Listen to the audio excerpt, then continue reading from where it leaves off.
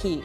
Coming up, we'll hear from a mother and daughter just trying to survive. Plus, U.S. intelligence officials say they're worried that Vladimir Putin's getting so frustrated with the Ukrainian resistance, he might actually escalate the violence there. We're live in Moscow with more on how the world is trying to isolate the Kremlin. And this just in, right as I was walking to the set, Apple just announcing it's going to stop selling products there. We'll take you live to Moscow. And here in Washington, Ukraine is one of several topics you know President Biden will be talking about in tonight's State of the Union. How he'll make his pitch to the nation at a key moment for him and his administration. We're also going to get real about how these kinds of big deal speeches actually come together with a special edition of our Backstory segment featuring someone who used to do that very job for former President Obama. And while all this is going down, you've got the midterms officially kicking off tonight in Texas with a first look at how people will deal with the state's restrictive new voter laws. We've got more on the problems some folks are running into with a live report later on in the show. Hey, I'm Hallie. And tonight, you've got this new stage in the war in Ukraine with more civilians, just people trying to survive, in the line of fire with this huge 40-mile convoy of Russian tanks that was supposedly inching toward Kyiv, apparently actually stalled. That's according to a senior defense official telling us the convoy, this is some of the video, that not moving all that much. Right now, about 20 miles from the capital, you've got the Russians running out of food and gas. And in the words of that official, reevaluating to figure out what they need to do now in the face of Ukrainian resistance. The Ukrainians aren't seeing much of this on TV right now, and here's why. TV there is temporarily down after that missile strike hit Kyiv's TV tower, killing at least 5 people. And it comes as more parts of a different city, Kharkiv, are being targeted. This, on your screen, this is what it looked like after an explosion hit the main government building, a direct hit. One woman telling NBC News she spent the night sheltering from this in a basement with neighbors and family and her 5-month-old baby. It's similar over in Mariupol, the city's mayor saying attacks have killed women and children, including a 6-year-old girl. So today, President Zelensky is calling Russia very clearly a terrorist state. This is him. He's talking directly to European Parliament from a bunker, again asking to get his country fast-tracked into the EU. And when he was finished, a standing ovation there. I want to start with Cal Perry, who is on the ground in Ukraine. Cal, we know the military in Russia has launched hundreds of missiles into Ukraine. We're seeing that assault from the air. We know that more civilians seem to be targeted. Give me the feeling where you are right now. It feels like we're at an inflection point here. As you sort of laid out, there's this column that is headed for Kyiv. It feels like the Russians are at least reassessing their battle plan. So in a way that only our viewers have become accustomed to in the last few years, prepare that split screen moment, right, where the president's going to be talking and it's likely that Kyiv is going to be shelled. It's being shelled right now. We're hearing fresh explosions from the capital. Those are the reports that are coming out. And of course, all of this is creating a humanitarian crisis, a nightmare for a country that is already fighting a battle in the east, now facing this very difficult situation here in the west. As you said, 650,000 people have already left this country. We know the numbers for internally displaced people are going to be far higher. I spent part of the day, again, at this Lviv train station where you have soldiers headed in one direction, young men who have just dropped their families off at the Polish border headed in one direction. And as they head that way, they're faced with this scene of people coming scared and confused and tired and exhausted, carrying only what they could with them, trying to get their families out. I had a chance to talk to a 12-year-old girl who was educated in Canada and her mother. I asked them just to talk a little bit about what it is they're going through. Take a little listen to that report. Russia is just killing people for no reason. Now he have to defend his country, and we live, we stay in Ukraine with him, and we have to support our husband, our mom, our armies. And so you have a deteriorating situation also because of the weather. There are people sleeping outside. It is cold here. It is wet here. Folks who can't find anywhere to go are stuck in this city. Other people are trying for the border. But it's getting worse and worse, Hallie, and it's only going to get worse as the fighting spreads. There's this phrase that I hear more and more of in Washington, and that is war crimes. We heard it. I know you're hearing it where you are from President Zelensky in Ukraine. A significant statement, given that you have the International Criminal Court, the ICC, opening an investigation into whether Russia is committing war crimes. And let's be honest about this. I think people were ready for this before the war even started. The Russians in Syria were bombing hospitals. They were indiscriminately killing civilians. This is proven. This is not me saying this. This has been proven by international tribunals, international courts. And so people were aware of this. We were at a hospital just yesterday. And in doing our report, we were talking to the hospital staff, and they were very happy we were there. We were getting supplies as they came off the back of the van, and they wanted that information out there. But what they didn't want out there was the name of the hospital and the location of the hospital. People here are keenly aware of how Russia has been in previous conflicts, be it Grozny in 1994, be it Syria more recently. People are aware of it. They are terrified that the Russians, if they cannot move as quickly as they want to, will do things like possibly encircle Kyiv and just bomb it and just bomb it. And we heard from a general in Russia over the weekend who said maybe we'll create a humanitarian corridor to let civilians out. The implicit message there was if you remain behind, you could be killed. And that's what's scaring people here. Real quick, Cal, it seems like what Putin has done is only accelerate Ukraine's entry onto sort of the European stage. You have what I referenced right at the top of the show, the idea that, we know Zelensky wants to get into the EU. You saw that standing ovation from the European Parliament today. What's the status on that front? So they said they'll fast track the application. It's a little bit kind of ridiculous because there's nothing fast about joining the European Union, but they're fast tracking the application, which means they've accepted the application. But the political point that he's making is if this was part of the European Union, where I'm standing right here, there'd be no border with Poland. All of those refugees, all of those internally displaced people would be able to flow into Poland and into Europe. Now, there are plenty of countries in Europe that are not going to be thrilled with that idea, but the political point still stands. He wants this country to be a part of Europe, and your point is the right one. He's pushing Ukraine. Right. Vladimir Putin is pushing Ukraine into the arms of Europe and into the arms of NATO. Cal Perry, live for us in Lviv. Cal, thank you for being up late for us there tonight. I appreciate it. You got this pressure growing on every side for Putin and his government as we've seen the economy really hit hard because of these sanctions from the international community. And we said it at the top of the show, just happening just into us. Apple distancing itself from Russia now. The company has just announced it's going to stop selling products there because of the invasion.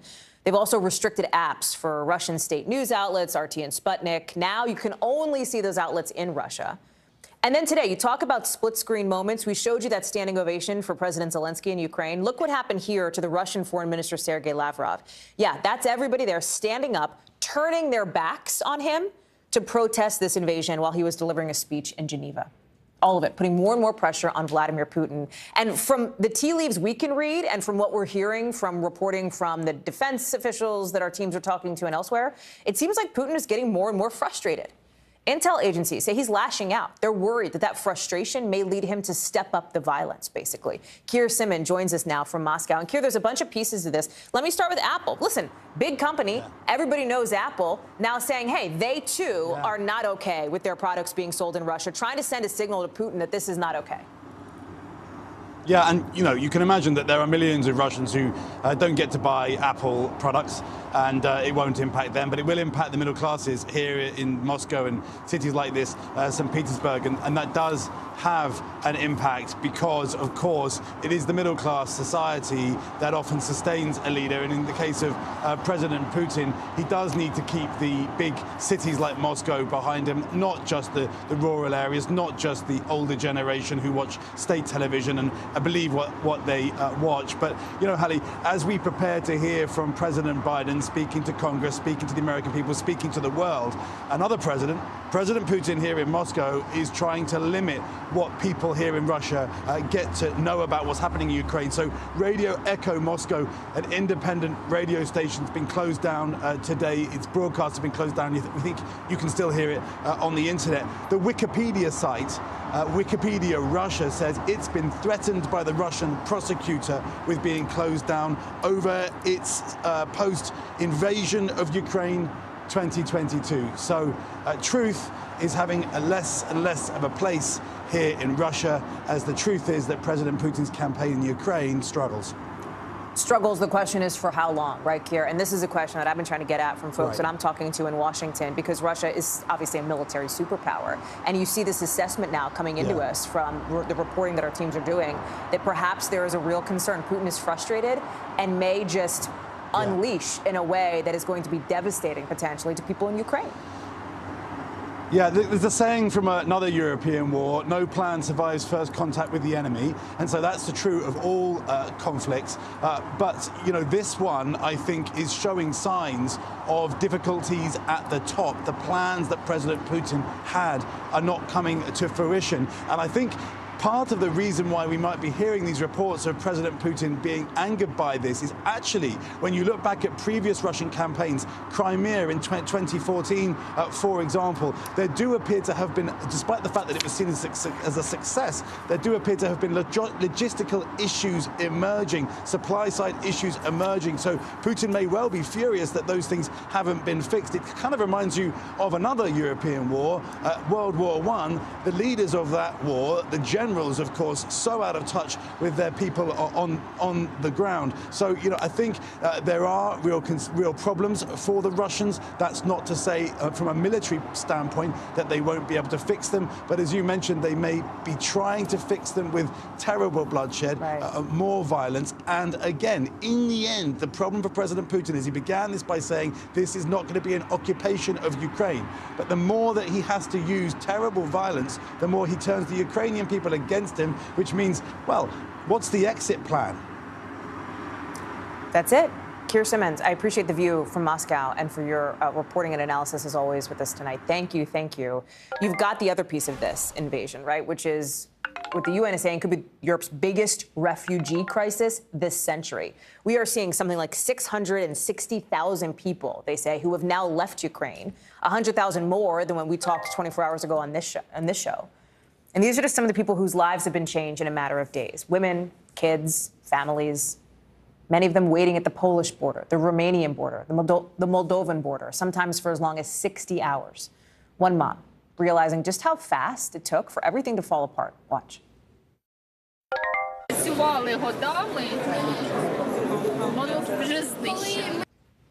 So EU leaders are meeting Thursday, and they may approve a temporary solution to all this. Countries would be allowed to bypass the usual refugee procedures and speed up some of the processing that they need so desperately right now. Kelly Kobiela is there. You might have seen her in that shot we just showed, actually. She is joining us now from Poland. Kelly, tell me how the situation has evolved in the last 24 hours. I know you've been out there, as we just saw, talking to folks about this. Yeah, Hallie, it has improved in terms of just getting people processed, getting people off of those trains that are arriving at that very small train station at the border, getting them through border and customs, and then on to wherever they may land. A lot of people are staying in private homes. They're staying with relatives. They're staying with friends.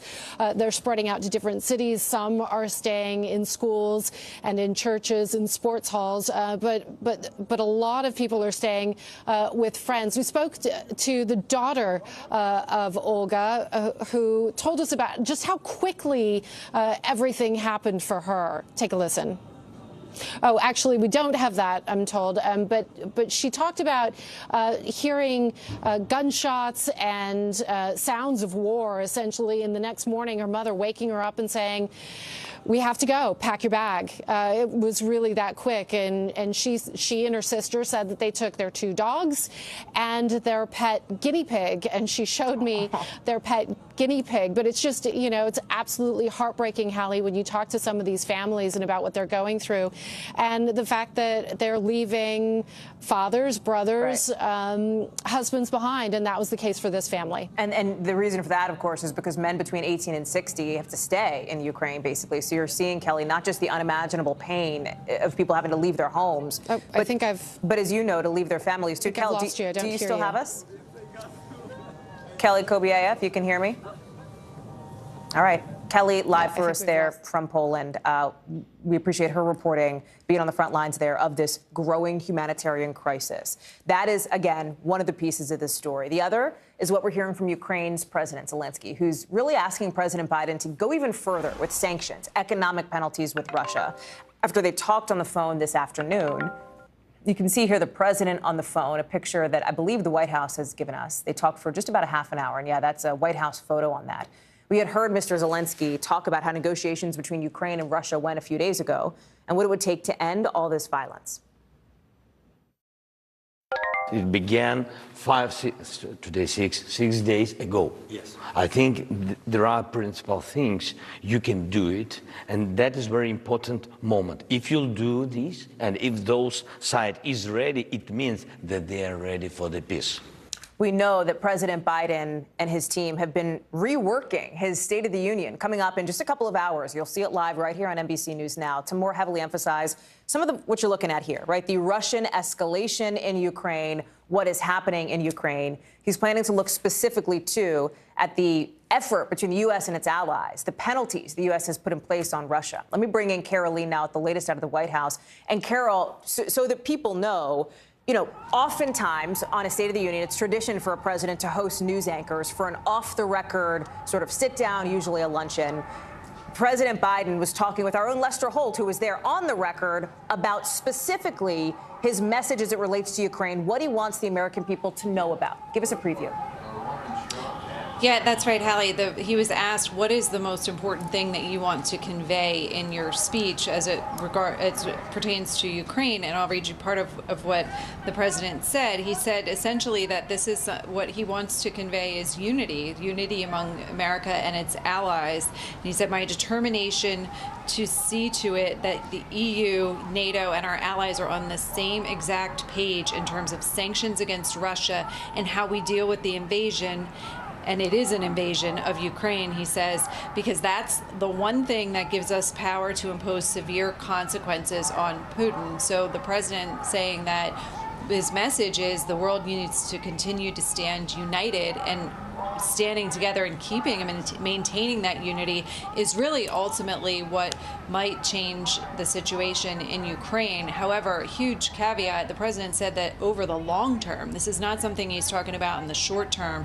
Anyone in the administration that I've talked to is still very much thinks that this is going to get much worse before it gets better, and that they just don't think that Vladimir Putin has changed his goals here in terms of going in and ultimately taking Kyiv. There's this question of not just Russia's actions being classified as war crimes. There's this question that's out there, too, that has been raised in reporting about what is Vladimir Putin's state of mind. There's also a question, and I talked with the chair of the Senate Foreign Relations Committee about this just within the last couple hours, Carol, of could there be a no-fly zone put in place over Ukraine? The White House has been very cool to that idea. And Senator Menendez, too, said, well, he doesn't want to shut the door on it. That opens a whole new can of worms that doesn't seem particularly, useful or a line that the U.S. wants to cross right now.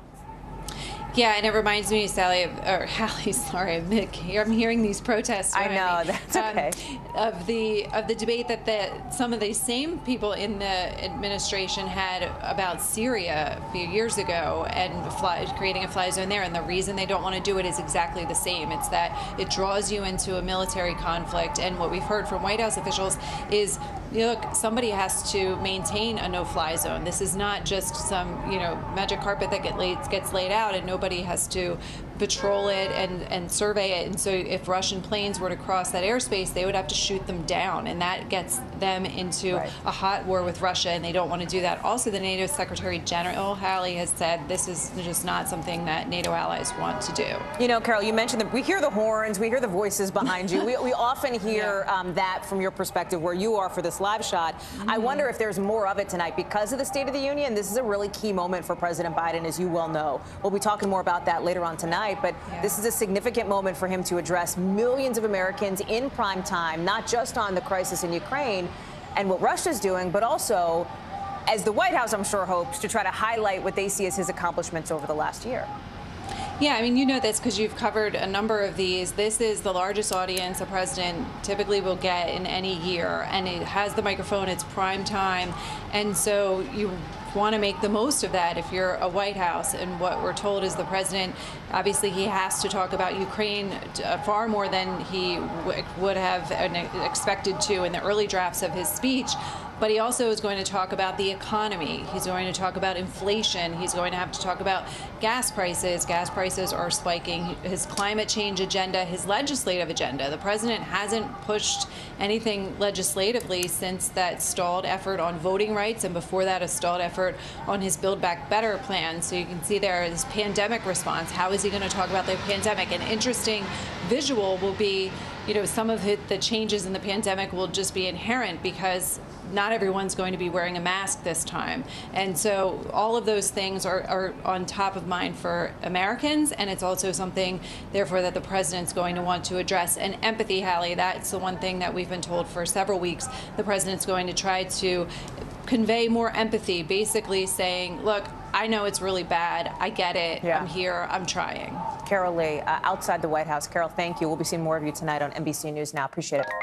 First election night of the 2022 midterms is happening in Texas. And because it's a primary, voters are deciding who will represent their parties come November. This is also, call it what it is, right? It's the first statewide test for Texas's new voting law, which adds some new rules on things like voter identification and mail-in ballots.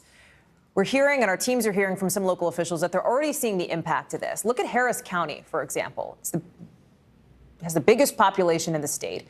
Almost a third of the mail-in ballots that they've gotten so far have been flagged for errors. All those people will now have to go make corrections in person, or else their vote won't count. For the latest on what's happening there, let's bring in NBC's Antonia Hilton live from Houston, which, by the way, is in Harris County. So, Antonia, you're on the ground. You're eyes and ears there. Tell us what you're seeing. Well, Hallie, I am at one of the busiest polling locations in Harris County, which, as you said, is the most populous county in the entire state. And many of the voters who I've spoken to here, especially Democratic voters, say that voting rights and in general just the state of our democracy is top of mind for them this cycle, particularly in the shadow of the passage of this new election law, which got rid of 24-hour voting. It got rid of drive-through voting, which were two measures that were in the pandemic. It added potential criminal penalties for election workers who solicited or encouraged people to take part in mail-in voting. And then when it came to mail-in voting, it had a new ID requirement, which required people to submit the exact identification number that matched whatever they first used when they first registered to vote. Something that has proved to be quite difficult for elderly voters here who ended up registering, in many cases, decades ago and are having trouble, in many cases, remembering what numbers they originally used. So thousands of mail-in ballots were flagged for rejection, and people are worried their voices aren't going to be heard. Take a listen to a conversation I had with one voter who tried to help some elderly people earlier during the early voting period and saw many of them fail. I believe it was to minimize minority votes, period, straight, no chaser. Because of the demographics in Texas are flipping quicker than anybody anticipated. And in just a few years, and I mean that, Texas is going to be Democrat. It will be. They are concerned about that. The demographics do not lie. The redistricting does. And the concern here among these voters is not actually just limited to SB 1. There's also the passage of SB 8 in Texas, which famously restricted abortion rights here. There's also the new announcement from the governor and attorney general here about potential investigations of transgender children and their parents for child abuse for receiving gender-affirming care. And so there's sort of a widespread anxiety here about the state of the democracy in Texas and around the country and the potential rollback of people's civil rights, Hallie. NBC's Antonia Hilton live for us there in Texas. Antonia, thank you. Coming up here on this show. So what does it really take to write a State of the Union speech? In tonight's Backstory, we get a behind-the-scenes look at that process. I'm joined by former President Obama's speechwriter next, plus a look at past State of the Unions and some of the most memorable moments. So how might tonight's measure up? That's later on in the hour.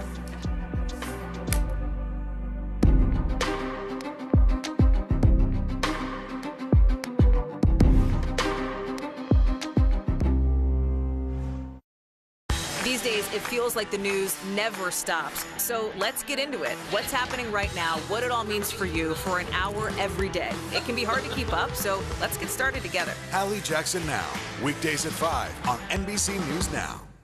News is happening now. Look at what's making headlines around the world.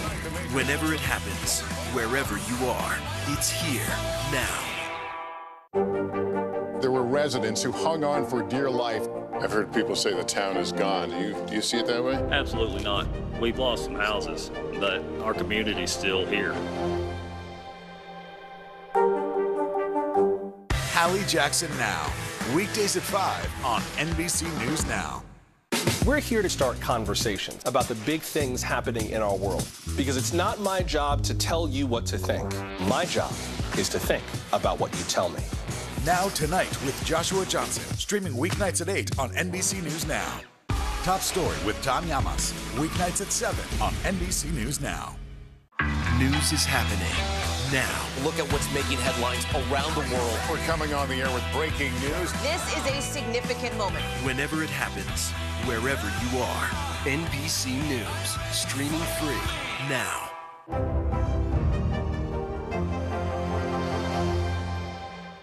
News is happening now. Look at what's making headlines around the world. Whenever it happens, wherever you are, it's here now. There's no better place for fun with friends.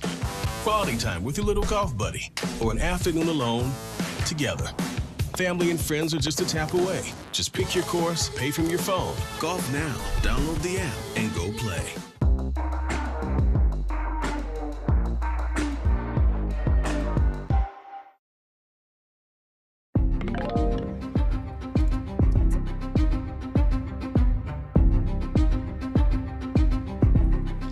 Tonight, you have mothers and children sheltering in the basement of a children's hospital in Kyiv. They're trying to take cover from Russia's attacks. We're talking about some of these kids who have cancer. They're really sick. They cannot be moved. And they now have to keep up with their treatments while Russian missiles and bombs are falling. Imagine that. Think about what that might be like. You've also got this hospital, the same hospital, taking in kids, young patients who have been hurt from the violence that is devastating their country. Deborah Haynes takes us inside one of Kyiv's main pediatric hospitals. Watch. The trauma of war in a children's hospital. This boy was hit by gunfire as Russian forces advanced on Ukraine's capital. Just 14 years old, he suffered face, back and leg wounds 3 nights ago. His latest procedure described as minor surgery. Russia's invasion prompted medics to set up this makeshift emergency department. 3 children have been brought in so far, including a 10-year-old who died en route. That was the quiet place with just kids, with the scheduled operations, and now in one moment it changes. So, okay, this is war. We're and 2 days ago we have the gunfights all around the block with the artillery fights, etc., etc. But this night was a little bit calm. So, and the war changes the priority. So now, if you can take a shower and take a coffee, it is luxury. He's barely slept. As well as preparing to treat war casualties, he and his colleagues have an equally vital job to do. Here in the emergency department, the doctors are tired. They're worried about an influx of more patients, and they're also worried about what to do with the very sick children who were being treated in this hospital before the war started. The lights are off because of we should be like nobody should see us, so we're without light. 4-year-old Nikita has leukemia. He receives chemotherapy and blood transfusions. The little boy also has Down syndrome. But usually children should not be in the corridor. The noise you can hear is his teeth grinding. Something he's done since Russian missiles started falling. This is where he should be treated. But his mother now has to shuttle up and down from the basement, where it's safer for them to stay. How are you feeling dealing with all of this? I'm sorry to ask. You know, trembling, hands are trembling, legs like you are in fitness gym because downstairs 10,000 meters a day, steps a day, up and down with children, with bags. She wants to take him out of the country, but it's hard. Our children can't live without hospital, without medical treatment. You know, it's just a few days and that's all. So we should, if we will go to another country, we should cross the border, but with a doctor. They're not alone. Other children dealt the same cruel blows, fighting life-threatening disease in the middle of a war zone, and with Russian forces closing in on the capital. Deborah Haynes, Sky News, Kyiv. Our thanks to Deborah for that important reporting. And we have to note here, you do have relief agencies looking to step up to help the millions of people in Ukraine, like those kids, who desperately need medical supplies. They need food, they need safe drinking water. If you want to help, take a quick screen grab of this. Take a picture with your phone, visit redcross.org, or call the number you see, 1-800-RED-CROSS. You can also text Red Cross to 90999. still ahead. Those deadly floods in Australia are getting worse and forcing tens of thousands of people from their homes. We've got an update on that coming up in the 5 Things.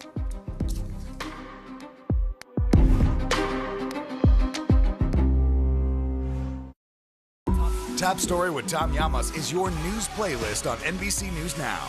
And now, you can listen to it as a podcast. Available anytime and anywhere. This is a very different kind of program. We're here to start conversation about the big things happening in our world. Professor, I'm not asking you to predict the future, but what do we think that the new normal is going to be? Is part of this that everyone's rethinking their jobs during this pandemic and their relationship to their employers? What is your biggest tip for any parent who's concerned about this? It's not my job to tell you what to think. My job is to think about what you tell me. Now Tonight with Joshua Johnson, streaming weeknights at 8 on NBC News Now. There's no better place for fun with friends. Quality time with your little golf buddy or an afternoon alone together. Family and friends are just a tap away. Just pick your course, pay from your phone. Golf Now. Download the app and go play. These days, it feels like the news never stops. So let's get into it. What's happening right now, what it all means for you for an hour every day. It can be hard to keep up, so let's get started together. Hallie Jackson Now, weekdays at 5 on NBC News Now. There were residents who hung on for dear life. I've heard people say the town is gone. Do you see it that way? Absolutely not. We've lost some houses, but our community's still here. NBC News, streaming free now. This is a very different kind of program. We're here to start conversation about the big things happening in our world. Professor, I'm not asking you to predict the future, but what do we think that the new normal is going to be? Is part of this that everyone's rethinking their jobs during this pandemic and their relationship to their employers? What is your biggest tip for any parent who's concerned about this? It's not my job to tell you what to think. My job is to think about what you tell me. Now Tonight with Joshua Johnson, streaming weeknights at 8 on NBC News Now. Let's get you over to the 5 things our team thinks you should know about tonight. Number 1, the January 6th Select Committee has issued subpoenas for 6 people who they say spread lies about the 2020 presidential election. The committee's chairman, in a statement, said this is part of the panel's investigation into the attack on the Capitol and that they want testimony and records from those people. The panel expects them to cooperate. Number 2, tens of thousands of people in Australia on the southeast coast have been forced to leave their homes today. Remember last night we told you how the country is seeing its worst flooding in more than a decade? Well, you can see it by these pictures here. It is not letting up. You have rescue teams going in, trying to get people out of cars that they're trapped in, trying to get people off of roofs. At least 10 people have been killed in these floods. Number 3, workers at some Target stores could start getting paid as much as $24 an hour starting this year. Target says it's raising its minimum wage from $15 to $24 an hour to try to be more competitive in places like New York. The company says it's also planning to spend big bucks to give its employees better access to health care, too. Number 4, the House of Representatives is awarding the Congressional Gold Medal to the only all-female black unit to serve in Europe in World War II. The unit, known as the 6888, was known for solving a big male crisis in the UK and became role models for black women who joined the military, for many of them. Some lawmakers calling this a long overdue honor and recognition. Number 5, we talked about Ukrainian refugees just a minute ago in the show. Well, now Airbnb says it's offering free temporary housing to 100,000 people who have been forced to flee since Russia's invasion. That's being paid for with help from Airbnb hosts and donations to the company's refugee fund. All of this, of course, setting up what could be a split-screen moment for President Biden in just really a couple of hours from now when he delivers his State of the Union speech. But the world will also be watching what is happening in Ukraine with Russia's escalation there. Just moments ago, the chief of staff talked with our Lester Holt. He seemed to downplay the possibility of the president delivering a speech tonight at the same moment, right? Downplaying the possibility of a split screen. But here's what else Ron Klain told Lester. Watch. And depending what happens in Kyiv tonight, could we be looking at a split screen moment? Is there concern Vladimir Putin might want to upstage the president? Look, the concern is that 6 days ago, Vladimir Putin launched an unjustified, unprecedented assault on Ukraine. The concern is that he continues to target civilians in Ukraine. I care less about what hour of the day or night this happens and more about the fact that what Vladimir Putin is doing in Ukraine is wrong And that's why the United States has assembled this amazing coalition led by President Biden, joined by leaders from around the globe to devastate the Russian economy as a result. We're down to now it takes more than 100 rubles to buy a single U.S. dollar. Their stock market's been unable to open this week. Russian inflation's over 20%. So they are paying a price for what they're doing, whatever hour of the day and night they do it. You can catch more of that interview. And again, we're just hearing this from Ron Klain, right? This is just getting turned around. You saw the first excerpt of it here. More at 6:30 Eastern on the Nightly News with Lester Holt. As we talk about that speech, let's talk about what President Biden is expected to say. As of, I think, 3.5 minutes ago, we've gotten the first excerpts from the White House on that front. I want to bring in NBC's Carol Lee back because, Carol, we got you back in front of a camera. Based on these excerpts, and I've only been able to skim them in my email, like during the last commercial break, the president is going to pretty directly take on Vladimir Putin, which is not surprising based on what he said before. Yeah, that's right, Hallie. He's going to directly say Putin was wrong in terms of thinking that he could divide the U.S. and its European allies, and that we were ready, in the president's words. I'll read you part of what he said. He also talks about how throughout history we've learned this lesson: when dictators do not pay a price for their aggression, they cause more chaos. They keep moving, and the costs and the threats to America and the world keep rising. And the president also talks about how the NATO alliance was aligned on this, that the U.S. has led on that, and essentially, he says, diplomacy matters. So that's something that President Biden has focused on since he's taken office, that he would emphasize diplomacy. And he's saying that that work actually paid off, and the U.S. and its allies were together and united. And in the end, as I said, Putin was wrong. We were ready. Carol Lee at the White House. Carol, thank you for bringing us those excerpts. The early look at what we will hear from President Biden in just a few hours, it actually tees us up really well for this next segment, our backstory.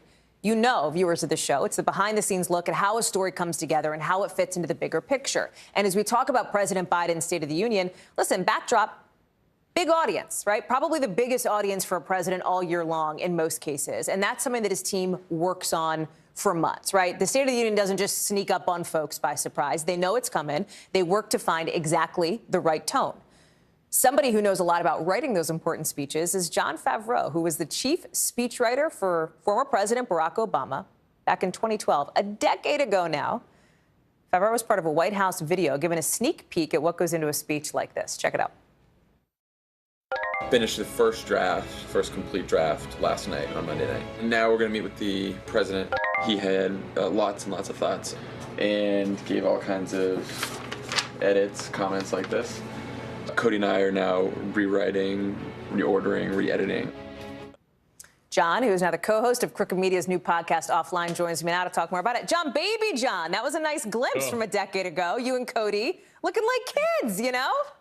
Looking like kids who hadn't slept in weeks. Well, because you probably didn't. We're so glad to have you, Jon. And as I said, this is your first time on for this segment, so thank you and welcome, because it's a little different. We really want to try to pull back the curtain on, like, what is it really like, right? Your experience, like, tell us what it was creating a speech like this for a president. It's a big deal. It doesn't just pop up out of nowhere. But you know that when you worked for, former President Obama, stuff came up and you had to maneuver and rework and rewrite right up until the last minute. Right. Yeah. I mean, usually it started around Thanksgiving. We'd have our first meetings about what was going to go in the speech. And the president would sort of lay out the themes of what he wanted included. We'd also talk to every policy advisor in every department of the White House, every cabinet agency over the next couple of weeks. And then we'd figure out, okay, this is the policy that's going in the speech. This is these are the accomplishments we're going to talk about. Here's the theme. And then we'd get working on the actual draft. And we'd usually have a draft around Christmas. We'd send it to the president when he was in Hawaii.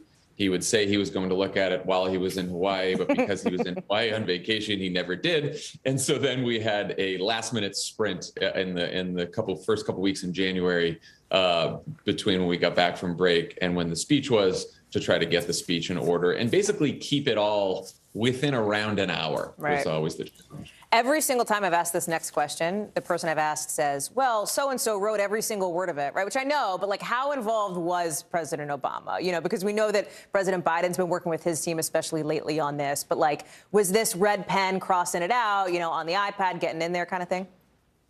Yes. I mean, we're always, of course, supposed to say as speechwriters that the president writes everything. But President Obama, because he was a writer, because he wrote 2 books before he became president, really was involved pretty intimately. And he would be up till 2 or 3 in the morning sending us edits. We'd get the draft back, and it would be covered in black little marker and his like neat little lefty handwriting. So he would get very, very involved, particularly as we get closer to the end. And it was focused mainly, like we've gotten the argument down, then he wanted to focus on language and rhythm, and he'd be making edits right up until the day of. There is an optical piece to this, too, for any State of the Union. Like it's a primetime address. It's a rare opportunity for a president to deliver a speech to all Americans across all networks at the same time. How much are you thinking about things like guests in the First Lady's box? We know, for example, First Lady Jill Biden will have the Ukrainian ambassador, and other guests we've found out in the box for tonight's speech. How much are you thinking about that and weaving that through in those moments when you know the president's going to call out people in the audience? Yeah, look, I think the way we did it is if there were news stories that we wanted to highlight, if there were people doing heroic, courageous things we wanted to highlight, we would include that in the speech and then invite the guests to the State of the Union. So it would go that way. We wouldn't just have guests and then figure out how to incorporate them in the speech. But look, I know that President Biden and his team are still working on the speech as we speak right now, even though there are excerpts out. I know they're making last-minute edits, and that happens too. I mean, I remember in 2011, we had a draft of the speech done, and then there was that horrific shooting in Tucson. That's right.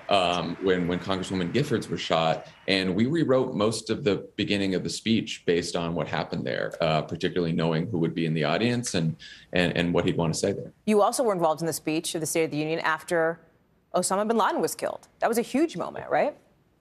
Yeah, and in that speech, I remember that we ended because the president had told us the story about how the SEALs involved in the raid had given him the flag that they had carried it with them into the raid. And he kept that flag and he used it to tell a story about unity in this moment where, the country was so divided. These SEALs who had come from all different walks of life, and everyone in his White House, from Robert Gates, who had been a Republican, to Hillary Clinton, who he had run against once, everyone came together because they were focused on the mission. And he used it to tell a story at the end of the speech about what America can achieve when we come together.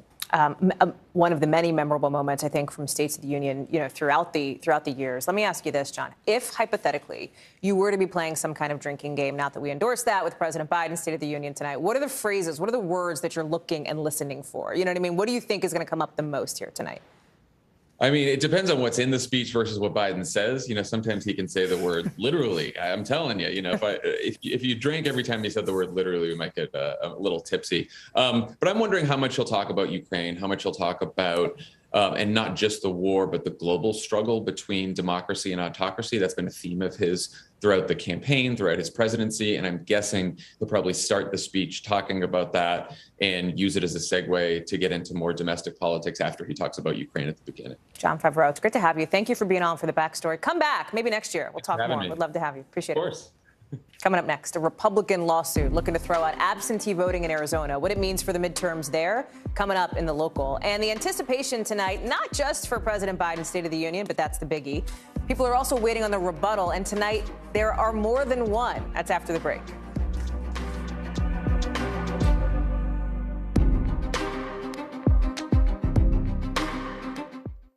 To cover the news, you have to be in it. We'll take you to the front lines of the story, bringing your news feed to life. Streaming live every night.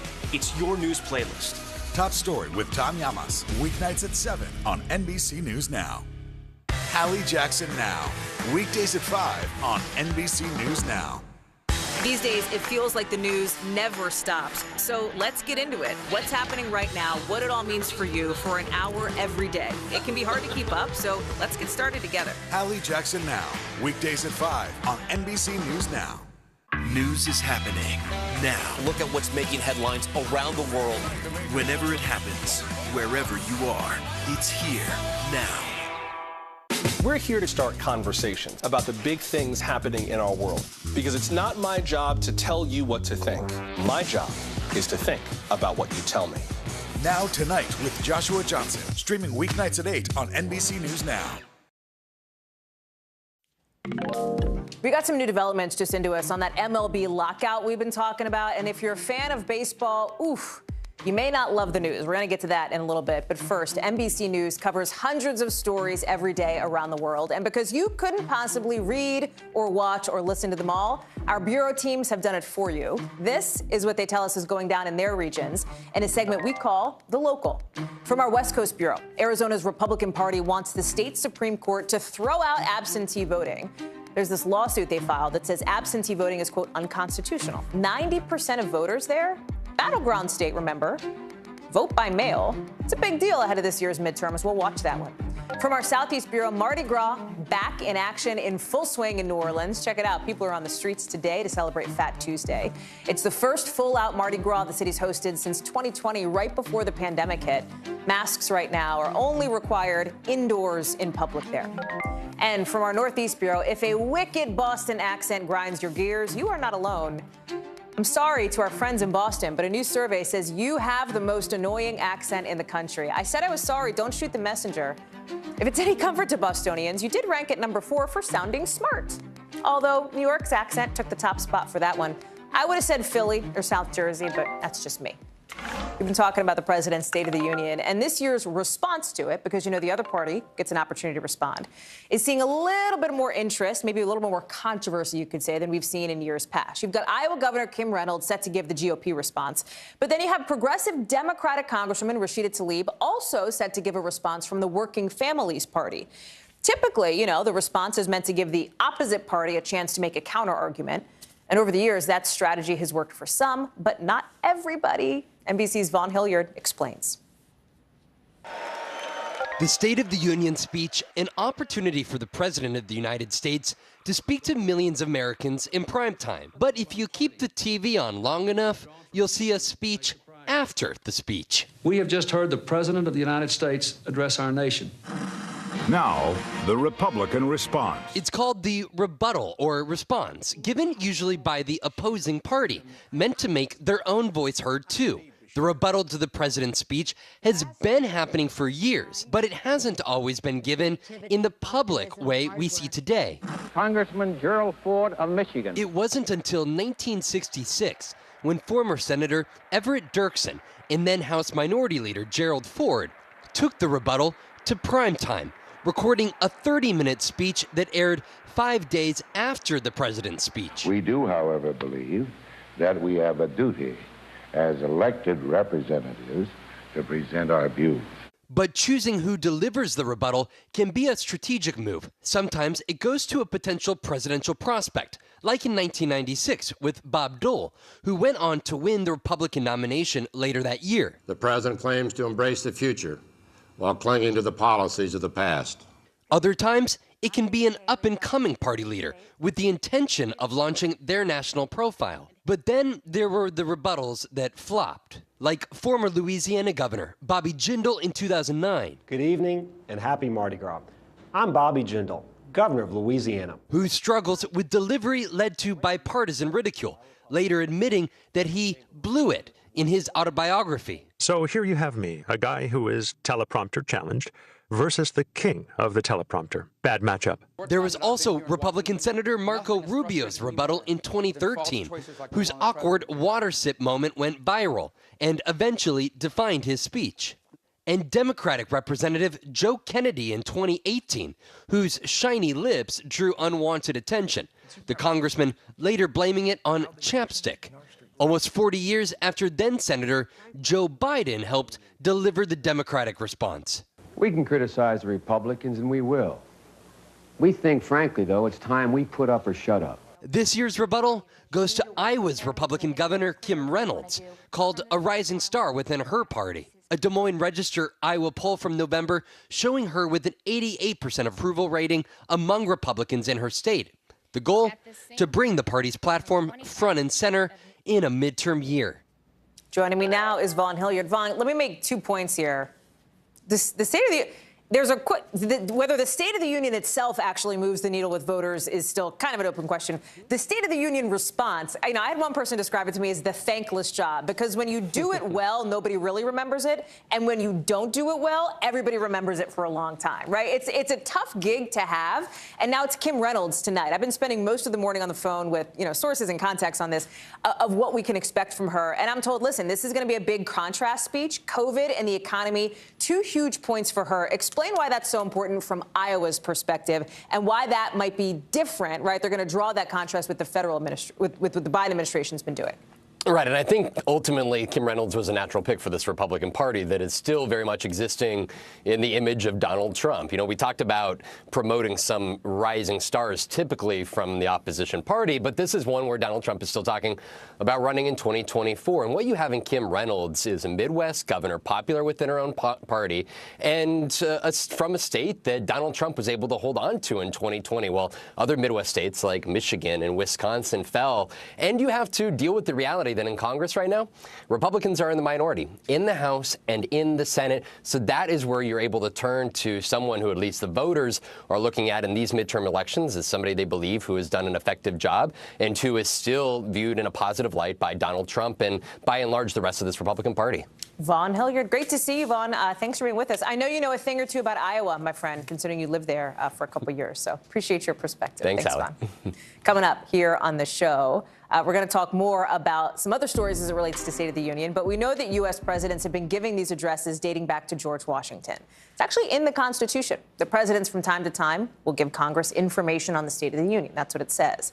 The speech is meant to be the president's standout moment to address the country. But over the years, there have been moments unrelated to the speech itself, perhaps, some candid moments, some funny moments that capture the spotlight, going down in State of the Union history.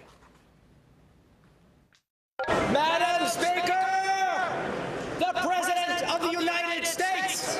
The State of the Union, historic, where the President of the United States has the opportunity to speak directly to millions of Americans. Almost every president in history has delivered this address in one way or another, in written form in the early days of the country, to in-person speeches on TV now. With each message, presidents looking to make their mark on history, some with memorable moments, like Lyndon B. Johnson introducing his agenda. And this administration today, here and now, declares unconditional war on poverty in America.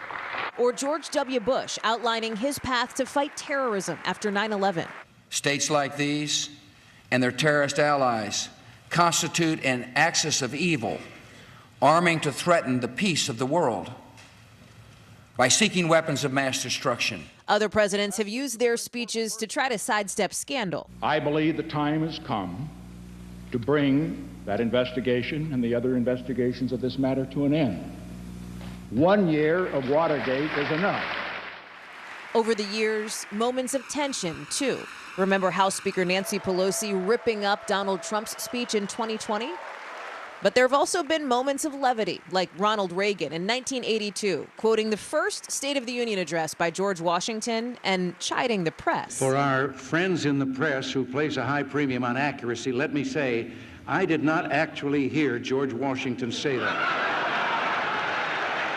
Or former Supreme Court Justice Ruth Bader Ginsburg caught on camera with her eyes closed multiple times. A viral moment the justice later blamed on not being 100% sober, reportedly having had wine at dinner before the address. And as we've seen recently, members of Congress have sometimes used what they wear to send a message, like some women lawmakers in 2018 who wore all black to show solidarity with the Black Lives Matter movement, and then all white in 2019, a tribute to the suffragist movement.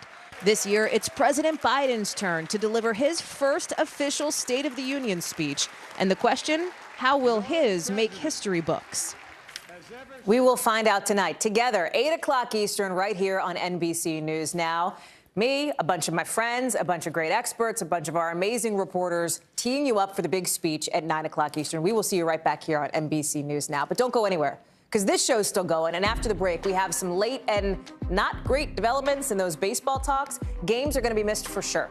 We're going to tell you how many with Sam Brock next.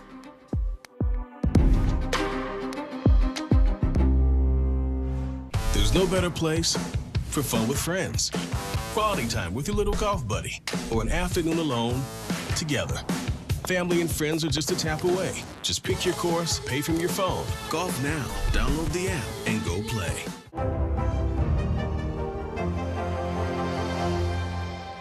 Nearly a dozen hours after the Eye roared ashore. There is some late-breaking news. All right, Hallie Jackson Now. Weekdays at 5 on NBC News Now. Now Tonight with Joshua Johnson. Streaming weeknights at 8 on NBC News Now. There's no better place for fun with friends. Quality time with your little golf buddy, or an afternoon alone together. Family and friends are just a tap away. Just pick your course, pay from your phone. Golf now. Download the app and go play.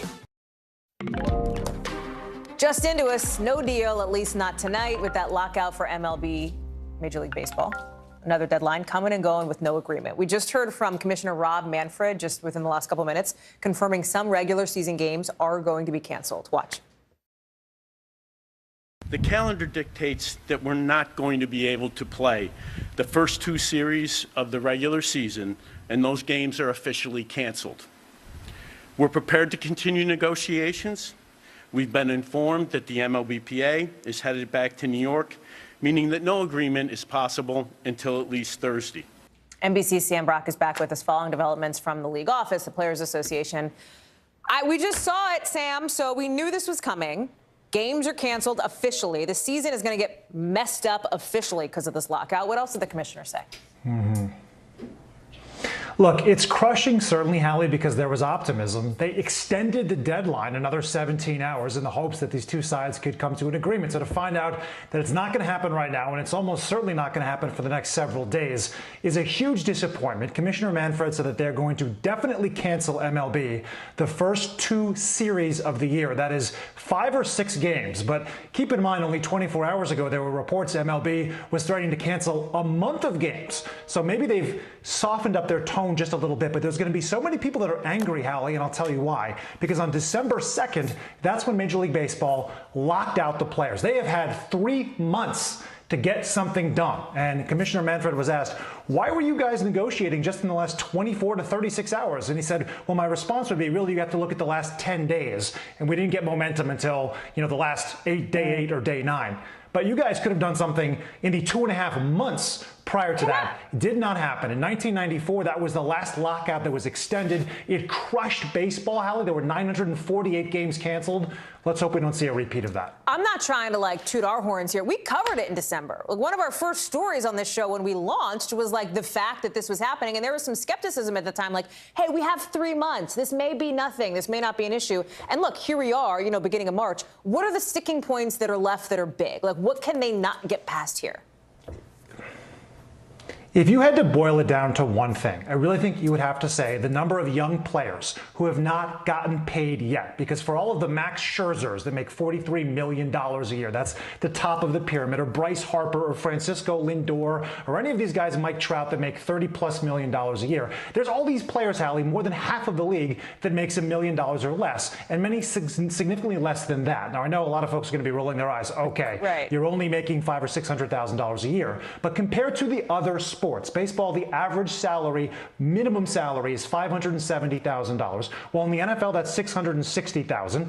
In the NHL, that's $750,000. In the NBA, it's closer to $1 million. It's in the $900,000s. So this doesn't seem fair to anybody, especially when the revenues for baseball have gone up. There is also the issue of the CBT, which is basically a luxury tax. What does that mean? The big markets like New York and San Francisco and the Dodgers, they can all spend hundreds of millions of dollars. So baseball had put a cap on how high you can go before you start to get taxed. However, players want there to be more teams spending more money because then they'll make more money as well. It's all part of a larger pot. So they've been asking to move that luxury tax up, which makes sense. The big market teams actually are on board with that as well. But for the mid-market and smaller market teams that can barely afford to stay afloat right now, they don't want the guys that already have a financial advantage to have an even greater financial advantage. That is probably the biggest sticking point right now, where they land on this luxury tax. And negotiations, real quick, Sam, will pick up, I guess, no sooner than next week, per the commissioner? Rob Manfred said on Thursday would be the earliest possibility for them to come Thursday, together and come to an agreement. But there are canyon-sized differences here. Sam, thank you. I'm losing track of my days. I forget what day of the week it is because it's been so nuts around here. Sam Brock, you're the best. Thanks for being on with us. Thanks to all of you for watching. And keep in mind, we're just getting started. I got another show coming up, a special report, State of the Union coverage starting right here, 8 o'clock Eastern. Do not miss it. We got a big night planned. We'll see you then.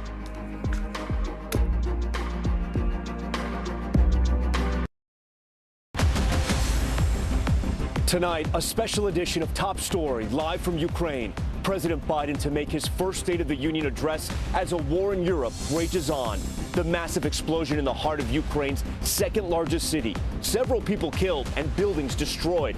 A TV tower and Holocaust memorial site also coming under heavy fire in Kyiv as a Russian convoy, now 40 miles long, nears the capital city. Ukraine's president accusing Putin of terrorism and war crimes. Will crippling international sanctions be enough to stop him? Plus, a growing number of Ukrainians escaping the violence. Trains packed with families, young children, but many immigrants, mainly of color, say they are not welcome in neighboring countries. And the major aid effort underway. A look inside a donation supply hub in western Ukraine where citizens are working around the clock to get much-needed supplies into the war zone.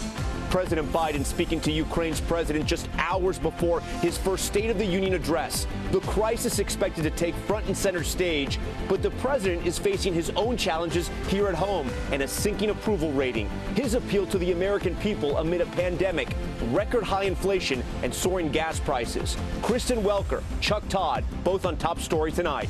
In the U.S., the deadly church shooting, the father killing his 3 children and another person before turning the gun on himself during a supervised visit. What we're just learning about a restraining order against the suspect. The plea deal outraged the officer caught on body cam, violently arresting a woman with dementia and breaking her arm. That woman's family says prosecutors are now considering reducing the charges against him. Their growing demands for justice. And opening day delayed. Major League Baseball announcing it will cancel regular season games after failing to reach a labor deal with players. Top Story starts right now.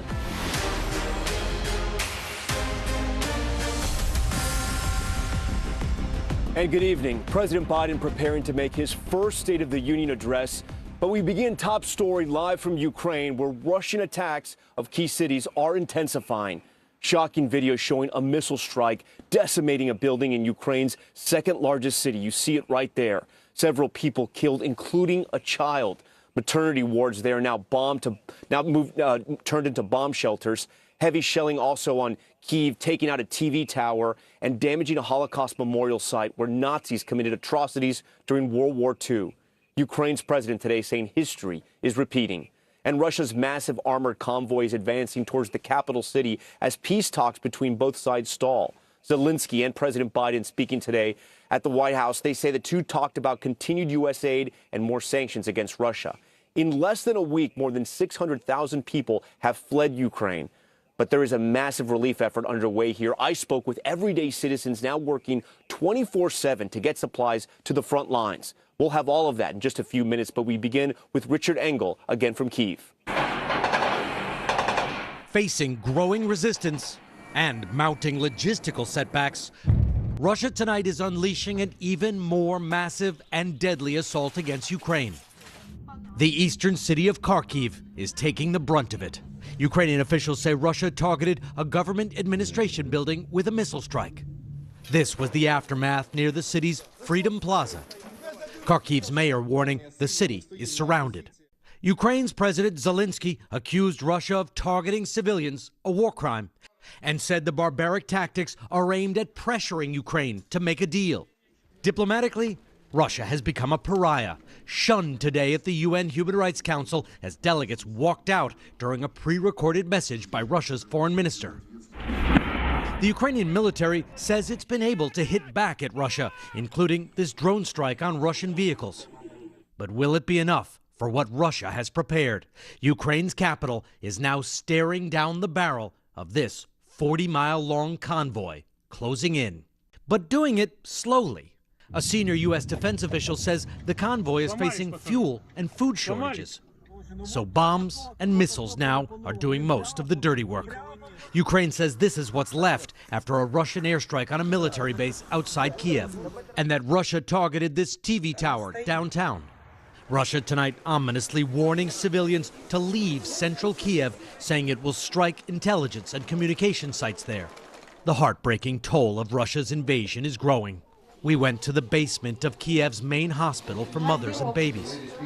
Under the rusty pipes are patients who were already in the hospital and need continuous care. These twins, born prematurely. Oleksiy, who had just had a blood transfusion when the bombs started falling. And Nicole, born with complex needs and who requires daily attention.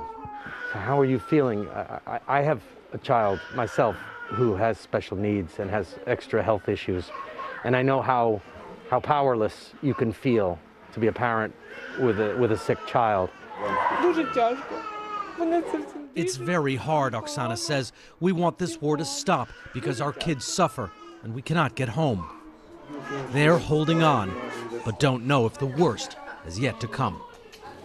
All right, Richard joins us now from Kyiv. Richard, talk to me about the atmosphere there in the capital city of this country. I know when those Russian reports first went out that they were allegedly telling people to leave the city center, that it was going to be bombed.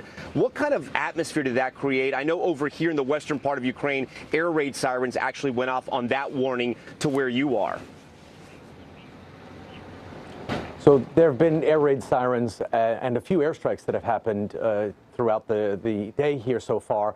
But people are not generally changing with each report, partly because communications were disrupted by one of the strikes that hit the television tower. So not everyone is getting local television anymore. They're not getting access to Russian television anymore because Russian television stations have been banned here. So it is not that people are following the news on an hour-by-hour basis. We are, and we've seen how the Russian military convoy is coming toward the city. Now there are reports that the convoy is slowed down, that the Russians have issued this threat to abandon the city. I don't think most Ukrainians are following it in that kind of granular detail. They know that the Russians are coming toward this city, if not tomorrow or the next day or the day after that, and they are preparing to stay and fight, or they're preparing to get their families out. Yeah, Richard, on that point, I did want to ask you, because people have been coming every single day. This convoy is approaching, as you've been reporting over the last couple of days. I want to ask you, are the people that are still there hunkering down, or are there still people trying to get out every single hour out of Kyiv? People are still trying to get out. Some people wait till the last minute, or they change their mind, or they think they're going to ride it out, or they have financial difficulties that somehow get solved. So people are still crowding out of the city. There are people still sleeping in the subway stations. There are people still heading to the train stations or taking cars to leave, because as this convoy gets closer, the fear is that it will not just come and attack this city. The fear is that it first will besiege the city, that it'll surround the city, cut off the city, and then there'll be strikes after that, punishing strikes to try to change the government, to get the government to collapse, leave Kiev, and install a more pro-Russian government. So people here are still absolutely leaving because they fear that the window to do so could soon close. Richard Engel leading us off again tonight here on Top Story. Richard, thank you. And that sense Richard mentioned that the worst may be yet to come is driving more than 100,000 Ukrainians a day to leave this country. But not all are leaving the country. Some are staying behind, volunteering their time to get food, clothing, and even diapers to the war zone. Take a look. Tonight, the wave of refugees sweeping across Europe is growing. The UN says more than 600,000 Ukrainians have escaped in just 6 days. Many of the refugees boarding outbound trains are children, some too young to understand. Families desperate to escape the looming onslaught in the east. Ksenia's husband staying behind. Me and 3 children, we came into the train. From trains to Hungary, to buses to Greece and Poland, even by foot to Romania and Slovakia. The reasons to leave are the same. To save my life of my baby. We are innocent! But some black immigrants tonight say the journey out is getting harder and harder for them. Mostly they would consider white people first, Indian people, Arabic people, before black people. As long as you're black, no one likes you. As so many scramble out, others are standing by.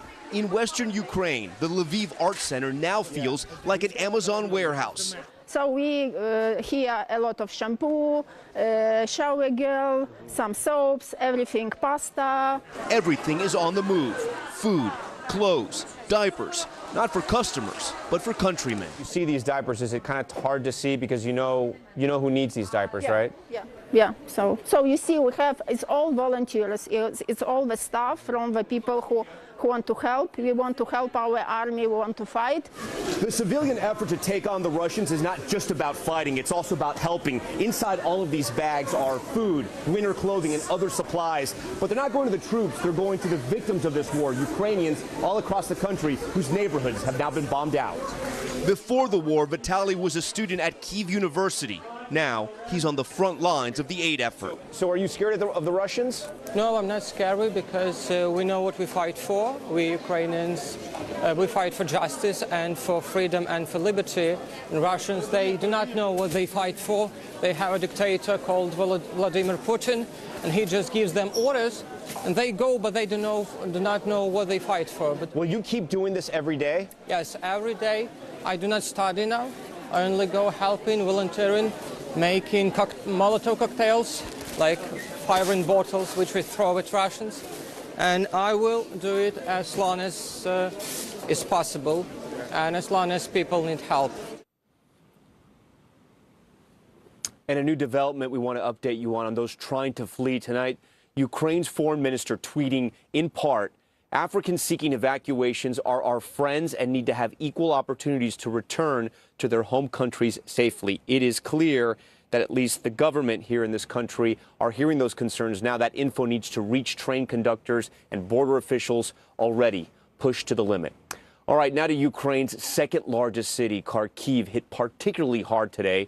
Russian forces launching a deadly attack as residents there find themselves in a battle to survive. Matt Bradley has more. It was Kharkiv's Freedom Square that took a colossal hit today. Russians pounding the civilian center of Ukraine's second largest city, leaving its city hall in tatters, its opera house damaged. First responders rushing bodies and injured people out. 7 people died, 24 were wounded, according to Ukrainian state officials. President Volodymyr Zelensky, still defiant, condemned the Freedom Square attack. This is the price of freedom, he said. What a morning. Just one part of a day of destruction in Kharkiv, with civilians carrying the bulk of the burden. Russian rockets also destroyed this residential building. In response, this city has moved underground. This is my little child. Timur, the bombing and shooting, and we don't know how to sleep and how we will live tomorrow. Please, we don't have enough food for my baby. Yasmina Vladimirovich is sheltering with her 5-month-old baby and other family members in their basement. Supplies and morale are low and getting lower. Other infants elsewhere in the city have also been scrambled to safety. A whole maternity ward moved to a bomb shelter. One rocket devastated a house just behind where Yasmina was sheltering. Sergei Shpak has been in the metro system for days with his wife and son, walking through the train tunnels to find supplies and food. But everything here is dwindling. Only hope remains. Matt Bradley, NBC News, Lviv, Ukraine. We thank Matt for that report as the West grapples with how to respond to Russia's escalation of attacks in Ukraine. Some are calling on NATO nations to institute a no-fly zone over the country.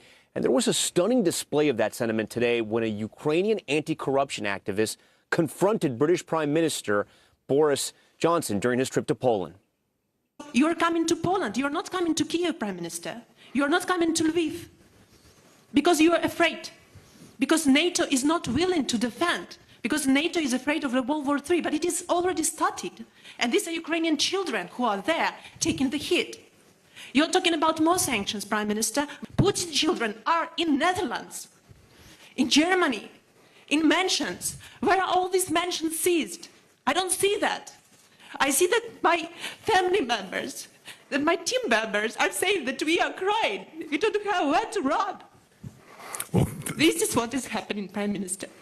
Look, I just want to say that I'm acutely conscious that there is not enough that we can do as the UK government to help in the way that you want. And I've got to be honest about that. And when you talk about the no-fly zone, as I said to Volodymyr Zelensky, I think a couple of times, unfortunately, the implication of that is that the UK and would be engaged in shooting down Russian planes, would be engaged in direct combat with Russia. That's not something that we can do or that we've envisaged. And I think the consequences of that would be truly very, very difficult to control. Activist Daria Kaleniuk's exchange there with Prime Minister Boris Johnson. Her plea for help has been heard around the world, and we want to bring in NBC News military analyst now, Jack Jacobs, to talk about that moment. He's a retired U.S. Army colonel and Medal of Honor recipient. Colonel Jacobs, always great to have you here on Top Stories. So you saw that exchange, you heard it there. There's been so much tough talk about NATO, about consequences for Russia, but people are supplying weapons to the Ukrainian people here, but no one's really helping them fight. Do you think they're going to go through this entire war going at this alone? Yeah, I think you can expect that's exactly what the case is. Interestingly, Belarus reportedly has sent troops on the Russian side to also invade Ukraine. Ukraine's on its own. We have to keep in mind a couple of things here. I think Boris Johnson was very forthright. The NATO has no interest whatsoever in establishing a no-fly zone because it means you have to defend it. You can't just say it's a no-fly zone. You actually have to shoot down Russian airplanes, and NATO is not going to do that. The second thing is, almost as important, and matter of fact, more important, is getting military goods, replacement parts, anti-aircraft weapons, anti-tank weapons, and ammunition in particular to beleaguered Ukrainian forces. And it has to be done soon. The reason is that once Russian forces encircle the cities, they're going to send forces from the north and the south to meet up and to isolate Ukrainian forces in the east, who then cannot any longer be resupplied over land. So if there's going to be some military assistance, if there's equipment that's going to be sent to the Ukrainians, it's got to be done as quickly as possible.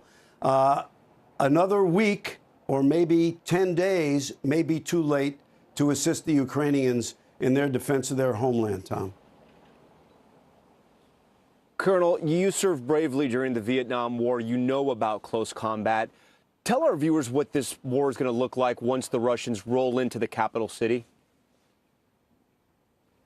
Well, I and a lot of my people who are about my age fought in cities during the war in Vietnam.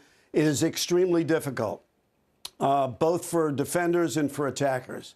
It takes an enormous toll, ruins the city, and unfortunately, civilians wind up getting killed in very large numbers.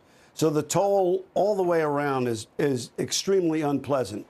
For the Russians, they would like to be able to take the city these cities without reducing them to rubble, because they well know, as much as anybody, how difficult it is to attack a city that's been reduced to rubble. They did it successfully during the Second World War with their backs to the river in Stalingrad.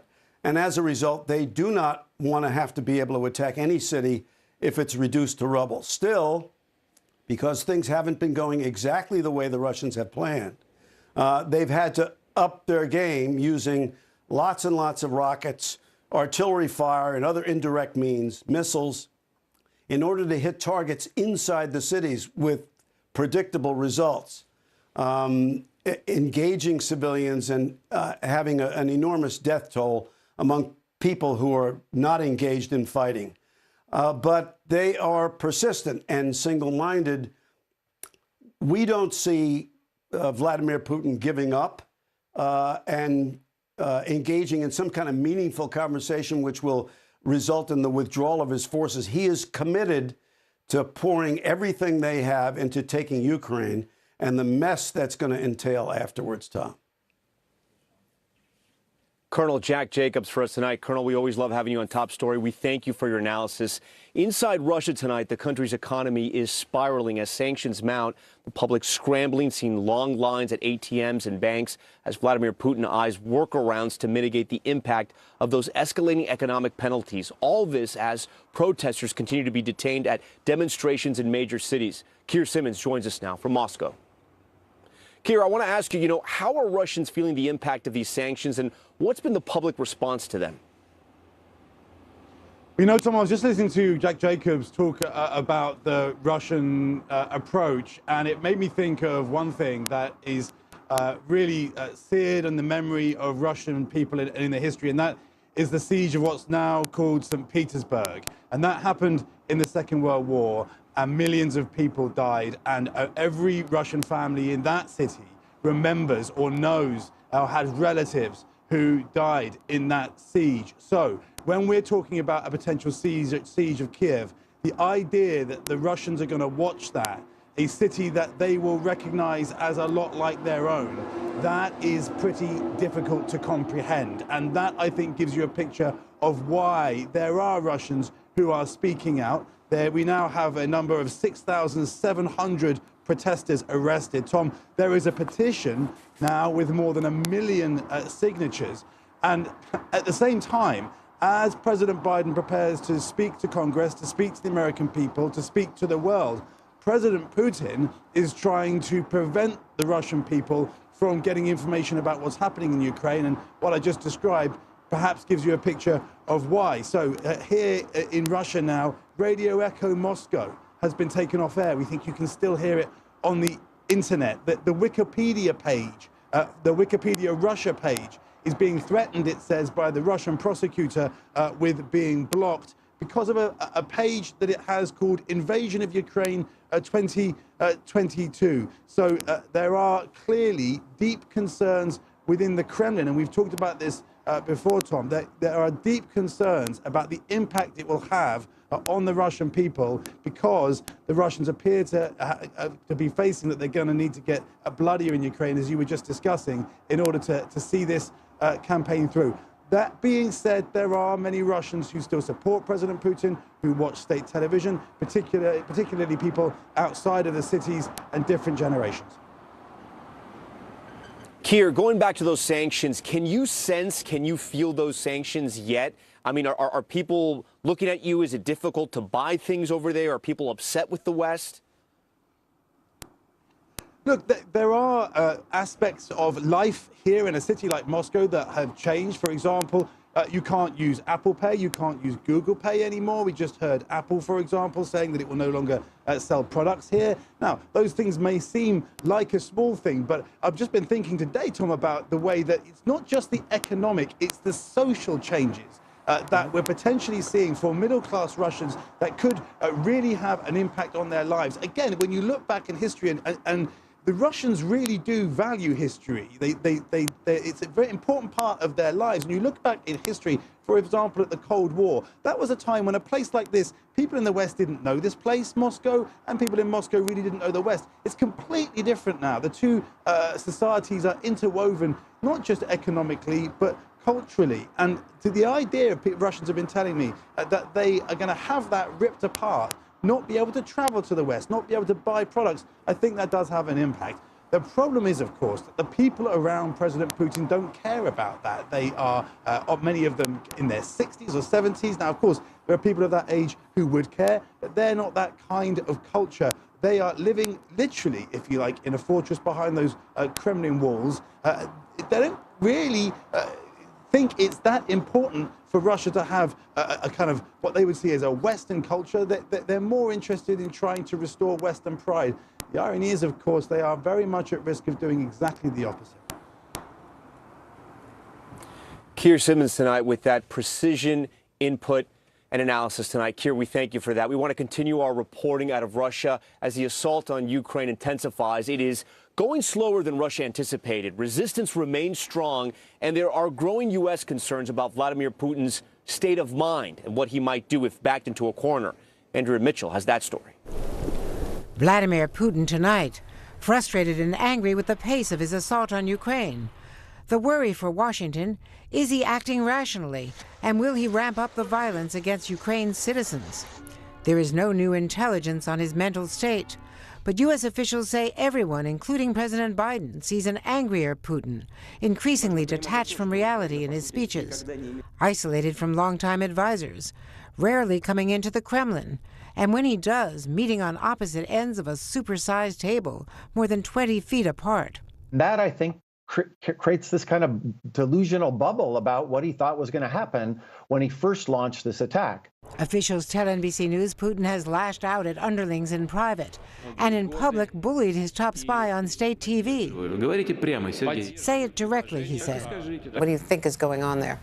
I don't know what is the matter there, but whatever it is, the people of Ukraine are paying the price for it. Now he's raising the stakes for U.S. military planners by putting Russia's nuclear forces on heightened alert.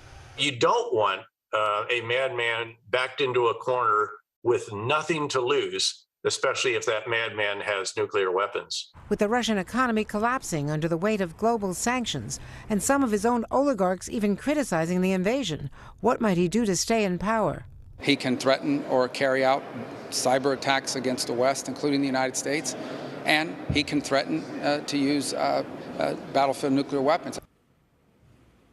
All right, Andrea joins us now live from Washington. Andrea, I know you've been covering all of this so closely. What's been the Biden administration, their response to Putin's nuclear threats, and are they taking that seriously? They're worried about it just because it does suggest a real irrationality on his part to even talk about using nuclear weapons. But they say that President Biden is deliberately downplaying Putin's nuclear threats, not raising the alert, for instance, the alert status of U.S. nuclear weapons, which would have been the equivalent reaction. Trying to de-escalate a crisis, Tom, with a really unpredictable enemy. Tom? Andrea Mitchell for us tonight. Andrea, we always thank you for joining this broadcast. Turning now to the White House, the president will give his last assessment of Putin and the Ukraine invasion in his first State of the Union address, while also taking account of the continuing challenges there at home in the U.S. Kristen Welker has more from us from Washington. Tonight, President Biden on the cusp of a State of the Union address that's not the one he anticipated delivering just days ago before Russia's invasion of Ukraine. According to excerpts, he will say Putin's war was premeditated and unprovoked. He rejected efforts at diplomacy. Putin was wrong. We were ready.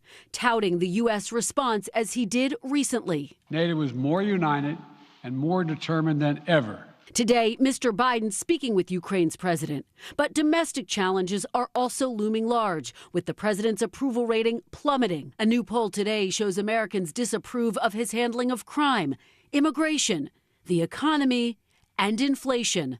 Americans still grappling with soaring prices 7 months after the president insisted inflation would not last. Most of the price increases we've seen were expected and are expected to be temporary. President Biden will lay out plans to help, including making more cars and semiconductors in America.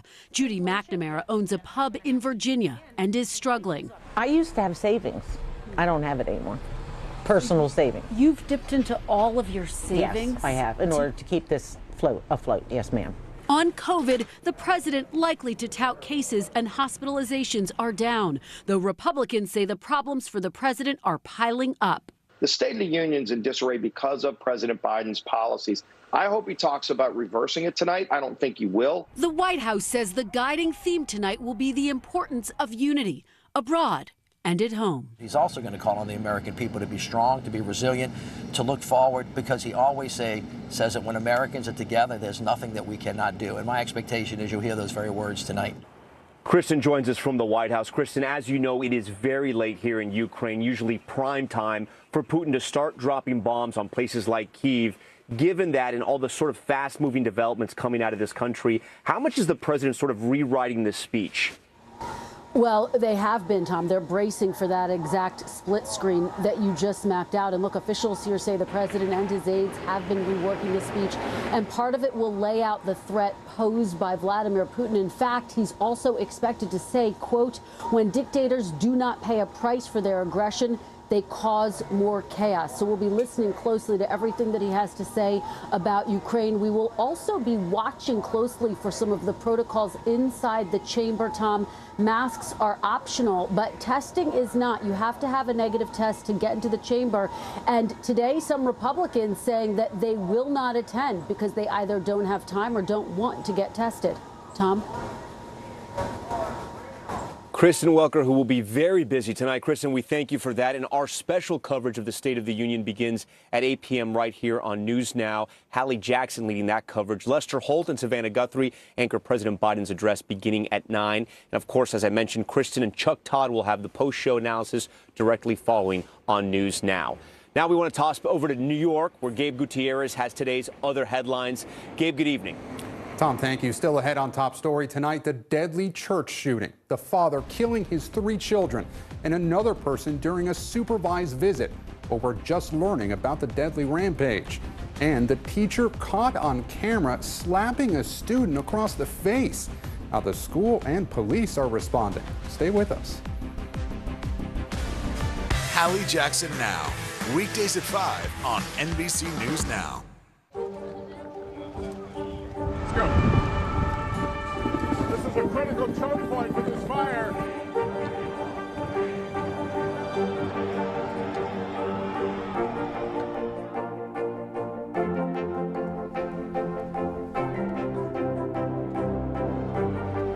Unnecessary, unjustifiable, illegal. And good evening from New Orleans. Late military operation witnessing the massive crowds. I admire you both. Nice to really spend some time with you. Appreciate it.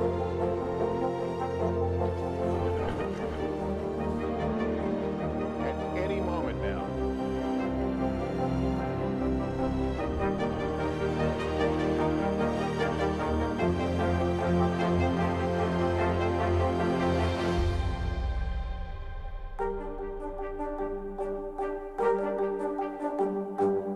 NBC News, streaming free now.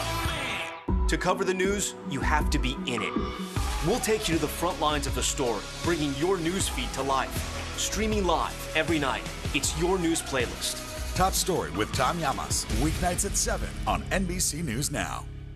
Hallie Jackson Now, weekdays at 5 on NBC News Now.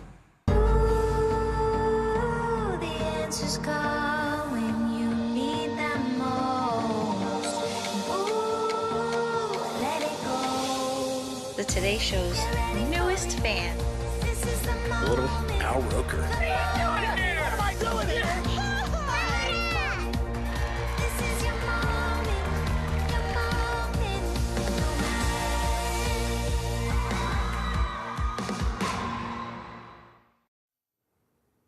We're back now with a tragedy in Northern California. Police say a father killed his 3 daughters, their chaperone, and then himself during a supervised visit.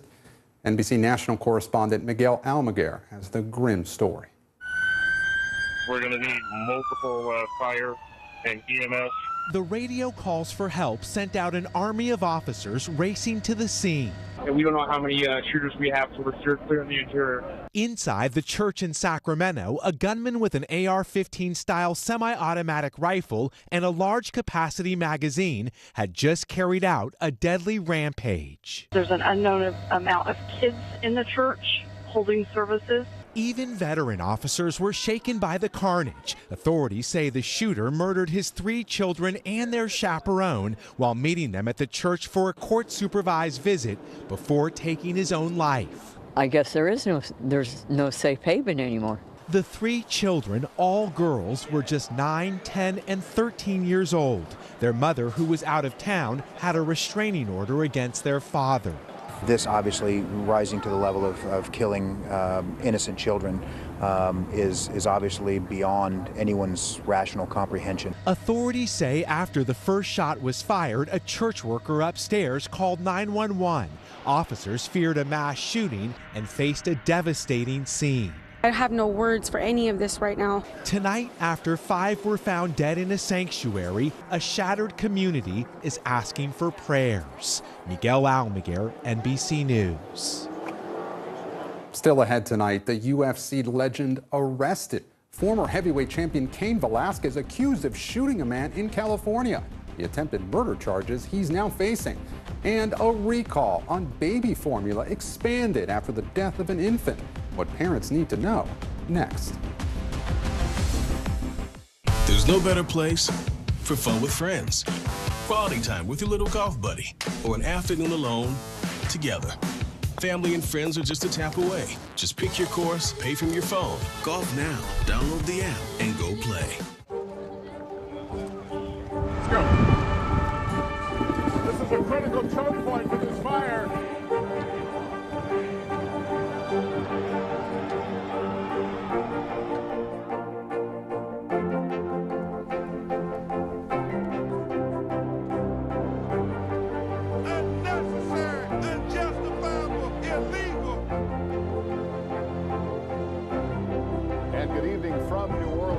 Military operation witnessing the massive crowds. I admire you both.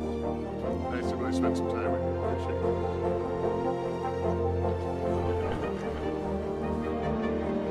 At any moment now.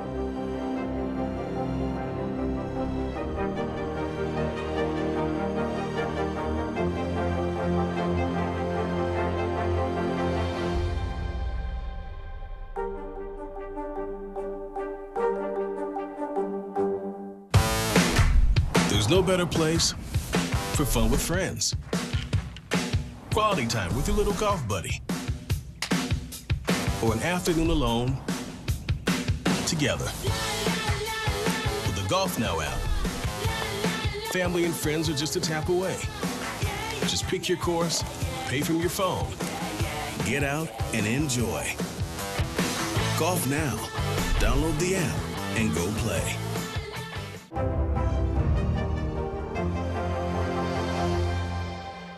Hallie Jackson Now, weekdays at 5 on NBC News Now. NBC News, streaming free now.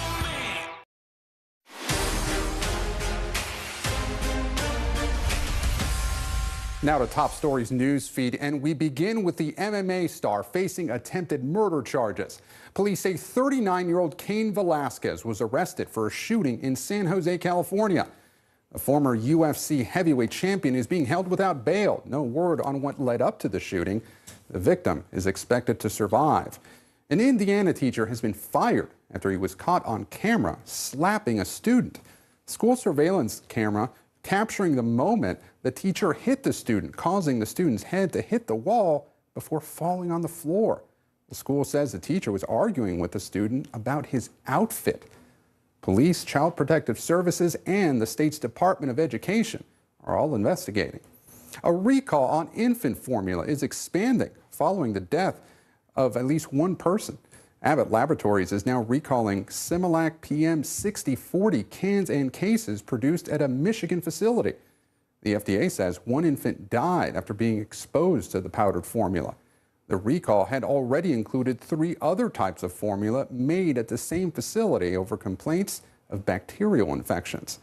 Breaking news tonight from Major League Baseball, the league canceling several games and pushing back the start of the 2022 season after the league's players union rejected a labor deal to end the owners' lockout. It'll be the first time a labor dispute has kept players off the field in nearly 30 years. Joining us now with more, NBC News correspondent Sam Brock, live from Miami. So Sam, these talks have been going on for the better part of a year. What are negotiations getting hung up on right now? Gabe, a couple of issues that are really central to all of this. One, of course, is the money and specifically the amount that Major League Baseball has made. If I told you that their revenues have gone from $8.2 billion to $10.7 billion over a 4-year period, a 30% jump, And then I told you that players' salaries have actually plateaued or gone down a little bit. You might be wondering, well, how does that compute? The players are also wondering the exact same question. More than half the league, Abe, makes about $1 million or less, which sounds like a lot of money, and certainly it is. But compared to their peers in the sport and compared to athletes in other professional organizations, it's significantly less. That minimum salary certainly is. So that's been at the center of this. Also, young players getting paid sooner. There's something called Super Twos. It's really hard to make it to Major League Baseball. And when you finally do, you're under team control for 6 years. What the Players Union would like to see is that some of those players, after 2 years of service, get arbitration or basically their market value. It was 22% of such players. The players said, let's get it up to 75%. Okay, fine, 35%. Major League Baseball won't budge at 22. Yeah, okay? Sam, a 30% jump in revenue is pretty striking. And obviously, Sam, baseball fans are now wondering when their teams will be back on the field this spring. What are the two sides saying about when they could reach a deal and get this season started? Right now, it's kind of like reading the tea leaves. We know this. Rob Manfred said the earliest they could come to an agreement, that's Major League Baseball's commissioner, is this Thursday. That's when this delegation of players that left Florida is going to be back in New York and they can get together. But realistically, with about 6 or 7 major issues and huge canyon-sized gaps to try to bridge, do we think they're going to get that done in the next couple of days?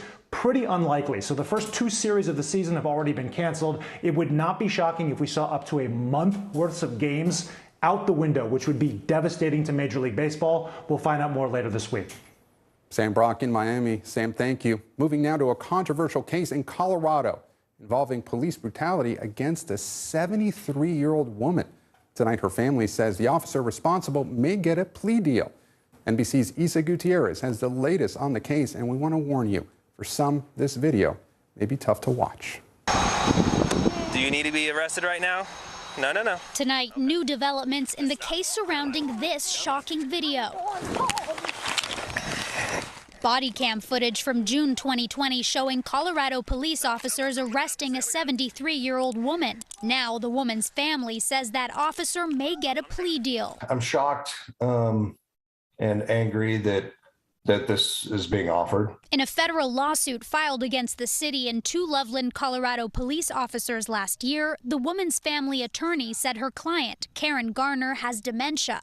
She suffered a dislocated shoulder, fractured arm, and sprained wrist after officers slammed her to the ground and hogtied her, according to the lawsuit, and wasn't offered medical assistance for 6 hours. The incident began when Garner was accused of stealing $13.88 worth of items from Walmart. The charges against her were dismissed. This has taken a huge toll on her, and you can tell that she's been affected by this.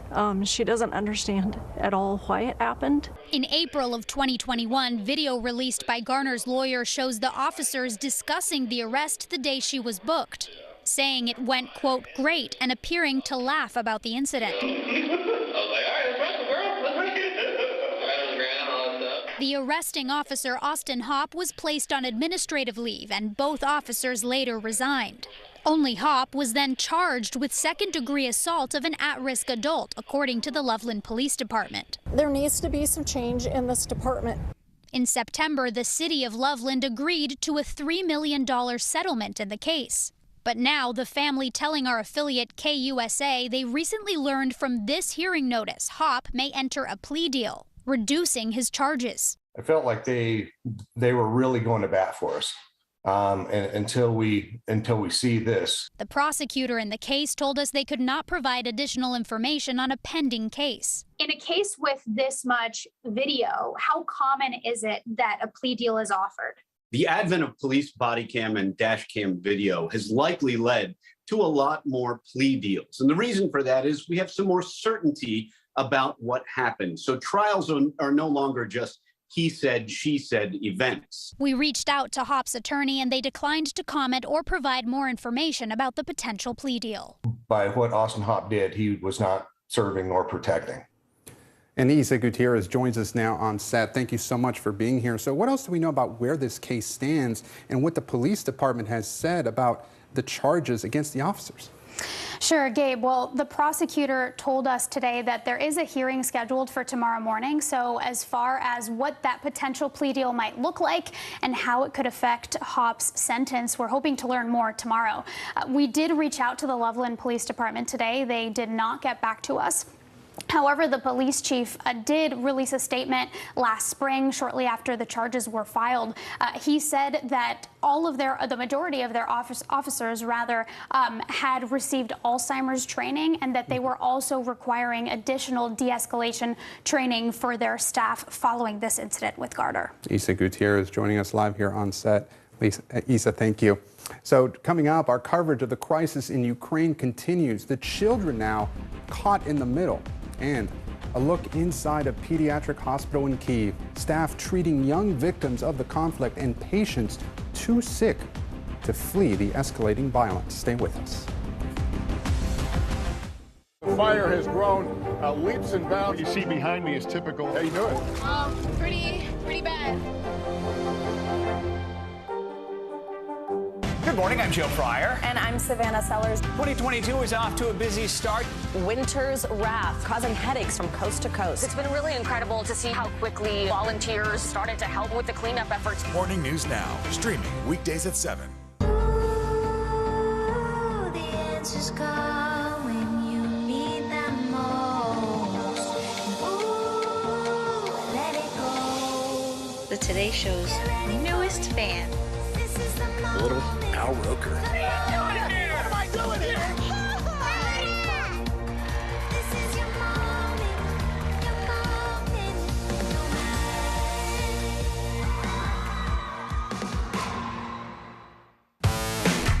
There's no better place for fun with friends. Quality time with your little golf buddy. Or an afternoon alone together. Golf Now app. Family and friends are just a tap away. Just pick your course, pay from your phone, get out and enjoy. Golf Now. Download the app and go play. Still to come on the Channel 2 News. Well, the waters are certainly receding now. Still too close to call. Lester Holt reporting from the Ground Zero, as it's being referred to. It is, in fact, a taste of freedom. The Haitian people know a little something about resiliency. What's the biggest risk right now? Some of the troops who have been proud. I want to welcome you to the first presidential debate. In fact, we've been told we can't go any farther. You are some resilient folks. Let me get in.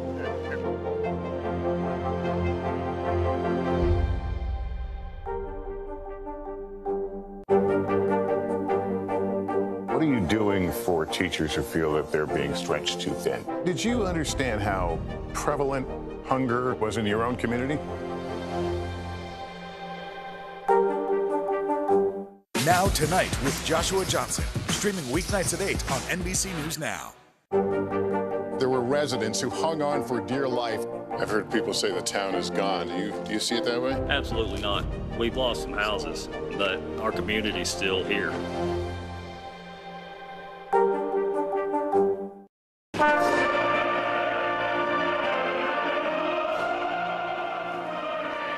And that is the cast of Don Carlos singing the Ukrainian national anthem at New York's Metropolitan Opera last night. 24-year-old company member Vlad Bialski, center stage, has his entire family still in Ukraine. As millions across the globe show solidarity for the people there, we have a rare look tonight at the most vulnerable children in hospitals, some injured in the fighting and others too sick to flee. Sky News correspondent Deborah Haynes reports from Kyiv's main pediatric hospital. The trauma of war in a children's hospital. This boy was hit by gunfire as Russian forces advanced on Ukraine's capital. Just 14 years old, he suffered face, back and leg wounds 3 nights ago. His latest procedure described as minor surgery. Russia's invasion prompted medics to set up this makeshift emergency department. 3 children have been brought in so far, including a 10-year-old who died en route. That was the quiet place with just kids, with the scheduled operations, and now in one moment it changes. So, okay, this is war. We're And 2 days ago, we have the gunfights all around the block with the artillery fights, etc., etc. As well as preparing to treat war casualties, he and his colleagues have an equally vital job to do. Here in the emergency department, the doctors are tired, they're worried about an influx of more patients, and they're also worried about what to do with the very sick children who were being treated in this hospital before the war started. The lights are off because of we should be like, nobody should see us, so we without light. 4-year-old Nikita has leukemia. He receives chemotherapy and blood transfusions. The little boy also has Down syndrome. But usually children should not be in the corridor. The noise you can hear is his teeth grinding, something he's done since Russian missiles started falling. This is where he should be treated, but his mother now has to shuttle up and down from the basement, where it's safer for them to stay. How are you feeling dealing with all of this? I'm sorry to ask. You know, trembling, hands are trembling, legs like you are in fitness gym because downstairs 10,000 meters a day, steps a day, up and down with children, with bags. She wants to take him out of the country, but it's hard. Our children can't live without hospital, without medical treatment. You know, it's just a few days and that's all. So we should, if we will go to another country, we should cross the border, but with a doctor. They're not alone. Other children dealt the same cruel blows, fighting life-threatening disease in the middle of a war zone, and with Russian forces closing in on the capital. Deborah Haynes, Sky News, Kyiv. Sky News correspondent Deborah Haynes with that very powerful report there. Life inside a pediatric hospital during war. Coming up, Chuck Todd joins us with a preview of President Biden's big night, the world watching his State of the Union address. Stay with us. These days, it feels like the news never stops. So let's get into it. What's happening right now, what it all means for you for an hour every day. It can be hard to keep up, so let's get started together. Hallie Jackson Now, weekdays at 5 on NBC News Now. Now Tonight with Joshua Johnson, streaming weeknights at 8 on NBC News Now. Top Story with Tom Llamas, weeknights at 7 on NBC News Now. Good morning, I'm Joe Fryer. And I'm Savannah Sellers. 2022 is off to a busy start. Winter's wrath causing headaches from coast to coast. It's been really incredible to see how quickly volunteers started to help with the cleanup efforts. Morning News Now, streaming weekdays at 7. Hallie Jackson Now, weekdays at 5 on NBC News Now. Now Tonight with Joshua Johnson, streaming weeknights at 8 on NBC News Now. News is more than a headline. It informs, it inspires, and it still matters. To cover it, you have to be in it. And that's what we're gonna do. Every night, we take you to the front lines of the story, where it's actually happening, with NBC News journalists on the ground from all over the world. We cover what you need to know and bring your newsfeed to life. In primetime and streaming live, it's your news playlist every night. Top Story with Tom Llamas, weeknights at 7 on NBC News Now. Is gone when you need them most. Ooh, let it go. The Today Show's newest fan. Little Al Roker. What am I doing here? This is your moment. Your moment.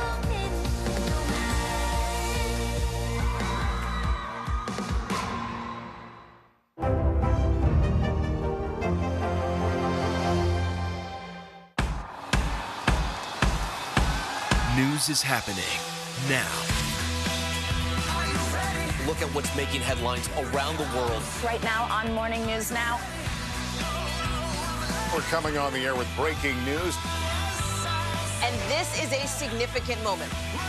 Whenever it happens, wherever you are, NBC News, streaming free now. Now Tonight with Joshua Johnson, streaming weeknights at 8 on NBC News Now. NBC News, streaming free now. The fire has grown leaps and bounds. What you see behind me is typical. How you doing? Pretty bad.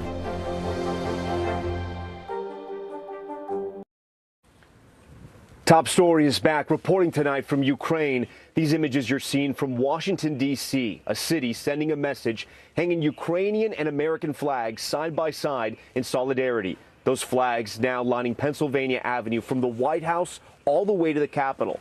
And of course, that's where President Biden will soon make his way to deliver his first State of the Union address. The Ukrainian ambassador to the U.S. among the guests invited to sit in First Lady Jill Biden's box in another show of support for Ukraine. We are just moments away from our special coverage right here on NBC News Now, and joining us from Washington for a preview of this pivotal moment for the president, NBC News political director and moderator of Meet the Press, Chuck Todd. Chuck, first off, good evening. Great to have you with us tonight here on this special edition of Top Story. I want to start with the biggest story in the world right now, which is the situation here in Ukraine. The president, of course, will be speaking to Congress and to the American people, but I'm curious, do we know how much of this message will be directed towards Vladimir Putin and to the people of Ukraine? Look, I think a big part of the early part of this speech is going to be devoted to Ukraine. It's going to be, I think, the goal is the president wants to send a show the world that there is American unity on this, to show Putin there's Western unity on this. So, yes, there is a desire by the president to strike a unifying note on Ukraine as part of a message internationally. Part of that is to send Putin a message, but also to try to rally folks here at home on this. It's so tough to unify this country on anything these days. This is one of those few issues that does have that opportunity. So that does seem to be the agenda. And it's my understanding there'll be a few new things announced by the president tonight having to do with help to the Ukrainians. He spoke with President Zelensky earlier today, and possibly some increased sanctions. Yeah, the world will be watching for those comments. These moments, Chuck, I know you know this, these big speeches are always a good time to kind of get a temperature check on the White House, to look at wins and losses, both in domestic and foreign policy. When you look at all of that and the polls and the coverage, how is Joe Biden doing?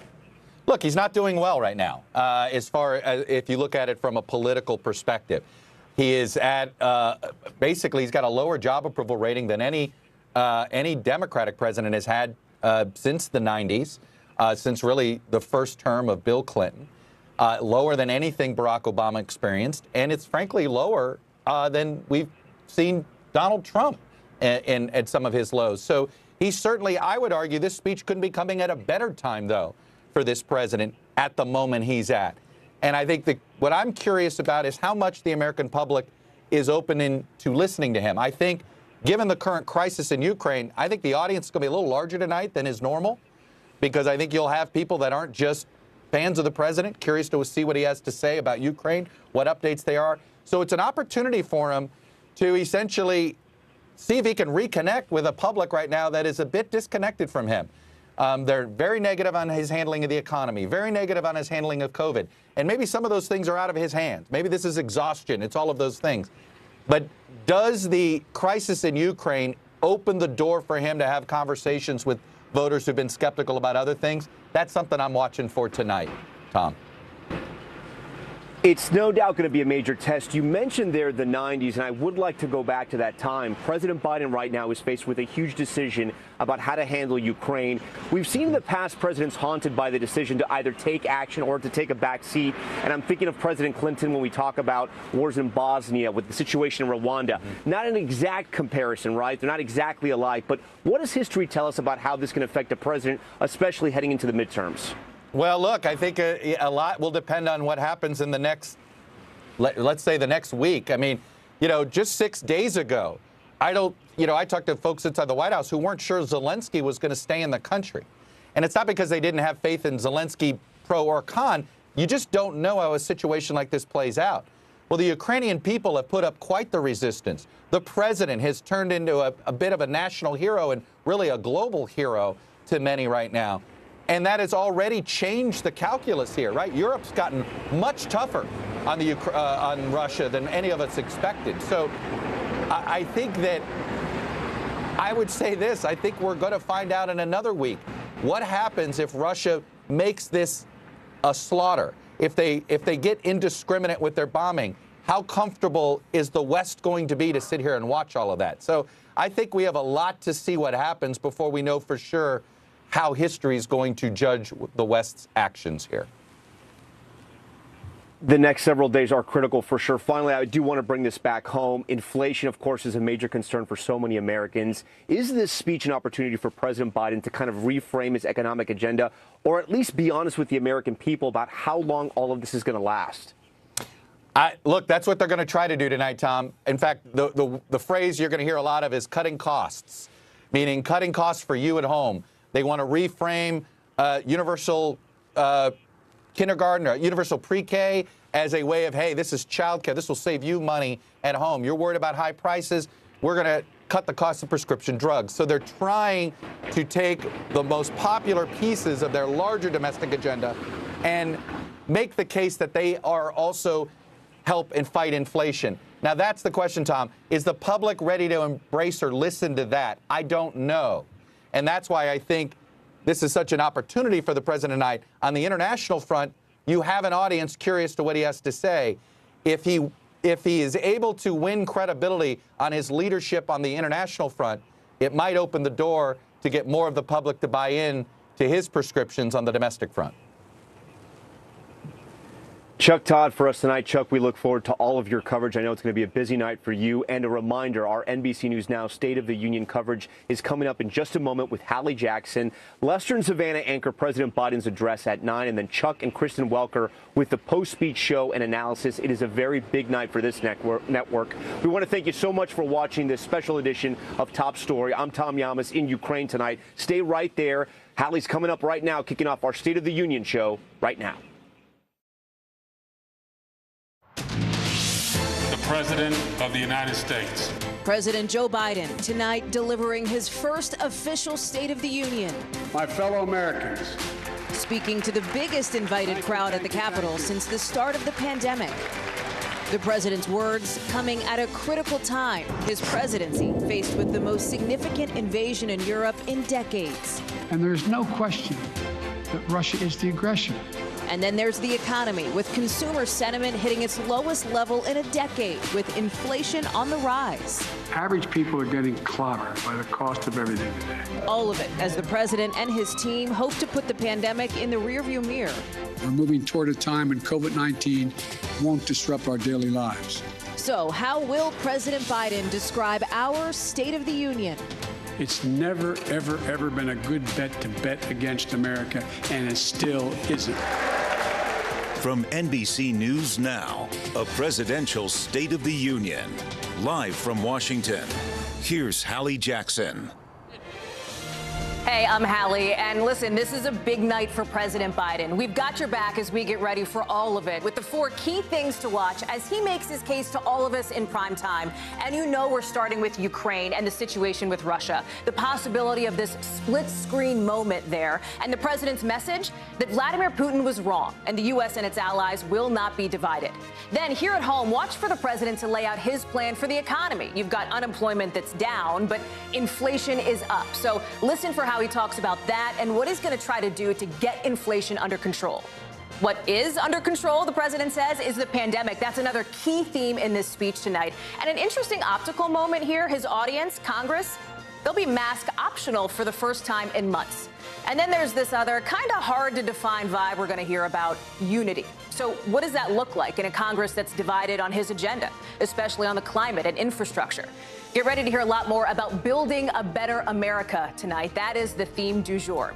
And keep in mind the political backdrop to all of this. The president has approval ratings that are below 40% right now. It's not the trajectory the White House wants to see tonight. Again, a lot at stake as the president makes his case to millions of people.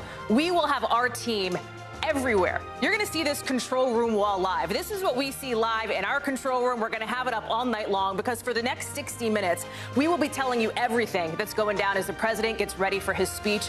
And as we showed you, the best reporters in the business to talk about all of these topics that we just mentioned, from the Capitol to the White House, overseas in Ukraine. Senator Mark Warner, chair of the Senate Intelligence Committee, will be with us, too. You know there's plenty of headlines on that front.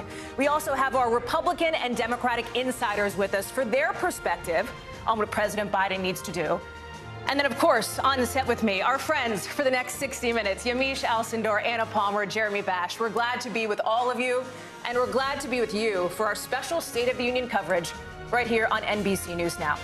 Let's get to it. Let's get to Kelly O'Donnell, who's over near the White House. And Kelly, we are now getting a sense of what the president is going to say. We're getting some early excerpts, specifically about Russia and Ukraine. Bring us up to speed. Well, Hallie, as you know, the State of the Union is typically a blueprint for a year's worth of work for an administration. This takes on a very different tone, with abrupt changes made to what the president is saying because of the urgency of the moment, with foreign policy taking at least the initial center stage for President Biden, where he will make a very severe rebuke of Vladimir Putin and his unprovoked war. He'll also set some policy, things that we've just learned, like, for example, the president will say that the United States will close its airspace to Russian aircraft. That's another step that can be a penalty to not only Vladimir Putin, but the elites of Russia who may be trying to escape with their money or their families to try to get away from the collapsing economy in Russia that is a product of the kind of sanctions and economic penalties that the president's work along with allies has brought to bear. You'll hear from the president a real focus on the unity among European and allies that go beyond that. NATO partners, of course, but even allies in other parts of the globe, where the president has tried to keep that alliance tight, on the same page when at times that was difficult, and trying to deal with fast-changing developments for how to supply, support, and aid the Ukrainian people in what is a changing and dire situation on the ground in Ukraine, and at the same time trying to send a message that does not escalate the unpredictable nature of Vladimir Putin, who has already threatened the use of nuclear weapons by hinting at his arsenal. His unpredictability, one of the factors that the White House is trying to do its best to not escalate or in some way provoke. So that is the piece that the president has needed to add. And on top of that, the president has his own domestic agenda that he wants to work through. And of course, there are times when what is happening at home is very much intertwined with the United States' place in the world. And that's part of what we'll see tonight, Hallie. Kelly O'Donnell live for us there at the White House. So, Kelly, I know at some point we're going to see the president leaving the White House to head down Pennsylvania Avenue to the Hill. I know you'll be close to a camera for us on that front. We're watching it, of course, in our control room while here. One of the things that Kelly talked about is the importance of what's happening with Ukraine and with Russia. We know the president's been reworking his speech to hit that point on allies, right? And just as we were coming on the air, I want to bring in Tom Yamas, who's live in Ukraine. Tom, we found out that news that Kelly just reported on the U.S. The president's expected to announce closing its airspace to Russia. You are there. You are on the ground where there is, frankly, a growing humanitarian crisis. This is a foreign policy crisis the president has to address and is planning to address tonight. There's no doubt. I mean, we're talking about nearly 700,000 refugees, and I can tell you from being at the border, from being at these train stations, those numbers are only going to get higher and higher as the days of this war stretch on. People here are going to want to hear from President Biden that they're going to help. There are things that President Biden can do, and there are things that President Biden cannot do. People here in Ukraine, they want the U.S., they want the NATO to get involved. NATO, I should say, to get involved. They want NATO to enforce a no-fly zone. That's likely not going to happen. We heard that from the UK Prime Minister Boris Johnson today. We've heard that from President Biden. They know as soon as any type of NATO troop takes on a Russian troop, this could launch and could start World War III. So that's likely not going to happen. We're not going to hear that from President Biden. But we can hear that more weapons are going to be coming Ukraine's way. More aid's going to be coming to Ukraine's way. More sanctions are going to be going towards Russia. As for those families that are leaving, what they're going to want to hear, if they are even addressed, is that they are going to be accepted into these European countries that border Ukraine. You know, historically, Europe has had some very, very tough immigration laws. Some of the bordering countries have relaxed those immigration laws as waves of refugees pour in now. And so they're going to want help. And, Hallie, when you talk to these families, I mean, they're in tears. A lot of them are just mothers carrying their children, carrying their babies. They're not sure what they're coming back to. They're not sure if they're going to be able to come back at all. The people who are staying here, I just want to give a reality check. They don't really care at this point what President Biden says tonight. It's not because they don't care about the U.S. It's because they're too busy making Molotov cocktails, right? They're too busy painting camouflage nets. They're too busy getting diapers together and loading up bags and sending them out to war zone areas where Ukrainians don't have water and don't have electricity. They're too busy with war right now. They want help. They want more people involved.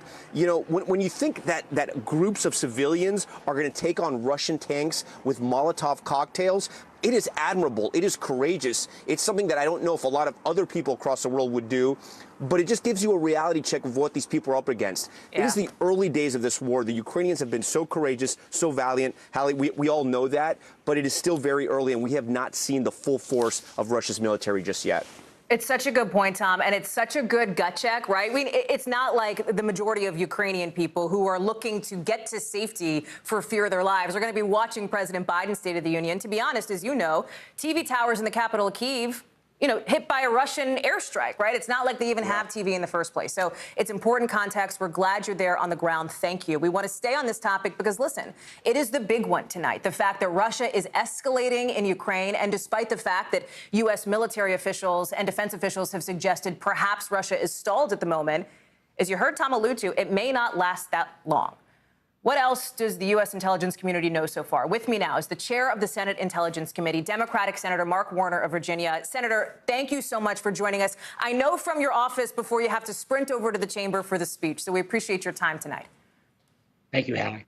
Let me start on that front. Ukrainian resistance, based on your assessment and what you've heard, and I know you're not going to reveal classified information. I'm not asking you to do that. How long do you expect this Ukrainian resistance to last? And what do you make of what we expect to hear from President Biden as it relates to that no-fly zone, the closure of U.S. airspace to Russians in the U.S.?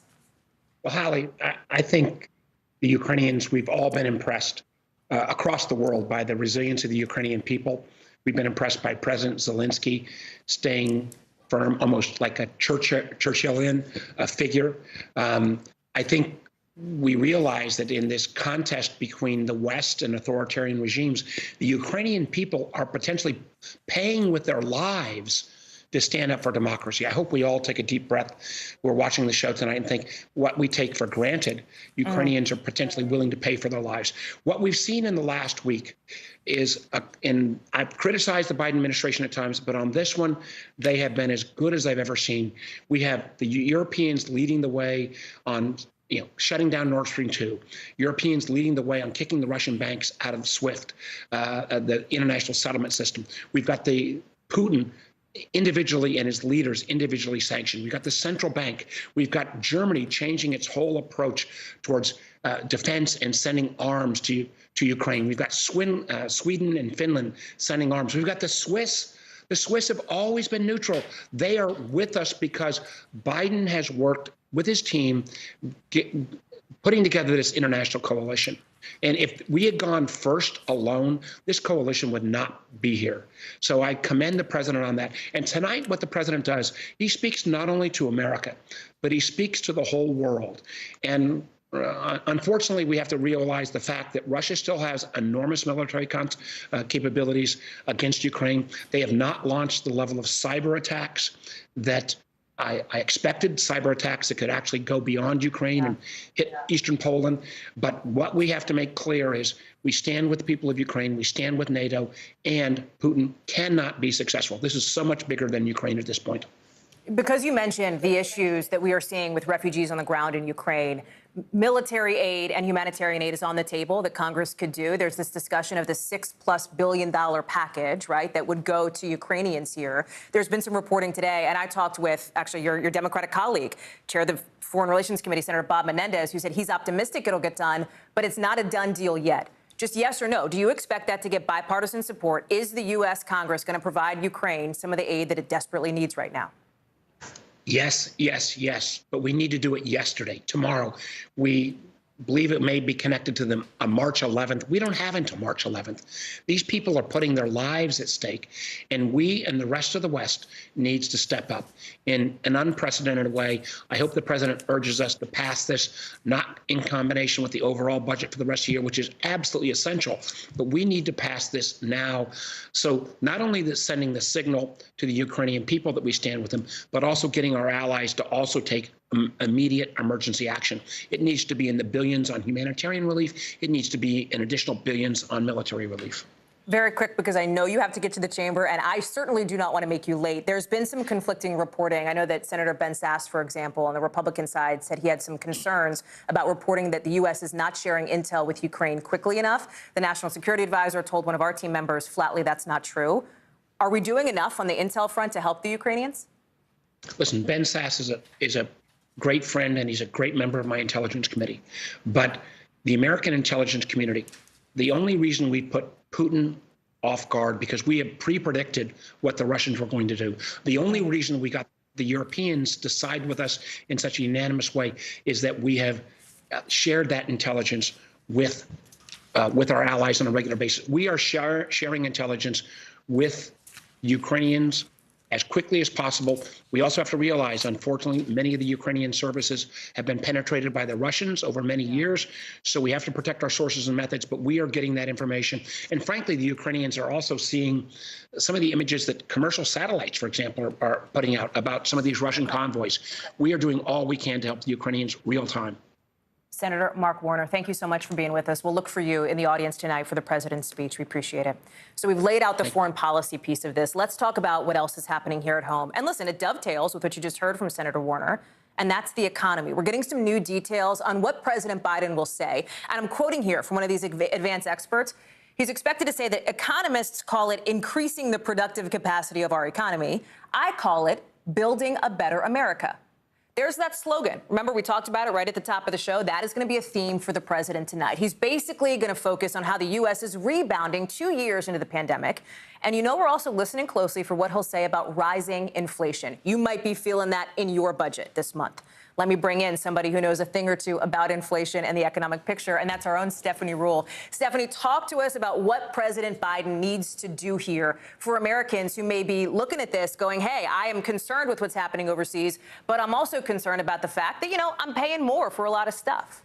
Listen, it's very tricky for him because there are a lot of economic wins, right? We are on the backside of COVID. We're in an economic recovery. Wages are up. Jobs are down. Job openings are down. That's very positive. And consumer spending is up, meaning Americans are out there. They've saved up and they're spending. That's a big positive.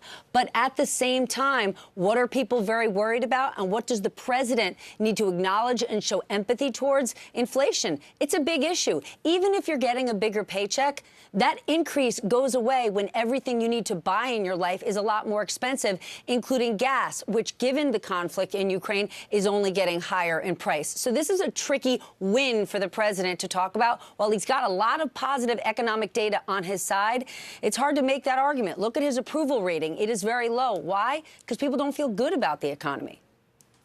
Stephanie Ruhle, I know you're going to stay close to a camera because we may be talking more after the speech. Steph, thank you very much. Let's take you where the action is happening, Capitol Hill.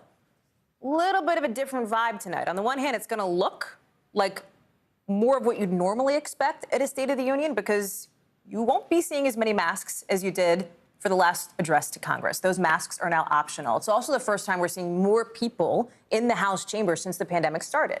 And then outside the Capitol, you had that same fence go up that we saw after January 6th. Safety precautions, right? Let me bring in Garrett Haake, who is going inside the House chamber for the president's speech tonight. Let me prepare our viewers here, Garrett, that in about 30 minutes from now, the next time we see you, you're going to be in a headset. You're going to be in the thick of it on like Correspondence Row up in there, watching everything that's going down. We'll be watching you on our control room wall, too, with all of it. Tell us a little bit about what it's like. I know it gets sort of really busy at this moment as we start to tee up to the president's speech. Yeah, the next time you see me, I'll be in a headset looking like Tony Romo calling a playoff football game up, watching down over the empty chamber. Hey, well, it's the only Cowboy player involved in any playoff football games for most of my adult lifetime, but that's another story.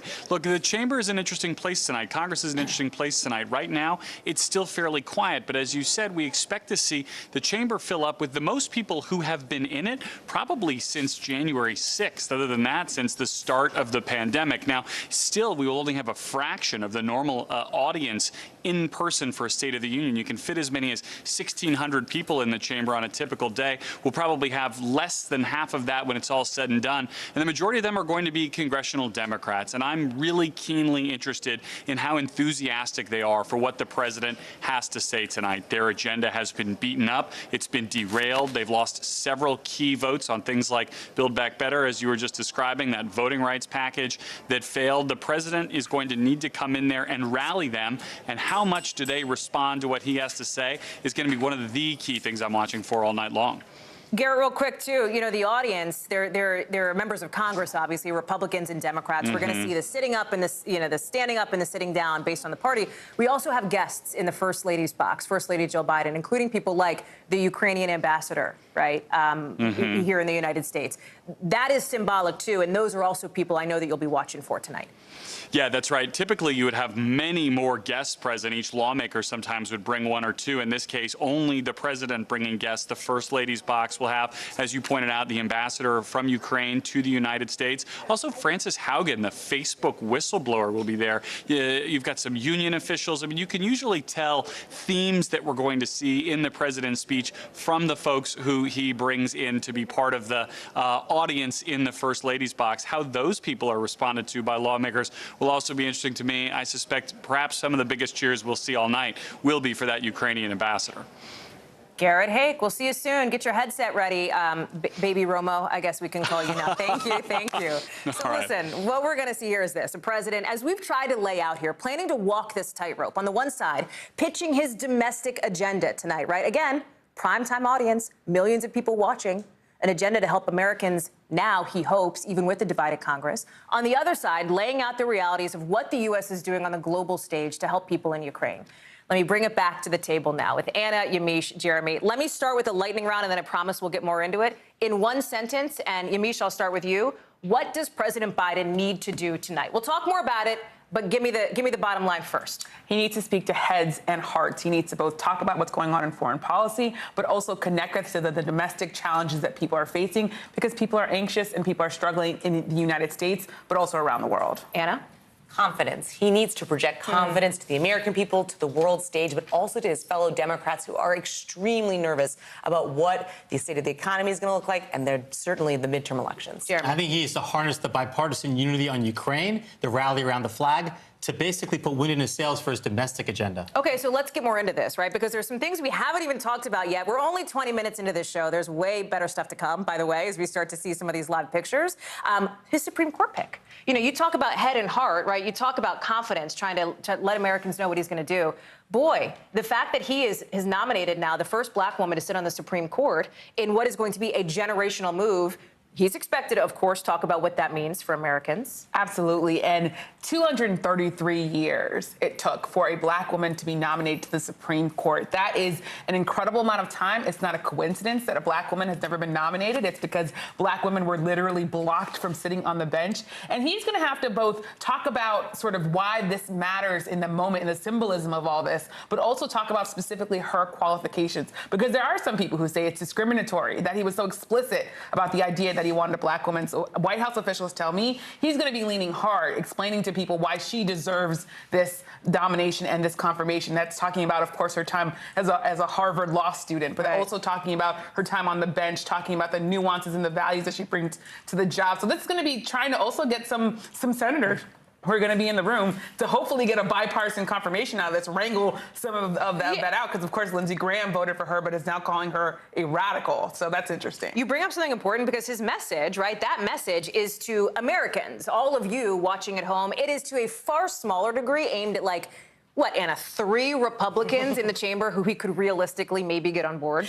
Yeah, I think as much as we've talked so much about, whether Biden can get a Republican to support him or not, he's moving forward with his agenda. I think the bigger question to me is, does he say anything around Build Back Better? Those words, are they even a part of his speech tonight? That is his, domestic agenda, or does he just have to really scale everything back? Right. I mean, that's going to be a critical moment for him. The slogan for the night, right, Building a Better America, kind of harkens to that, We've talked about this tightrope, Jeremy. The other piece of it, and you know this so well from your many years inside the national security community, it's going to be very hard, right, for him to avoid talking about Ukraine. I don't think he will, but when we talk about the potential for a split screen moment. Now, his chief of staff, Ron Klain, with our own Lester Holt, downplayed the idea that perhaps Putin would strike right at 9 o'clock Eastern as he's starting the speech. It is still a possibility, and it is certainly still a crisis for him. Well, the United States military down in that National Military Command Center, the bunker underneath the Pentagon, they don't stop doing their work just because the president is at the rostrum. So everybody will be ready in case Putin tries something. And, of course, our NATO allies will be on heightened alert. But look, the president's going to go on with his message. And I think the key thing here is he's going to point to that box where the first lady is, and he's going to showcase the ambassador from Ukraine. He's going to try to harness this era of good feelings that has emerged about the resilience of the Ukrainian leadership, about their people. He's going to call Putin evil. He's going to call him out on it. He's going to try to get Republicans and Democrats alike to get on their feet to applaud the Western values that are at stake. I was also talking to a Democrat today, and they reminded me, of course, that we have our own democratic crisis here at home. And I was talking to this person saying, yes, it's hard. He has to do a lot in the speech, but it's also easy because democracy matters, and Ukraine is showing that. So, of course, we have in our own elections people the Republicans in a lot of states trying to pull back the voter access to so many different Americans. So Democrats, the ones that I've been talking to, are so eager for him to also talk about voting rights, something that is stalled in Congress, something that has not happened. Of course, there are a lot of Democrats who are hoping that he will energize the base by talking about that, by talking about policing. But this idea of connecting what's going on in Ukraine to sort of the issues with our democratic values here and how our democracy almost came to its knees on January 6th, that there are a lot of Democrats who are really hoping he leans into that. These are huge themes, Anna. He only has, roughly an hour? I mean, he has as long as he wants, but we think he's going to go, most presidents go roughly an hour. He doesn't like to talk for listen, he's probably going to be late and do some long speeches. But he's also got climate. He's also got mental health, which is another big push from this White House and from this president we expect for the State of the Union. Guns. I mean, there are a myriad of issues. I think the biggest thing, though, to really look at is, to Yamisha's point, what do Republicans do? This is theater, right? This is political theater. Do they actually rise up and clap for many of these policies, whether it's what's happening in Ukraine, or certainly if he starts talking about voting rights, you're not going to have a lot of Republicans who are going to be getting on their feet. And did any Democrats sit out some of the applause lines, like on crime? I think that could be interesting. Because I think one of the things that President Biden wants to do is he wants to have a unity agenda. In fact, there's a whole block in the speech. It's about the opioid crisis. It's about social media. It's about things that he thinks both sides, all Americans around the kitchen table, parents with kids can agree on. So the question is, are there any things that he's going to say that will actually cause Democrats to hold their hands pat? With this conversation about Democrats and Republicans, you have all teed us up very nicely for the next conversation. We got to sneak in a quick break, but we're going to bring back, after we do that, our Republican and Democratic insiders ahead of the president's speech. You can see the Capitol now. Everybody ready for this? We still don't have a ton of live shots coming in. We expect that to start ramping up in the next 10 minutes, and we are going to live in every second of it right alongside you here. Because, it's not just President Biden who will walk out that door sometime in the next couple minutes to head down Pennsylvania Avenue to the Hill, who's talking about the state of our union. Many people across the country are, too. We're going to have a whole lot more when we get back in just a couple of minutes. Stay with us.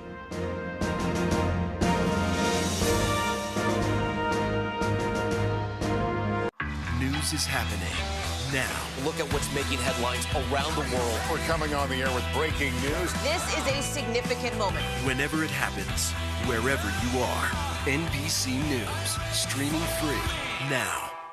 We're here to start conversations about the big things happening in our world, because it's not my job to tell you what to think. My job is to think about what you tell me. Now Tonight with Joshua Johnson, streaming weeknights at 8 on NBC News Now.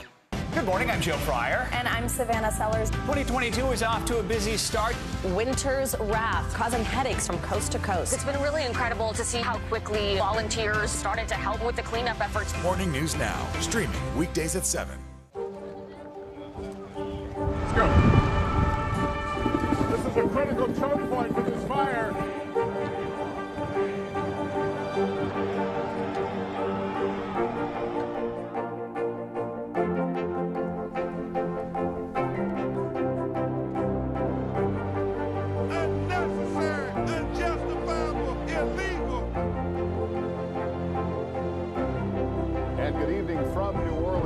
Military operation witnessing the massive crowds. I admire you both.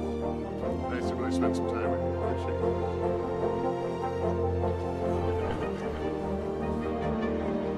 At any moment now,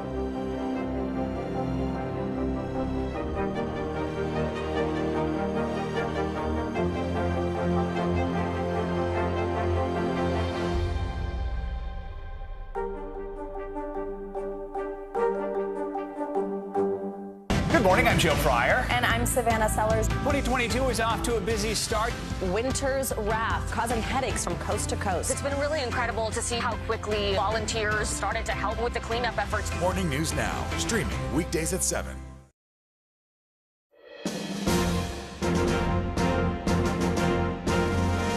You are looking live at the Capitol of the United States. Isn't that a pretty sight here on the State of the Union night? We expect to see President Biden making his way to that building sometime in the next few minutes.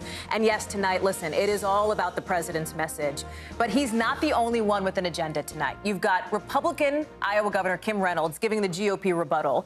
And you also have Democratic Congresswoman Rashida Tlaib expected to give a progressive response. So what is each side looking to hear tonight? Let's get into the politics, and let's get into it with a couple of people who know politics well.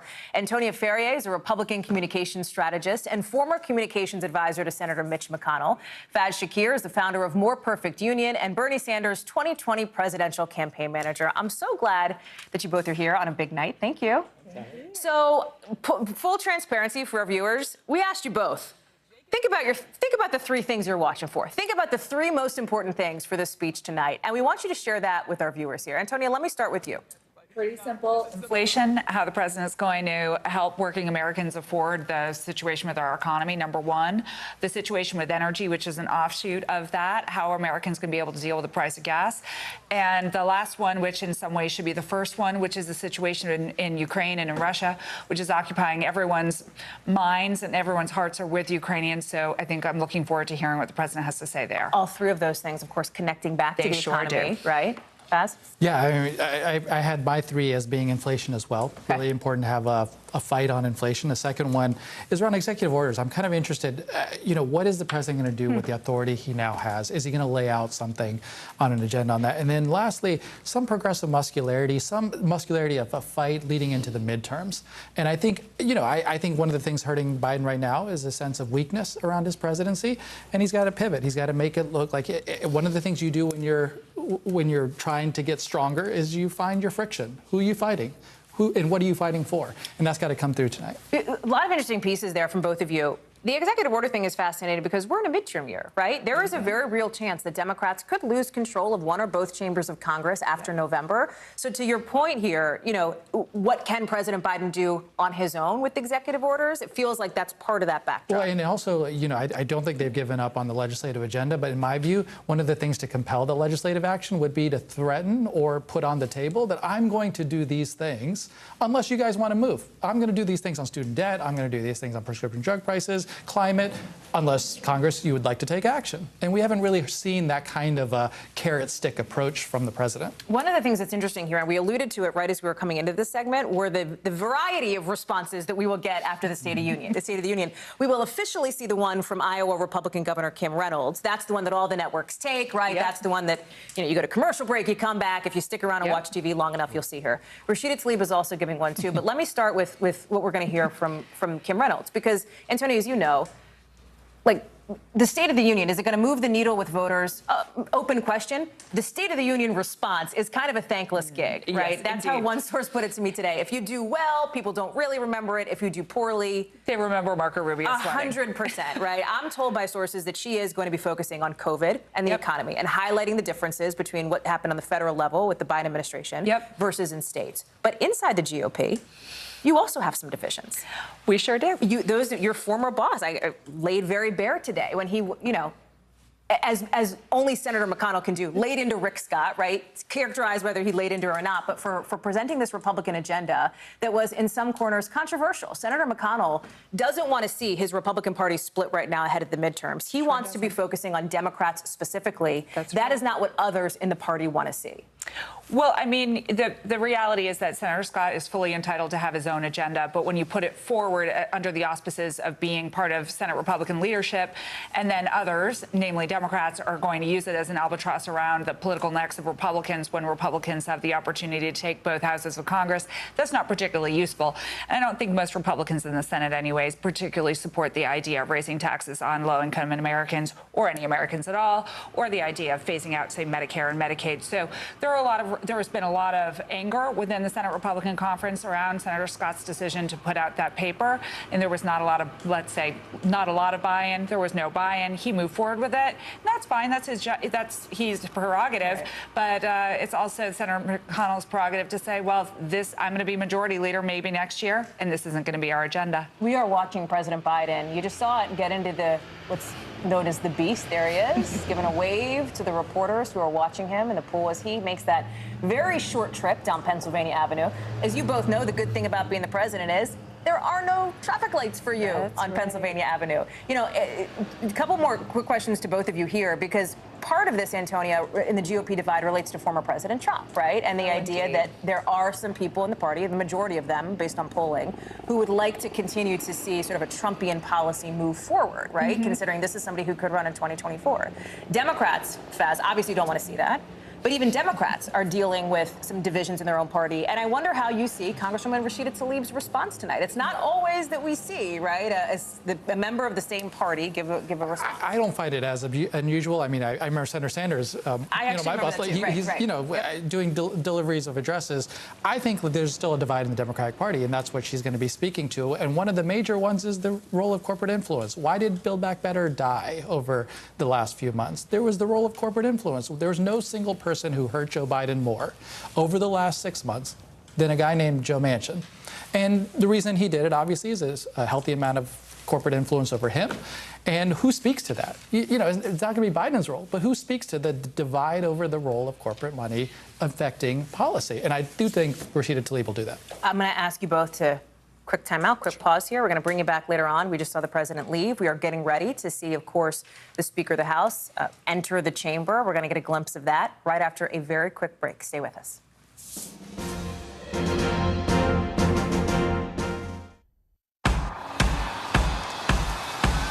News is happening now. Look at what's making headlines around the world. Right now on Morning News Now. We're coming on the air with breaking news. And this is a significant moment. Whenever it happens, wherever you are, NBC News, streaming free now.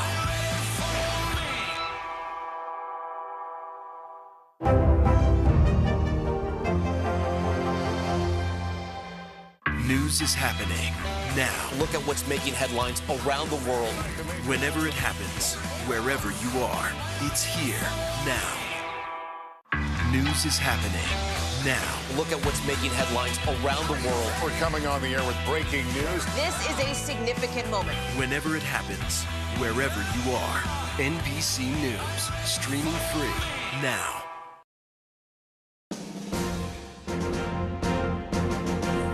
Look at those flashing lights flashing, if you will, down Pennsylvania Avenue. That, of course, is President Biden's motorcade as he makes his way now 8:35 Eastern time to the Capitol to deliver his State of the Union address in just about 25 minutes from now. Andrea Mitchell, our chief foreign affairs correspondent, is with us. Andrea, we both live in D.C. For me or you, that's a 15-minute trip. For President Biden, he's going slow. It's probably 6, maybe. Let's just hope he's not rewriting in the back seat. We've seen that before with Bill Clinton a couple of times. And of course, the White House is hoping that there's no split screen moment That's tonight exactly with right. something breaking in Ukraine while he's on his way to the Hill. The president's going to get to the Hill, as you can see, obviously the building behind him there, a little bit early, right? He doesn't roll in and get right up there to the microphone. He sort of holds for a moment. He'll chat with people. We will see in just a couple of minutes the House Speaker, Nancy Pelosi, gavel in the House floor and begin to welcome members of both parties into the chamber. I'm out of the corner of my eye looking at our control room wall to see what we can see from those live shots, because there's always, Andrea, these interesting moments that come up, interesting dynamics of people who may have some beef, may have some drama, who cross paths on the floor in the chamber before the speech actually gets started. Absolutely. And then there are the people who camp out to get places along the aisle. So there are a couple of members of Congress who always want to be seen with the president from either party. As he walks down the center aisle there. And they want that moment. And we've seen them before, and we'll sort of watch that. But it'll be interesting to see what kind of reaction on the floor. Because you've got a divided Senate, you've got a divided Congress, the toxic atmosphere. Yeah. And are there going to be the cheers and the whoops and the welcoming for the approaching president of their party? Probably not. Let's just see what kind of reaction he gets. And here is House Speaker Nancy Pelosi preparing, of course, to gavel in. Let's listen for just a second and see if we can pull up her audio here as she is getting ready for this moment. United States Senate.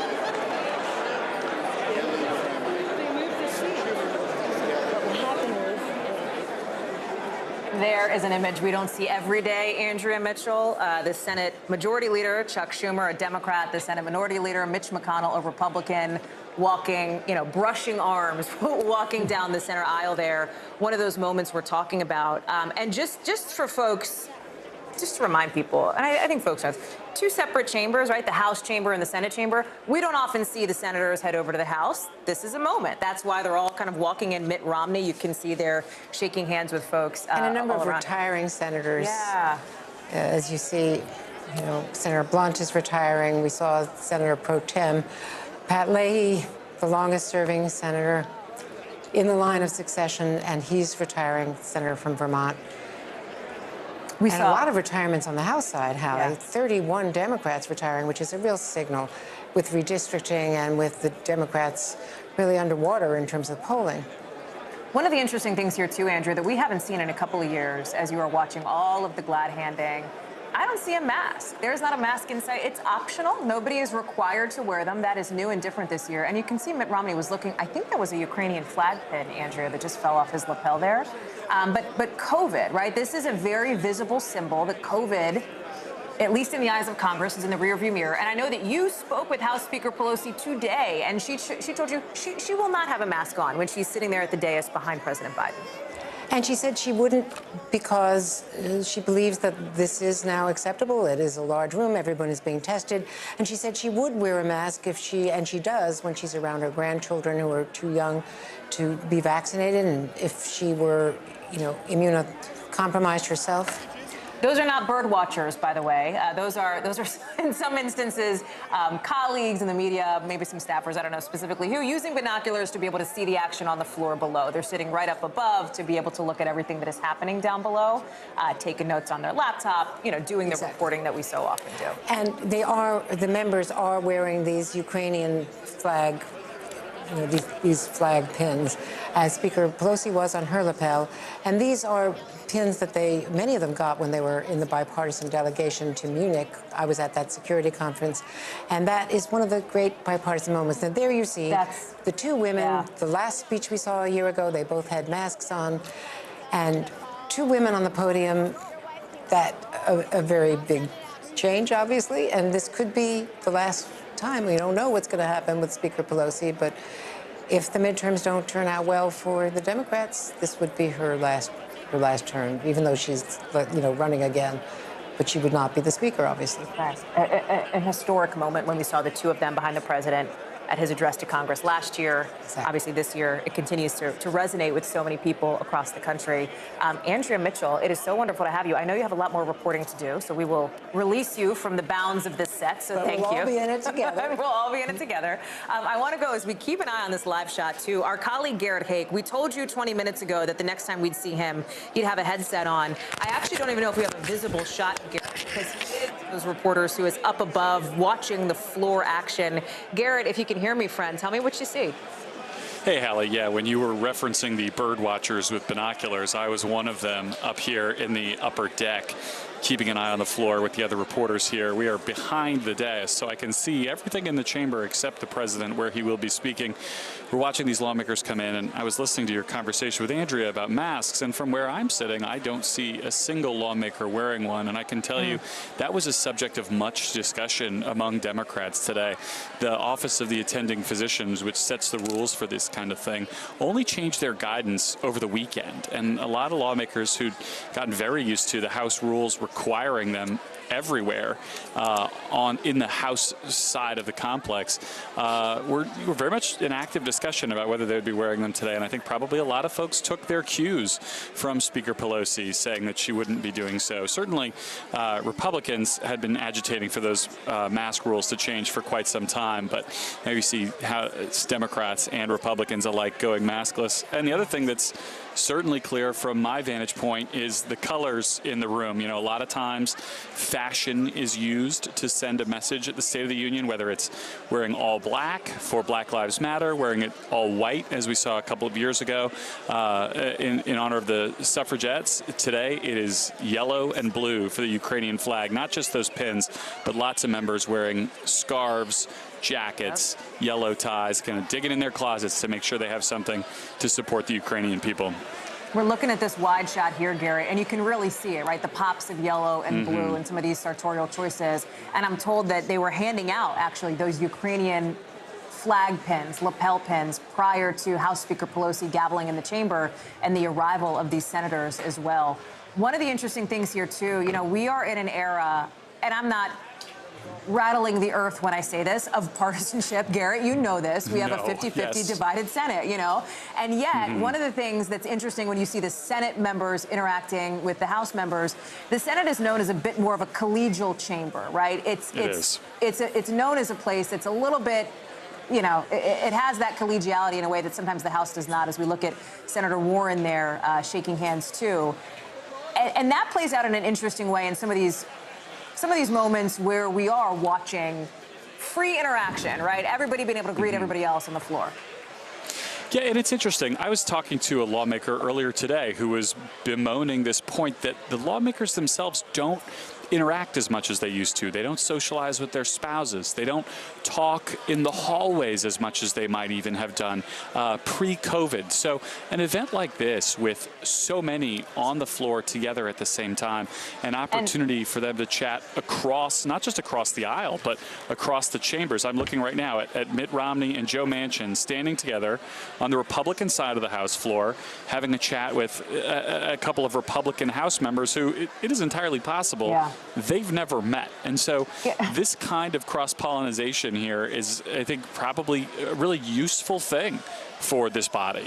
One of the things that our viewers are seeing right now is one of the boxes with the Ukrainian ambassador. That shot just went away, but Jeremy Bash, you know, a significant guest, obviously. Yeah, she's going to get a standing ovation from both sides of the aisle. She represents, obviously, Vladimir Zelensky, and so President Biden is going to point to her and ask the country to rally around Ukraine. Yeah, absolutely. It's one of those moments, especially because there's so few guests, right? That oftentimes the president looks to and tries to make points around policy angles. But this is going to be a big moment for both Democrats and Republicans and this country to say we stand firmly behind Ukraine. There's so much yellow and blue in the chamber tonight that it's a visual reminder of just how much red, white, and blue is here, but also the idea that Americans really want to rally behind this country, and also that the support for the Ukrainian people has gone up as we've seen that country start to make Molotov cocktails. We've seen that country, grandmothers doing target practice, ready to defend their country. It's a reminder that this is a country that is trying to stand behind another one a world away. There's also always a question that I think people ask when a moment like this happens, which is, with all of these powerful people in one room, who is the designated survivor, right? That's sort of the language that's often used, the member of the president's cabinet who stays back. Commerce Secretary Gina Raimondo is it this year, as we will see, you know, more members of the president's cabinet coming in. Yeah, and she'll watch it probably from a safe, secure location, and obviously they'll run through a number of drills with her if she's obviously has to undertake anything in an emergency. But, you know, it's a little bit of a Tom Clancy scenario, if you will, a throwback. But, yes, they keep one cabinet member out. But, look, as we see all members of the Senate, all members of the House the Joint Chiefs, the Supreme Court, the cabinet, they're all in one room. It never happens but one night in America. Not all the Supreme Court justices are expected to be there, though. The last time we saw them all attend a State of the Union, I think, was 1972. We know that Chief Justice John Roberts has attended the State of the Union, I think, every year since he became a justice. That doesn't always happen. Some intentionally stay away because this has become, frankly, a partisan moment, right? This is a political speech. Yeah, and we heard earlier today, you know, Senator Marco Rubio, somebody who's been very active on Twitter on Ukraine, has decided because of COVID testing requirements, he was going to skip tonight and not be there in person. I think say what? I think this is one. Yes, Really? Yes. This is one of the, to me, stunning things being in the Capitol, to see this many members not wearing a mask. It had really become one of those partisan things where Democrats were still wearing masks, Republicans weren't. Even in the House floor, up until the most recent changes, Republicans were getting fined on a regular basis for not wearing those masks. Our friend and colleague Kelly O'Donnell texts me from her post at the White House that one of the folks that we're seeing is Marcy Kaptur of Ohio in the blue and yellow sash, pointing out a lot of Ukrainians in her district. And she is the co-chair, I believe, of the Ukrainian caucus, which is why she's there with that kind of statement. And even as you talked about the idea of unity being a vibe we can't quite put our hands on, part of the reason is because when I talk to Democrats, they also want, as they want to rally around the idea of democracy, they want to see a couple gut punches to the Republicans, frankly, from President Biden. I was talking to one Democrat who said that one of the best moments in the last few weeks of the Biden presidency was when President Biden had the longest presidential press conference in history. And in that, he said, I don't know what Republicans stand for. They want to hear that theme again. And the president really laying out that the country has so many challenges. Democrats have, they think, the best solutions, and Republicans, they think, don't even have a plan to get started there. The State of the Union has changed so much over the years, right? When not to date myself, I'm very young, let me just say that. but when I was growing up, there weren't a lot of other options if you didn't want to watch the State of the Union speech, right? That's changed now, but it's still a huge deal, covered by every major television network across the country, as is, of course, the opposing party's response here. And it's going to be the headline in major papers all across the country tomorrow morning. If the White House had its druthers, Anna, what's that headline? You know, I think it has to be something around strong leadership, unity for the country, Biden leading. I mean, they want this to, they've kind of had that reset moment. They've been talking about that he wants to be more forceful, that he wants to have that kind of statesman leadership that has had some foibles when it comes to Afghanistan pullout and some of these other issues, whether it's inflation. Is it steady leadership? And I'm sort of looking for the State of the Union is resilient, because I think that's a word that showcases the fact that, you know, we're still in a tough situation and people are pulling out, but we're strong and we can go forward. Controversial Republican Congresswoman Marjorie Taylor Greene there, who's been embroiled over the last few days for a different issue. We're going to listen to Speaker Pelosi here for a moment. The chair appoints as members of the committee on the part of the House to escort the President of the United States into the chambers.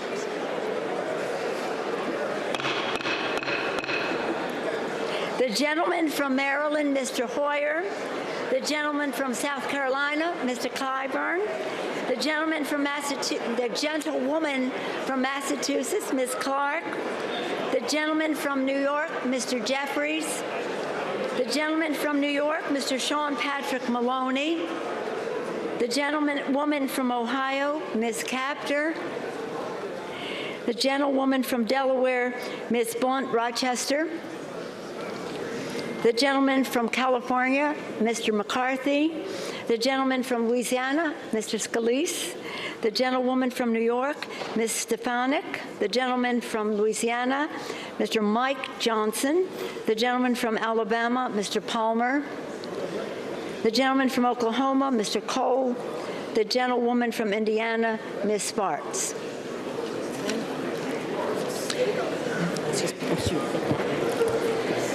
The President of the Senate, at the direction of that body, appoints the following senators as members of the Committee on the part of the Senate to escort the President of the United States into the House chamber. The Senator from New York, Mr. Schumer. I just want to explain what you're seeing and hearing. Vermont, Vice President Leahy, Kamala Harris and House Speaker Nancy Pelosi are naming the folks who are on the escort committee, right, who will be escorting President and other dignitaries into the room. And this is, you know, an interesting moment here as we're seeing these interactions. And Yamiche, one of the things that you had said, too, seeing Vice President Harris side by side with House Speaker Pelosi, Andrea Mitchell touched on that as well. For many Democrats, obviously in particular, a striking and important moment, and one that may not happen again next year, depending on how the midterms go. It's a good point, because you see these two women, and politics aside, they have the most power in politics that women have had in a generation. And it's so striking to see them standing there. And it's also striking to see the second gentleman waving, kind of doing what you see a spouse usually gentleman do. in the box, right. Talking now. Doing his ceremonial role. We're seeing this shot again with the Ukrainian ambassador, Doug Emhoff. Yep. Yeah, so I think all of that is really important. But you bring up a good point, which is that the midterms are around the corner, and as all of this is happening, Nancy Pelosi's leadership is on the line now. The next moment that we will see, of course, is going to be some of the entries into the chamber. You're going to see the House Sergeant at Arms do the traditional call out, Anna. That is sort of the sound that we associate so well with the State of the Union. And we're getting close to that at this point. Yes, that drama of coming in with that loud voice, which really is the start of this experience. We're about to hear it.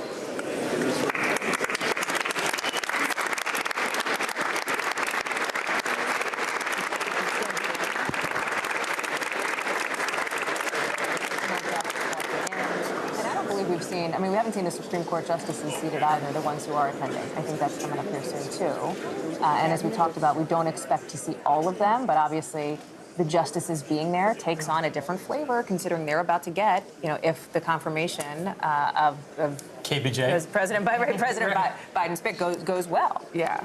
Yeah, Judge Jackson possibly coming to the court will shift things in a symbolic way. Of course, it'll still be a 6-3 court. A reminder again of how partisan this is, but also a reminder that this is one of the most important events in Washington, D.C. in the country, and that the president is going to be delivering a speech by an American president that could be one of the most important since the Cold War. Yeah, what's interesting, too, here is oftentimes when you're in the chamber, you're watching to see who's the kind of sitting out on the aisle, because there's a lot of members who flock to that. They like to do it. Unfortunately, because of COVID, they are in assigned seats now, so it's a little less crowded than what you would kind of typically expect. Can't game the system, show up early, pull an Elliot angle, Exactly. try to be in the camera shot. You can't do that anymore? So Joe Biden, I'm sure President Biden will find a way to mingle. We expect to see the introduction. That's for sure. We expect to see at some point soon the introduction, of course, of First Lady Jill Biden. We've been taking some of these shots as we are living in these live pictures here of the box where she has guests. And we've talked a lot about the ambassador of Ukraine. And Jeremy Bash, you've referenced what her presence means, the participation of her here. But there are other guests as well. There are kids from, well, at least one child from around the country, right? Kids from around the country, because you would imagine President Biden will talk about the importance of schools opening back up, the impact of the pandemic on kids, for example. You have Frances Haugen, the Facebook whistleblower, she's become known, who will be attending as well, fitting into the president's speech as it relates to social media and the impact that these social media platforms can have. You have a nurse from a progressive care unit, again, pandemic related, as well as other students and others who are important to the president's speech. I talked with one former speechwriter to a different president earlier today who was talking about you want to weave those stories into these remarks, because in many ways you are not just laying out policy, you're telling a story. You're telling a story to Americans, and you want them to be compelled. Personal. Right? Personal. You want it to have something be a face to these issues instead of just broad strokes that are hard to understand. I think actually really interesting here. Senator Joe Manchin talking to Lisa Murkowski, the senator from Alaska, moderate Republican, moderate Democrat. Talking to Susan Collins. This is some votes for KBJ right there. I mean, justices of the Supreme Court. Okay, so let's see what.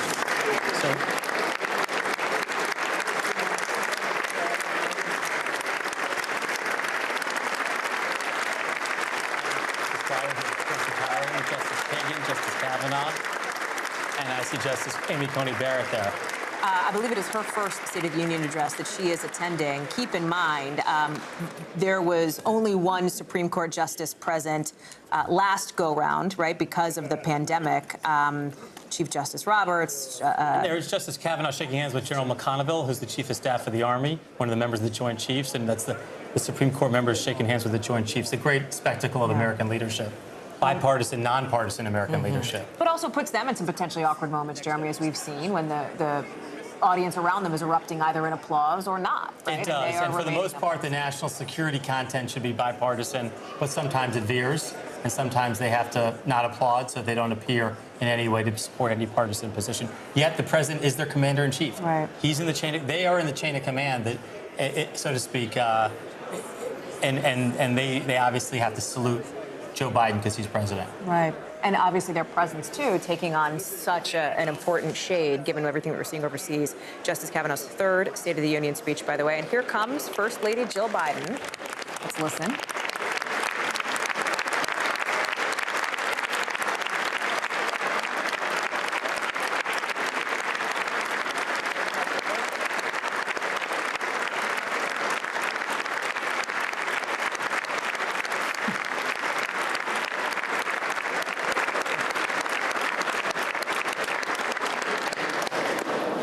A big hug there from the First Lady to the Ukrainian ambassador. And this is not a position with which she is unfamiliar, right? I mean, she has attended these in her capacity as the second lady in years past. Yes. And she was obviously here, again, for the address from President Biden last go-around. Not a formal State of the Union. This is the formal State of the Union speech. Very significant still, as these all are every year. Just a teacher, too. I mean, I think that's going to be interesting as we think about what he says on COVID, how she responds. Does he point to her Madam Speaker, experience the there as well? President's Cabinet.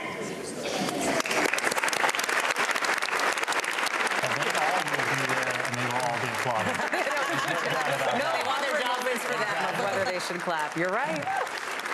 And there are, you look at somebody like Tony Blinken, right? The Secretary of State who's coming in, who's shaking hands. Who knows, many of these people from his roles in different capacities elsewhere. He was the staff director of the Senate Foreign Relations Committee, and of course, Secretary Austin, who was before that the CENTCOM commander, so he goes deep with a lot of these members as well.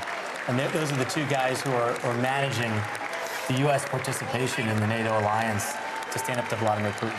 I have to think that they've been consulting even, not just obviously on strategy and on tactics here, but with what we will hear from President Biden as he outlines his position and really takes on Vladimir Putin, as we expect him to do in this speech tonight, as he has done so far. Yeah, especially because this was a speech that had to be revised and revised and revised as things in Eastern Europe continue to deteriorate. You know that the Secretary of State, the Defense Secretary are important figures, but at a time like this, they have become the core people that he's been interacting with and talking to in the last few days. And I will also say, talking earlier about sort of President Biden having to connect with people and tell a story. People who have covered Joe Biden know he can tell a story, only because of who he is, but also because of his own life experiences, having lost children, having lost a wife. He is someone who can dig deep and try to empathize with people in a way that others can't.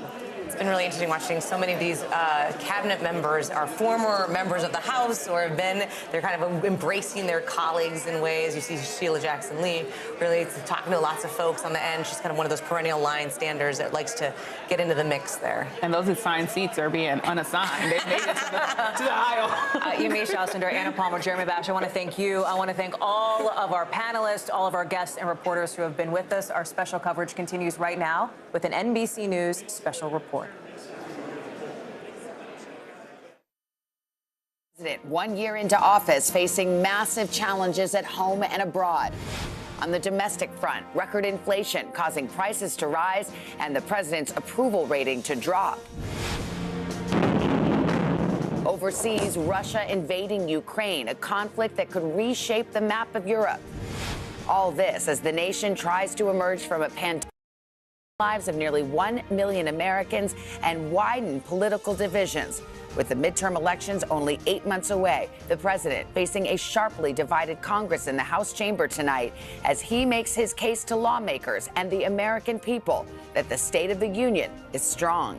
From NBC News, President Biden's State of the Union. Live from Washington, here are Lester Holt and Savannah Guthrie. And good evening from Washington. I'm Savannah Guthrie here with Lester Holt. And just moments from now, President Joe Biden will enter the House chamber to give his first official State of the Union address.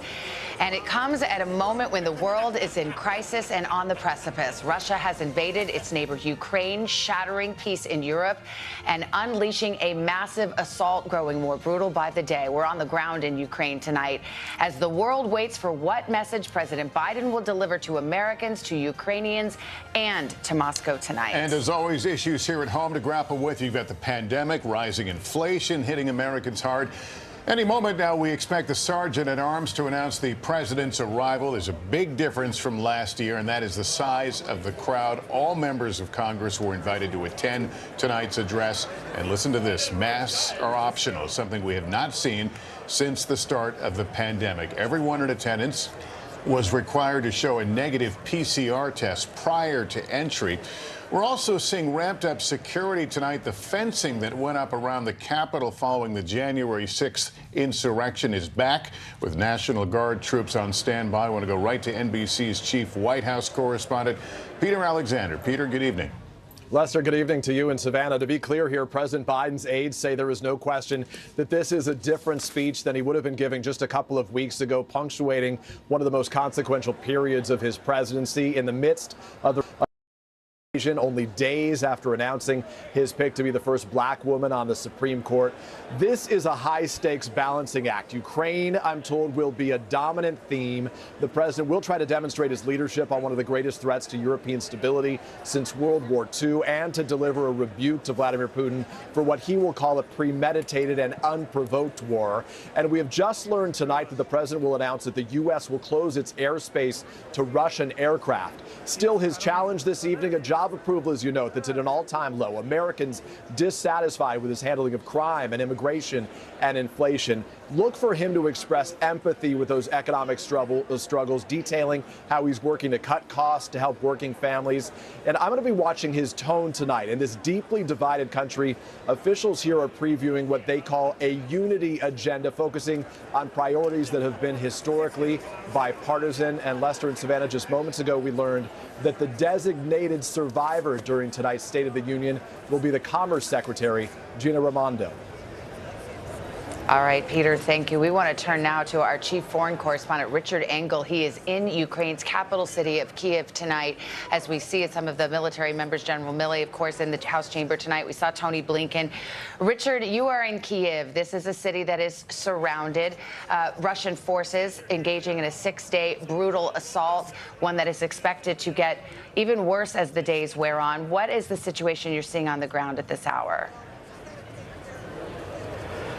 There is a lot of concern, particularly with what is happening in the city of Kharkiv, and people are worried that what is happening to the second city in this country could be the fate of Kiev.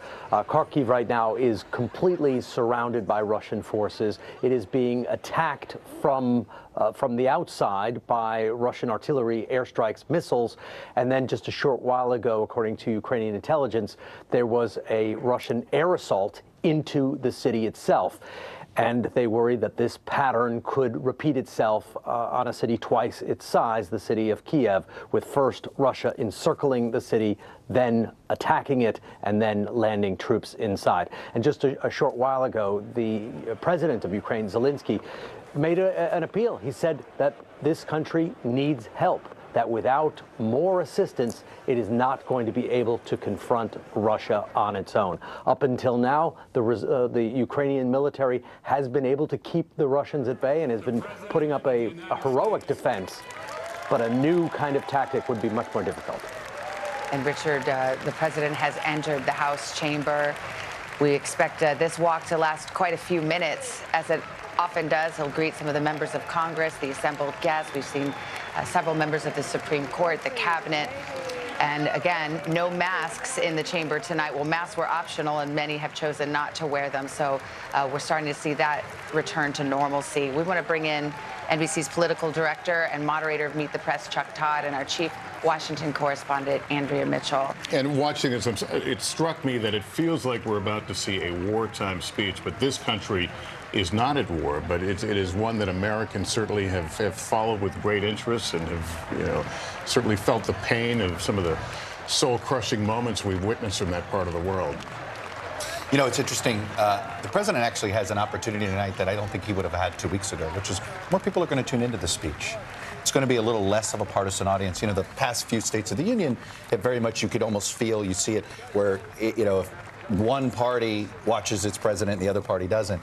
Tonight, with the uncertainty of what's going on in Ukraine, the uncertainty of the threats from Putin, the president has an opportunity to talk to some people he hasn't perhaps been able to talk to in a while. Now, that's the challenge, of course, of this speech is to see if what he says penetrates the public. I think he's had a hard time penetrating and getting them to listen to what he has to say in domestic politics. I do think this is his wheelhouse. This is what he has, in some ways, been preparing his whole professional life for, is this moment to manage a crisis in Europe. So he's perhaps ready for this moment. And so the opportunity tonight to meet it. And as I turn to you, Andrea, our chief foreign affairs correspondent, I mean, this is a moment for history. This is a moment where the president is likely to talk about the forces for democracy versus the forces of a dictator and set it in quite stark terms. And he's hoping, as we see the president handing the speech, the text to the vice president, of course, and the Speaker of the House, he's hoping that all the Republican criticism that he did not move quickly enough to arm Ukraine will now be resolved because they have taken decisive action. I have the high privilege and distinct honor of presenting to you the President of the United States.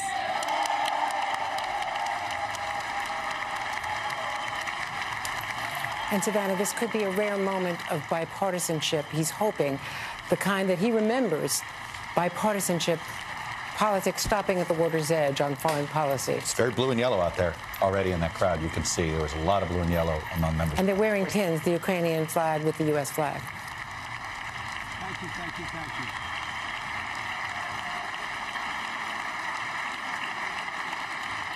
Thank you all very much. Thank you, General. Thank you. Thank you. Thank you all very, very much. Thank you. Please. Thank you so much. Madam Speaker, Madam Vice President, our First Lady and Second Gentleman, members of Congress and the Cabinet, Justices of the Supreme Court, my fellow Americans. Last year, COVID-19 kept us apart. This year, we're finally together again. Tonight,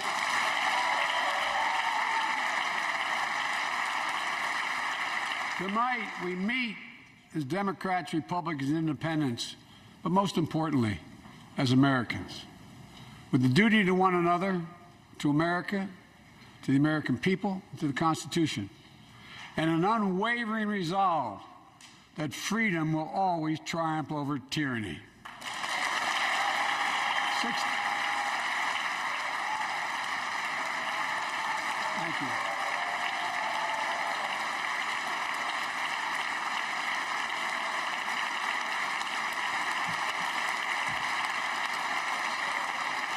Six days ago, Russia's Vladimir Putin sought to shake the very foundations of the free world, thinking he could make it bend to his menacing ways. But he badly miscalculated. He thought he could roll into Ukraine and the world would roll over. Instead, he met with a wall of strength he never anticipated or imagined. He met the Ukrainian people.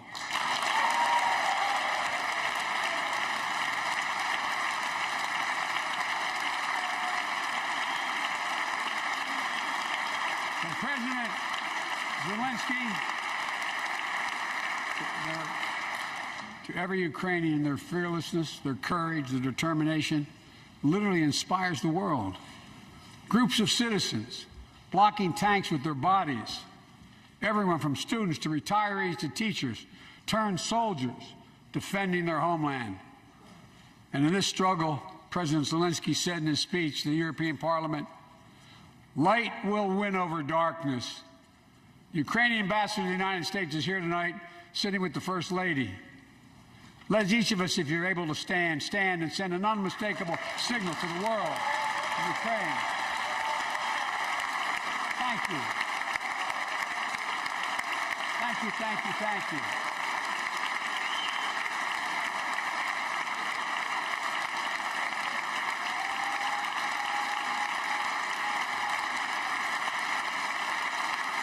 She's bright, she's strong, she's resolved.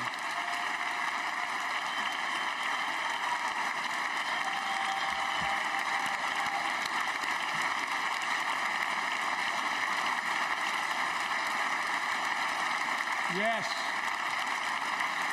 we, the United States of America, stand with the Ukrainian people.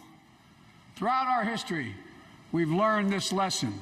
When dictators do not pay a price for their aggression, they cause more chaos. They keep moving, and the cost, the threats to America and America to the world keeps rising. That's why the NATO alliance was created, to secure peace and stability in Europe after World War II. The United States is a member, along with 29 other nations. It matters. American diplomacy matters. American resolve matters. Putin's latest attack on Ukraine was premeditated and totally unprovoked. He rejected repeated efforts at diplomacy. He thought the West and NATO wouldn't respond. He thought he could divide us at home, in this chamber, in this nation. He thought he could divide us in Europe as well. But Putin was wrong. We are ready. We are united, and that's what we did. We stayed united. We prepared extensively and carefully. We spent months building coalitions of other freedom-loving nations in Europe and the Americas, from America to the Asian and African continents, to confront Putin. Like many of you, I spent countless hours unifying our European allies. We shared with the world in advance what we knew Putin was planning and precisely how we would try to falsify and justify his aggression. We countered Russia's lies with the truth. And now that he's acted, the free world is holding him accountable, along with 27 members of the European Union, including France, Germany, Italy, as well as countries like the United Kingdom, Canada, Japan, Korea, Australia, New Zealand, and many others. Even Switzerland are inflicting pain on Russia and supporting the people of Ukraine. Putin is now isolated from the world more than he has ever been. Together,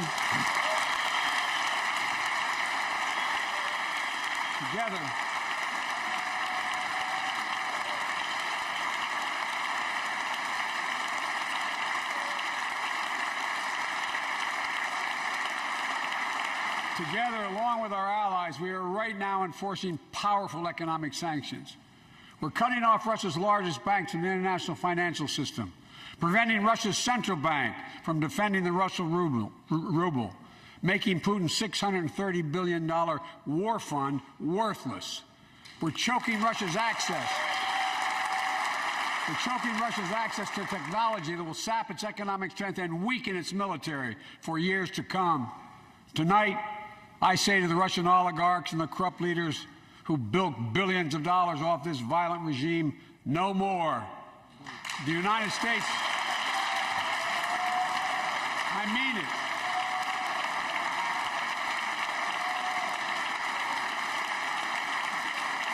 The United States Department of Justice is assembling a dedicated task force to go after the crimes of the Russian oligarchs. We're joining with European allies to find and seize their yachts, their luxury apartments, their private jets. We're coming for your ill-begotten gains. And tonight, I'm announcing that we will join our allies in closing off American airspace to all Russian flights, further isolating Russia and adding additional squeeze on their economy.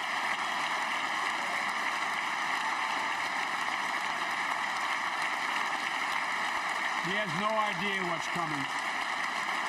The ruble has already lost 30% of its value. The Russian stock market has lost 40% of its value, and trading remains suspended. The Russian economy is reeling, and Putin alone is the one to blame. Together with our allies, we're providing support to the Ukrainians in their fight for freedom. Military assistance, economic assistance, humanitarian assistance. We're giving more than $1 billion of direct assistance to Ukraine, and will continue to aid the Ukrainian people as they defend their country and help ease their suffering.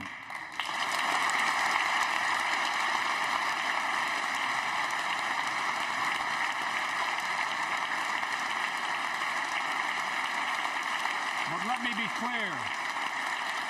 Our forces are not engaged and will not engage in the conflict with Russian forces in Ukraine. Our forces are not going to Europe to fight Ukraine, but to defend our NATO allies in the event that Putin decides to keep moving west. For that purpose, we have mobilized American ground forces, air squadrons, ship deployments to protect NATO countries including Poland, Romania, Latvia, Lithuania, and Estonia. And as I've made crystal clear, the United States and our allies will defend every inch of territory that is NATO territory with the full force of our collective power. Every single inch.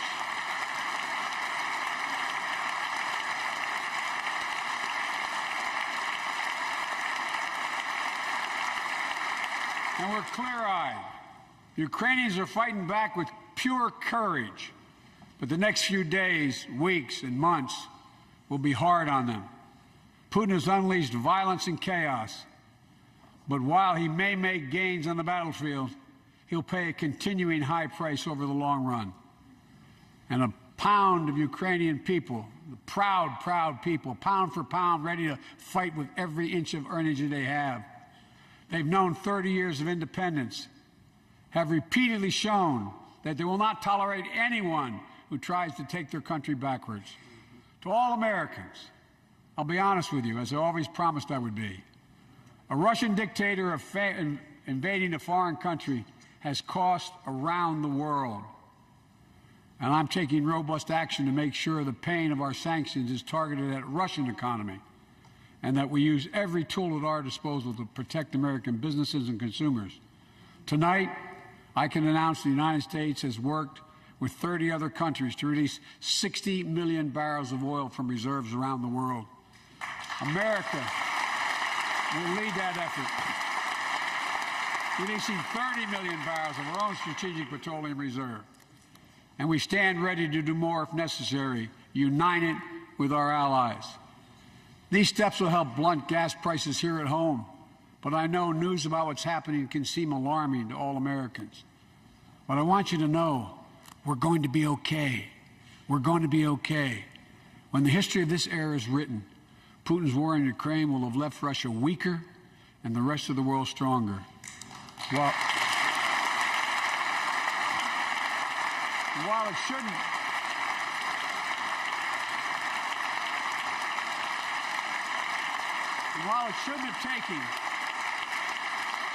it shouldn't have taken something so terrible for people around the world to see what's at stake, now everyone sees it clearly. We see the unity among leaders of nations, a more unified Europe, a more unified West. We see unity among the people who are gathering in cities and large crowds around the world, even in Russia, to demonstrate their support for the people of Ukraine.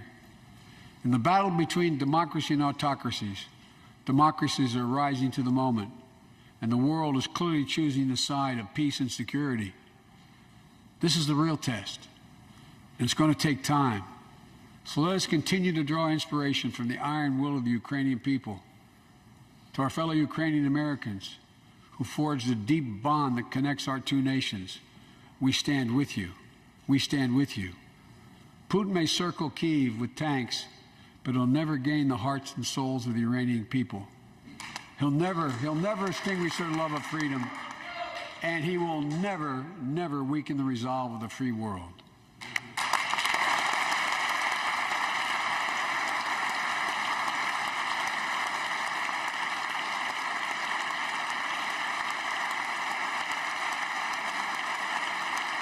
We meet tonight in an America that has lived through two of the hardest years this nation has ever faced. The pandemic has been punishing, and so many families are living paycheck to paycheck, struggling to keep up with the rising cost of food, gas, housing, and so much more. I understand, like many of you did. My dad had to leave his home in Scranton, Pennsylvania to find work. So like many of you, I grew up in a family when the price of food went up, it was felt throughout the family. It had an impact. That's when one of the first things I did as president was fight to pass the American Rescue Plan. Because people were hurting, we needed to act, and we did. Few pieces of legislation have done more at a critical moment in our history to lift us out of a crisis. It fueled our efforts to vaccinate the nation and combat COVID-19, delivered immediate economic relief to tens of millions of Americans. It helped put food on the table. Remember those long lines of cars waiting for hours just to get a box of food put in their trunk? It cut the cost of health care insurance. And as my dad used to say, it gave the people just a little bit of breathing room. Unlike the $2 trillion tax cut passed in the previous administration that benefited the top 1% of Americans, the American Rescue Plan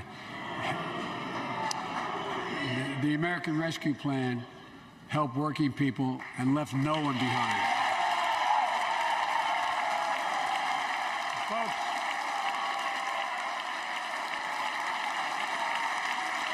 and it worked. It worked.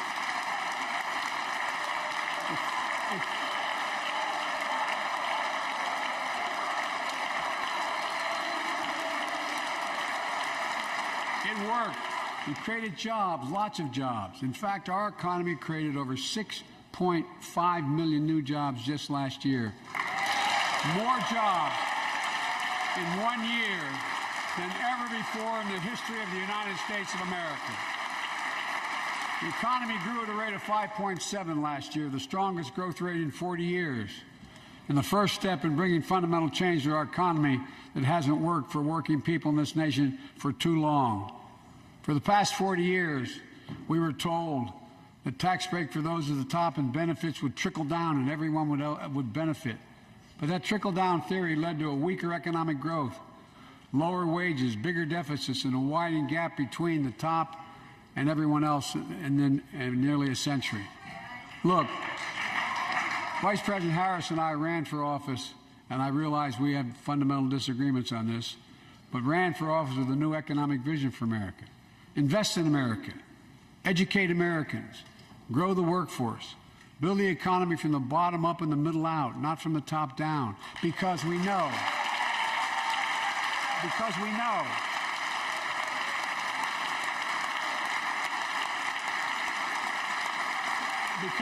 when the middle class grows, the poor have a way up and the wealthy do very well. America used to have the best roads, bridges, and airports on earth, and now our infrastructure is ranked 13th in the world. We won't be able to compete for the jobs of the 21st century if we don't fix it. That's why it was so important to pass the bipartisan infrastructure law.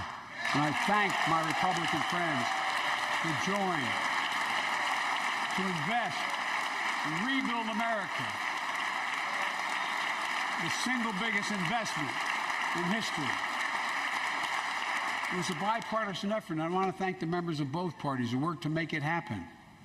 We're done talking about infrastructure weeks. We're now talking about an infrastructure decade.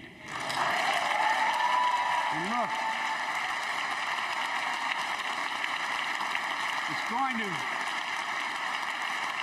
going to transform America, to put us on a path to win the economic competition of the 21st century that we face with the rest of the world, particularly China.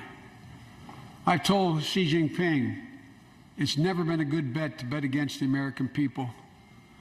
We'll create good jobs for millions of Americans, modernizing roads, airports, ports, waterways, all across America. And we'll do it to withstand the devastating effects of climate change and promote environmental justice. We'll build a national network of 500,000 electric vehicle charging stations. Begin to replace the poisonous lead pipes so every child, every American has clean water to drink at home and at school. We're going to provide affordable, high-speed internet for every American, rural, suburban, urban, and tribal communities. 4,000 projects have already been announced. Many of you have announced them in your districts. And tonight, I'm announcing that this year, we will start fixing over 65,000 miles of highway and 1,500 bridges in disrepair. And folks,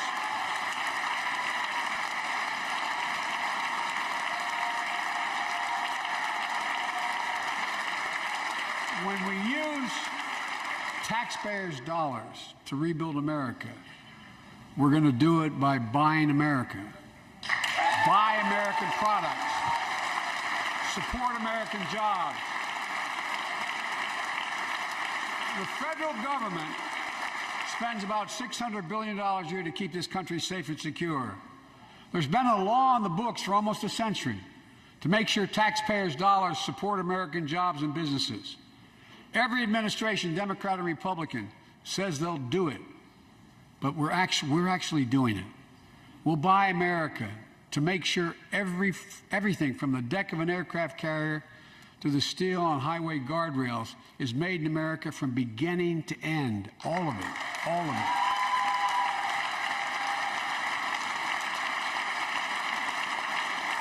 But folks,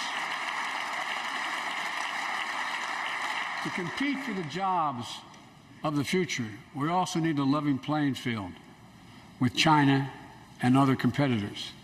That's why it's so important to pass the Bipartisan Innovation Act sitting in Congress that will make record investments in emerging technologies and American manufacturing. We used to invest almost 2% of our GDP in research and development. We don't now. China is. Let me give you one example why it's so important to pass. If you travel 20 miles east of Columbus, Ohio, you'll find 1,000 empty acres of land. It won't look like much, but if you stop and look closely, you'll see a field of dreams, the ground on which America's future will be built.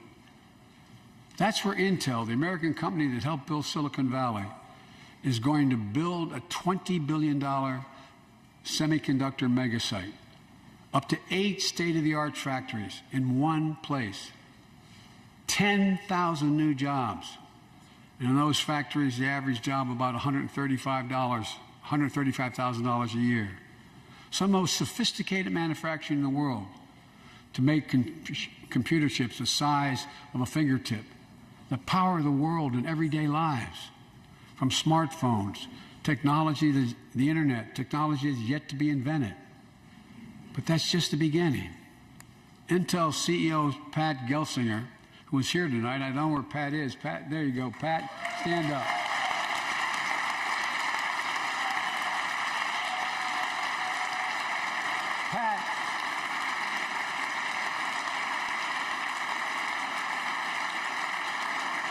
Pat came to see me and he told me they're ready to increase their investment from $20 billion to $100 billion. That would be the biggest investment in manufacturing in American history. And all they're waiting for is for you to pass this bill. So let's not wait any longer. Send it to my desk, I'll sign it, and we'll really take off in a big way. And folks, Intel is not alone. There's something happening in America. Just look around and you'll see an amazing story. The rebirth of pride that comes from stamping products made in America. The revitalization of American manufacturing. Companies are choosing to build new factories here when just a few years ago they would have gone overseas. That's what's happening. Ford is investing $11 billion in electric vehicles, creating 11,000 jobs across the country. GM is making the largest investment in its history, $7 billion to build electric vehicles, creating 4,000 jobs in Michigan. All told, 369,000 new manufacturing jobs were created in America last year alone. Folks,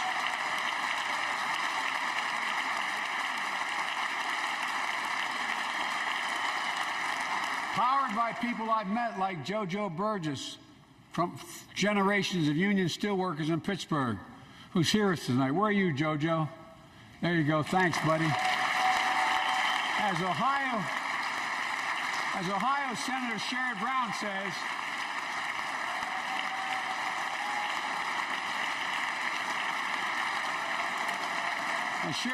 says, it's time to bury the label Rust Belt. It's time to see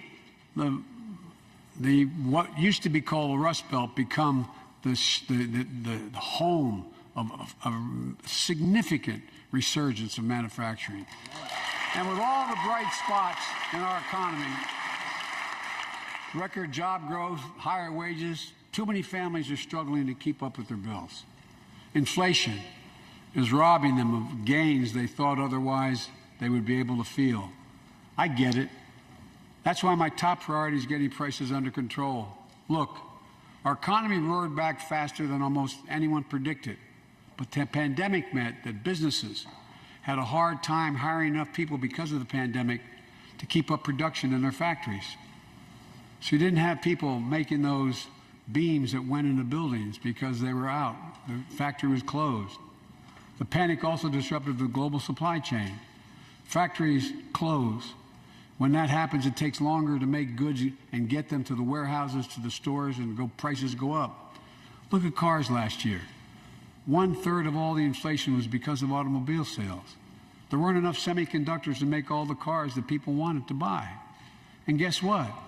Prices of automobiles went way up, especially used vehicles as well. And so we have a choice. One way to fight inflation is to drive down wages and make Americans poorer. I think I have a better idea to fight inflation. Lower your costs, not your wages. And folks,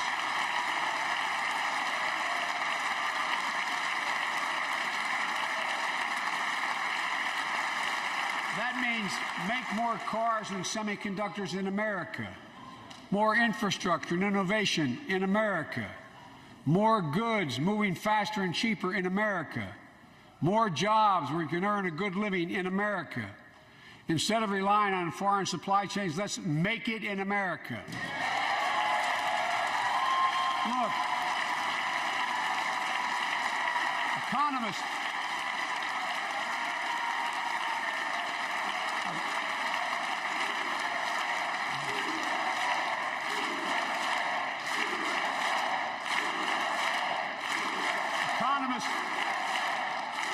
call this increasing the productive capacity of our economy. I call it building a better America. My plan to fight inflation will lower your costs and lower the deficit. 17 Nobel laureates in economics said my plan will ease long-term inflationary pressures. Top business leaders, and I believe most Americans, support the plan. And here's the plan. First, cut the cost of prescription drugs. We pay more for the same drug produced by the same company in America than any other country in the world. Just look at insulin. 1 in 10 Americans has diabetes. In Virginia, I met a 13-year-old boy, the handsome young man standing up there, Joshua Davis. He and his dad both have type 1 diabetes, which means they need insulin every single day. Insulin costs about $10 a vial to make. That's what it costs the pharmaceutical company. But drug companies charge families like Joshua and his dad up to 30 times that amount. I spoke with Joshua's mom. Imagine what it's like to look at your child who needs insulin to stay healthy and have no idea how in God's name you're going to be able to pay for it. What it does to your family, but what it does to your dignity, your ability to look your child in the eye, to be the parent you expect yourself to be. I really mean to think about that. That's what I think about. You know, yesterday, Joshua's here tonight, but yesterday was his birthday. Happy birthday, buddy, by the way. For Joshua and 200,000 other young people with type 1 diabetes, let's cap the cost of insulin at $35 a month, so everyone can afford it. And drug companies will do very, very well, their profit margin. While we're at it, I know we have great disagreements on this floor with this. Let's let Medicare negotiate the price of prescription drugs.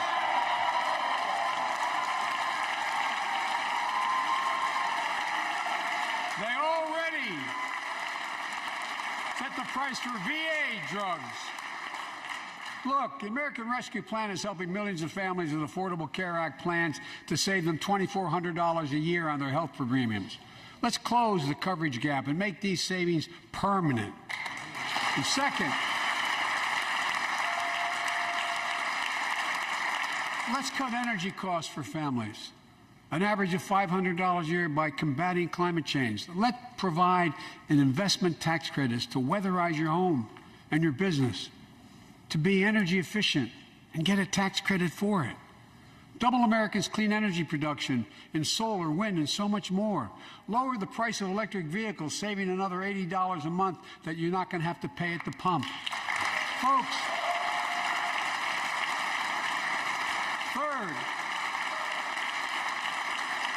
the third thing we can do to change the standard of living for hardworking folks is cut the cost of child care. Cut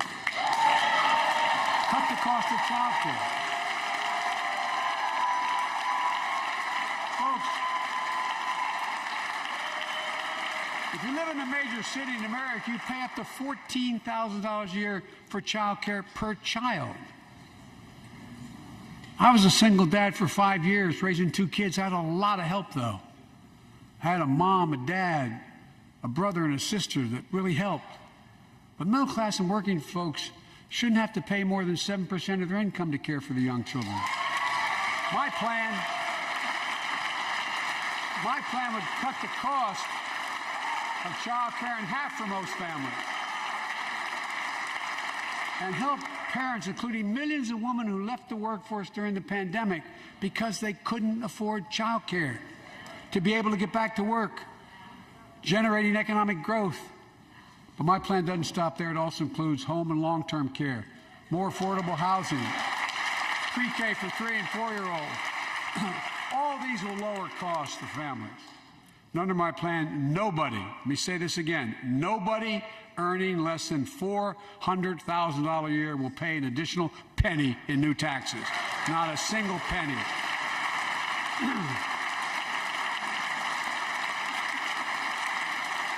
I may be wrong, but my guess is if we took a secret ballot in this floor, that we'd all agree that the present tax system ain't fair.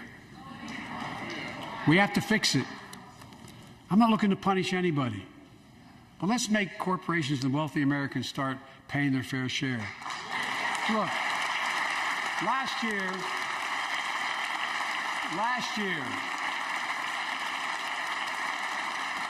like Chris Coons and Tom Carper and my distinguished Congresswoman, we come from the land of corporate America. There are more corporations incorporated in America than every other state in America combined. And I still won 36 years in a row. The point is, even they understand they should pay just a fair share. Last year, 55 of the Fortune 500 companies earned $40 billion in profit and paid zero in federal taxes. Now look, it's not fair. That's why I proposed a 15% minimum tax rate for corporations. And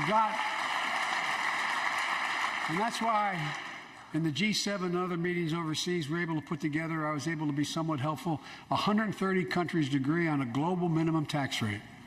So companies can't get out of paying their taxes at home by shipping jobs and factories overseas. It'll raise billions of dollars. That's why I propose closing loopholes for the very wealthy who pay a lower tax rate than a teacher and a firefighter. So that's my plan, but we'll go more detail later. We will grow the economy, lower the cost of families.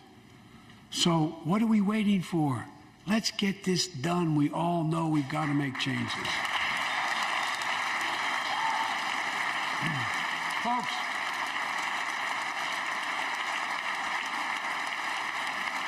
and while you're at it, confirm my nominees for the Federal Reserve, which plays a critical role in fighting inflation. My plan will not only lower costs and give families a fair shot, it will lower the deficit. The previous administration not only ballooned the deficit with those tax cuts for the very wealthy and corporations, it undermined the watchdogs, the job of those to keep pandemic relief funds being wasted. Remember we had those debates about whether or not those watchdogs should be able to see every day how much money was being spent, where was it going to the right place? Under my administration, the watchdogs are back. And we're going to go after the criminals who stole billions of relief money meant for small business and millions of Americans. Tonight, I'm announcing that the Justice Department will soon name a chief prosecutor for pandemic fraud.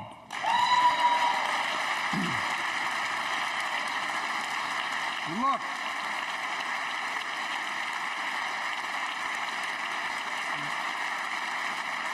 I think we all agree. Thank you. By the end of this year, the deficit will be down to less than half of what it was before I took office. The only president ever to cut the deficit by more than $1 trillion in a single year. Lowering your cost also meant demanding more competition. I'm a capitalist, but capitalism without competition is not capitalism. Capitalism without competition is exploitation. It drives up profits. And corporations have to compete. Their profits go up and your prices go up when they don't have to compete. Small businesses and family farmers and ranchers, I need not tell some of my Republican friends from those states. Guess what? You got 4 basic meat packing facilities. That's it. You play with them or you don't get to play at all. And you pay a hell of a lot more. A hell of a lot more because there's only 4. See what's happening with ocean carriers and moving goods in and out of America. During the pandemic, about half a dozen or less foreign-owned companies raised prices by as much as 1,000% and made record profits. Tonight, I'm announcing a crackdown on those companies overcharging American businesses and consumers. And folks,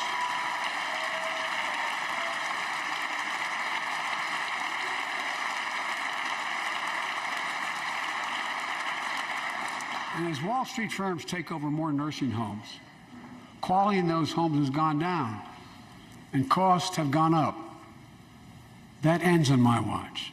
Medicare is going to set higher standards for nursing homes and make sure your loved ones get the care they deserve and that they inspect and they will look at closely. We're also going to cut costs to keep the economy going strong and giving workers a fair shot, provide more training and apprenticeships, hire them based on skills, not just their degrees. Let's pass the Paycheck Fairness Act and paid leave. Raise the minimum wage to $15 an hour and extend the child tax credit so no one has to raise a family in poverty. Let's increase Pell Grants, increase our historic support for HBCUs, and invest in what Jill, our First Lady who teaches full-time, calls America's best-kept secret, community colleges. Look, let's pass the PRO Act. When a majority of workers want to form a union, they shouldn't be able to be stopped. When we invest in our workers and we build an economy from the bottom up and the middle out together, we can do something we haven't done in a long time. Build a better America. For more than 2 years, COVID has impacted every decision in our lives and the life of this nation. And I know you're tired, frustrated, and exhausted. That doesn't even count the close to 1 million people who sit at a dining room table or a kitchen table and look at an empty chair because they lost somebody.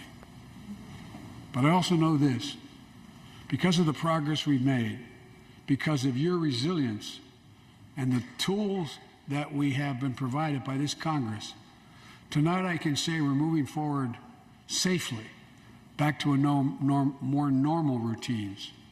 We've reached a new moment in the fight against COVID-19, where severe cases are down to a level not seen since July of last year. Just a few days ago, the Center for Disease Control and Prevention issued a new mask guidelines.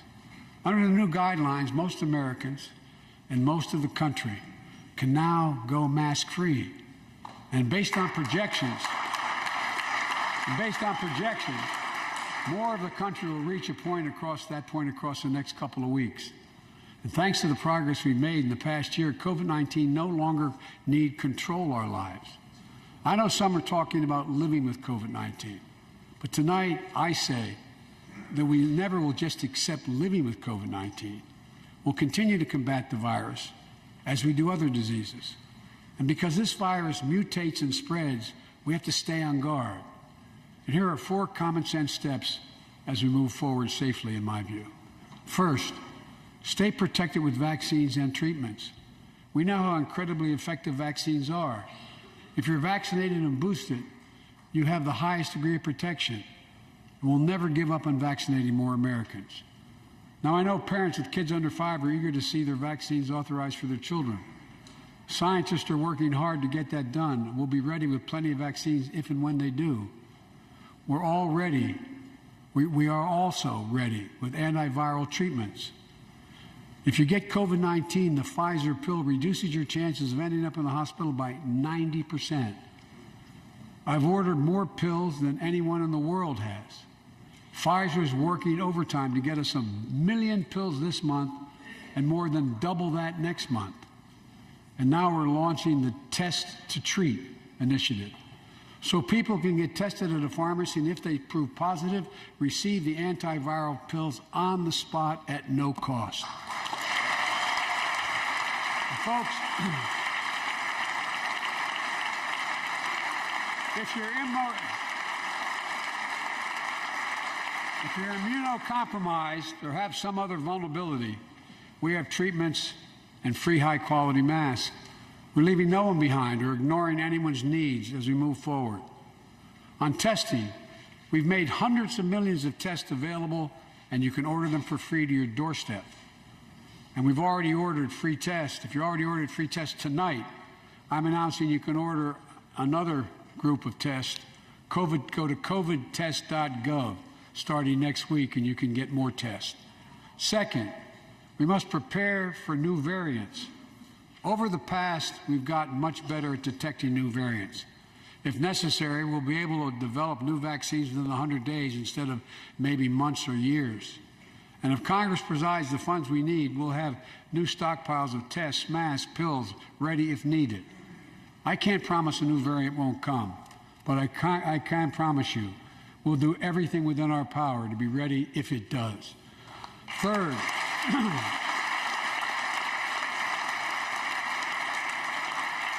we can end the shutdown of schools and businesses.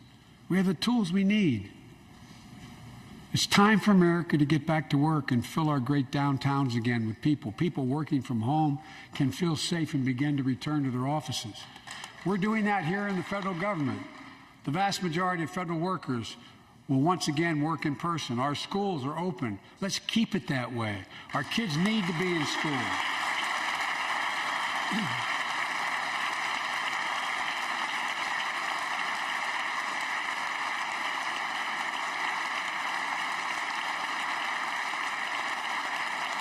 With 75% of adult Americans fully vaccinated and hospitalizations down by 77%, most Americans can remove their masks and stay in the classroom and move forward safely. We achieved this because we provided free vaccines, treatments, tests, and masks. Of course, continuing this costs money, so I'll not surprise you. I'll be back to see you all. And I'm going to soon send a request to Congress. The vast majority of Americans have used these tools and may want again. We may need them again, so I expect Congress, and I hope you'll pass that quickly. Fourth, we'll continue vaccinating the world. We've sent 475 million vaccine doses to 112 countries, more than any nation on earth. We won't stop because you can't build a wall high enough to keep out a vaccine. The vaccine can stop the spread of these diseases. You know, we've lost so much in COVID-19. Time with one another. The worst of all, much the loss of life. Let's use this moment to reset. So stop looking at COVID as a partisan dividing line. See it for what it is, a god-awful disease. Let's stop seeing each other as enemies and start seeing each other for who we are, fellow Americans. Look,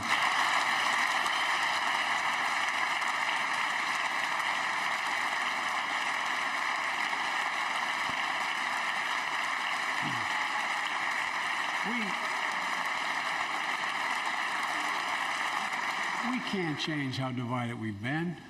It was a long time in coming. But we can change how to move forward on COVID-19 and other issues that we must face together. I recently visited New York City Police Department days after the funerals of Officer Wilbur Mora and his partner, Officer Jason Rivera. They were responding to a 9/11 call when a man shot and killed them with a stolen gun. Officer Mora was 27 years old. Officer Rivera was 22 years old. Both Dominican Americans who grew up in the same streets that they later chose to patrol as police officers. I spoke with their families, and I told them they were forever in debt for their sacrifices and will carry on their mission to restore the trust and safety of every community deserves. Like some of you that have been around for a while, I've worked with you on these issues for a long time. I know what works. Investigating crime prevention and community policing, cops who walk the beat, who know the neighborhood, and who can restore trust and safety. Let's not abandon our streets or choose between safety and equal justice. Let's come together and protect our communities, restore trust, and hold law enforcement accountable. That's why the Justice Department has required body cameras, banned chokeholds, and restricted no-knock warrants for its officers. That's why the American Rescue Plan that you all provided $350 billion that cities, states, and counties can use to hire more police, invest in more proven strategies.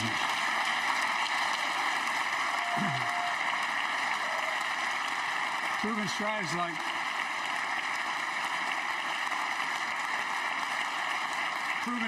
like community violence interruption, trusted messengers, breaking the cycle of violence and trauma, and giving young people some hope.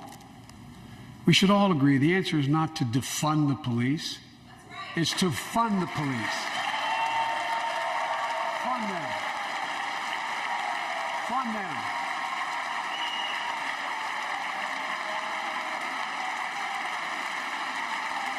Fund them with resources and training. Resources and training they need to protect our communities.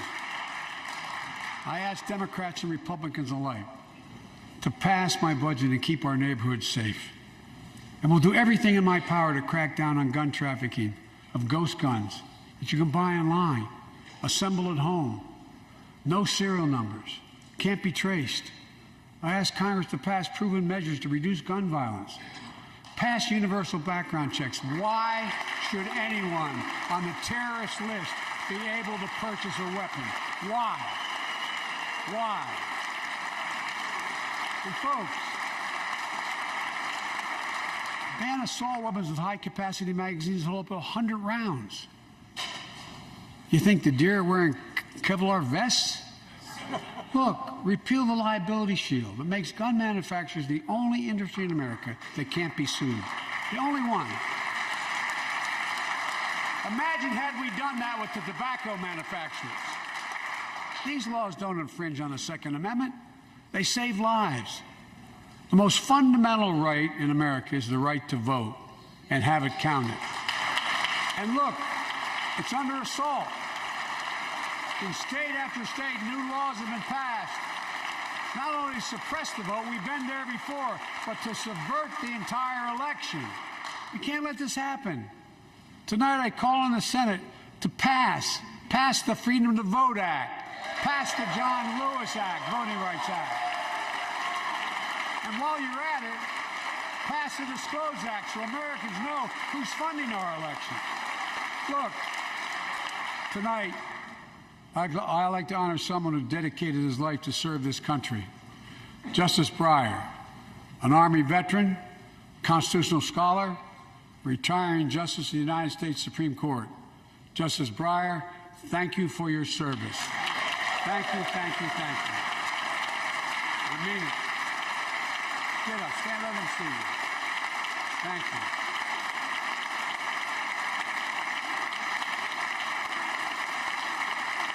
And we all know, no matter what your ideology, we all know one of the most serious constitutional responsibility a president has is nominating someone to serve on the United States Supreme Court.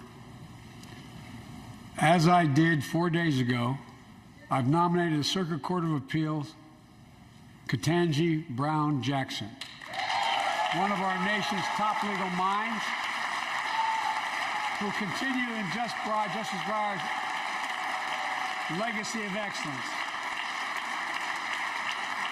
A former top litigator in private practice, a former federal public defender, from a family of public school educators and police officers. She's a consensus builder. Since she's been nominated, she's received a broad range of support, including the Fraternal Order of Police and former judges supported by Democrats and Republicans. Folks, if we are to advance liberty and justice, we need to secure our border and fix the immigration system.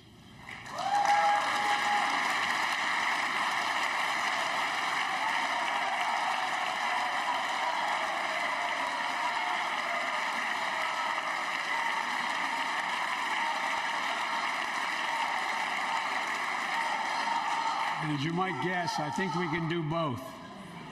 At our border, we've installed new technology like cutting-edge scanners to better detect drug smuggling. We've set up joint patrols with Mexico and Guatemala to catch more human traffickers. We're putting in place dedicated immigration judges in a significant larger number so families fleeing persecution and violence can have their cases heard faster, and those who don't legitimately hear can be sent back. We're screening, we're securing commitments and supporting partners in South and Central America to host more refugees and secure their own borders. We can do all this while keeping lit the torch of liberty that has led a generation of immigrants to this land, my forebears and many of yours. Provide a pathway to citizenship for dreamers, those with temporary status, farm workers, essential workers. Revise our laws so businesses have workers they need and families don't wait decades to reunite. It's not only the right thing to do, it's economically smart thing to do. That's why the immigration reform is supported by everyone from labor unions to religious leaders to the U.S. Chamber of Commerce. Let's get it done once and for all. Folks,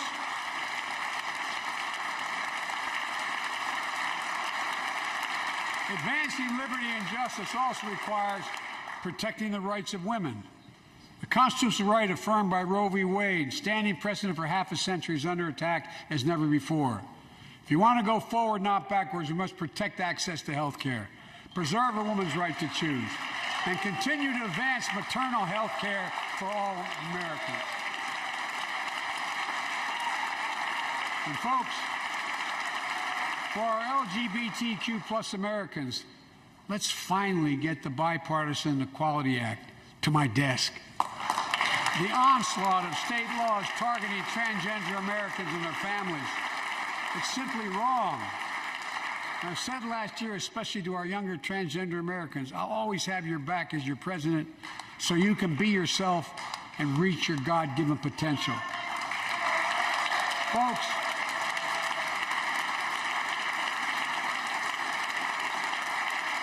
as I've just demonstrated, while it often appears we do not agree, and that we do agree on a lot more things than we acknowledge. I signed 80 bipartisan bills into law last year, from preventing government shutdowns, to protecting Asian Americans from still too common hate crimes, to reforming military justice, and will soon be strengthening the Violence Against Women Act that I first wrote 3 decades ago. It's important. It's important for us to show the nation we can come together and do big things. So tonight I'm offering a unity agenda for the nation. 4 big things we can do together, in my view. First, beat the opioid epidemic. There's so much we can do. Increase funding for prevention, treatment, harm reduction, and recovery. Get rid of outdated rules and stop doctors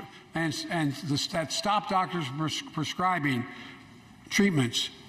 Stop the flow of illicit drugs by working with state and local law enforcement to go after the traffickers.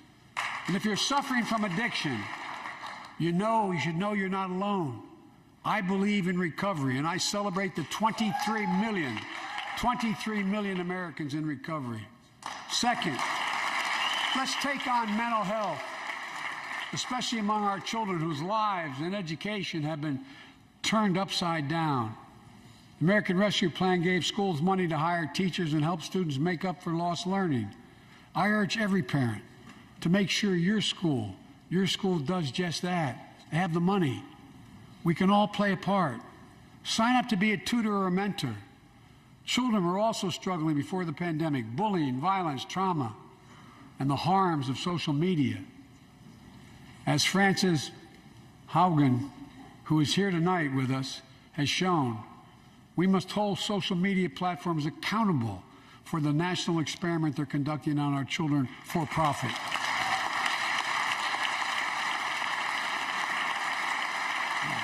Folks, thank you. Thank you for the courage you showed. It's time to strengthen privacy protections, ban targeted advertising to children, demand tech companies stop collecting personal data on our children, and let's get all Americans the mental health services they need. More people can turn for help and full parity between physical and mental health care if we treat it that way in our insurance. Look,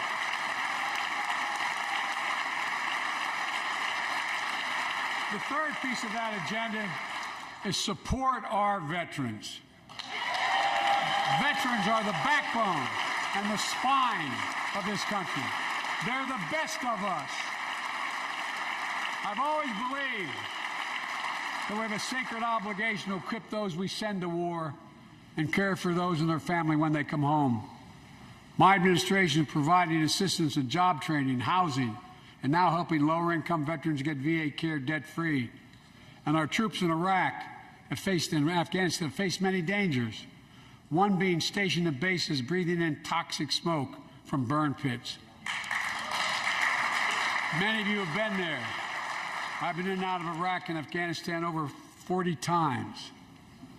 These burn pits that incinerate waste, the waste of war, medical and hazardous material, jet fuel, and so much more. And they come home, many of the world's fittest and best trained warriors in the world.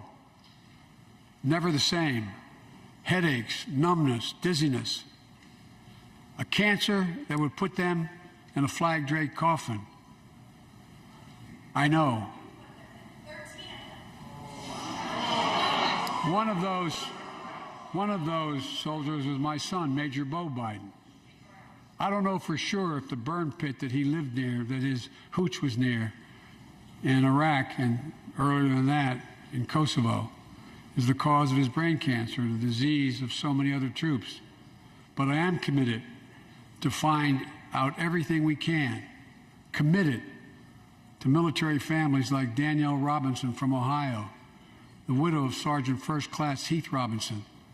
He was born a soldier, Army National Guard, combat medic in Kosovo and Iraq, stationed near Baghdad, just yards from burn pits the size of football fields. Danielle is here with us tonight. They love going to Ohio State football games.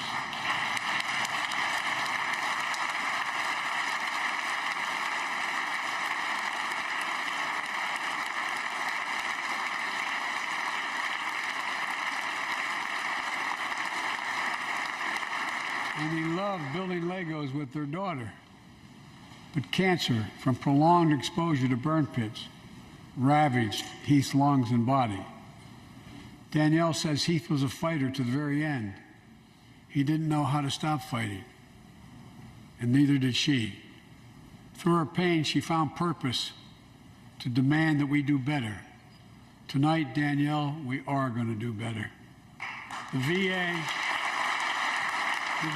is pioneering new ways of linking toxic exposure to disease, already helping more veterans get benefits. And tonight, I'm announcing we're expanding eligibility to veterans suffering from 9 respiratory cancers.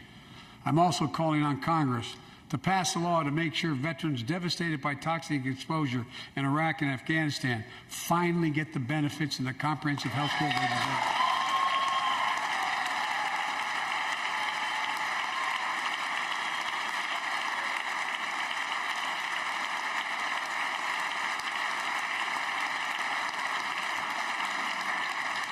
And fourth and last, let's end cancer as we know it. This is personal.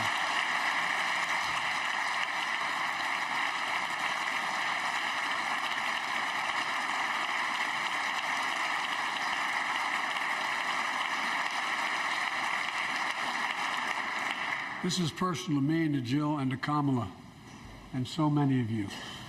So many of you have lost someone you love. Husband, wife, son, daughter, mom, dad. Cancer is the #2 cause of death in America, second only to heart disease.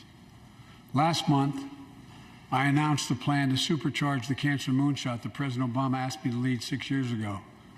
Our goal is to cut cancer death rates by at least 50% over the next 25 years. I think we can do better than that. Turn cancers from death sentences into treatable diseases. More support for patients and their families. To get there, I call on Congress to fund what I call ARPA-H, Advanced Research Projects Agency for Health, patterned after DARPA in the Defense Department. Projects that led in DARPA to the internet, GPS, and so much more to make our forces more safer and be able to wage war with more clarity. ARPA will have a singular purpose: to drive breakthroughs in cancer, Alzheimer's and diabetes, and more. A unity agenda for the nation. We can do these things. It's within our power, and I don't see a partisan edge to any one of those 4 things. My fellow Americans, tonight, we've gathered in this sacred space, a citadel of democracy, in this Capitol. Generation after generation of Americans have debated great questions amid great strife and have done great things. We fought for freedom, expanded liberty, debated totalitarianism and terror. We built the strongest, freest, and most prosperous nation the world has ever known. Now is the hour, our moment of responsibility, our test of resolve and conscience, of history itself. It is in this moment that our character of this generation is formed. Our purpose is found. Our future is forged. Well, I know this nation. We'll meet the test, protect freedom and liberty, expand fairness and opportunity, and we will save democracy. As hard as those times have been, I'm more optimistic about America today than I've been my whole life, because I see the future that's within our grasp, because I know there's simply nothing beyond our capacity. We're the only nation on earth that has always turned every crisis we faced into an opportunity. The only nation that can be defined by a single word: possibilities. So on this night, on our 245th year as a nation, I've come to report on the state of the nation, the State of the Union. And my report is this: the State of the Union is strong because you, the American people, are strong. We are stronger today. We are stronger today than we were a year ago. And we'll be stronger a year from now than we are today. This is our moment to meet and overcome the challenges of our time. And we will, as one people, one America, the United States of America. God bless you all, and may God protect our troops. Thank you. Go get him. Let us go get him. President Biden speaking for a little over an hour in his first State of the Union speech, spending about the first 10 or 11 minutes talking about the situation in Ukraine and the American-led coalition of countries that have stood up to Vladimir Putin. But what we saw just a few minutes ago, about 6 minutes near the end of the speech, we heard an interruption in the crowd. A member of Congress. I want to go to NBC News senior Capitol Hill correspondent Garrett Haake, who's inside the chamber. What was that we heard as the president was beginning to talk about his late son, Beau? Yeah, Lester, that was Republican Lauren Boebert from Colorado. As the president was talking about warriors in flag-draped coffins, she interjected 13 of them, I believe, a reference to the American servicemen and men who were killed in Afghanistan during the withdrawal. She and Marjorie Taylor Greene, another Republican freshman, kept up something of a running commentary throughout much of the speech, interjecting in segments about immigration and segments about COVID, jumping up and clearly audible commentary, even as far away as I am upstairs in the gallery. And it sounded like some were trying to shush her. Yeah, there was definitely a reaction. They're only a few seats away from the aisle, the center aisle of the chamber that separates the Democrats from the Republicans. There was definitely a significant reaction from those who heard her jumping in. Not entirely clear where it was coming from, but clearly an unwelcome interruption from most of the other folks in the chamber, Lester. Garrett, thank you. We want to turn to NBC's chief White House correspondent, Peter Alexander, who's been listening to this speech. It felt like the top of the speech was a rewrite in light of pressing events happening on the world stage, but then the remainder of it went along as most State of the Union addresses do, a laundry list of goals and aspirations and pressing lawmakers to pass his initiatives. What was your take, Peter? Yeah, Savannah, that was my take. This really did feel like two different speeches. The first 15 minutes in many ways seemed like they were written for this moment, the U.S. and its allies overseas teaming up together in this fight against tyranny, against autocracy, against Vladimir Putin in support of the Ukrainian people. It was about as much bipartisan applause as you've seen in a chamber like that in a couple decades, dating back perhaps to the months and years that followed 9/11. The president saying of Vladimir Putin he has no idea what's coming. But what surprised me is how quickly he then pivoted to the domestic agenda, and in many ways sort of revisiting a lot of the topics that are litigated on a daily basis here in Washington, D.C., sort of recasting the Build Back Better plan as an effort to build a better America, but still detailing a lot of the same policies that have been stalled on Capitol Hill.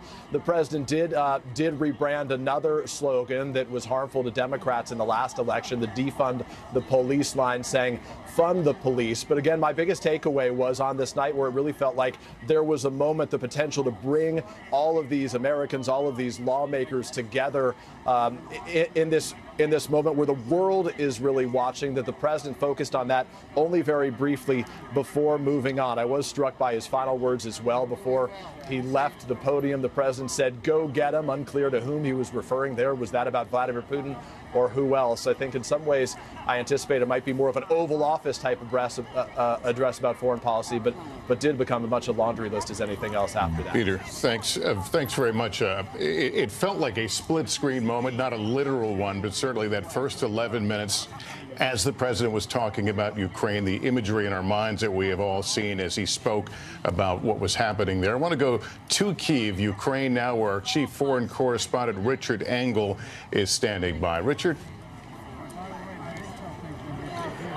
So Ukrainians will be very flattered by what they heard. There was a lot of blue and yellow in the crowds, the colors of the Ukrainian flag, honoring the ambassador, celebrating the heroism of the Ukrainian resistance. It is something that Ukrainians themselves are very proud of. It is something that they are talking about a great deal. They themselves are quite pleased with the fact that they have been able to literally stand up and block convoys of Russian tanks. And that is happening more and more. As Russian troops pour into this country, the fellow Slavs, because both the Ukrainians and Russians are Slavs, that the Russians are not only having their convoys slowed down because of technical difficulties, lack of fuel and lack of food and logistical problems, but in some cases, the Ukrainians will go up to those armored vehicles, young and old, and confront the Russian soldiers themselves and say, "Don't shoot."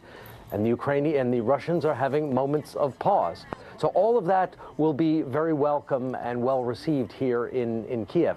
The problem is you didn't hear a great deal of new information, not any major new sanctions, and not the kind of specific help that the Ukrainians are asking for. Just a short time before President Biden gave the State of the Union, President Zelensky said quite clearly that without more help, the Ukrainian military, as hard as it fights, isn't going to be able to take on Russia by itself, especially as Russia changes gears and moves away from small unit tactics, precision strikes, to full-on siege warfare, with this city, Kiev, being the most likely next target. All right, Richard, you and your team continue to be safe. And we want to turn now to our chief Washington correspondent, Andrea Mitchell, and Chuck Todd, who is here with me. Chuck, do you feel, when we look back at this speech in history and the moment that we are in, not just as a nation, but the world? Yeah. I mean, the president framed it, democracy versus autocracy. He said this is a real test. Did it meet the moment in terms of, the real good versus evil struggle that is unfolding, half a world away right now? Let me put it this way. In some ways, for the sake of the Ukrainians, I hope we don't say it didn't, I hope we say, oh, it was about right. But I fear this is going to feel like a speech that didn't age well because of the lack of, I thought he'd spend more time in Ukraine, spend a little more time explaining why it is our fight. As you said, good versus evil, explain a little bit more and a little bit of the history of the defense of Europe and a little bit of why we're in this position, why we have these alliances, what it all means. And it just felt like an abrupt end after the 12 minutes of that. And it felt like, boy, we could have had more. There was more to say. I think there was more that the public would have. And then it turned, look, I do think he accomplished two important pieces of politics. Saying the phrases, secure our borders and fund our police. There are a lot of vulnerable Democrats and a lot of House and Senate races that are relieved to hear the leader of the Democratic Party say those two phrases. But that's the politics of this. You're asking about Ukraine, it certainly didn't, it felt to me like it could have had a lot more. Andrea, there was no reassurance when the president was talking about Ukraine. We heard a few days ago Vladimir Putin raise the specter of putting his forces on nuclear alert, recognizing that's a sensitive ground for the president to go on. But were you surprised that there wasn't a reassurance to the American people that we are going to be okay through this? Well, I think the calculus there is, we're told, the president wants to de-emphasize that threat twice now from Vladimir Putin just in the last few days, because he doesn't want to respond to it. He did not do what he could have done, which was to raise the alert on American nuclear forces, equivalent to what Putin had done. That would be an anticipated response. Instead, he's trying to almost ignore it because he wants to de-emphasize it, de-escalate as they can.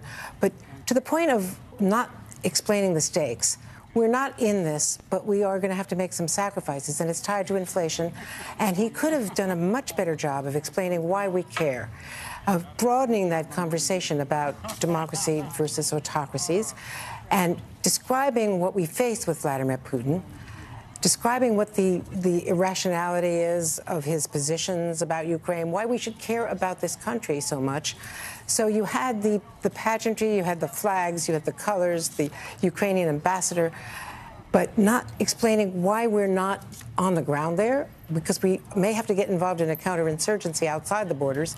And frankly, if we don't get those supplies, we're now $1 billion in terms of getting aid to them. Some said too little, too late. But it's a contested airspace.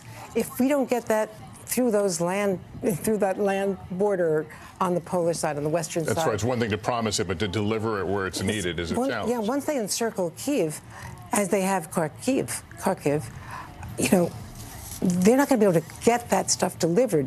They've got to do it in the next 10 days. is the best military analysis. It felt like it was symbolically satisfying. There was those moment, a very moving moment when the entire House chamber stood for the ambassador from Ukraine, and there was a sea of blue and yellow. But when you get down to brass tacks, the president made clear we're not sending boots on the ground. He did say, actually, we're going to be okay. But then he said, Ukraine, these are going to be tough days for Ukraine. And he made clear he would defend NATO territory, but it left open what of Ukraine, what of those people surrounded right now? By the way, the end of the speech was clearly speaking to the larger, this is what makes us a great democracy. Boy, I think we were all waiting for it to be tied exactly, and then I think we were all waiting for this to frankly be a Ukraine sandwich, and then it didn't land there a little bit. I mean, and so again, I think we're all saying the same thing. I think we all expected a little bit more. I think we're all fearing that the next week is going to be just horrifying as we see a cornered Vladimir Putin do some perhaps crimes against humanity in order to try to get. There are questions about what the point of the sanctions are. What's the action that you expect? Clearly, he's not turning. And I think he had an opportunity to basically be a professor tonight a little bit and tell the American people, we try fireside chat, whatever historical metaphor you want to have. And I think he would have I think he had a public that was ready to hear more. And ask for some sacrifice and explain why we're going to need to sacrifice. I also think there was a strange moment at the end where he said, go get him. That was audible to the audience, and we're not quite sure what he means. I think he's talking about Vladimir Putin and the bad guys over there, but it was an ad lib that kind of... Yeah, normally his close is God bless and our that was, soldiers. I think he was trying to buck up America and say, we're strong, the State of the Union is strong, get out there and, remember that we are strong as Americans. By the way, his COVID messaging was very strong. I think that was sort of that was a moment where it seemed to get everybody and keep masks on. So I thought he did some good. And he avoided the claim of victory. Correct. I thought that was a well-crafted portion of the speech. Was the COVID. Well, it is interesting to see how, whether it's the COVID messaging, the funding of police, the border wall, there did seem, Lester, to be an overt effort to reposition the Democratic message more in the middle, because obviously they're looking at the same polls and they see that the midterm elections are upon us, and all indications are that the Democrats are not going to do well, to put it kindly. And by the way, this is his comfort zone. I covered him when I was the congressional correspondent. Look at the way he is mingling, staying, more so than any other president, because he is so happy to be back in this joint session and in the House. We want to go into Chief White House correspondent Kristen Welker and get her initial thoughts on what we just heard. Kristen? Well, Lester, I'm getting mixed reaction hearing from some Democrats to this speech.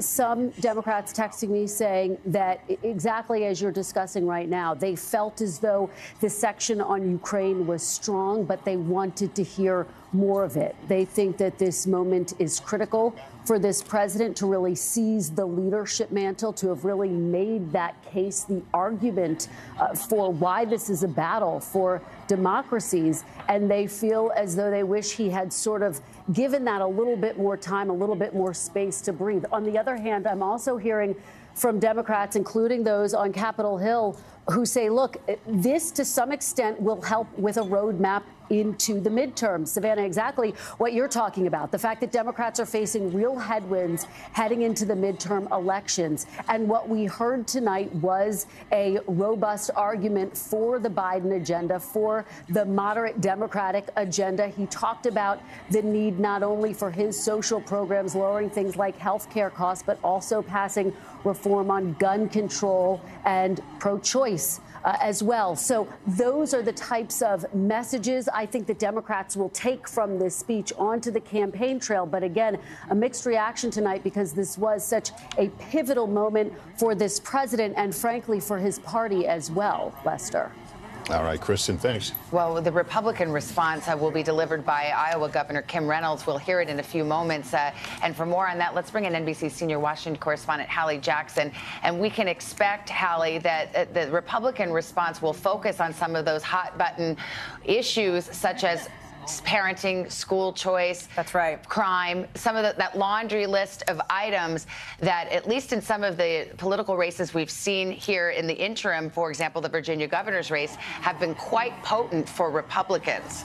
And they expect that to continue as we head into the midterm, Savannah. We're talking about, Iowa Governor Kim Reynolds here, a grandmother of 11 who will weave in some of her biography as she prepares to deliver the biggest speech of her political career. And you're right, we expected to focus. I've been on the phone with folks in Iowa, including those close to her, familiar with her remarks. She's going to focus largely in a couple of buckets, COVID and the economy. And this is all about contrast. Her mission and the mission of Republicans in this response is to highlight how their leadership in states like Iowa on these two issues has been different from the Biden administration's. Keep in mind that Iowa was one of the first states to get kids back in classes about a year ago. They had resisted in the initial days of the pandemic moving into a lockdown status. You've got that piece of the pandemic response. Governor Reynolds among the Republican governors leading these red states, these states where people largely went for former President Trump on that front. You also have the economic bucket. I expect, for example, that she will likely reference the fact that just today in Iowa, she signed a bill into state law that would do tax reform, essentially, implement a new tax rate for Iowans. She will go after him, I expect, on inflation for President Biden. That is a talking point we have heard from Republicans around the country because many of them believe that the economic messaging and talking about how much people are paying and what kind of money is in their wallet will be really effective come November. You have to keep in mind, too, that the response to any State of the Union can be, in the words of one source I talked to today, kind of thankless. If you do it well, people tend not to remember, and they do remember if you do it poorly. But that is the needle that she is going to thread, and I expect you to see some of those big themes from her tonight, Savannah. All right, Hallie, thank you.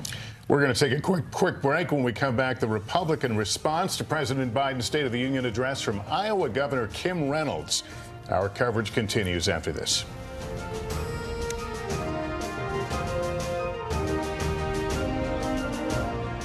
There were residents who hung on for dear life. I've heard people say the town is gone. Do you see it that way? Absolutely not.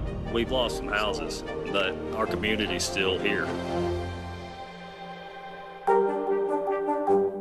We're here to start conversations about the big things happening in our world, because it's not my job to tell you what to think. My job is to think about what you tell me. Now Tonight with Joshua Johnson, streaming weeknights at 8 on NBC News Now. Hallie Jackson Now, weekdays at 5 on NBC News Now. News is happening now. Look at what's making headlines around the world. Right now on Morning News Now. We're coming on the air with breaking news. And this is a significant moment. Whenever it happens, wherever you are, NBC News, streaming free now. We're here to start conversations about the big things happening in our world, because it's not my job to tell you what to think. My job is to think about what you tell me. Now Tonight with Joshua Johnson, streaming weeknights at 8 on NBC News Now. The fire has grown leaps and bounds. You see behind me is typical. How you doing? Pretty bad. Ooh, the answers come when you need them most. Ooh, let it go. The Today Show's newest fan. Little Al Roker. What am I doing here?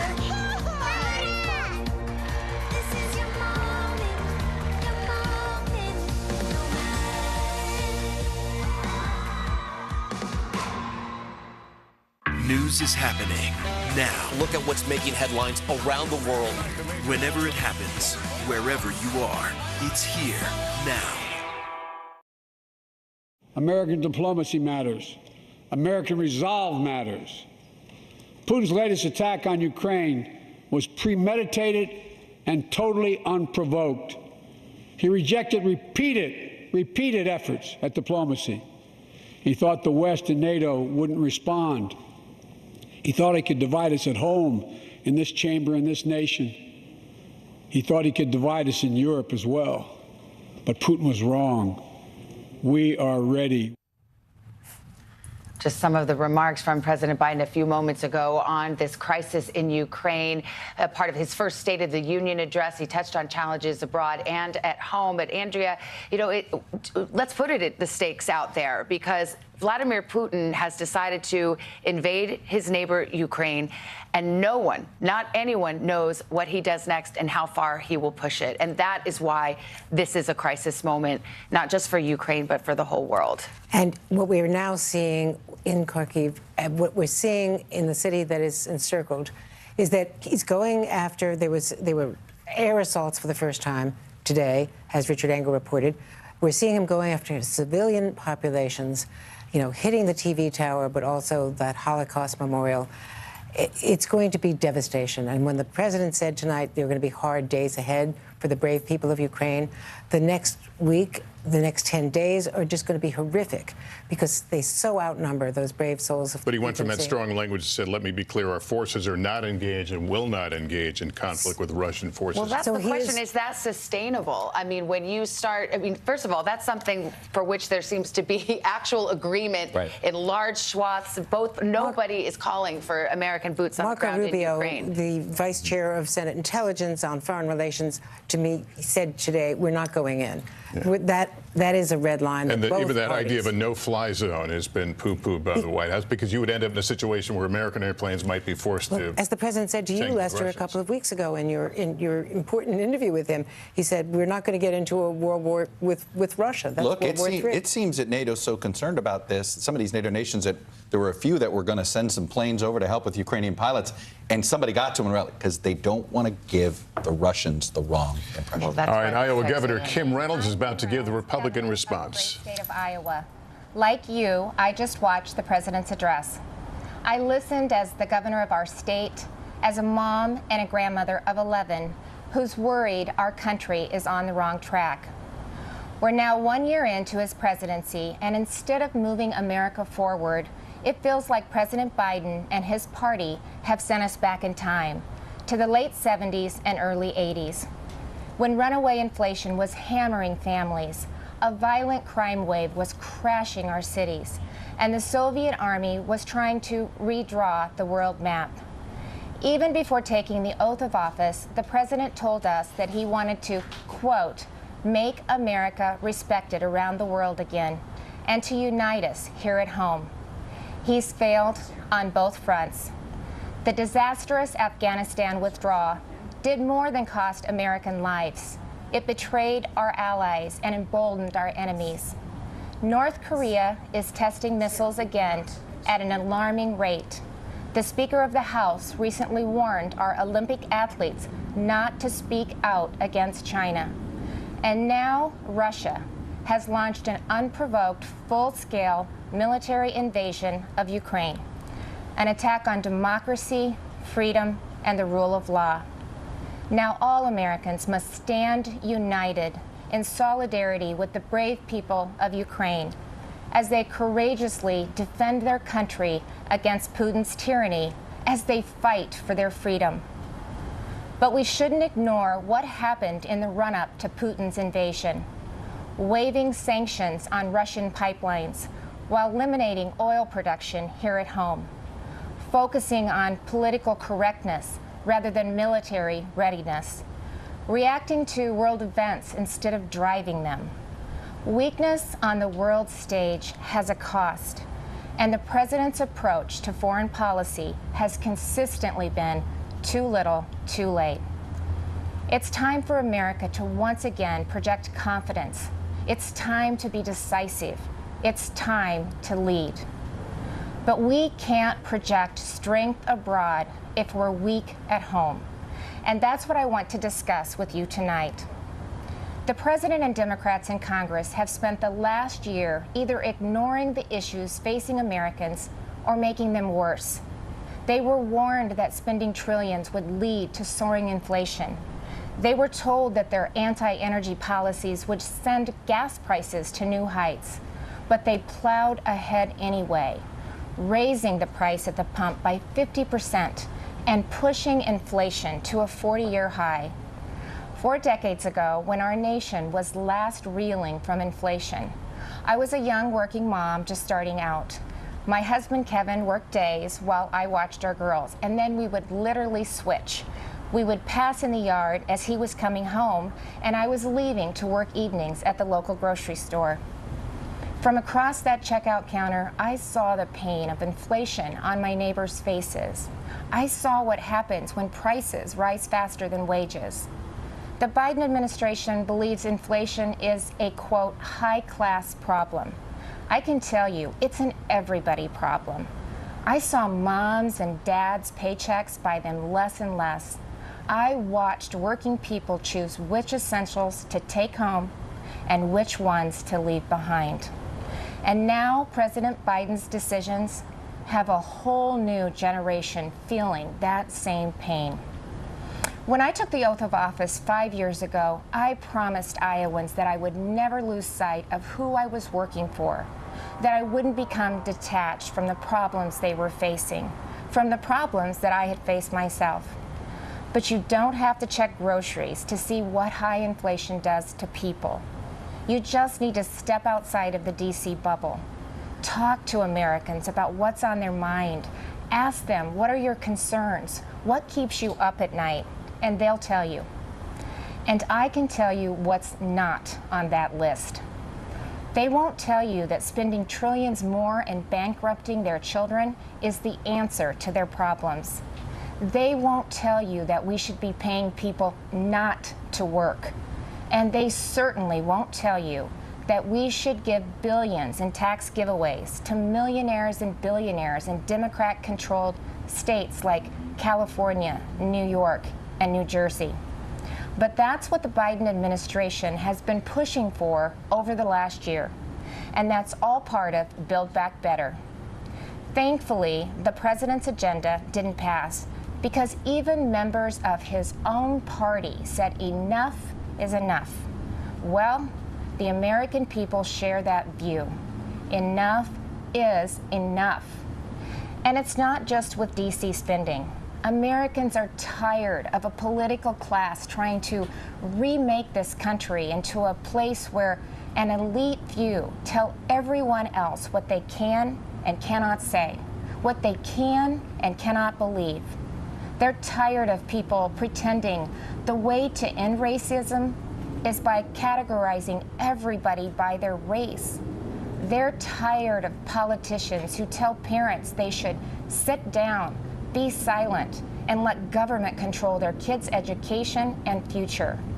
Frankly, they are tired of the theater, where politicians do one thing when the cameras are rolling and another when they believe you can't see them, where governors and mayors enforce mandates but don't follow them, where elected leaders tell their citizens to stay home while they sneak off to Florida for sun and fun, where they demand that your child wear a mask, but they go maskless. So you've heard the excuses. They were just holding their breath. But it's the American people who are waiting to exhale, waiting for the insanity to stop. We now live in a country where violent crime is out of control. Liberal prosecutors are letting criminals off easy, and many prominent Democrats still want to defund the police. You know, it seems like everything is backwards. The Biden administration requires vaccines for Americans who want to go to work or protect this country, but not for migrants who illegally cross the border.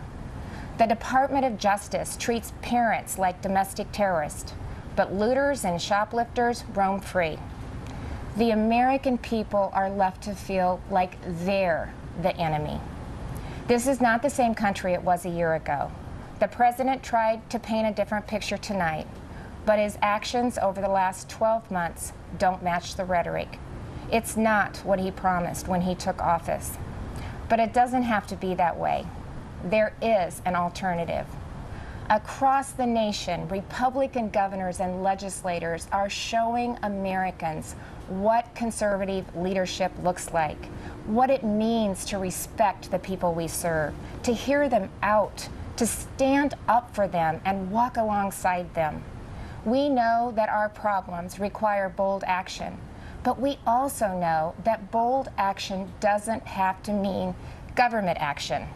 It's Americans making their own decisions for their own families and future.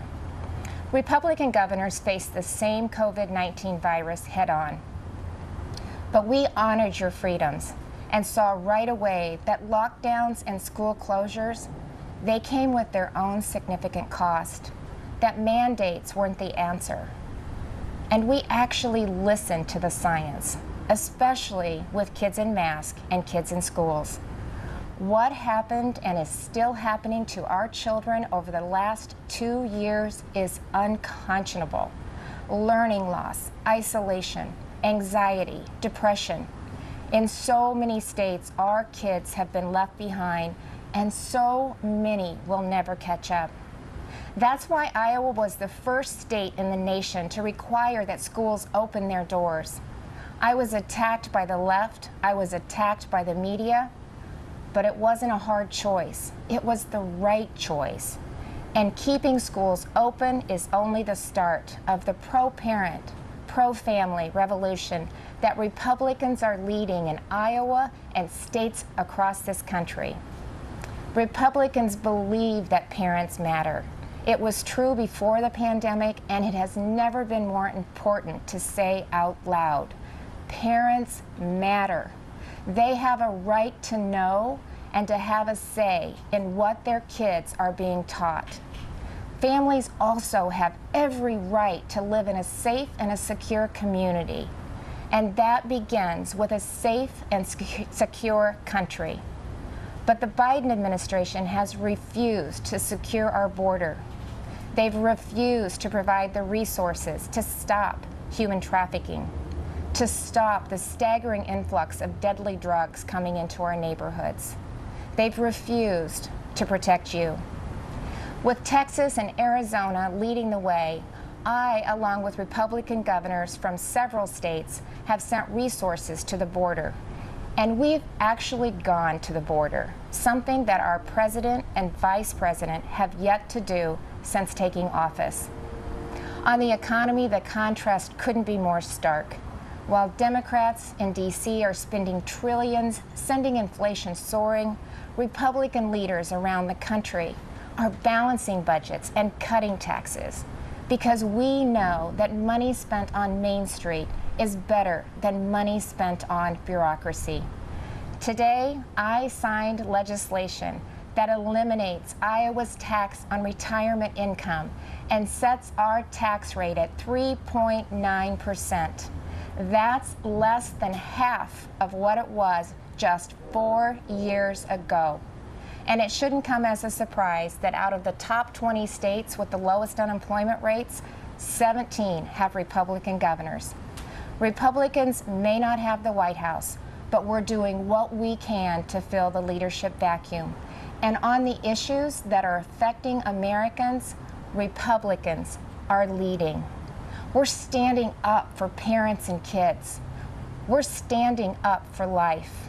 We're keeping our communities safe and thanking those in uniform. We're fighting to restore America's energy independence, and that includes biofuels.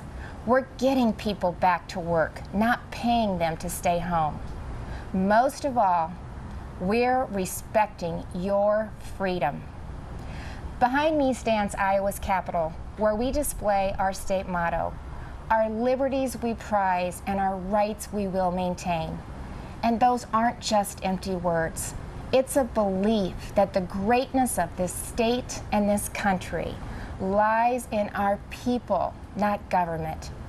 You shouldn't have to wake up every morning and worry about the next thing the government is going to do to you, your business, or your children. If we as elected leaders are doing our job, then the government is working well, but operating in the background. It's supporting the ingenuity and spirit of our people, not drowning them out. It's keeping them safe, not restricting their freedom. That's what I believe, that's what Republicans believe, and that's what Republicans are doing. I am so blessed to be the governor of Iowa, where people are humble, hardworking, and patriotic. We take care of each other, And yes, we are, as they say, Iowa nice. But you don't have to be from Iowa to see that those are the values of America at its best, all of America. Over the last few years, I've put my faith in Iowans, and they haven't let me down. I encourage this president to do the same, to put his faith in you, the American people, who have never wavered in your belief in this country, regardless of who leads it. Because you know, you've shown that the soul of America isn't about who lives in the White House. It's men and women like you in every corner of this nation who are willing to step up and take responsibility for your communities, for your neighbors, and ultimately for yourselves. By that most important measure at least, the state of our union is indeed strong. Thank you, God bless you, and God bless the United States of America. The Republican response from Kim Reynolds, governor of Iowa. Both speeches hit on rising inflation that's hitting Americans hard. We want to go to NBC News senior business analyst Stephanie Ruhle with that. Stephanie? Lester, Savannah, President Biden has a complicated economic story to tell. While he has some very big wins, 6.5 million jobs created, unemployment now down to 4%, and household savings hitting a record high as we come out of the pandemic, those are very big wins. Unfortunately for this administration, they're discounted because the inflation that we're facing right now is a huge problem for the American people. We see it all over the place, and it's not going to get any better anytime soon because of the situation in Ukraine. Now, it's no surprise the GOP's response was hammering inflation over and over. But frankly, they didn't even need to do that. The American people are feeling it every single day. It's what they're talking about at their kitchen tables, and it's what's causing a problem in approval ratings for President Biden. Stephanie, thank you very much. Those domestic issues, of course, at the forefront and usually the bread and butter of a State of the Union. But as we saw tonight, the president spending the first part of his speech on the situation in Ukraine. And we want to return to that. Tom Yamas, our correspondent, is in Lviv, the western part of the country. He's been there for several days now. And what do you think will be the reaction to the speech, to the extent that the folks there will even hear of it when they are literally fighting for their lives? No, Savannah, it is a good point. It's going to be 6 o'clock in the morning shortly here. Ukrainians are going to wake up, and I can be very honest with you, the president's speech is not going to be on their mind. They are waking up and they're going to volunteer centers and they're packing bags full of food, water, and diapers to be sent out to the war-torn regions. After that, they're assembling camouflage nets or Molotov cocktails. Men who run auto parts stores or are dentists or doctors are now running military checkpoints looking for Russian spies or Russian saboteurs. I'm not sure if the president's speech here will inspire the Ukrainian people because President Biden couldn't tell them what they want, which is they need troops on the ground here. The U.S. is not going to do that. NATO's not going to do that. They want a no-fly zone for Russian aircraft. NATO will not enforce that. So what the Ukrainian people want, they're not going to get from President Biden, and they've sort of realized that at this point. When you speak to these Ukrainians, they're convinced that they're going to defend their country and they're going to win their country. I think one thing that maybe was left out of the speech that maybe they could have spent a little bit more time on was the refugee crisis, right? What is the U.S.'s role going to be in helping the more than 600,000 refugees that have now fled Ukraine, right? The mass immigration crisis, migration crisis that's going to happen with this country. Those families, those mothers, those daughters, I've spoken to them.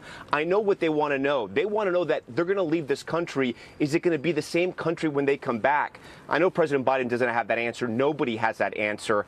But I think we needed to hear a little bit more about how the U.S. will help all these people that are trying to leave this war-torn region. You know, when you look at that map and you look at the size of Russia, you look at the size of Ukraine and what Ukraine is up against right now with that Russian military, and these Ukrainians, all they have is their bodies in some cases to stop those tanks and those Molotov cocktails. The power of the U.S., the power of NATO, it's really hard for Ukraine to understand that at this point. Tom, thank you very much. Let me pick up some of that conversation with NBC News national security analyst Jeremy Bash. And Jeremy, what Tom said, the U.S. can't give Ukraine what the Ukrainian people really want, and that is firepower and boots on the ground. Are we in some ways hitting the hardest part of this now? We've seen the major sanctions come down. It's kind of a what next now, right? Yeah, we're entering a very dangerous phase, Lester.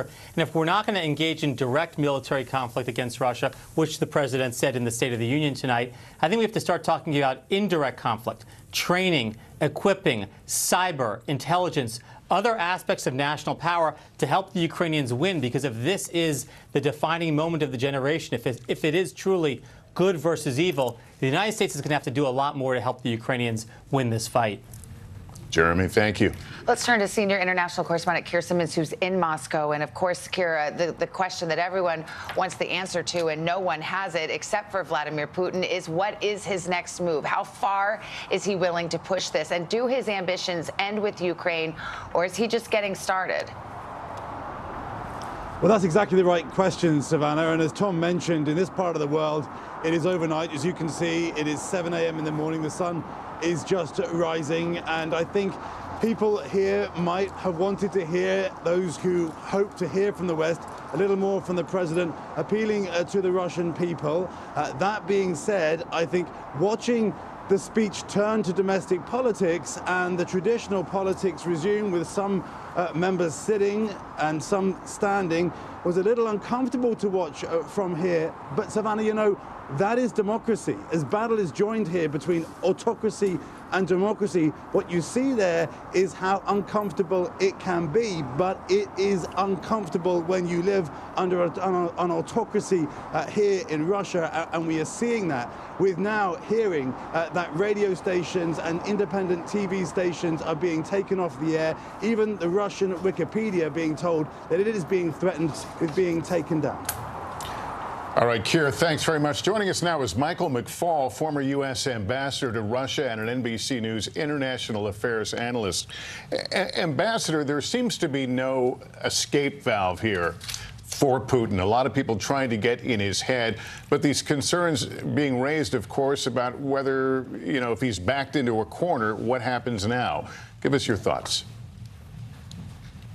I think he is backed into a corner, Lester. It's the exact right frame. I don't think he has an end game to this war. So he's changed tactics. He's gone from shock and awe to now doubling down in an old tactics that he used in Chechnya and Syria to bomb civilians. We're going to see over the coming days the horrible casualties that will come with that. But then what? What is he going to do if he seizes Kiev? What is he going to do after he arrests Zelensky? God forbid if that happens. I don't think he's thought through those consequences. He does not have the forces to occupy this giant country. And my prediction is if that horrible thing happens and Kiev and Kharkiv fall, there will be a partisan war with guns, and there will be active, nonviolent civic resistance in Ukraine for weeks and months and years to come, because Putin doesn't know what to do if he finally reaches the capital. Does he have any strong political rivals? No, tragically, he doesn't. He's arrested them all. Alexei Navalny is the strongest, and he sits in jail right now. Remember, he tried to kill him with poison, and then he arrested him when he came back from Germany. But what I sense, Lester, I talk to Russians every day, normal friends and people in the elite circles. Nobody supports this war. They were shocked by this war. They now know that their lives will be interrupted forever because of the amazing set of sanctions that the Western democratic world has put in place. And I don't know when it'll happen, but you will see more and more defections. You've seen a few already. And my prediction is that popular opposition to this war will grow over time. But Ambassador McFaul, that raises the central question, which is Putin totally impervious to pressure? He is without rival. He's been in power for 20 years. And many who have watched Putin, and you obviously are among them, think that there is something that's different about him now, that somehow his calculus has changed, that he is showing flashes of emotion that he didn't before. Do you think that he could be persuaded even by those oligarchs that surround him, even by this terrible thrust of Western sanctions? Or is he a man on a mission and a man willing to stand alone? That's exactly the question, Savannah. I don't have a great answer. I have a guess. One, he is isolated. He's not surrounded by oligarchs. That's part of the problem. I wish he had more FaceTime with the oligarchs. He's sitting out in a bunker-like mentality out at his compound. He's not listening to anybody, and that makes him out of touch and, in my view, increasingly erratic. He's upset with the way the war's gone. That's why he threatened to put his nuclear forces on high alert. You don't do that if you're winning. And some hope that eventually those around him, probably not the oligarchs, probably the generals, by the way, might persuade him enough is enough. This was a mistake. This was an overreach. It's time to sue for peace. That's what I want. I don't know if that'll happen. I think that's the only way we avoid a massive, horrific war that could go on for months if that doesn't happen sometime soon. All right, Ambassador Michael McFaul, always good to have your perspective. Thank you. We want to turn back to the speech now and how it played on both sides of the aisle. We want to bring in MSNBC host and former chief spokesperson for Vice President Kamala Harris, Simone Sanders, and NBC News contributor and editor and CEO of The Dispatch, Stephen Hayes. Simone, I'll let you have the first crack. What did you think of the speech tonight? Well, hi, Savannah. Hey, Lester. I thought the president came and did what he needed to do. He needed to speak forcefully about Ukraine, about what his administration has done to support Ukraine and to hold Russia accountable, but he also needed to give the American people some hope that the government can and does work for them. And that's what he did in name-checking all these policies. He ticked through a lot. We heard about mental health, veterans, climate change, child care, elder care. He talked about taking on companies who are engaging in price gouging, driving up inflation. So I thought there are a lot of people that will be pleased, and that's what I've heard from folks. They're pleased with what the president did tonight. And Stephen, were there any some bipartisan boxes checked that you didn't expect when you heard the president talk about, no, fund the police? What are your thoughts? Yeah, Lester, I think that was the moment. But there wasn't much more than that. He talked about a unity agenda. He ticked through 4 unity agenda items. But I think the rest of the speech just felt off. It felt like a president who was, high in popular approval right now and has a country that thinks we're on the right track. That's what the speech felt like. But in fact, he's mired in the high 30s in his approval rating, and 3 out of 4 people think the country's on the wrong track. And I don't think he did anything to really speak to those people who are concerned about the direction of the country. I don't think the State of the Union is strong. I think the State of the Union is tired.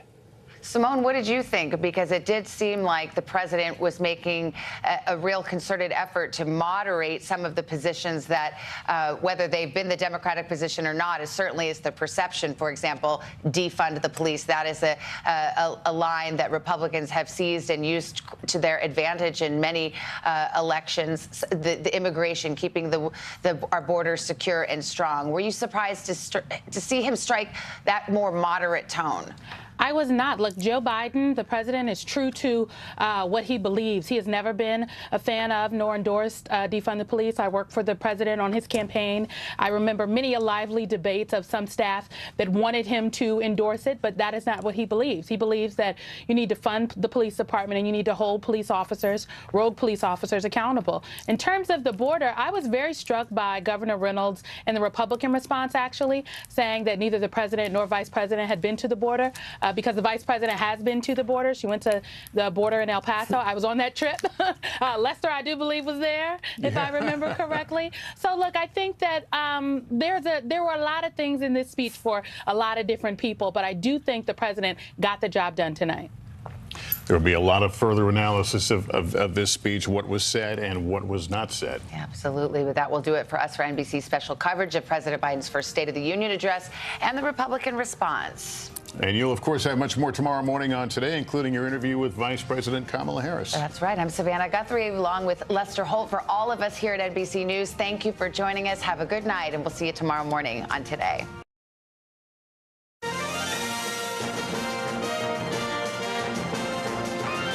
Live from Washington, this is Meet the Press coverage of the State of the Union on NBC News Now. Here are Chuck Todd and Kristen Welker. Good evening and welcome to NBC's continuing special coverage of the State of the Union address. Joe Biden's first officially as president as he faces a war abroad, declining support at home, and an election year as we enter year 3 of this pandemic. A lot to break down, Chuck, so let's dive right in. It has been a split screen night With American politics center stage here in Washington, but so much attention also on Kyiv as Ukraine and its president withstand another night of Russian attacks. The conflict now quickly approaching the 1-week mark. It's rattled the globe and even leading to Russian threats of nuclear engagement. And it could be transforming the Biden presidency. We'll see. But the president's remarks tonight did not linger on the conflict. He spent about 10 minutes on the issue as he announced a series of new measures against Russia. The Department of Justice is assembling a dedicated task force to go after the crimes of the Russian oligarchs. We're joining with European allies to find and seize their yachts, their luxury apartments, their private jets. We're coming for your ill-begotten gains. And tonight, I'm announcing that we will join our allies in closing off American airspace to all Russian flights, further isolating Russia and adding additional squeeze on their economy. The president had some other strong words for Russian President Vladimir Putin, saying he was wrong in thinking he could divide the U.S. and Europe. He vowed to defend every inch of NATO, drawing a clear contrast between democracy and autocracy. Putin may circle Kyiv with tanks, but he'll never gain the hearts and souls of the Iranian people. He'll never extinguish their love of freedom, and he will never weaken the resolve of the free world.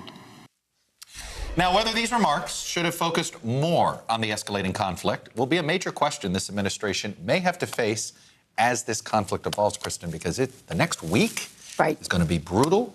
Absolutely. We may look back in a week and go, We could have used a little bit more time on it, potentially. We'll have to see, because the headlines clearly will be dominated by this story. There were many notable lines from this speech on the economy, inflation, prescription drug prices, the pandemic, and more. But some of the most notable political moments of the president's remarks came when he distanced himself from movements of his own party, starting with a clear rebuke of progressive calls to defund the police. We should all agree the answer is not to defund the police. It's to fund the police. Fund them. Fund them.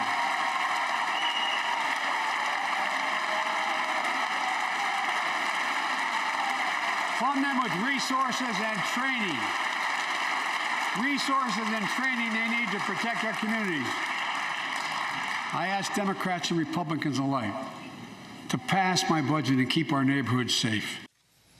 So, fund the police, and then the president took another tough stance on an issue of immigration as well, using this Republican talking point.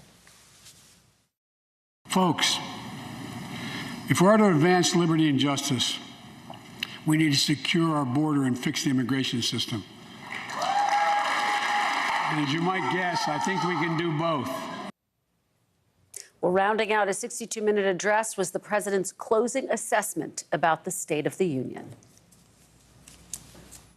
And my report is this: the State of the Union is strong because you, the American people, are strong. We are stronger today. We are stronger today than we were a year ago. And we'll be stronger a year from now than we are today.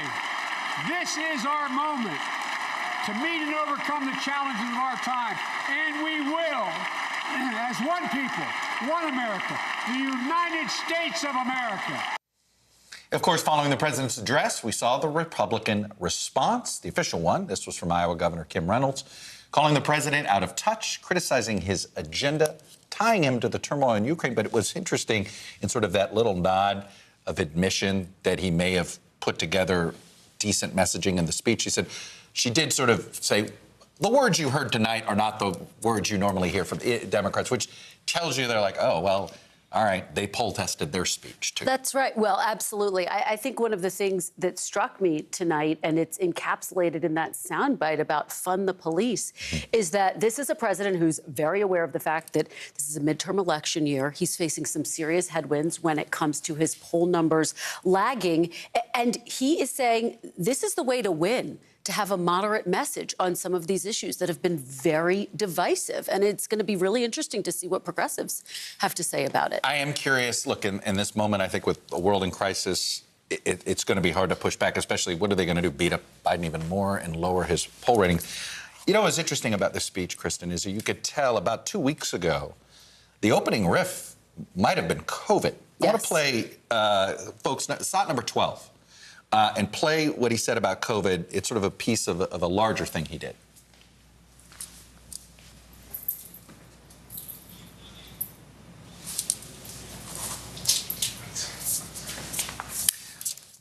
So stop looking at COVID as a partisan dividing line.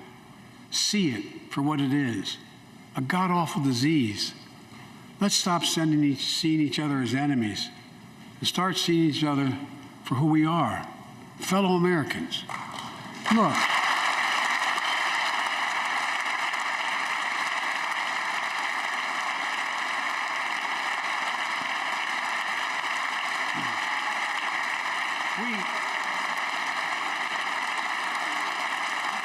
We can't change how divided we've been.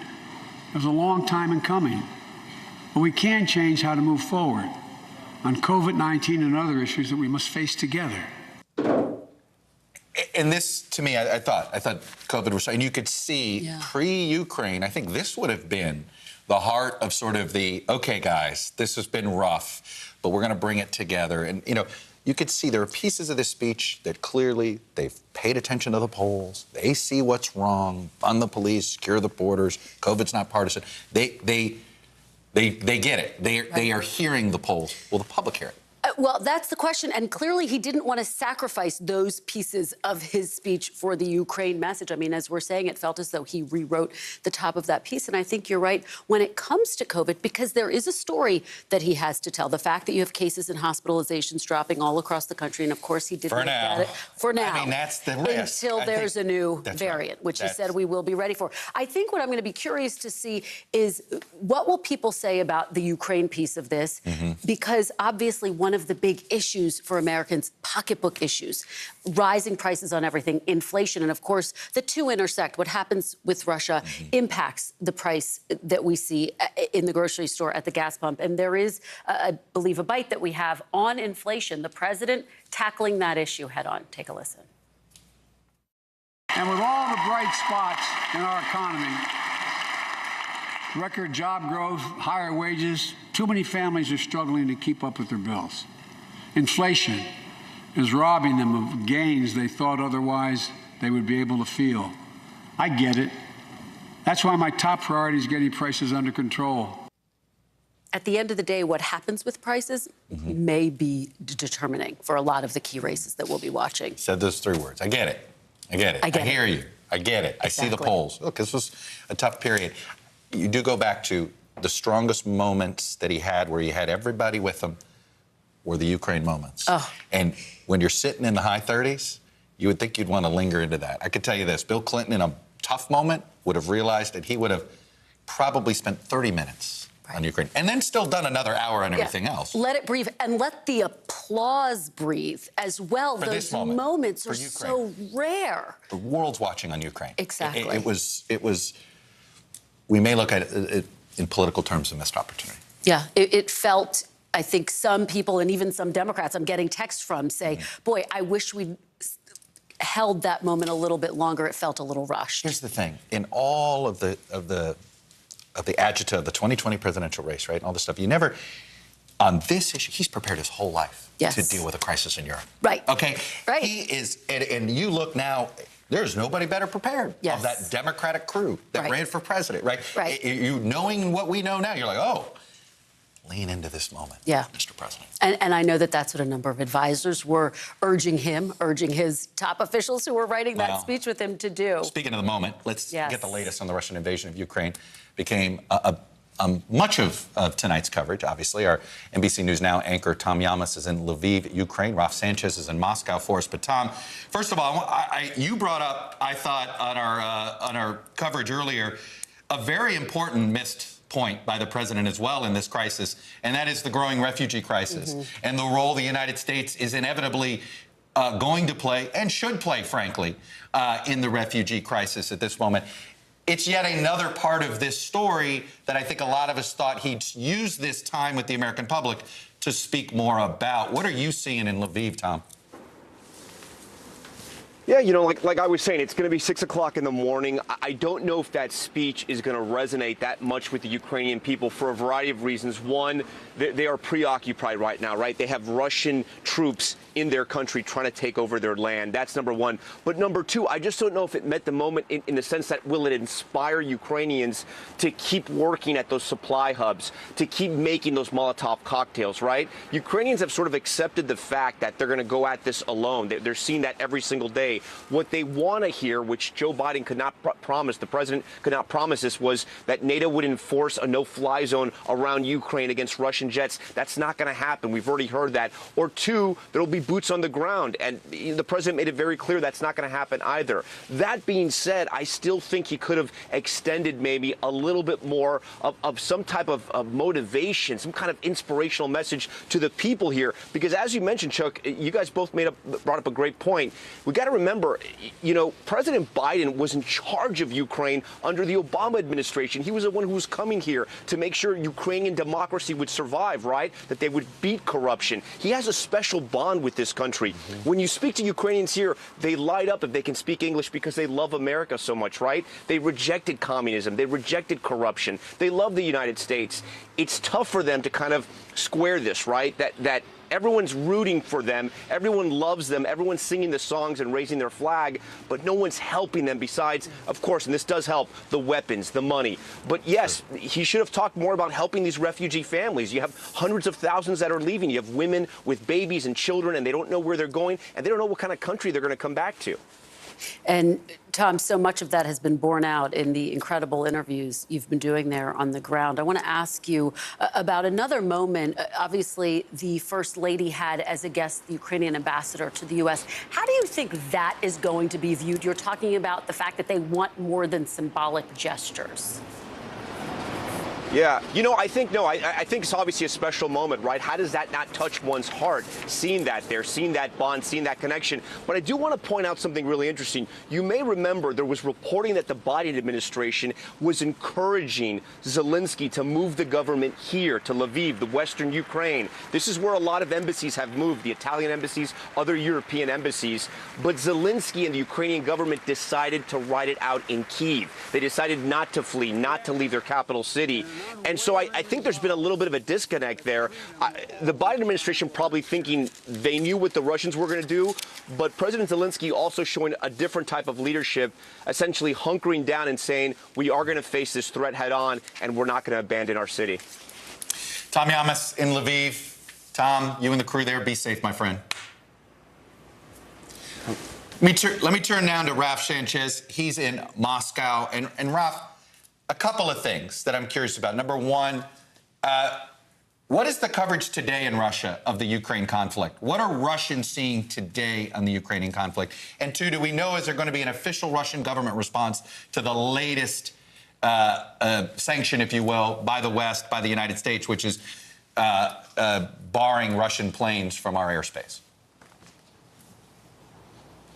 Yeah, Chuck, it's a little after 7 a.m. here. We're likely to hear from Dmitry Peskov, Vladimir Putin's longtime spokesman, at some point in the coming hours. I'll tell you, the playbook from the Kremlin so far has been kind of studied indifference to announcements coming out of Washington, coming out of the European capitals. We'll see what they have to say about these latest sanctions, but I will tell you, they are not indifferent to the effects of those sanctions. President Biden said tonight that he believes Vladimir Putin miscalculated, and all the evidence we are seeing on the ground here in the Russian capital is that is a correct analysis. Chuck, we do not think the Kremlin expected these sanctions to be as strong as they were. They didn't expect the Western allies to be as united as they were.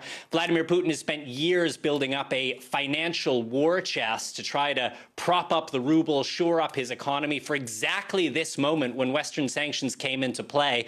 But these sanctions are so widespread, they went after the Russian central bank, that financial war chest is out of reach. So people here are watching the value of the ruble collapsing in front of their eyes. 1 ruble is worth less than a cent for the first time. And this is a country that is feeling diplomatically, politically, financially, and physically, frankly, isolated at this point. President Biden said that American airspace is now closed to Russian aircraft. The Europeans have done the same thing. So this is a country feeling very cut off. Now, Chuck, you asked about what's the narrative on Russian state television. It's interesting. That in some ways is our best view into what the Kremlin wants. Their main message is that this country can withstand those sanctions. Chuck? All right, Ralph Sanchez in Moscow. I will take it. Thank you so much. And of course, I think even Vladimir Putin has been stunned by the protests in the street. By the way, I'm taking 1 ruble, less than 1 penny. Yeah, I mean, that. I mean, it's and how quickly it happened. It says how it all. quickly it happened. Yeah, Ralph Sanchez, great reporting. Thank you. Joining us now is Indiana Republican Senator Mike Braun. Senator, thanks so much for joining us, staying up late with us. Really appreciate it. Let me just get your reaction to this speech. We talked about the fact that President Biden spent a little more than 10 minutes talking about this crisis in Ukraine. What did you make of that? Did you want to hear him take more time on that part of the speech? I did want to hear more time there. I think when you look at what he could kind of talk about that would spin a good notion on what's occurred, the domestic agenda has been etched in place for over a year. The inspiration coming from the Ukrainian people, from Zelensky himself, has been amazing. I think clearly the Europeans have woken up that, you know, Putin poses a problem. I was really glad to see Germany kick in, commit to actually spending more on their defense than what Russia has been. You got to realize Germany's economy is over twice the size of Russia's. I think he could have put a lot of emphasis on how the wagons have been circled, how we should not tolerate anything that Putin has done, and then what about really going after him where you're cutting off those connections to markets, where you take the no-fly zone across the area there, do things that really would, I think, make Putin real. And the other thing it begs even there is, when did we know this was going to happen? Did we hear about it months ago?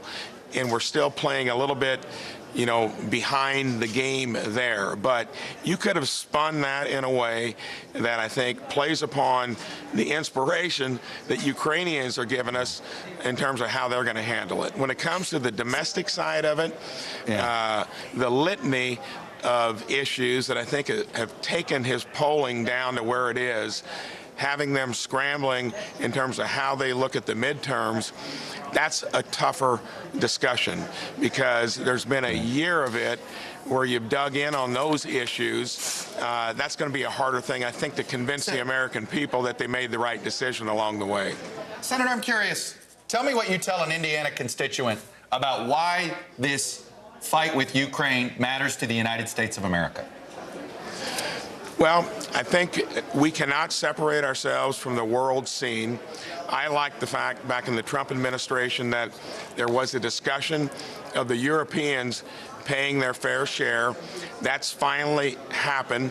Sad that it took this kind of incursion to get them there, but we got to call him out for what he is. And I think, you know, regardless of politics, we got to make sure that he doesn't go any further.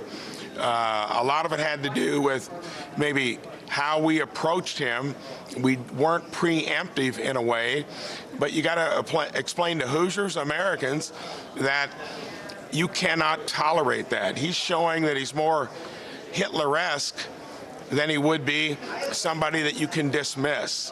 And I think now is the time, and I just hope that he's not too far in on something where he makes terrible decisions to dig his hole even deeper. That's the main risk we have in terms of where we are right now. Absolutely. Senator, just to follow up with you quickly, it sounded like you're expressing your support for a no-fly zone. Is that something that you would support? Because the White House says that they are firmly opposed to that it's not going to happen. Well, I wonder why, because those are the things that would really, I think, put him in a place even worse. I think they're worried about that inflaming an already kind of hot situation.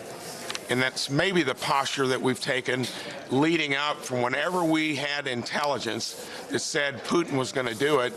And now that we got the whole world really weighing in, and notice how quiet China has been.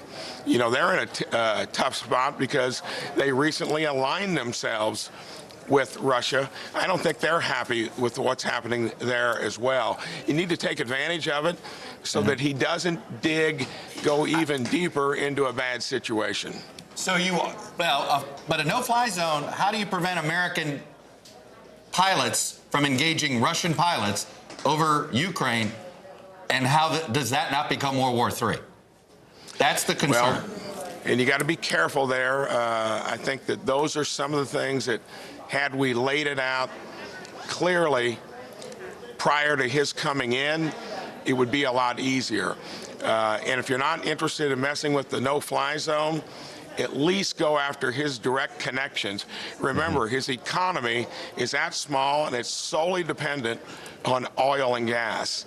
And I'm glad the Germans said clearly they're not going to go forward with Nord Stream 2. But there are things that we should have done. Coming in late probably won't be as effective, but he's clearly shown us what he intends to do, and I think he's doing it at great risk to his own future and his country's future, and I think Russians are telling him that with what you've seen on their own streets. There's no doubt. I think that the West felt like they needed the world to see Putin as the aggressor rather than unintentionally giving him provocation was probably that fear, but I think we understand what you're saying, Senator. Senator Mike Braun, Republican from Indiana. I always appreciate you getting your perspective on things. Thanks again for staying up late. You bet. Coming up, we got much more on the president's comments tonight on funding the police and securing the border. Comments have probably got the attention of a lot of progressives.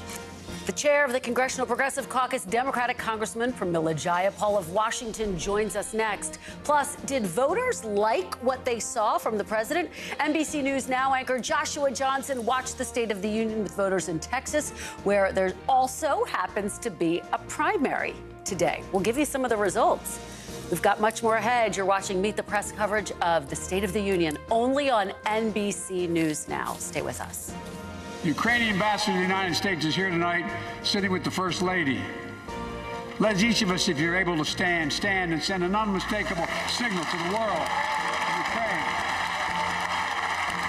Thank you. Thank you, thank you, thank you.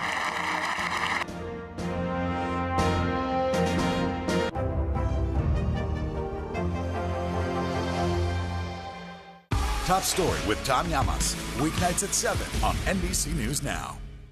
These days, it feels like the news never stops. So let's get into it. What's happening right now, what it all means for you for an hour every day. It can be hard to keep up, so let's get started together. Hallie Jackson Now, weekdays at 5 on NBC News Now. To cover the news, you have to be in it. We'll take you to the front lines of the story, bringing your news feed to life. Streaming live every night. It's your news playlist. Top Story with Tom Llamas, weeknights at 7 on NBC News Now. There's no better place for fun with friends. Quality time with your little golf buddy. Or an afternoon alone together. With the Golf Now app, family and friends are just a tap away. Just pick your course, pay from your phone, get out and enjoy. Golf Now. Download the app and go play. We're here to start conversations about the big things happening in our world, because it's not my job to tell you what to think. My job is to think about what you tell me. Now Tonight with Joshua Johnson, streaming weeknights at 8 on NBC News Now. What happened here is a story of loss and salvation. There were residents who hung on for dear life. This is where you took shelter, in this closet. I took shelter right in this closet right here. Rioters banged down one of the doors. Have you found a way to reconcile it a year later? It really hurt to see this place that I love so much treated with such disrespect. Was it an act of cleaning or an act of healing?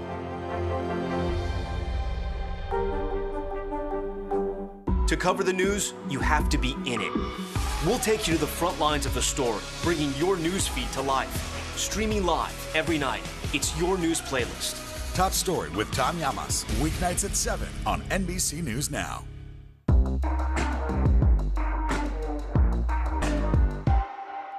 Now Tonight with Joshua Johnson, streaming weeknights at 8 on NBC News Now.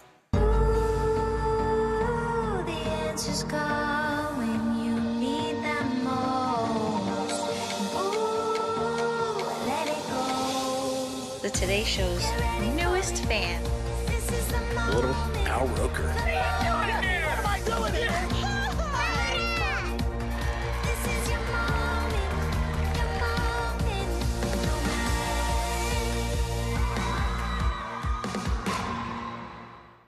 News is happening now. Look at what's making headlines around the world. Whenever it happens, wherever you are, it's here now.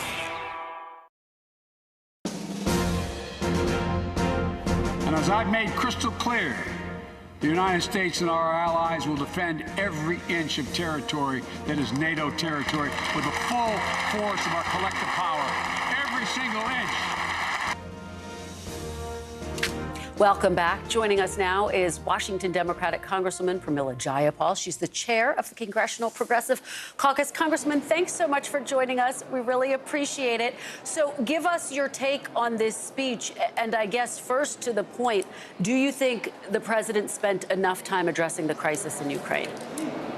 Well, thank you so much for having me. I absolutely do think the president spent enough time discussing the crisis in Ukraine and really highlighting the unity that he has built and his administration has built through diplomatic means to really bring everybody together. And you saw the chamber unified. You saw us waving our flags in support of the Ukrainian people. And I think really making it clear that we are doing everything we can to help Ukraine and to hold Vladimir Putin accountable for this aggression and the war that he has created on Ukraine. So yes, I think that in terms of the speech overall, the president was on fire. I think he was really channeling the strength of working people across this country, and he spoke to people in basic terms about their kitchen table issues, about cutting costs, about controlling the price of pharmaceutical drugs, about capping the cost of insulin, about making sure that nobody pays more than 7% for childcare. All of these things that Americans care deeply about, that is what the president was talking about. And he was also talking about holding corporations accountable, you know, pandemic profiteering, making sure that people don't make money off of this crisis. I think that was very important. Very important line that the president had around antitrust and monopolies, saying that capitalism without competition is exploitation. That is another very, very important piece of the progressive agenda, to take on these big corporate monopolies. And of course, he talked about making the tax system more fair and making the wealthiest pay their fair share. So I think these were important points that are about Americans having a better life and having a more fair opportunity to take care of themselves and their families. So as you know, you've got to answer for all progressives, because that's your job now. I'm half kidding, Congresswoman. I know you love that. But fund the police and secure the border is going to get shorthanded for the president is rebuking progressives. Fair? No, not at all. And, you know, Chuck, if I have to answer for all progressives, you're going to have to answer for every news media station as well, thanks a lot. including Fox News. I mean, I'm just saying. But listen, the president talked about making sure that we hold police accountable and making sure that our communities are safe. And I think that is exactly a message that resonates for everyone. We want our communities to be safe. We want to hold law enforcement accountable. And I don't think there's anyone that disagrees with that. So I think that was fine. Do you think it was necessary, though, that they had to sort of beat back this slogan that has been shorthanded and has beaten up Democrats a little bit? Well, I mean, look, I just think that at the end of the day, it's really the Republicans who attack on these things, and I think that we just have to keep putting forward what the president put forward in his vision today, which is cut costs for American families, deliver for people where they need it the most. And guess what they need the most? They need their pocketbooks to be healthy and to have opportunity. So that's what I was focused on today, and I think the president did a really good job of that. And I'll also say, just on a personal note, as the mom of a transgender kid at a time when in Texas, the Attorney General is trying to sue parents of trans kids, I was really touched and moved and proud that the president spoke specifically to my trans kid and to trans kids across the country. Congresswoman, it was notable that the president talked about Build Back Better without using that term. We've been hearing for quite a while he's going to rebrand Build Back Better. Do you think anything is different right now in this moment for passing those individual pieces of legislation that he called for, what you just referenced, lowering child care costs, lowering costs of prescription drugs? Do you think anything is different right now in our politics that can actually get done? Well, I think what the president was really focusing on was we've done a lot, but we've got a lot to do. And that, I think, is why it was important for him to talk about each of these individual pieces. And I do think that there is still a chance that we can get some of these things done. And, I haven't given up on that. But I'll also say that the Progressive Caucus will be next week releasing a list of executive actions that the president can take with his own power to do some of the things that he talked about tonight. Cutting costs, getting the cost of pharmaceutical drugs down. He can use some of his executive authority to do that. We are also going to call for the president to cancel student debt. That is important. I wish he had said something about it tonight, but it doesn't mean it's off the table. And so I think that is what we're focused on is, yes, we can get some of these pieces of Build Back Better done, whatever you want to call it. It's sort of like Voldemort, he who shall not be named. We can't use Build Back Better anymore, but we are going to talk about child care. We are going to talk That's about your second prescription Voldemort drugs. reference with me, by the way. I'm keeping track. Anyway, Congresswoman Pramila Jayapal, really appreciate you coming on, staying up a little later with us here at NBC News Now, so thank you. Thanks so much for having me. All right, let's break down the speech a little bit more with, joining us now, Stephen Hayes, editor and CEO of The Dispatch and Democratic strategist and veteran of both the Biden and Clinton campaigns, the last two ones. Adrian Elrod, welcome to you both. It was a Democratic speech. Adrian, give me your initial take, and what are your thoughts on Ukraine specifically? Well, look, I think it's important to keep in mind that President Biden had three audiences he was speaking to tonight. First of all, the American people. Secondly, citizens living in democracies across the globe. And third, Vladimir Putin. He succeeded in all three. That is no easy feat to try to address all three of those audiences and deliver a strong speech. When it comes to Ukraine, I thought one of the great things that he did in this speech was really explain the history of protecting democracy and why this is important why protecting Ukraine is important to the everyday lives of American people, both politically and economically. Again, something that's not easy to do when you have to, explain in very simplistic terms and explain it to, the scholars out there and then the everyday Americans who are tuning in to probably the first political speech they watched in over a year. I think he did a great job and succeeded in all of those endeavors. Steve? Yeah, I didn't think he did a great job. I wasn't impressed with the speech. And I thought he had some good moments at the beginning. I thought it was an appropriate and at times moving tribute to the bravery of Ukrainians. And that was an important message. I wanted more in that section. I wanted more about Ukraine. I thought this was an opportunity for the president to explain in some depth why it's so important to us. I mean, I think people across the country are waking up and saying, like, I don't understand this entirely. You probably all have the same kind of friends I have. They don't pay attention to politics. They're not really into it. And then all of a sudden you start getting texts or emails from them. Really so smart all people. Of my I know, people. like, what the hell is he invading Ukraine? Like, Correct. What? I've gotten that from economics professors who are PhDs, Yes, going, not people who, right. yeah, people who are busy living their lives. Yeah, Right. These are not people who are not interested in politics or don't care about the country. And I'm getting a lot of those, and people want to know what's going on. And I don't think you spend enough time doing that. The other criticism I'd have on foreign policy and national security, where was the Afghanistan withdrawal? He didn't talk about that. Where was Iran? Where was North Korea? 2 passing mentions of China. These are huge issues. They're going to shape the future of the country.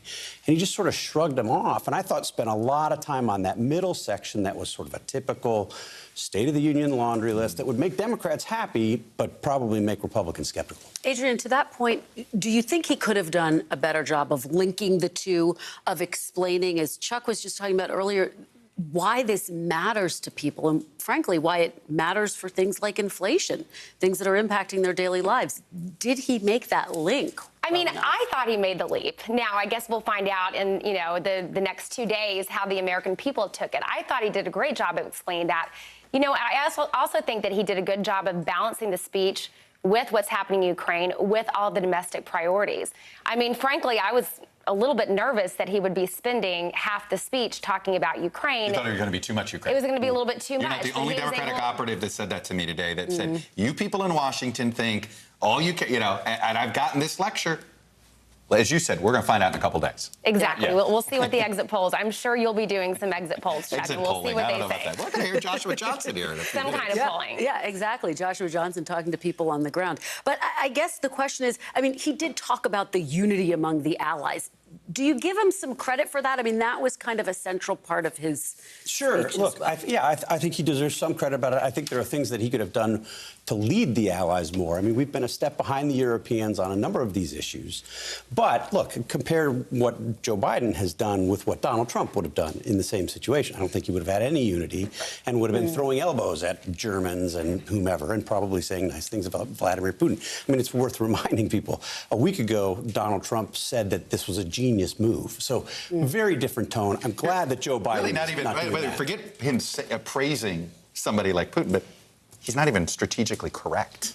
No, I mean, that's the other part of this. You're like, my God, It's not an accurate statement. Yeah. ignorant about basic military strategy. Clueless, yes. So in that sense, I think it was. In that sense, I think he does deserve some credit. There are things I'd rather have had him take the lead on that he didn't. But it's a good moment right now. All right, Adrian. Stuff to come. Fund the police and secure the border. What do you think? I'm so glad that he went there on those issues, especially when it comes to quote unquote fund the police. I thought Congresswoman Jayapal had a very diplomatic answer to that, but that has been Yours something a little less diplomatic. Exactly. That has been an issue. I mean, on the campaign, it drove us crazy. I know it certainly drove then candidate Vice President Biden crazy. That was something that we had to constantly contend with, right? And it's certainly something that has caused a lot of concern for us going into the midterms. So I'm glad that he addressed that. And I think you saw quite a lot of camaraderie in the audience, a lot of support around his statement. Hey, Steve, let's play the Kim Reynolds bite. Yeah. She made it's interesting. We heard a little bit from Mike Braun that there seems to be a growing attempt to try to use Ukraine as a negative political attack. Take a listen.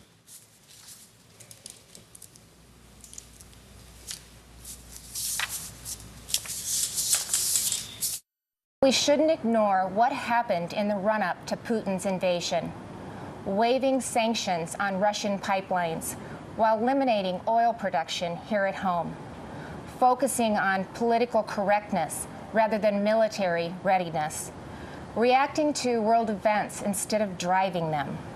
Weakness on the world stage has a cost, and the president's approach to foreign policy has consistently been too little, too late.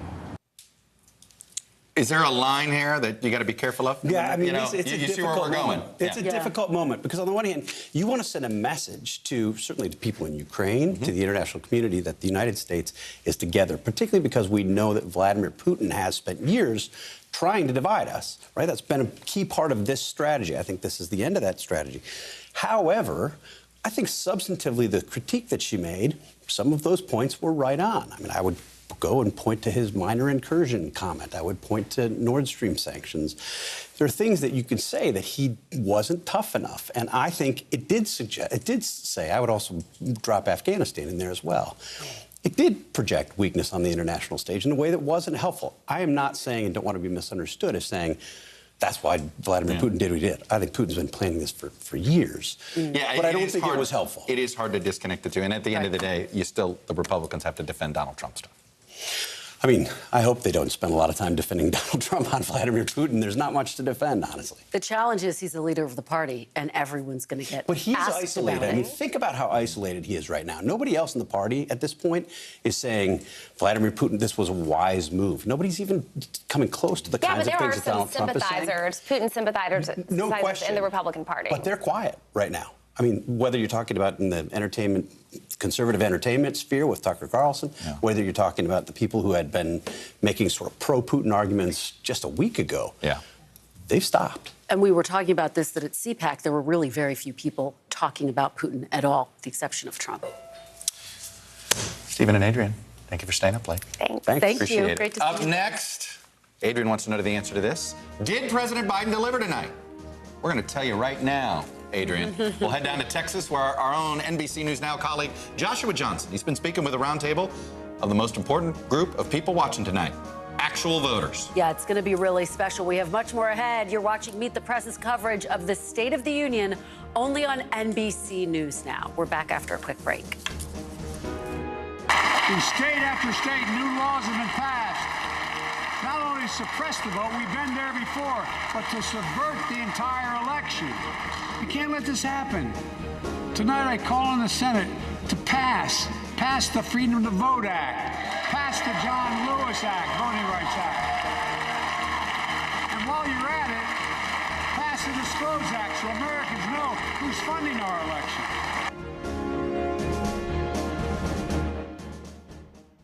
This is a very different kind of program. We're here to start conversation about the big things happening in our world. Professor, I'm not asking you to predict the future, but what do we think that the new normal is going to be?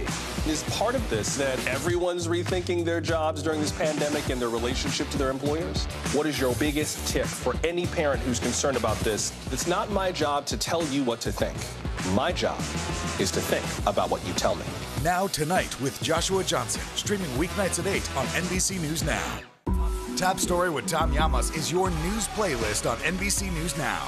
And now, you can listen to it as a podcast. Available anytime and anywhere. News is happening now. Look at what's making headlines around the world. Whenever it happens, wherever you are, it's here now. News is more than a headline. It informs, it inspires, and it still matters. To cover it, you have to be in it. And that's what we're going to do. Every night, we take you to the front lines of the story, where it's actually happening, with NBC News journalists on the ground from all over the world. We cover what you need to know and bring your newsfeed to life. In primetime and streaming live, it's your news playlist every night. Top Story with Tom Llamas, weeknights at 7 on NBC News Now. There were residents who hung on for dear life. I've heard people say the town is gone. Do you see it that way? Absolutely not. We've lost some houses, but our community's still here. Top Story with Tom Llamas is your news playlist on NBC News Now. And now, you can listen to it as a podcast. Available anytime and anywhere.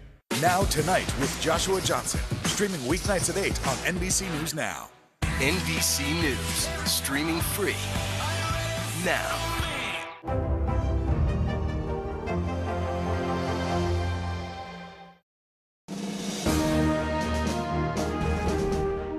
And I know you're tired, frustrated, and exhausted.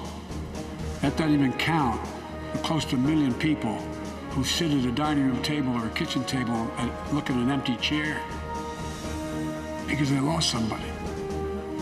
But I also know this, because of the progress we've made, because of your resilience and the tools that we have been provided by this Congress, tonight I can say we're moving forward safely back to a more normal routines.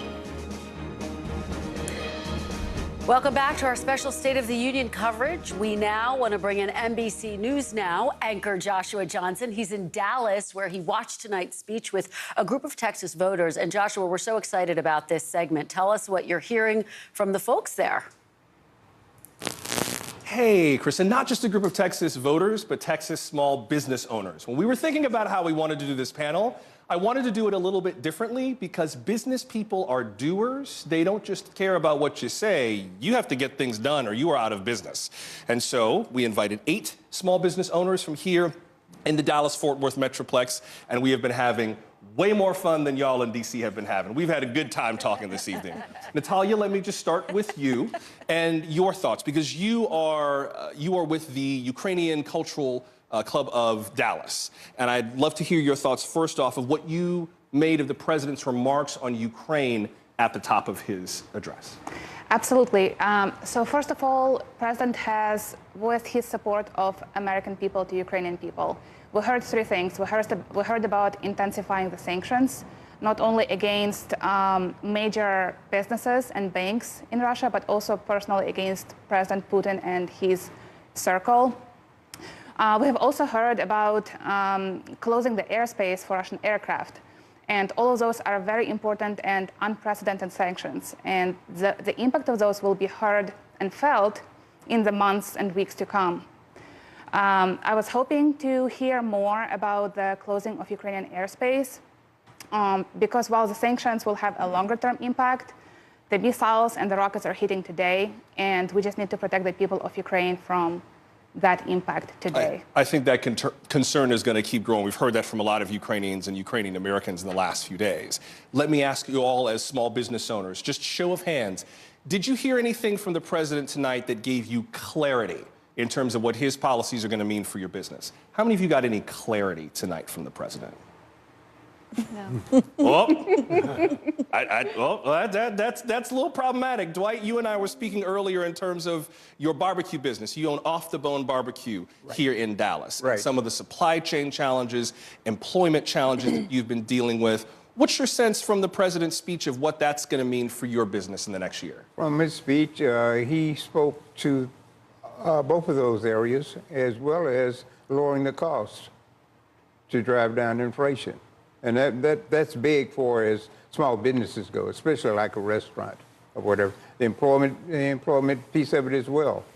He also mentioned meat producers, and I know that the cost of proteins, as we were talking about earlier, exactly, that affects you very directly. Exactly. That's big on our list, to drive down, to get back to where we were. Yeah. How far off do you think you are now from where you were before? Probably 30 to 40%. 30, 40%? Yes. No kidding. Right. Wow. Cindy, let me come to you before I have to let all y'all go. You mentioned some of the other social issues that the president brought up, especially because some of those were so big in terms of the Texas primaries that were today. Yes. What did you make of the president's address? I'm hoping that those policies that he spoke about today, that they'll start trickling down to Texas, and we'll actually see some changes here coming up soon in November. You also mentioned the impact of immigration policy for you as a small business owner as well. As a small business owner and as a Mexican American, I think it affects a lot of families here in Texas. And, you know, we all have friends and family that are here undocumented and are willing to work and want to work, but they just don't see a pathway to legalizing themselves or having the right paperwork. Jaime, one of the things that you mentioned several times, and I think this cut across everybody, is being able to have some clarity and to really see what the president's going to be able to do for you in the next year. Yes, I would love to see some actionable steps. He touched on a lot of topics that I wanted to hear about, but I'd love to bring it closer to home because we're dealing with a lot of issues today. And a lot of those require long-term investment, and that doesn't go along with the lines that he was saying inflation is going to go down. It seems like it's a lot more investment. Inflation's going to go up. I got to say, talking to the 8 of you tonight has been very illuminating. And Chuck, Kristen, just so you know, I have at no time asked these 8 people what their party affiliation is. Good for you. I don't know. And I think for the purposes of being able to get stuff done, on a small business level, there are no Democratic bills and Republican bills. You pay in plain old American money. So I think there's an opportunity for the president, since he got so many of those applause lines that made everybody stand up, to really create policies that will cut all the way across all kinds of businesses if he makes good on the promises he made tonight. You know, Joshua, what struck me about your clarity question and the fact that these are all small business owners, which means that they do everything in their business. It's sweep the floors, deposit the checks at night, all those things. It sounded like it's a trust but verify situation. They're not fully believing, is it all politicians, but they're not fully believing what somebody's saying to them. They need to see it to believe it. Is that what I'm getting? Well, that's a good question. Y'all heard Chuck's question. Yes. Is that about right, that you need a little more? We need more action. Go ahead, Cindy. More action. We need more action. Yeah. I think that's exactly what. We literally said the follow through. Yeah, exactly. I think that's exactly, Chuck, why we wanted to talk to small business owners. And I think that there was a response among some of the folks we spoke to tonight to the optimism that the president expressed, that there is possibility for the country. But I think because he asked for so many things tonight, it might have been wiser, and this is just my conjecture, if he had zeroed in on fewer things, had very clear roadmaps, rather than trying to cover the waterfront. We'll see how that goes in terms of Congress, but he had a few bipartisan applause lines that maybe he can build on. And leaning it more into that, what's interesting is the most optimistic people in America are small business owners. or they wouldn't have started a small Exactly. business. So you're darn right they want optimism. I get that. What a great group. You got Joshua, some applause for thank that, you. Des. Amen. That's right. Joshua. Amen. I'm all about, That sucking was up for you. great, I just want to make sure Joshua. you get out. Thank You get out of there tonight. Thank you, guys. Up next, it's Kornacki. He joins us from the big board. There was people voting tonight. We'll have a breakdown of the results of the first big primary night of 2022. We thought we'd be spending more time in Texas. It just shows you where things are in our agenda these days. You're watching Meet the Press's special coverage of the State of the Union, only on NBC News Now.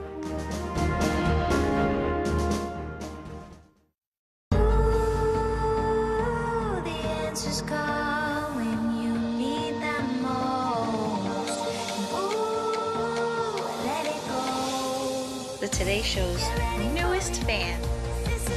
Little Al Roker. What am I doing here?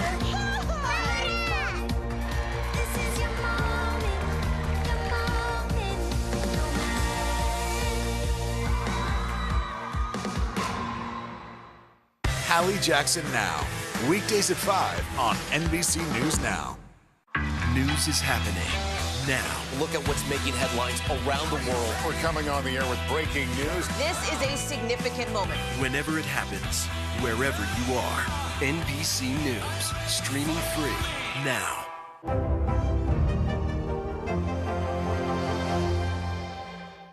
You're watching NBC News Now. Here's what's happening. Right now on NBC News Now. We've got all the angles covered tonight. Look at what's making headlines around the world. President Biden making news tonight on several fronts. We're answering the questions you want answered. There's a lot to talk about this evening. Let's start breaking all this down.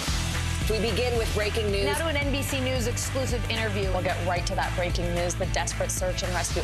Our team is live all across the path of destruction tonight. People say the town is gone. Do you see it that way? Absolutely not. Nearly 200 firefighters responded. What you see on the tablet here is what we see in real life on the street. 2022 midterms, the battle for Congress and the fight for control of state house. In our special County to County series, we're checking out key battlegrounds ahead of the midterms. We are talking elections. I'm in a battleground state. Meet the Press Election Night special. It is a big night. Let's take a look at what else is making news around the world. The escalating tension between Ukraine and Russia. They worry that Russia is not negotiating in good faith. Let's zoom out a bit to our changing climate. I'm not asking you to predict the future, but what do we think that the new normal is going to be? We begin with the pandemic today. Have you seen a demand for mental health services increase among Latinos? Raise your hand if you have had enough of COVID. A piece of space junk is on a collision course with the moon. It does matter. It is significant. Why? We're here to try to start conversation. A lot to talk about as we continue our rolling coverage. We're coming on the air with the news, NBC Scoop. Bringing the news to you is not only a job, it's an honor. Nearly a dozen hours after the eye roared ashore. There is some late breaking news. All right, To cover the news, you have to be in it. We'll take you to the front lines of the story, bringing your news feed to life. Streaming live every night. It's your news playlist. Top Story with Tom Llamas. Weeknights at 7 on NBC News Now.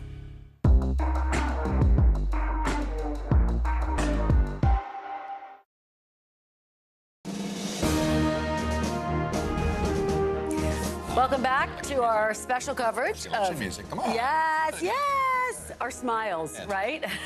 We said it was a busy night, and we weren't lying. In addition to the State of the Union address, it is also the kickoff to 2022 primary season, and we've got the results from primary day in Texas coming in right now. In the primary races for Texas governor, NBC News is projecting that Beto O'Rourke has won the Democratic nomination as expected. And as you can see from the results so far, it wasn't a question if he'd win, but by how much, 91.4% of the vote. Greg Abbott won his Republican primary. He actually had quite a few Republican loud challengers. They weren't that well funded. But he did get the endorsement of former President Trump, and that made sure it wasn't going to be that close. It sets up a general election matchup that is going to be a major challenge for Democrats. Texas hasn't elected a Democratic governor well, since 1990, and Ann Richards, and it's a little bit harder for Mr. O'Rourke after his presidential run where he may have tacked a bit too far to the left on guns, but hey, that's why we have campaigns. That's right, and the president may have given him a little bit of a road back to tack right back. We'll have to see. It's going to be a good matchup. Let's send it to Steve Kornacki. He is at the big board, ready to walk us through some other Texas races. Steve, what are you watching? We're psyched you're at the big board tonight. Yeah, it's great to be here, and a couple of those members of Congress the president was addressing tonight, actually, while he was speaking, found themselves in some precarious political waters. Let's look at Henry Cuellar, Democrat from South Texas. Cuellar, probably one of the most conservative Democrats in the House. Now, you can see he is currently trailing his progressive challenger, Jessica Cisneros, by a few points. But a couple things to keep an eye on here as the vote still comes in this district. Number one, this county right here on the border, Starr County, I'll highlight it. We don't have any of the vote in from here. This is supposed to be a Cuellar stronghold, so we expect Starr County is going to deliver a lot of votes to Henry Cuellar. We are also waiting on a significant number of votes from Webb County. This is where Laredo is. This is the political base of Henry Cuellar. This is the political base of his family. We're expecting him to gain more here as well. So the opportunity certainly exists for Cuellar to leapfrog Cisneros and to get into first place. But the other key question when you talk about these primaries in Texas is you got to hit 50%, right, or you go to a runoff. And the other wild card is a portion of Bexar County, where San Antonio is Cisneros territory. We still have votes coming in here. So I think there's a very possible scenario that Cuellar, on the strength of Starr, on the strength of Webb, a few other places, leapfrogs Cisneros, but is kept under 50 by what's still to come from San Antonio, and this goes to a runoff. I was just going to say, though, it sounds like Cisneros is probably not going to get to 50 because that number, it's been going down all night, I've noticed. Yeah. She's probably got a harder time to get to 50 than anybody right now at this point with what's left, correct? It is, except when you look at that San Antonio portion, if there's even a few thousand votes, she's winning those votes at a 75% clip, which you add that in, it starts to get hard to see Cuellar get to 50. So that's why I got to say that runoff looms here. Wow. So basically, we've had 3 months of nasty progressive versus moderate primary. So we're going to get basically the groundhog-sized shadow, and we got 3 more weeks of this, 3 more months of this? Yeah, you remember that race in Mississippi in 2014 with Thad Cochran, where like a libertarian, 1% of the vote caused a runoff. We're kind of looking at a situation like that. The other one I quickly want to highlight for you, though, is Van Taylor, Republican primary. This is in North Texas. Now, Taylor's one of the Republicans, one of only 2 from Texas, who voted for the independent January 6th commission. He is, again, 50% here to avoid a runoff. He's at 50.5. Here's the bad news for Taylor. Take a look at the vote that is still to come. I'm trying to call up the counties here. Let me see if I can again. You take a look at the vote that's still to come. Collin County, this is where most of the district is. In the same day vote in Collin County, which is what's being counted up right now, Taylor's only getting 47%. Oh, interesting. So the possibility looms that he's going to fall under 50, and the risk for Taylor is former President Trump has kind of stayed away from this race. If Taylor's forced into a one-on-one runoff, do the national Trump forces suddenly get very interested and make that a tough runoff for him? Hey, Steve, give us the AG race. It's got too many big names in it that we care about. Sort of the bold-faced names of politics, George P. Bush being obviously the biggest family political name in that race.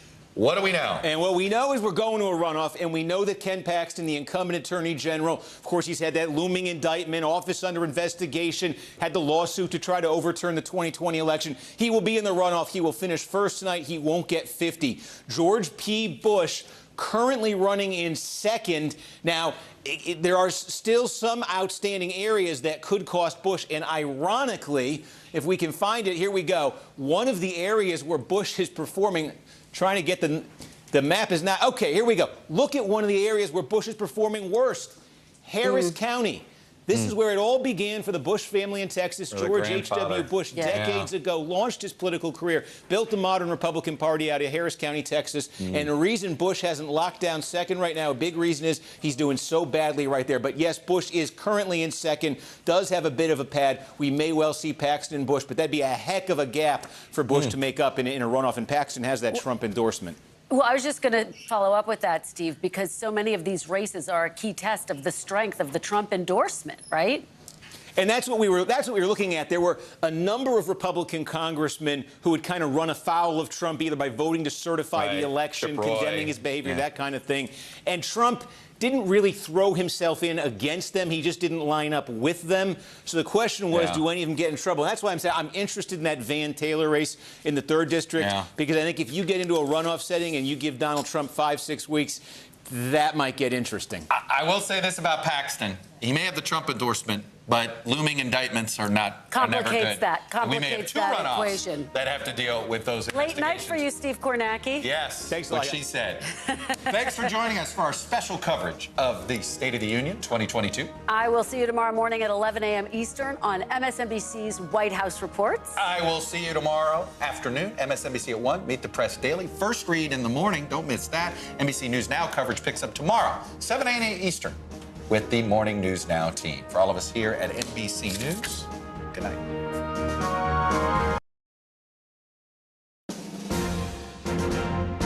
Tonight, President Biden and the state of our union. The president, 1 year into office, facing massive challenges at home and abroad. On the domestic front, record inflation causing prices to rise and the president's approval rating to drop.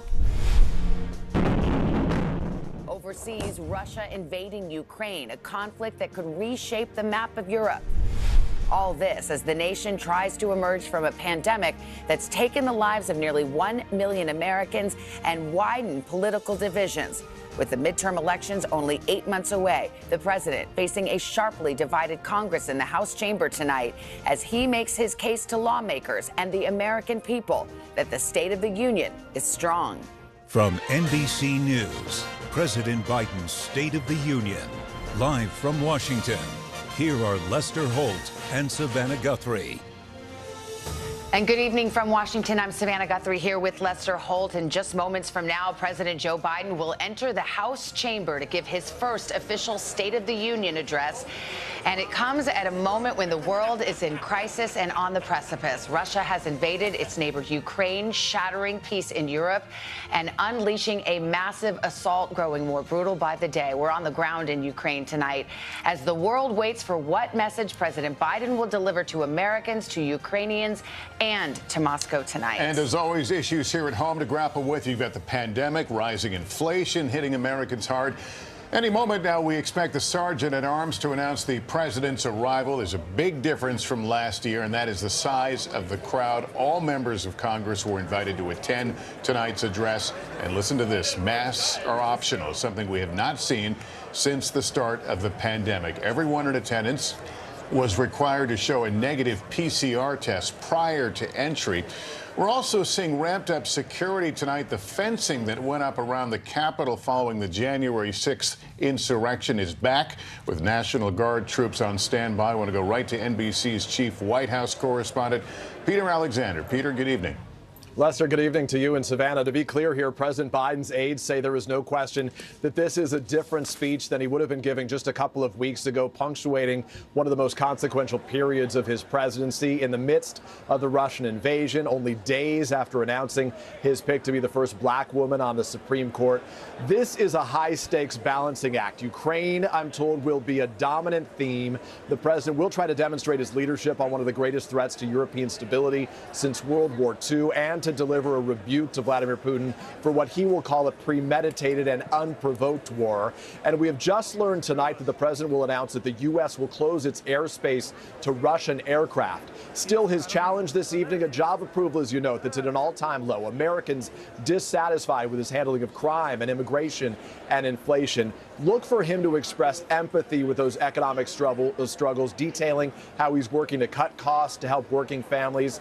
And I'm going to be watching his tone tonight. In this deeply divided country, officials here are previewing what they call a unity agenda, focusing on priorities that have been historically bipartisan. And Lester and Savannah, just moments ago, we learned that the designated survivor during tonight's State of the Union will be the Commerce Secretary, Gina Raimondo. All right, Peter, thank you. We want to turn now to our chief foreign correspondent, Richard Engel. He is in Ukraine's capital city of Kyiv tonight, as we see some of the military members, General Milley, of course, in the House chamber tonight. We saw Tony Blinken. Richard, you are in Kyiv. This is a city that is surrounded. Russian forces engaging in a 6-day brutal assault, one that is expected to get even worse as the days wear on. What is the situation you're seeing on the ground at this hour? There is a lot of concern, particularly with what is happening in the city of Kharkiv, and people are worried that what is happening to the second city in this country could be the fate of Kiev.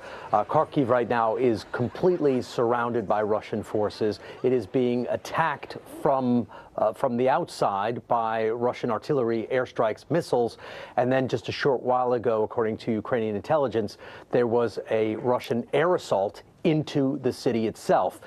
And they worry that this pattern could repeat itself on a city twice its size, the city of Kiev, with first Russia encircling the city, then attacking it, and then landing troops inside. And just a short while ago, the president of Ukraine, Zelensky, made an appeal. He said that this country needs help, that without more assistance, it is not going to be able to confront Russia on its own. Up until now, the Ukrainian military has been able to keep the Russians at bay and has been putting up a heroic defense, but a new kind of tactic would be much more difficult.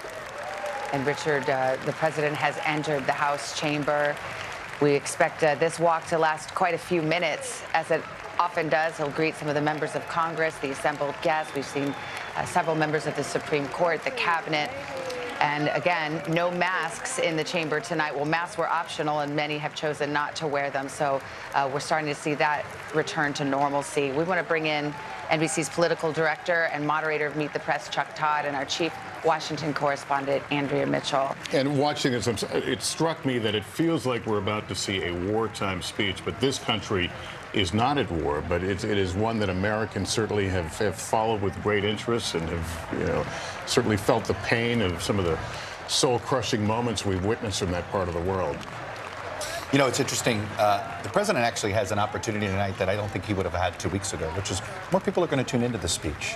It's going to be a little less of a partisan audience. You know, the past few states of the union have very much, you could almost feel, you see it, where, if one party watches its president and the other party doesn't. Tonight, with the uncertainty of what's going on in Ukraine, the uncertainty of the threats from Putin, the president has an opportunity to talk to some people he hasn't perhaps been able to talk to in a while. Now, that's the challenge, of course, of this speech is to see if what he says penetrates the public. I think he's had a hard time penetrating and getting them to listen to what he has to say in domestic politics. I do think this is his wheelhouse. This is what he has, in some ways, been preparing his whole professional life for, is this moment to manage a crisis in Europe. So he's perhaps ready for this moment. And so the opportunity tonight to meet it. And as I turn to you, Andrea, our chief foreign affairs correspondent, I mean, this is a moment for history. This is a moment where the president is likely to talk about the forces for democracy versus the forces of a dictator and set it in quite stark terms. And he's hoping, as we see the president handing the speech, the text to the vice president, of course, and the Speaker of the House, he's hoping that all the Republican criticism that he did not move quickly enough to arm Ukraine will now be resolved because they have taken decisive action. I have the high privilege and distinct honor of presenting to you the President of the United States.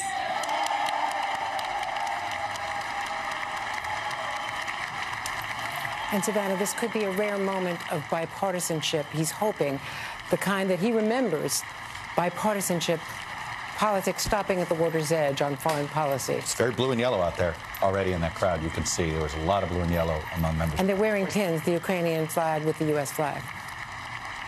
Thank you, thank you, thank you.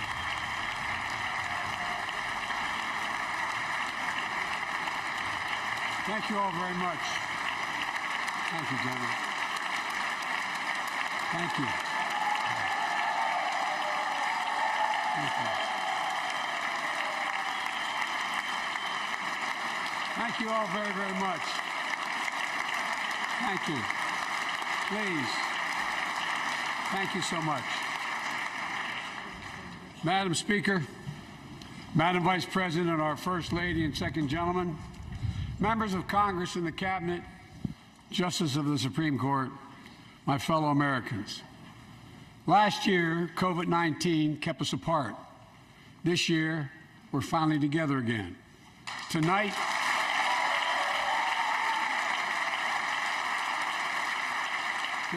we meet as Democrats, Republicans, and Independents, but most importantly, as Americans, with the duty to one another, to America, to the American people, to the Constitution, and an unwavering resolve that freedom will always triumph over tyranny. Thank you.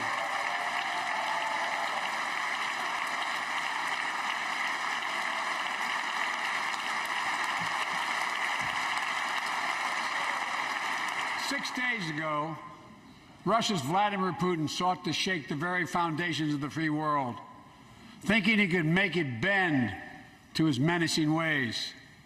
But he badly miscalculated. He thought he could roll into Ukraine and the world would roll over. Instead, he met with a wall of strength he never anticipated or imagined. He met the Ukrainian people.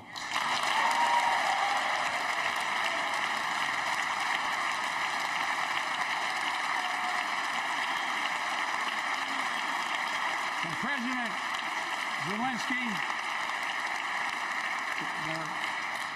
to every Ukrainian, their fearlessness, their courage, their determination literally inspires the world. Groups of citizens blocking tanks with their bodies. Everyone from students to retirees to teachers turned soldiers defending their homeland. And in this struggle, President Zelensky said in his speech to the European Parliament, "Light will win over darkness." The Ukrainian ambassador to the United States is here tonight, sitting with the First Lady. Let each of us, if you're able to stand and send an unmistakable signal to the world of Ukraine. Thank you.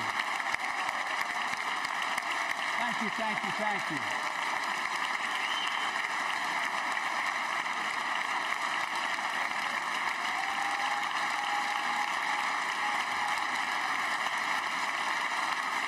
She's bright, she's strong, she's resolved.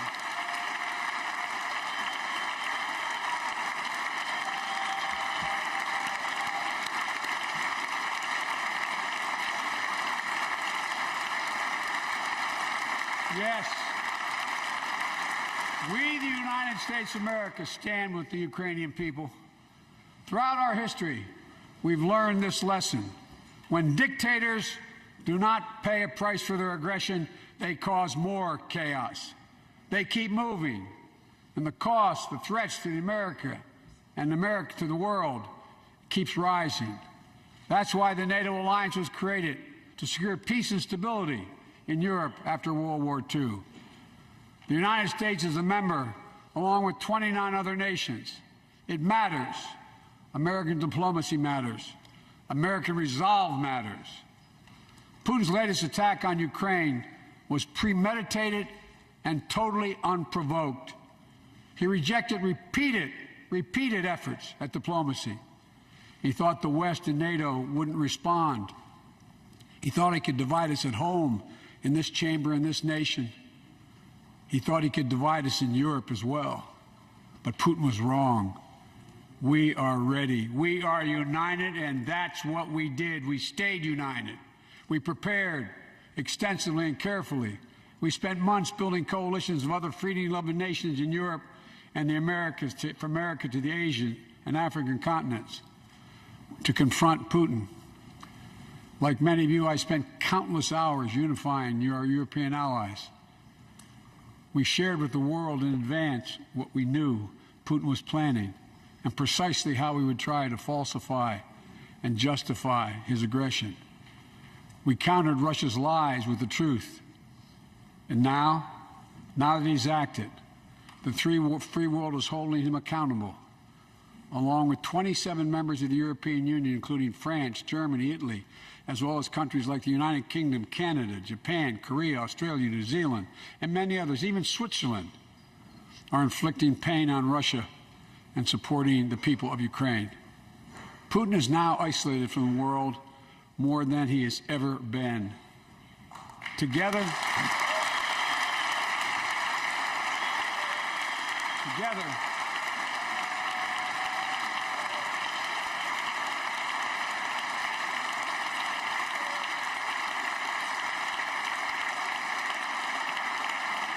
along with our allies, we are right now enforcing powerful economic sanctions. We're cutting off Russia's largest banks in the international financial system, preventing Russia's central bank from defending the Russian ruble, making Putin's $630 billion war fund worthless. We're choking Russia's access. To technology that will sap its economic strength and weaken its military for years to come. Tonight, I say to the Russian oligarchs and the corrupt leaders who bilk billions of dollars off this violent regime, no more. The United States, I mean it.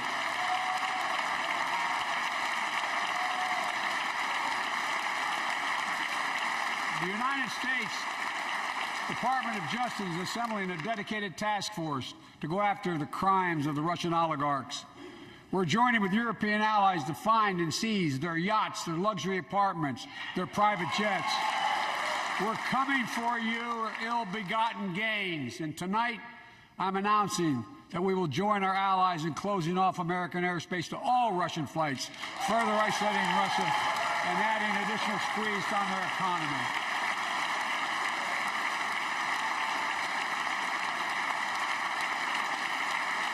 He has no idea what's coming. The ruble has already lost 30% of its value. The Russian stock market has lost 40% of its value, and trading remains suspended. The Russian economy is reeling, and Putin alone is the one to blame. Together with our allies, we're providing support to the Ukrainians in their fight for freedom. Military assistance, economic assistance, humanitarian assistance. We're giving more than $1 billion of direct assistance to Ukraine, and will continue to aid the Ukrainian people as they defend their country and help ease their suffering.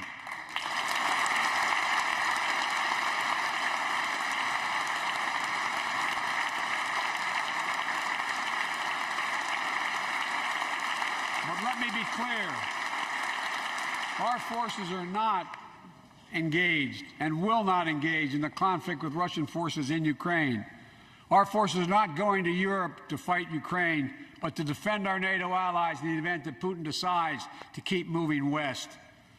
For that purpose, we have mobilized American ground forces, air squadrons, ship deployments to protect NATO countries including Poland, Romania, Latvia, Lithuania, and Estonia. And as I've made crystal clear, the United States and our allies will defend every inch of territory that is NATO territory with the full force of our collective power. Every single inch.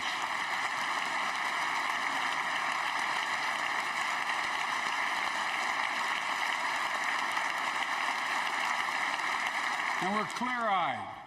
The Ukrainians are fighting back with pure courage. But the next few days, weeks, and months will be hard on them.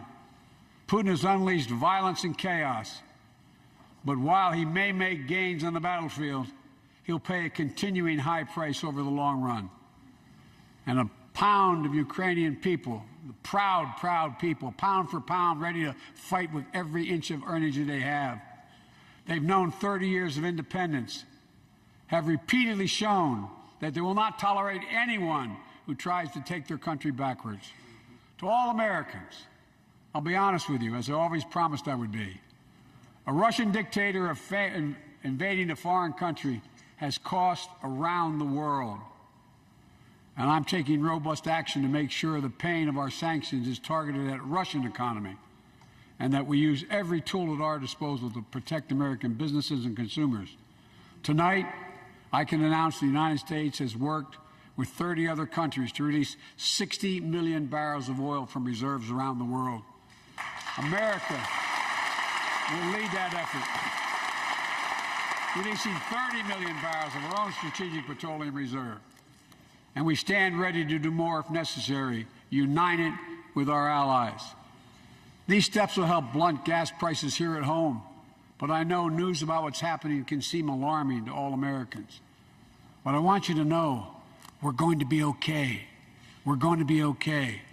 When the history of this era is written, Putin's war in Ukraine will have left Russia weaker and the rest of the world stronger.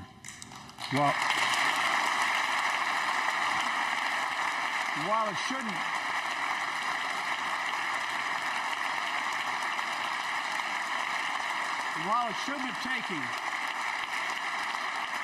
have taken something so terrible for people around the world to see what's at stake, now everyone sees it clearly.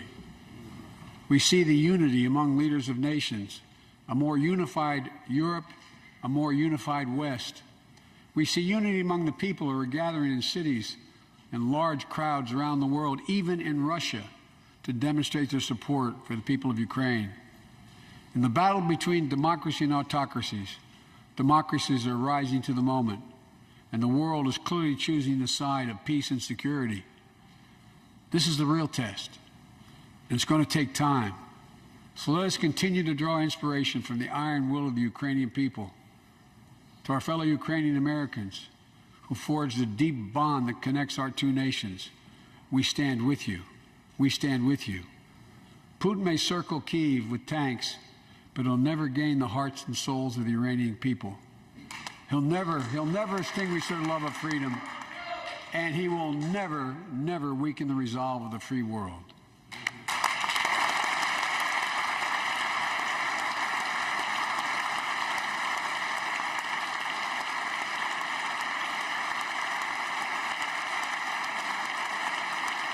We meet tonight in an America that has lived through two of the hardest years this nation has ever faced.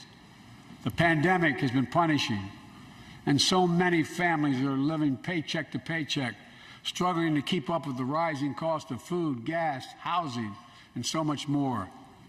I understand, like many of you did. My dad had to leave his home in Scranton, Pennsylvania to find work. So like many of you, I grew up in a family when the price of food went up, it was felt throughout the family. It had an impact. That's one of the first things I did as president was fight to pass the American Rescue Plan. Because people were hurting, we needed to act, and we did. Few pieces of legislation have done more at a critical moment in our history to lift us out of a crisis. It fueled our efforts to vaccinate the nation and combat COVID-19, delivered immediate economic relief to tens of millions of Americans. It helped put food on the table. Remember those long lines of cars waiting for hours just to get a box of food put in their trunk? It cut the cost of health care insurance. And as my dad used to say, it gave the people just a little bit of breathing room. Unlike the $2 trillion tax cut passed in the previous administration that benefited the top 1% of Americans, the American Rescue Plan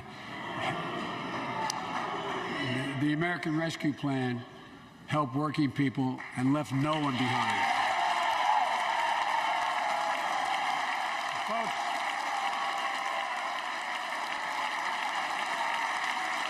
and it worked. It worked.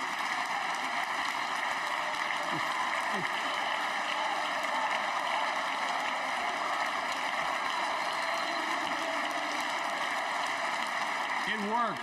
We created jobs, lots of jobs. In fact, our economy created over 6.5 million new jobs just last year. More jobs in 1 year than ever before in the history of the United States of America. The economy grew at a rate of 5.7 last year, the strongest growth rate in 40 years. And the first step in bringing fundamental change to our economy that hasn't worked for working people in this nation for too long. For the past 40 years, we were told that tax break for those at the top and benefits would trickle down and everyone would benefit. But that trickle-down theory led to a weaker economic growth, lower wages, bigger deficits, and a widening gap between the top and everyone else in nearly a century. Look, Vice President Harris and I ran for office, and I realize we have fundamental disagreements on this, but ran for office with a new economic vision for America. Invest in America, educate Americans, grow the workforce, build the economy from the bottom up and the middle out, not from the top down, because we know Because we know.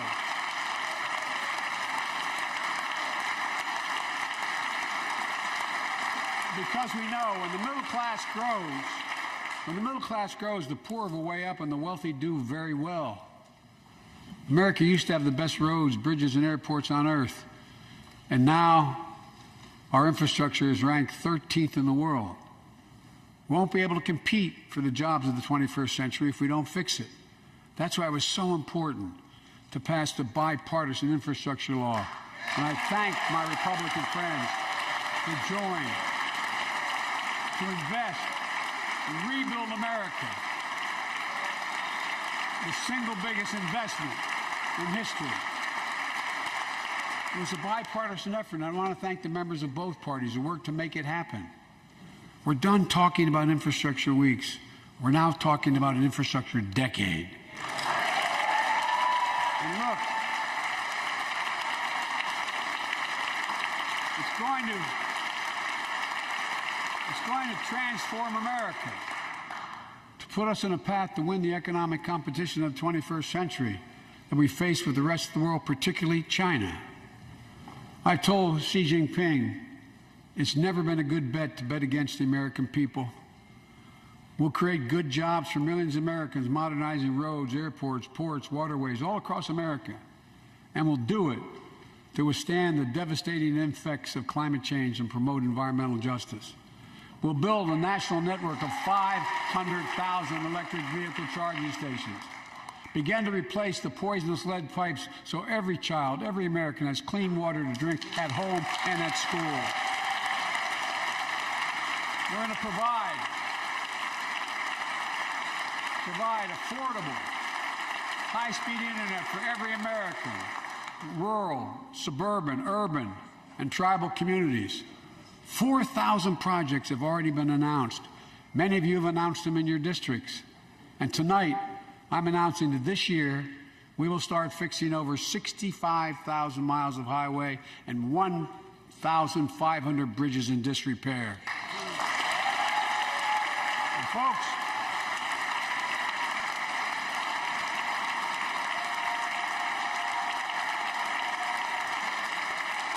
when we use taxpayers' dollars to rebuild America, we're going to do it by buying America. Buy American products. Support American jobs. The federal government spends about $600 billion a year to keep this country safe and secure. There's been a law on the books for almost a century to make sure taxpayers' dollars support American jobs and businesses. Every administration, Democrat and Republican, says they'll do it, but we're actually doing it. We'll buy America to make sure everything from the deck of an aircraft carrier to the steel on highway guardrails is made in America from beginning to end. All of it. All of it.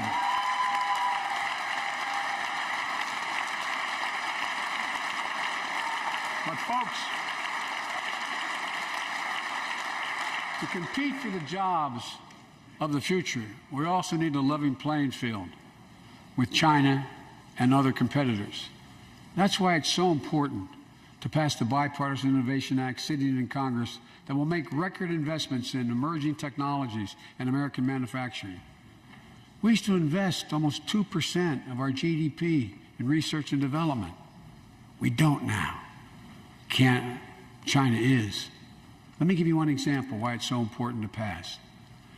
If you travel 20 miles east of Columbus, Ohio, you'll find 1,000 empty acres of land. It won't look like much, but if you stop and look closely, you'll see a field of dreams, the ground on which America's future will be built. That's where Intel, the American company that helped build Silicon Valley, is going to build a $20 billion semiconductor megasite. Up to 8 state-of-the-art factories in one place. 10,000 new jobs. And in those factories, the average job about $135,000 a year. Some of the most sophisticated manufacturing in the world to make computer chips the size of a fingertip. The power of the world in everyday lives. From smartphones technology, the internet, technology is yet to be invented. But that's just the beginning. Intel CEO Pat Gelsinger, who was here tonight, I don't know where Pat is. Pat, there you go. Pat, stand up.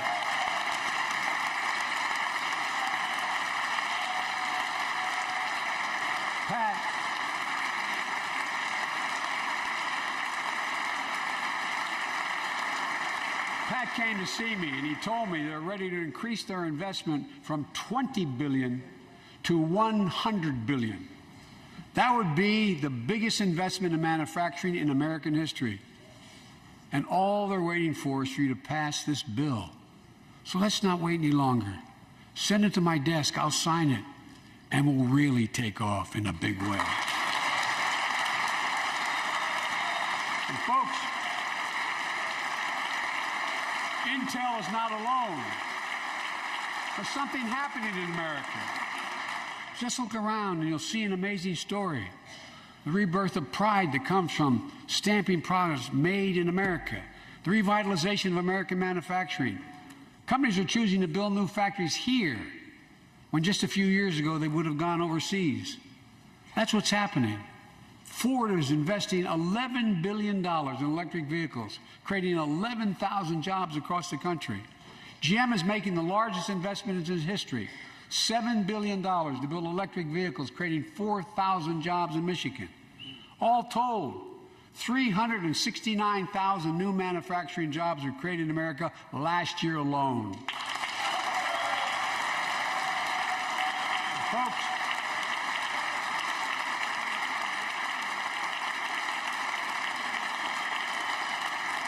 powered by people I've met like JoJo Burgess from generations of union steelworkers in Pittsburgh, who's here with us tonight. Where are you, JoJo? There you go. Thanks, buddy. As Ohio Senator Sherrod Brown says,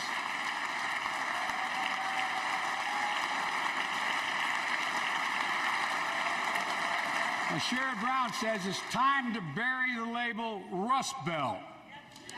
It's time to see the what used to be called the Rust Belt become the home of a significant resurgence of manufacturing. And with all the bright spots in our economy, record job growth, higher wages, too many families are struggling to keep up with their bills.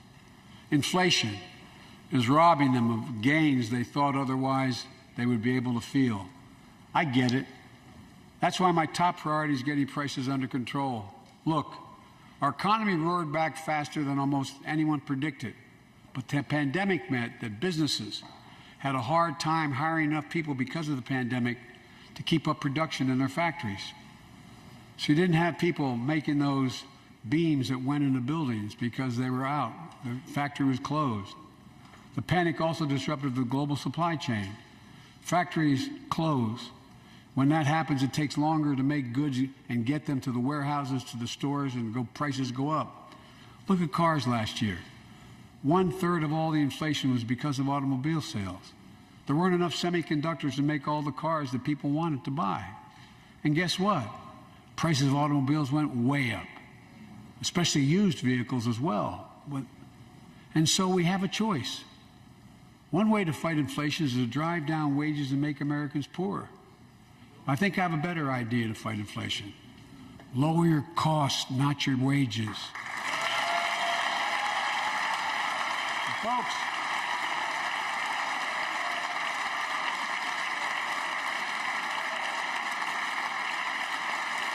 that means make more cars and semiconductors in America, more infrastructure and innovation in America, more goods moving faster and cheaper in America, more jobs where you can earn a good living in America.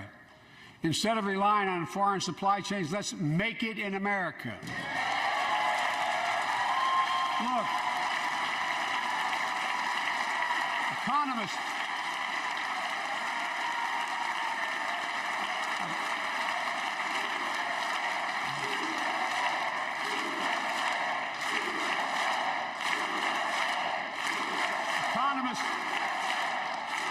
call this us increasing the productive capacity of our economy. I call it building a better America. My plan to fight inflation will lower your costs and lower the deficit.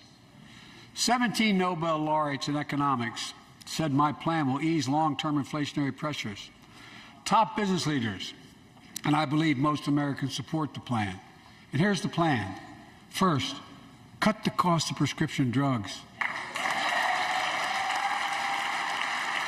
We pay more for the same drug produced by the same company in America than any other country in the world.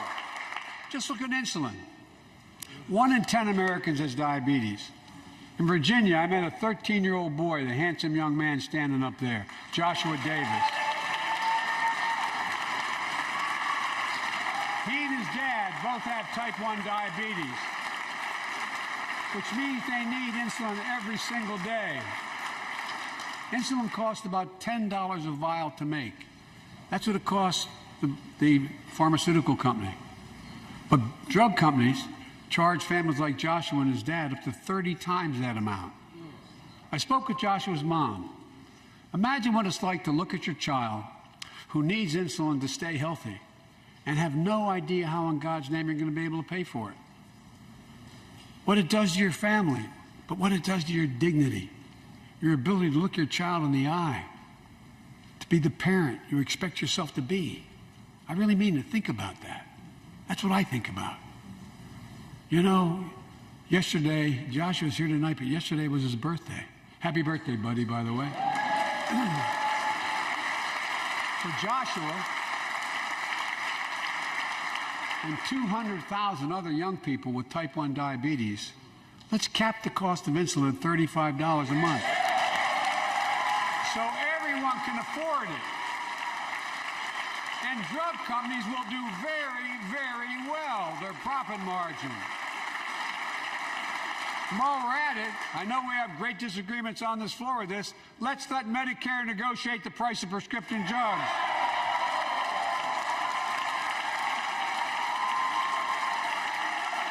They already set the price for VA drugs. Look, the American Rescue Plan is helping millions of families with Affordable Care Act plans to save them $2,400 a year on their health premiums. Let's close the coverage gap and make these savings permanent. And second, let's cut energy costs for families, an average of $500 a year by combating climate change. Let's provide an investment tax credits to weatherize your home and your business, to be energy efficient and get a tax credit for it. Double America's clean energy production in solar, wind, and so much more. Lower the price of electric vehicles, saving another $80 a month that you're not going to have to pay at the pump. Folks,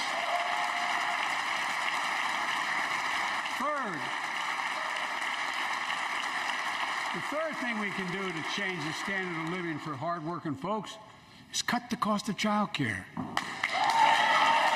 Cut the cost of child care.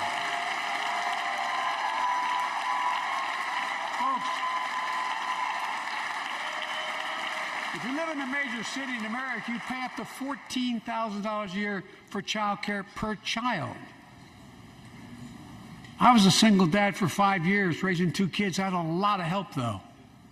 I had a mom, a dad, a brother, and a sister that really helped. But middle class and working folks shouldn't have to pay more than 7% of their income to care for the young children.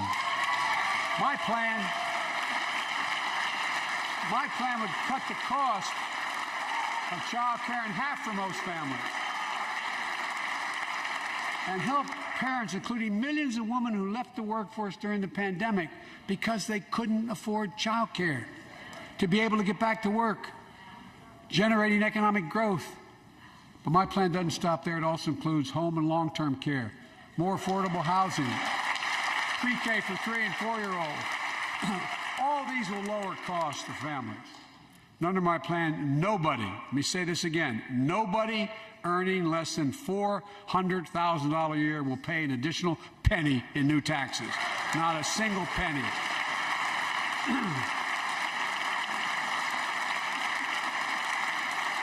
I may be wrong, but my guess is if we took a secret ballot in this floor, that we'd all agree that the present tax system ain't fair. We have to fix it. I'm not looking to punish anybody, but let's make corporations and wealthy Americans start paying their fair share. Look, last year,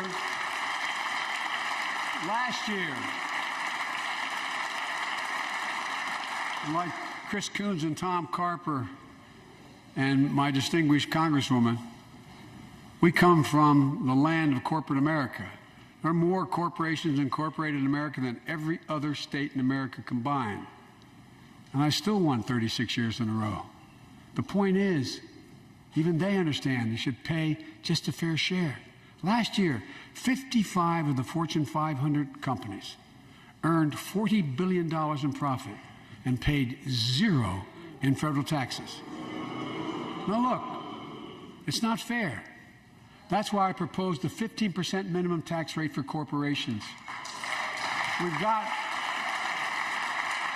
that's why in the G7 and other meetings overseas, we're able to put together, I was able to be somewhat helpful, 130 countries agree on a global minimum tax rate. So companies can't get out of paying their taxes at home by shipping jobs and factories overseas. It'll raise billions of dollars. That's why I propose closing loopholes for the very wealthy who pay a lower tax rate than a teacher and a firefighter. So that's my plan, but we have to go more detailed later. We will grow the economy, lower the cost of families. So what are we waiting for? Let's get this done. We all know we've got to make changes. Folks,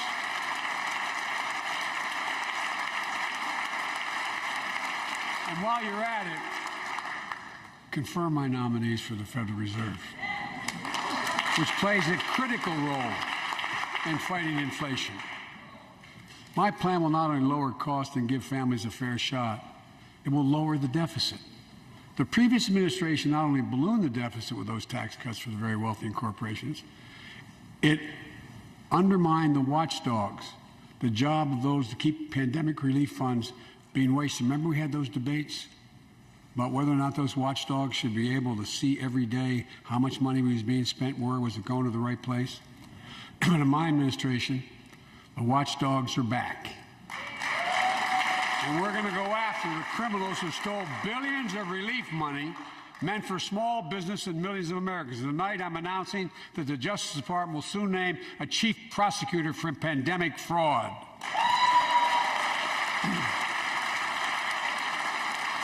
And look,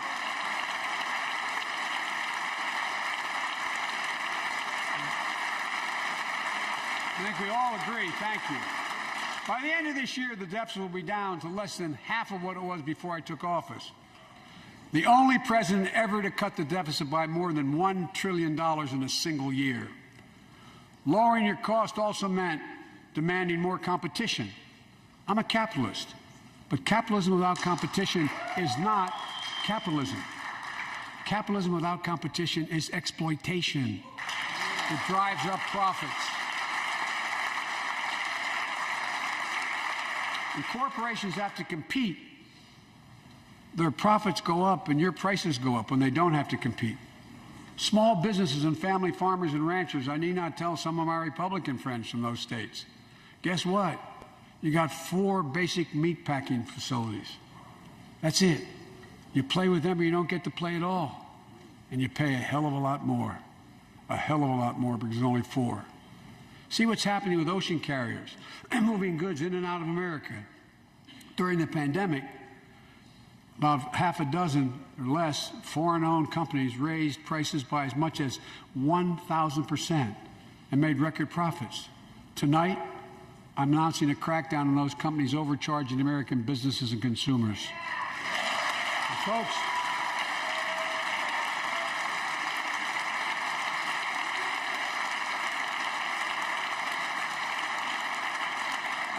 and as Wall Street firms take over more nursing homes, quality in those homes has gone down and costs have gone up. That ends on my watch. Medicare is going to set higher standards for nursing homes, and make sure your loved ones get the care they deserve and that they inspect and they will look at closely. We're also going to cut costs to keep the economy going strong and giving workers a fair shot, provide more training and apprenticeships, hire them based on skills, not just their degrees. Let's pass the Paycheck Fairness Act and paid leave. Raise the minimum wage to $15 an hour and extend the child tax credit so no one has to raise a family in poverty. Let's increase Pell Grants, increase our historic support for HBCUs, and invest in what Jill, our First Lady who teaches full-time, calls America's best-kept secret, community colleges. Look, let's pass the PRO Act. When a majority of workers want to form a union, they shouldn't be able to be stopped. When we invest in our workers and we build an economy from the bottom up and the middle out together, we can do something we haven't done in a long time, build a better America. For more than 2 years, COVID has impacted every decision in our lives and the life of this nation. And I know you're tired, frustrated, and exhausted. That doesn't even count the close to 1 million people who sit at a dining room table or a kitchen table and look at an empty chair because they lost somebody.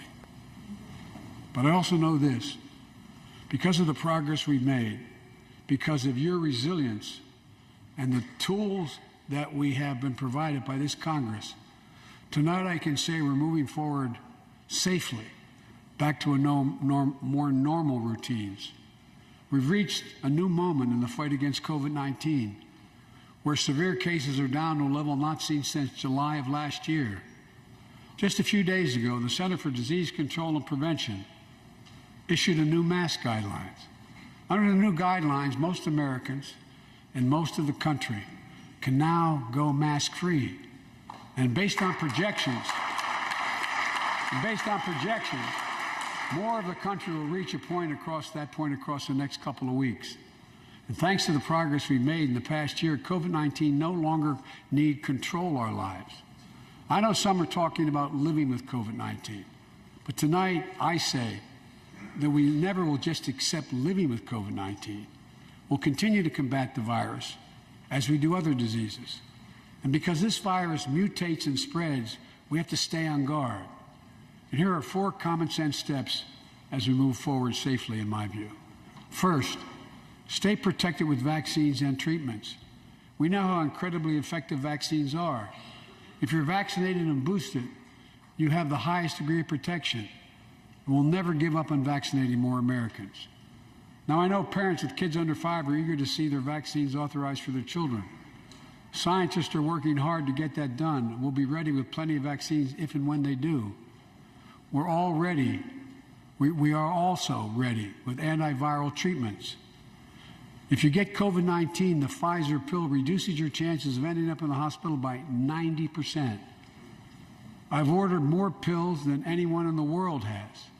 Pfizer is working overtime to get us 1 million pills this month and more than double that next month. And now we're launching the Test to Treat initiative. So people can get tested at a pharmacy, and if they prove positive, receive the antiviral pills on the spot at no cost. And folks, if you're immunocompromised or have some other vulnerability, we have treatments and free high-quality masks. We're leaving no one behind or ignoring anyone's needs as we move forward. On testing, we've made hundreds of millions of tests available, and you can order them for free to your doorstep. And we've already ordered free tests. If you already ordered free tests tonight, I'm announcing you can order another group of tests. Go to covidtest.gov starting next week, and you can get more tests. Second, we must prepare for new variants. Over the past, we've gotten much better at detecting new variants. If necessary, we'll be able to develop new vaccines within 100 days instead of maybe months or years. And if Congress provides the funds we need, we'll have new stockpiles of tests, masks, pills ready if needed. I can't promise a new variant won't come, but I can promise you we'll do everything within our power to be ready if it does. Third,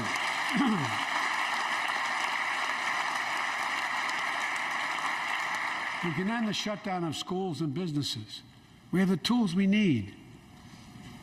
It's time for America to get back to work and fill our great downtowns again with people. People working from home can feel safe and begin to return to their offices.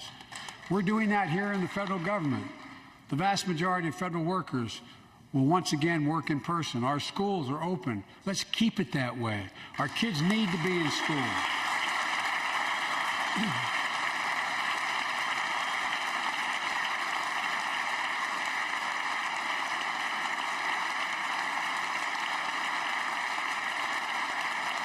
With 75% of adult Americans fully vaccinated and hospitalizations down by 77%, most Americans can remove their masks and stay in the classroom and move forward safely. We achieved this because we provided free vaccines, treatments, tests, and masks. Of course, continuing this costs money, so I'll not surprise you. I'll be back to see you all. And I'm going to soon send a request to Congress. The vast majority of Americans have used these tools and may want again. We may need them again, so I expect Congress, and I hope you'll pass that quickly. Fourth, we'll continue vaccinating the world. We've sent 475 million vaccine doses to 112 countries, more than any nation on earth. We won't stop, because you can't build a wall high enough to keep out a vaccine. The vaccine can stop the spread of these diseases. You know, we've lost so much in COVID-19. Time with one another. The worst of all, much the loss of life. Let's use this moment to reset. So stop looking at COVID as a partisan dividing line. See it for what it is, a god-awful disease. Let's stop seeing each other as enemies and start seeing each other for who we are, fellow Americans. Look,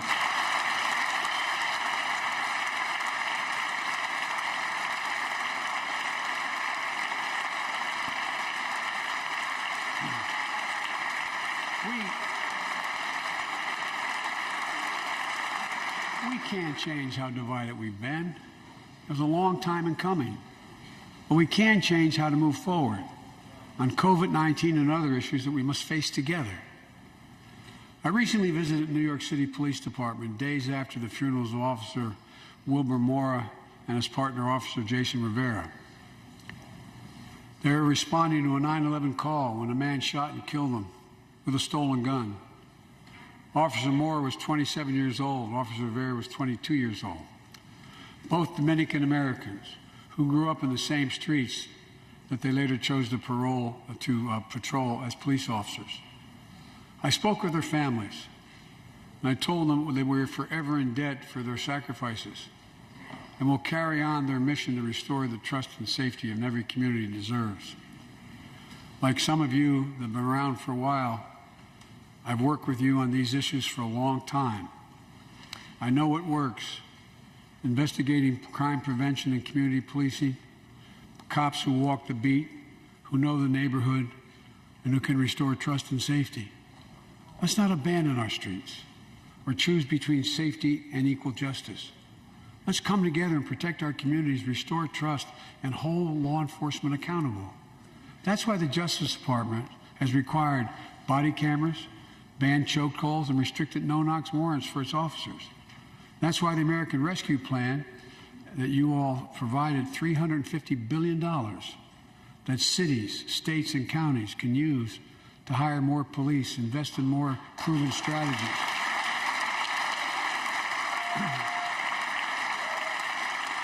Proven strategies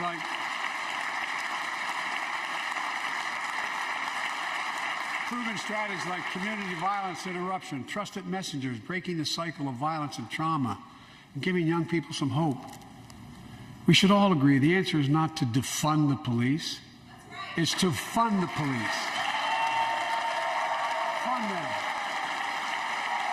Fund them.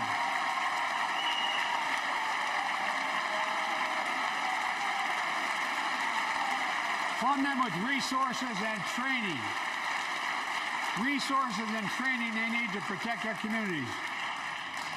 I ask Democrats and Republicans alike to pass my budget and keep our neighborhoods safe.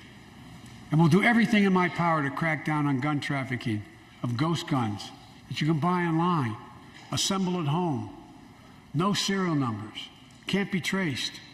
I ask Congress to pass proven measures to reduce gun violence, pass universal background checks. Why should anyone on the terrorist list be able to purchase a weapon? Why? Why? And folks,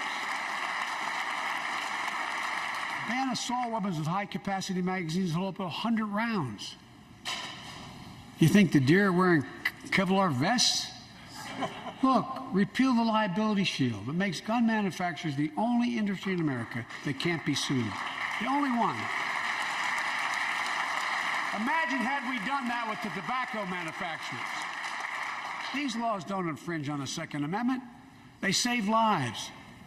The most fundamental right in America is the right to vote and have it counted. And look, it's under assault. In state after state, new laws have been passed. Not only to suppress the vote, we've been there before, but to subvert the entire election. You can't let this happen. Tonight I call on the Senate to pass the Freedom to Vote Act, pass the John Lewis Act, Voting Rights Act. And while you're at it, pass the Disclose Act so Americans know who's funding our elections. Look, tonight, I like to honor someone who dedicated his life to serve this country. Justice Breyer, an Army veteran, constitutional scholar, retiring Justice of the United States Supreme Court. Justice Breyer, thank you for your service. Thank you, thank you, thank you. I mean it. Get up, stand up and see you. Thank you.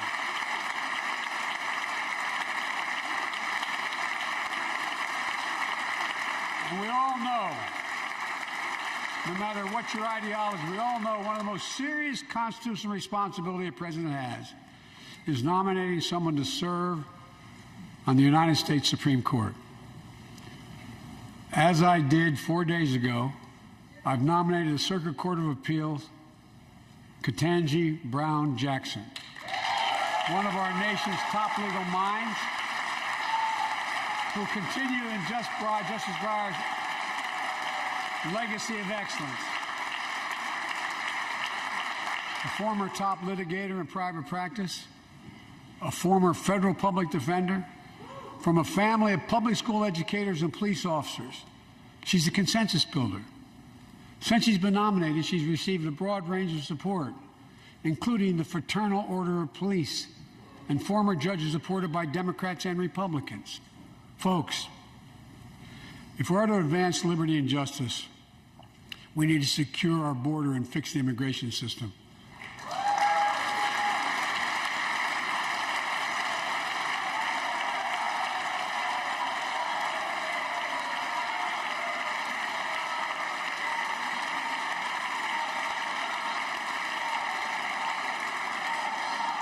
And as you might guess, I think we can do both. At our border, we've installed new technology like cutting-edge scanners to better detect drug smuggling. We've set up joint patrols with Mexico and Guatemala to catch more human traffickers. We're putting in place dedicated immigration judges, a significant larger number, so families fleeing persecution and violence can have their cases heard faster, and those who don't legitimately hear can be sent back.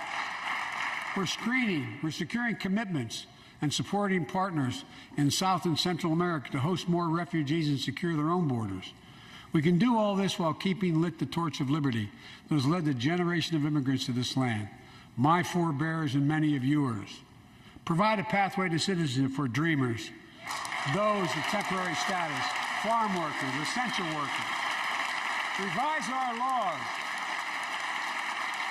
so businesses have workers they need and families don't wait decades to reunite.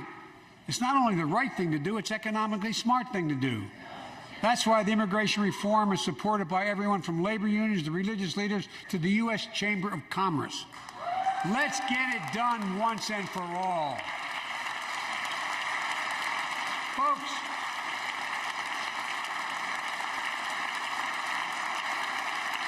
Advancing liberty and justice also requires protecting the rights of women. The constitutional right affirmed by Roe v. Wade, standing precedent for half a century, is under attack as never before. If you want to go forward, not backwards, we must protect access to health care, preserve a woman's right to choose, and continue to advance maternal health care for all Americans. And folks, for our LGBTQ plus Americans, let's finally get the Bipartisan Equality Act to my desk. The onslaught of state laws targeting transgender Americans and their families, it's simply wrong. I said last year, especially to our younger transgender Americans, I'll always have your back as your president so you can be yourself and reach your God-given potential.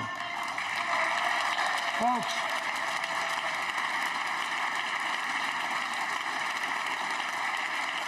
as I've just demonstrated, while it often appears we do not agree, and that we do agree on a lot more things than we acknowledge. I signed 80 bipartisan bills into law last year, from preventing government shutdowns, to protecting Asian Americans from still too common hate crimes, to reforming military justice, and will soon be strengthening the Violence Against Women Act that I first wrote 3 decades ago. It's important. It's important for us to show the nation we can come together and do big things. So tonight I'm offering a unity agenda for the nation. 4 big things we can do together, in my view. First, beat the opioid epidemic. There's so much we can do. Increase funding for prevention, treatment, harm reduction, and recovery. Get rid of outdated rules and stop doctors prescribing treatments. Stop the flow of illicit drugs by working with state and local law enforcement to go after the traffickers. And if you're suffering from addiction, you should know you're not alone. I believe in recovery, and I celebrate the 23 million Americans in recovery. Second, let's take on mental health, especially among our children whose lives and education have been turned upside down. The American Rescue Plan gave schools money to hire teachers and help students make up for lost learning. I urge every parent to make sure your school does just that. They have the money. We can all play a part. Sign up to be a tutor or a mentor. Children were also struggling before the pandemic: bullying, violence, trauma, and the harms of social media. As Frances Haugen, who is here tonight with us, has shown, we must hold social media platforms accountable for the national experiment they're conducting on our children for profit.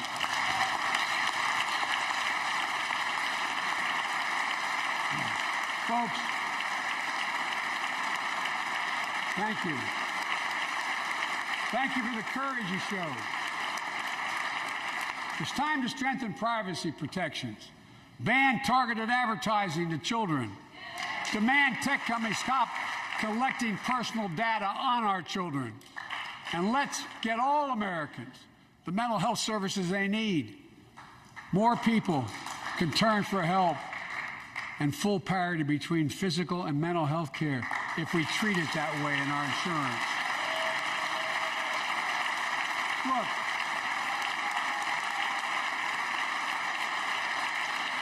the third piece of that agenda is support our veterans. Veterans are the backbone and the spine of this country. They're the best of us. I've always believed that we have a sacred obligation to equip those we send to war and care for those in their family when they come home. My administration is providing assistance in job training, housing, and now helping lower-income veterans get VA care debt-free. And our troops in Iraq in Afghanistan have faced many dangers, one being stationed at bases breathing in toxic smoke from burn pits.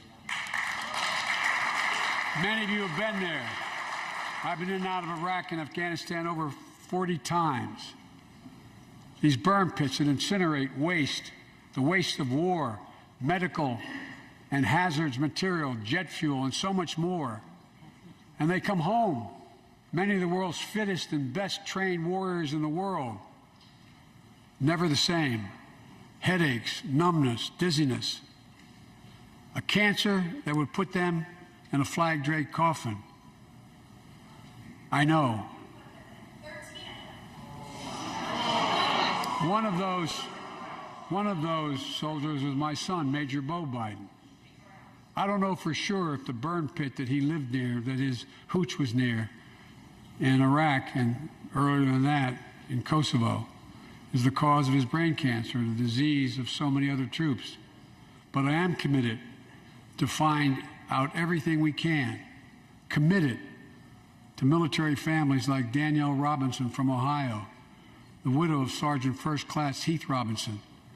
He was born a soldier, Army National Guard, combat medic in Kosovo and Iraq, stationed near Baghdad, just yards from burn pits the size of football fields.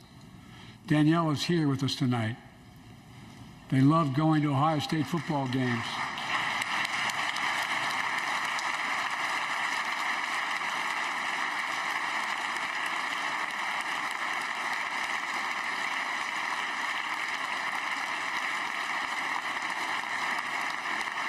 And they love building Legos with their daughter. But cancer from prolonged exposure to burn pits ravaged Heath's lungs and body. Danielle says Heath was a fighter to the very end. He didn't know how to stop fighting, and neither did she. Through her pain, she found purpose to demand that we do better. Tonight, Danielle, we are going to do better. The VA is pioneering new ways of linking toxic exposure to disease, already helping more veterans get benefits. And tonight, I'm announcing we're expanding eligibility to veterans suffering from 9 respiratory cancers. I'm also calling on Congress to pass a law to make sure veterans devastated by toxic exposure in Iraq and Afghanistan finally get the benefits and the comprehensive health care they deserve.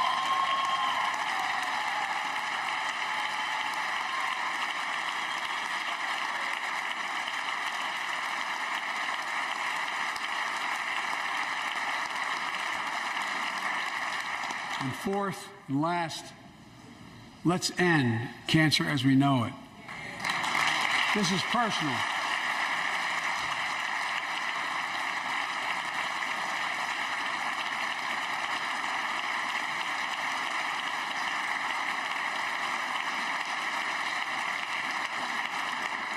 This is personal to me and to Jill and to Kamala and so many of you. So many of you have lost someone you love. Husband, wife, son, daughter, mom, dad. Cancer is the #2 cause of death in America, second only to heart disease. Last month, I announced the plan to supercharge the cancer moonshot that President Obama asked me to lead 6 years ago. Our goal is to cut cancer death rates by at least 50% over the next 25 years. I think we can do better than that. Turn cancers from death sentences into treatable diseases. More support for patients and their families. To get there, I call on Congress to fund what I call ARPA-H, Advanced Research Projects Agency for Health, patterned after DARPA in the Defense Department. Projects that led in DARPA to the internet, GPS, and so much more to make our forces more safer and be able to wage war with more clarity. ARPA will have a singular purpose: to drive breakthroughs in cancer, Alzheimer's and diabetes, and more. A unity agenda for the nation. We can do these things. It's within our power, and I don't see a partisan edge to any one of those 4 things. My fellow Americans, tonight we've gathered in this sacred space, a citadel of democracy, in this Capitol.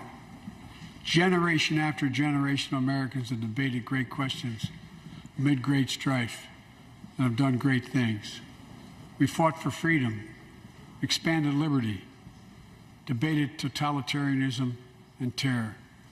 We built the strongest, freest, and most prosperous nation the world has ever known.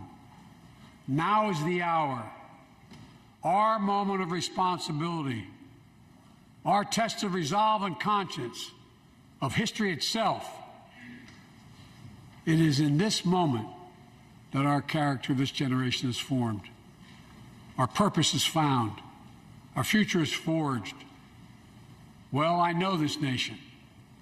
We'll meet the test, protect freedom and liberty, expand fairness and opportunity, and we will save democracy. As hard as those times have been, I'm more optimistic about America today than I've been my whole life, because I see the future that's within our grasp, because I know there's simply nothing beyond our capacity. We're the only nation on earth that has always turned every crisis we've faced into an opportunity. The only nation that can be defined by a single word: possibilities. So on this night, on our 245th year as a nation, I've come to report on the state of the nation, the State of the Union. And my report is this: the State of the Union is strong because you, the American people, are strong. We are stronger today. We are stronger today than we were a year ago. And we'll be stronger a year from now than we are today. This is our moment to meet and overcome the challenges of our time. And we will, as one people, one America, the United States of America. God bless you all, and may God protect our troops. Thank you. Go get him. Let us go get him. President Biden speaking for a little over an hour in his first State of the Union speech, spending about the first 10 or 11 minutes talking about the situation in Ukraine and the American-led coalition of countries that have stood up to Vladimir Putin. But what we saw just a few minutes ago, about 6 minutes near the end of the speech, we heard an interruption in the crowd. A member of Congress. I want to go to NBC News senior Capitol Hill correspondent Garrett Haake, who's inside the chamber. What was that we heard as the president was beginning to talk about his late son, Beau? Yeah, Lester, that was Republican Lauren Boebert from Colorado. As the president was talking about warriors in flag-draped coffins, she interjected 13 of them, I believe, a reference to the American servicemen and men who were killed in Afghanistan during the withdrawal. She and Marjorie Taylor Greene, another Republican freshman, kept up something of a running commentary throughout much of the speech, interjecting in segments about immigration and segments about COVID, jumping up and clearly audible commentary, even as far away as I am upstairs in the gallery. And it sounded like some were trying to shush her. Yeah, there was definitely a reaction. They're only a few seats away from the aisle, the center aisle of the chamber that separates the Democrats from the Republicans. There was definitely a significant reaction from those who heard her jumping in. Not entirely clear where it was coming from, but clearly an unwelcome interruption from most of the other folks in the chamber. Lester. Garrett, thank you. We want to turn to NBC's chief White House correspondent, Peter Alexander, who's been listening to this speech. It felt like the top of the speech was a rewrite in light of pressing events happening on the world stage, but then the remainder of it went along as most State of the Union addresses do, a laundry list of goals and aspirations and pressing lawmakers to pass his initiatives. What was your take, Peter? Yeah, Savannah, that was my take. This really did feel like two different speeches. The first 15 minutes in many ways seemed like they were written for this moment, the U.S. and its allies overseas teaming up together in this fight against tyranny, against autocracy, against Vladimir Putin in support of the Ukrainian people. It was about as much bipartisan applause as you've seen in a chamber like that in a couple decades, dating back perhaps to the months and years that followed 9/11. The president saying of Vladimir Putin, he has no idea what's coming. But what surprised me is how quickly he then pivoted to the domestic agenda, and in many ways sort of revisiting a lot of the topics that are litigated on a daily basis here in Washington, D.C., sort of recasting the Build Back Better plan as an effort to build a better America, but still detailing a lot of the same policies that have been stalled on Capitol Hill. The president did rebrand another slogan that was harmful to Democrats in the last election, the defund the police line, saying fund the police. But again, my biggest takeaway was on this night where it really felt like there was a moment, the potential to bring all of these Americans, all of these lawmakers together in this moment where the world is really watching, that the president focused on that only very briefly before moving on. I was struck by his final words as well. Before he left the podium, the president said, "Go get him." Unclear to whom he was referring there. Was that about Vladimir Putin or who else? I think in some ways I anticipate it might be more of an Oval Office type of address about foreign policy, but did become as much a laundry list as anything else after that. Peter, thanks very much. It felt like a split-screen moment, not a literal one, but certainly that first 11 minutes as the president was talking about Ukraine, the imagery in our minds that we have all seen as he spoke about what was happening there. I want to go to Kyiv, Ukraine now, where our chief foreign correspondent Richard Engel is standing by. Richard? So Ukrainians will be very flattered by what they heard. There was a lot of blue and yellow in the crowds, the colors of the Ukrainian flag, honoring the ambassador, celebrating the heroism of the Ukrainian resistance. It is something that Ukrainians themselves are very proud of. It is something that they are talking about a great deal. They themselves are quite pleased with the fact that they have been able to literally stand up and block convoys of Russian tanks. And that is happening more and more. As Russian troops pour into this country, the fellow Slavs, because both the Ukrainians and Russians are Slavs, that the Russians are not only having their convoys slowed down because of technical difficulties, lack of fuel and lack of food and logistical problems, but in some cases, the Ukrainians will go up to those armored vehicles, young and old, and confront the Russian soldiers themselves and say, "Don't shoot." And the Russians are having moments of pause. So all of that will be very welcome and well received here in Kiev. The problem is you didn't hear a great deal of new information, not any major new sanctions, and not the kinds of specific help that the Ukrainians are asking for. Just a short time before President Biden gave the State of the Union, President Zelensky said quite clearly that without more help, the Ukrainian military, as hard as it fights, isn't going to be able to take on Russia by itself, especially as Russia changes gears and moves away from small unit tactics, precision strikes, to full-on siege warfare, with this city, Kiev, being the most likely next target. All right, Richard, you and your team continue to be safe. And we want to turn now to our chief Washington correspondent, Andrea Mitchell, and Chuck Todd, who is here with me. Chuck, do you feel, when we look back at this speech in history and the moment that we are in, not just as a nation, but the world? Yeah. I mean, the president framed it, democracy versus autocracy. He said this is a real test. Did it meet the moment in terms of, the real good versus evil struggle that is unfolding, half a world away right now? Let me put it this way. In some ways, for the sake of the Ukrainians, I hope we don't say it didn't. I hope we say, oh, it was about right. But I fear this is going to feel like a speech that didn't age well because of the lack of, I thought he'd spend more time in Ukraine, spend a little more time explaining why it is our fight. As you said, good versus evil, explain what a little bit more and a little bit of the history of the defense of Europe and a little bit of why we're in this position, why we have these alliances, what it all means. And it just felt like an abrupt end after the 12 minutes of that. And it felt like, boy, we could have had more. There was more to say. I think there was more that the public would have. And then it turned, look, I do think he accomplished two important pieces of politics. Saying the phrases, secure our borders and fund our police. there are a lot of vulnerable Democrats and a lot of House and Senate races that are relieved to hear the leader of the Democratic Party say those two phrases. But that's the politics of this. You're asking about Ukraine. It certainly didn't. It felt to me like it could have had a lot more.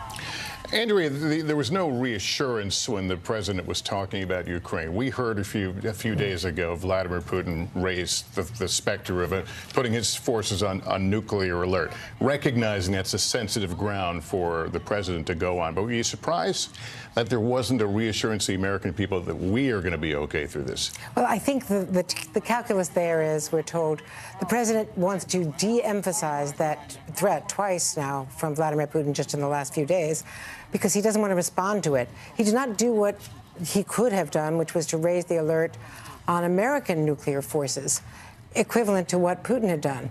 That would be an anticipated response. Instead, he's trying to almost ignore it because he wants to de-emphasize it, de-escalate as they can.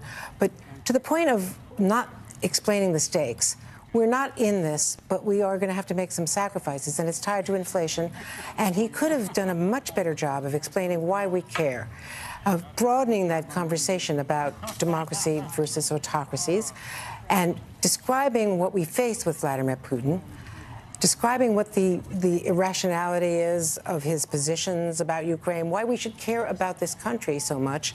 So you had the pageantry, you had the flags, you had the colors, the Ukrainian ambassador, but not explaining why we're not on the ground there, because we may have to get involved in a counterinsurgency outside the borders. And frankly, if we don't get those supplies, we're now $1 billion in terms of getting aid to them. Some said too little, too late. But it's a contested airspace. If we don't get that through that land border on the Polish side, on the western side. That's right. It's one thing to promise it, but to deliver it where it's needed is a challenge. Yeah, once they encircle Kyiv, as they have Kharkiv, you know, they're not going to be able to get that stuff delivered.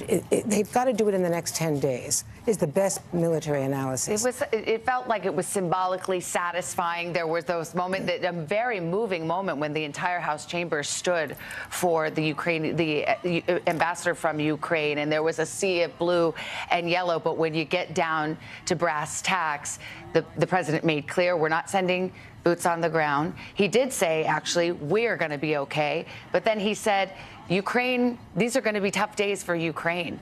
And he made clear he would defend NATO territory, but it left open what of Ukraine, what of those people surrounded right now? By the way, the end of the speech was clearly speaking to the larger, this is what makes us a great democracy.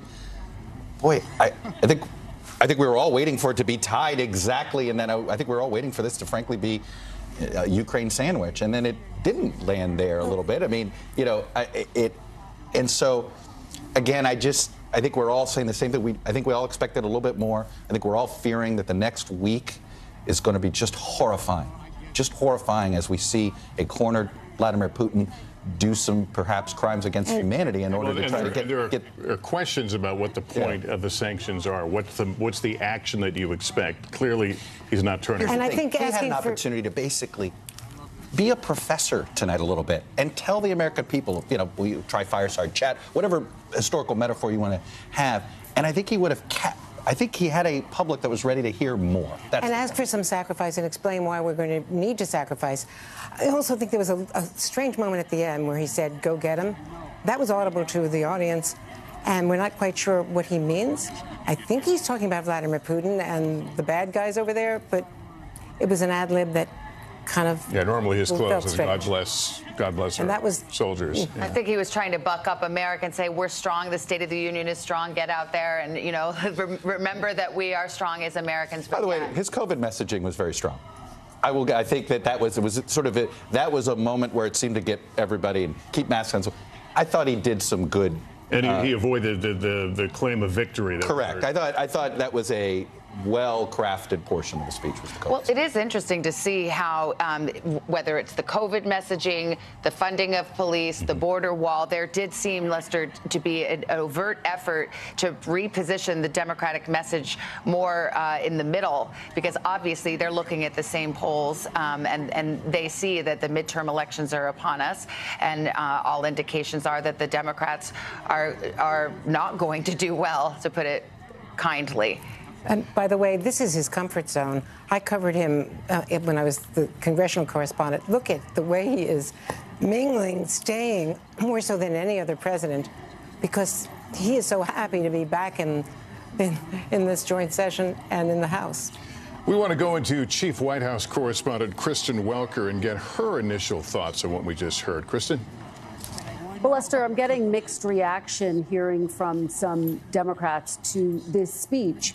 Some Democrats texting me saying that exactly as you're discussing right now, they felt as though the section on Ukraine was strong, but they wanted to hear more of it. They think that this moment is critical for this president to really seize the leadership mantle, to have really made that case, the argument for why this is a battle for democracies. And they feel as though they wish he had sort of given that a little bit more time, a little bit more space to breathe. On the other hand, I'm also hearing from Democrats, including those on Capitol Hill, who say, look, this to some extent will help with a roadmap into the midterms. Savannah, exactly what you're talking about, the fact that Democrats are facing real headwinds heading into the midterm elections. And what we heard tonight was a robust argument for the Biden agenda, for the moderate Democratic agenda. He talked about the need not only for his social programs, lowering things like health care costs, but also passing reform on gun control and pro-choice as well. So those are the types of messages I think the Democrats will take from this speech onto the campaign trail. But again, a mixed reaction tonight because this was such a pivotal moment for this president and frankly for his party as well, Lester. All right, Kristen, thanks. Well, the Republican response will be delivered by Iowa Governor Kim Reynolds. We'll hear it in a few moments. And for more on that, let's bring in NBC senior Washington correspondent Hallie Jackson. And we can expect, Hallie, that the Republican response will focus on some of those hot button issues such as parenting, school choice. That's right. Crime, some of that laundry list of items that, at least in some of the political races we've seen here in the interim, for example, the Virginia governor's race, have been quite potent for Republicans.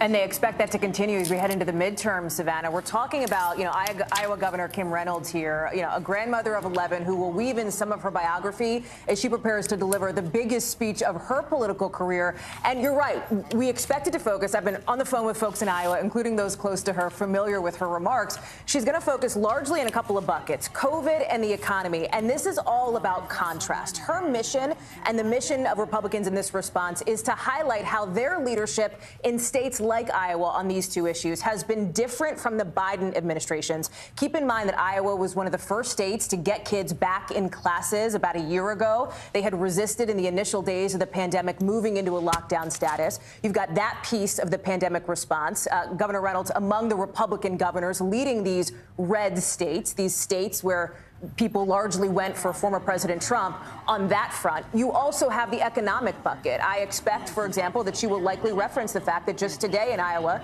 she signed a bill into state law that would do tax reform, essentially, implement a new tax rate for Iowans.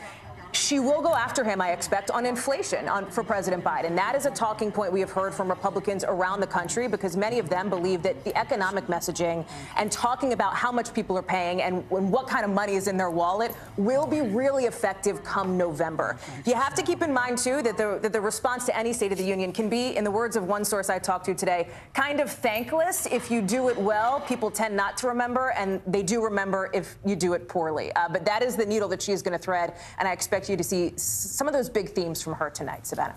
All right, Hallie, thank you. We're going to take a quick break. When we come back, the Republican response to President Biden's State of the Union address from Iowa Governor Kim Reynolds. Our coverage continues after this.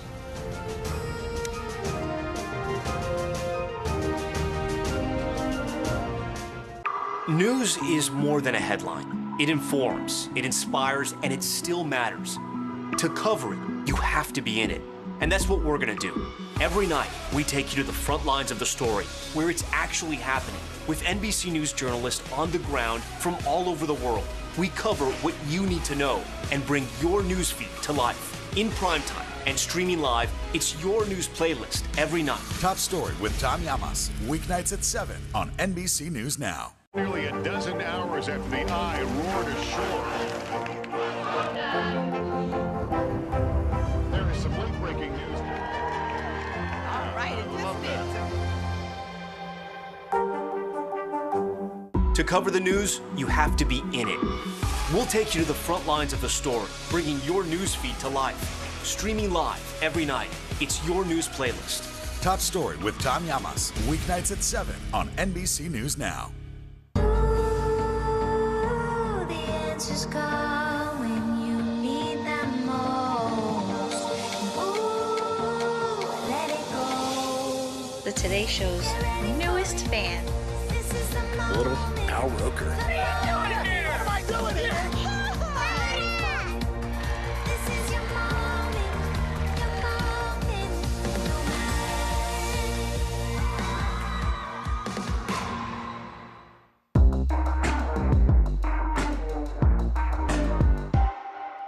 There's no better place for fun with friends. Quality time with your little golf buddy, or an afternoon alone together. Family and friends are just a tap away. Just pick your course, pay from your phone. Golf now. Download the app and go play.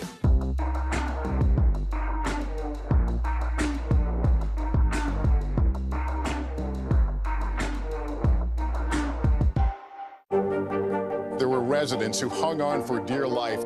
I've heard people say the town is gone. Do you see it that way? Absolutely not. We've lost some houses, but our community's still here.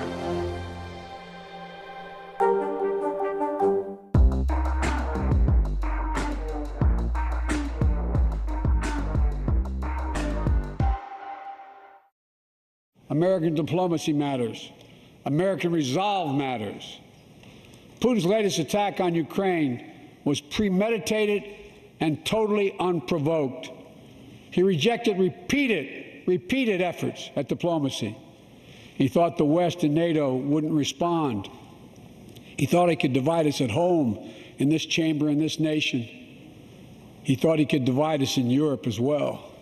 But Putin was wrong. We are ready.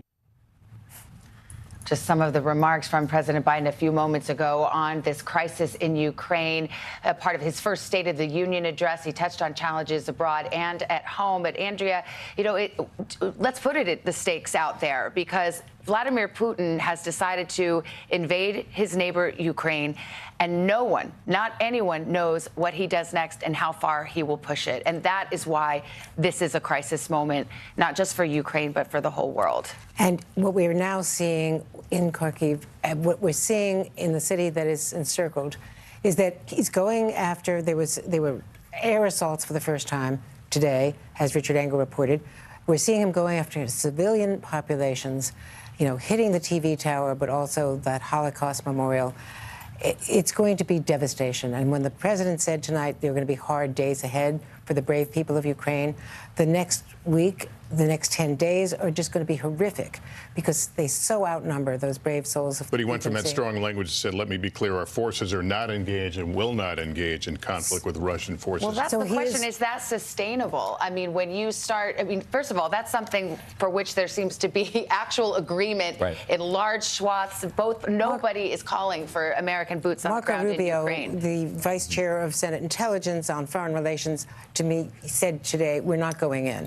Yeah. That is a red line. And even that idea of a no-fly zone has been poo-pooed by the White House, because you would end up in a situation where American airplanes might be forced to. As the president said to you, Lester, a couple of weeks ago in your important interview with him, he said we're not going to get into a world war with Russia. That's Look, it seems that NATO's so concerned about this. Some of these NATO nations, that there were a few that were going to send some planes over to help with Ukrainian pilots, and somebody got to them because they don't want to give the Russians the wrong impression. All right, Iowa Governor Kim Reynolds is about to give the Republican response. State of Iowa.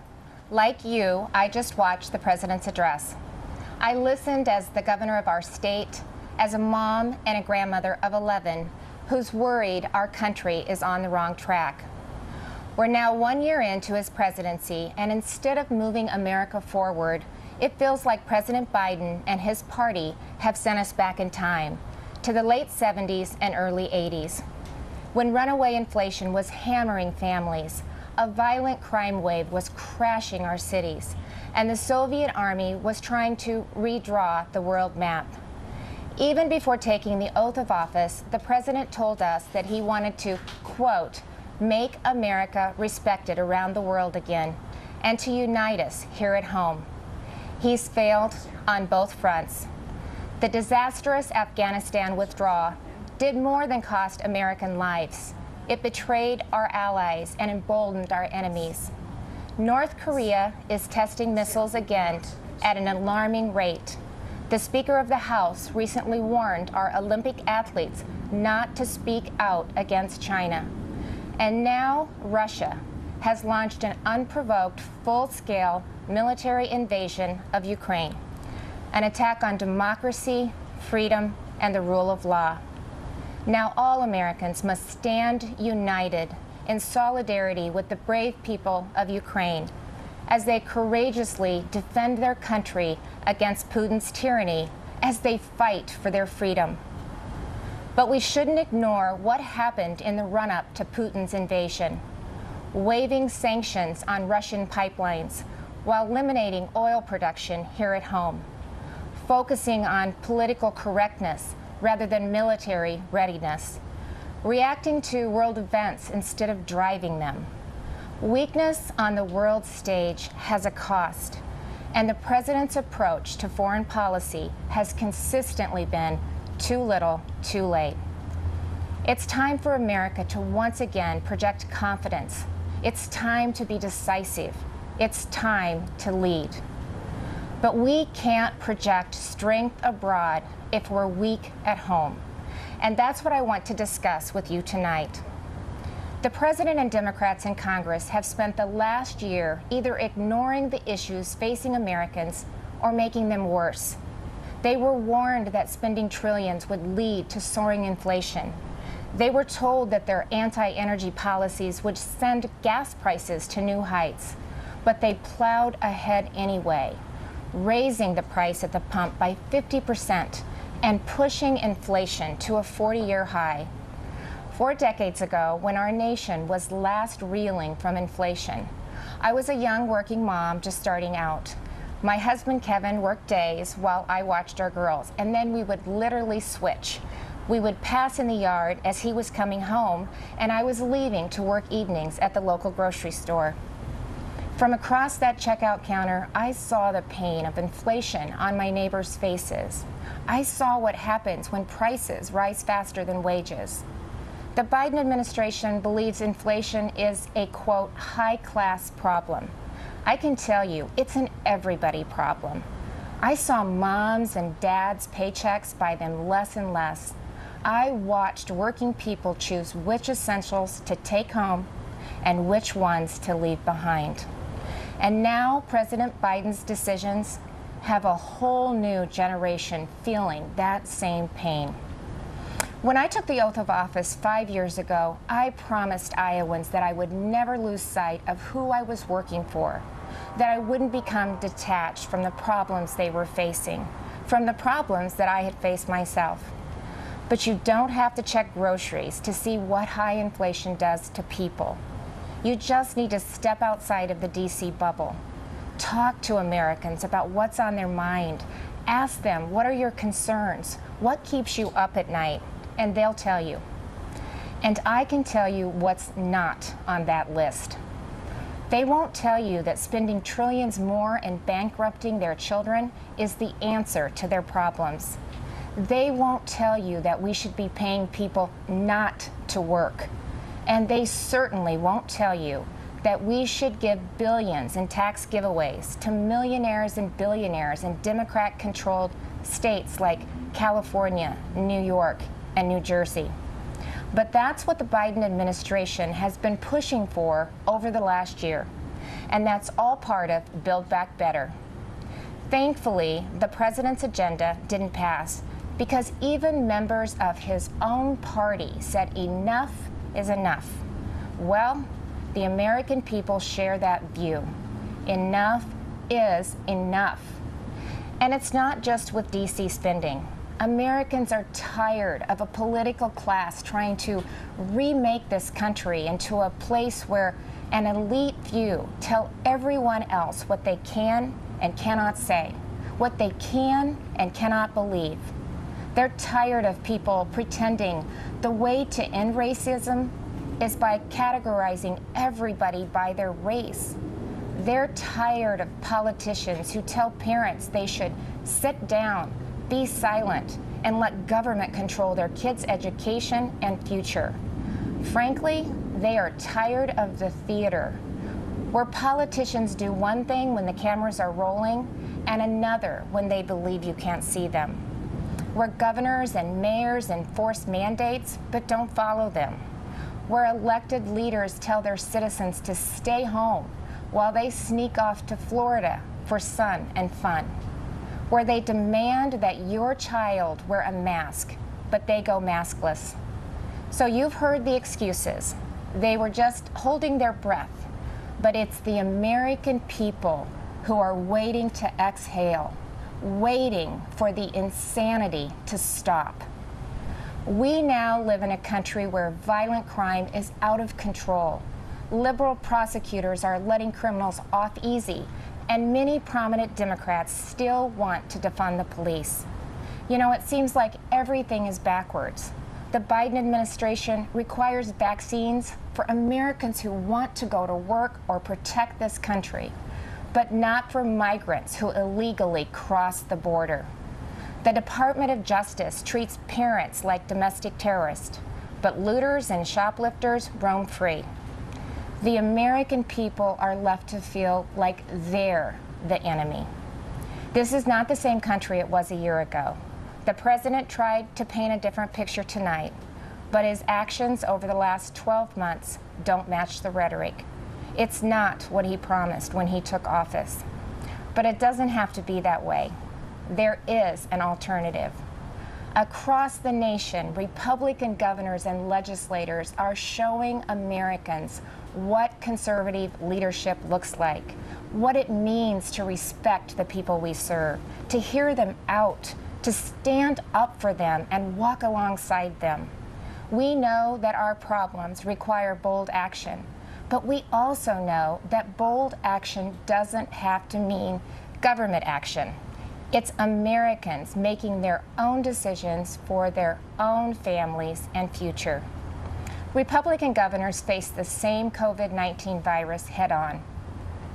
But we honored your freedoms and saw right away that lockdowns and school closures, they came with their own significant cost, that mandates weren't the answer. And we actually listened to the science, especially with kids in masks and kids in schools. What happened and is still happening to our children over the last 2 years is unconscionable. Learning loss, isolation, anxiety, depression. In so many states, our kids have been left behind, and so many will never catch up. That's why Iowa was the first state in the nation to require that schools open their doors. I was attacked by the left, I was attacked by the media, but it wasn't a hard choice. It was the right choice. And keeping schools open is only the start of the pro-parent, pro-family revolution that Republicans are leading in Iowa and states across this country. Republicans believe that parents matter. It was true before the pandemic, and it has never been more important to say out loud. Parents matter. They have a right to know and to have a say in what their kids are being taught. Families also have every right to live in a safe and a secure community. And that begins with a safe and secure country. But the Biden administration has refused to secure our border. They've refused to provide the resources to stop human trafficking, to stop the staggering influx of deadly drugs coming into our neighborhoods. They've refused to protect you. With Texas and Arizona leading the way, I, along with Republican governors from several states, have sent resources to the border. And we've actually gone to the border, something that our president and vice president have yet to do since taking office. On the economy, the contrast couldn't be more stark. While Democrats in D.C. are spending trillions, sending inflation soaring, Republican leaders around the country are balancing budgets and cutting taxes, because we know that money spent on Main Street is better than money spent on bureaucracy. Today, I signed legislation that eliminates Iowa's tax on retirement income and sets our tax rate at 3.9%. That's less than half of what it was just 4 years ago. And it shouldn't come as a surprise that out of the top 20 states with the lowest unemployment rates, 17 have Republican governors.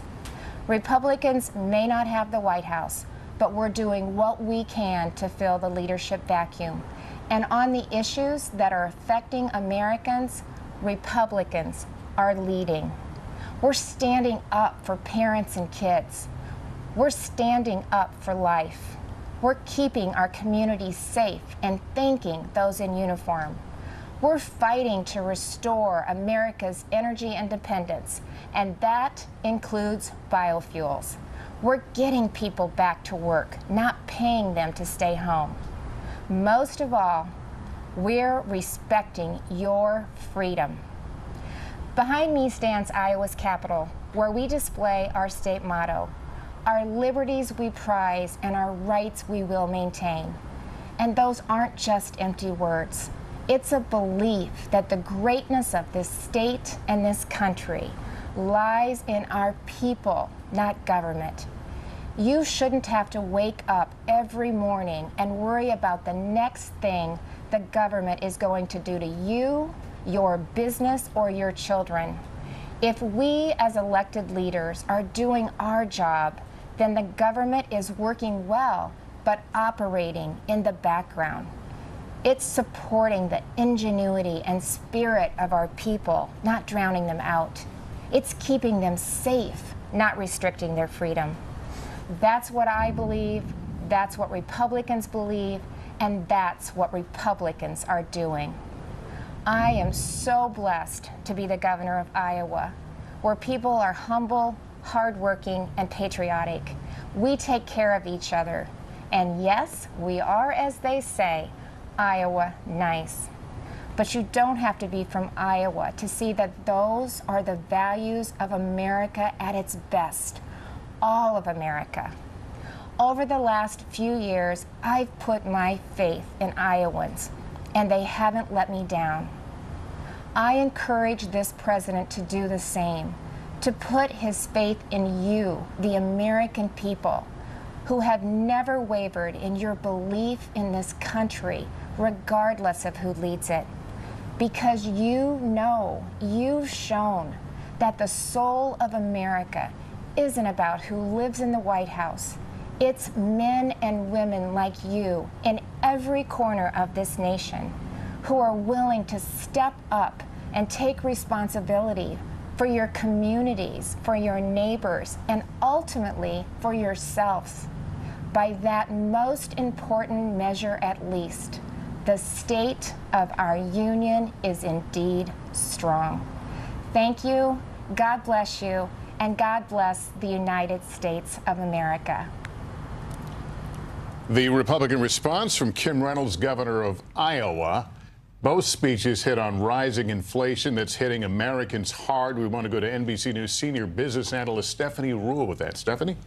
Lester, Savannah, President Biden has a complicated economic story to tell. While he has some very big wins, 6.5 million jobs created, unemployment now down to 4%, and household savings hitting a record high as we come out of the pandemic, those are very big wins. Unfortunately for this administration, they're discounted because the inflation that we're facing right now is a huge problem for the American people. We see it all over the place, and it's not going to get any better anytime soon because of the situation in Ukraine. Now, it's no surprise the GOP's response was hammering inflation over and over.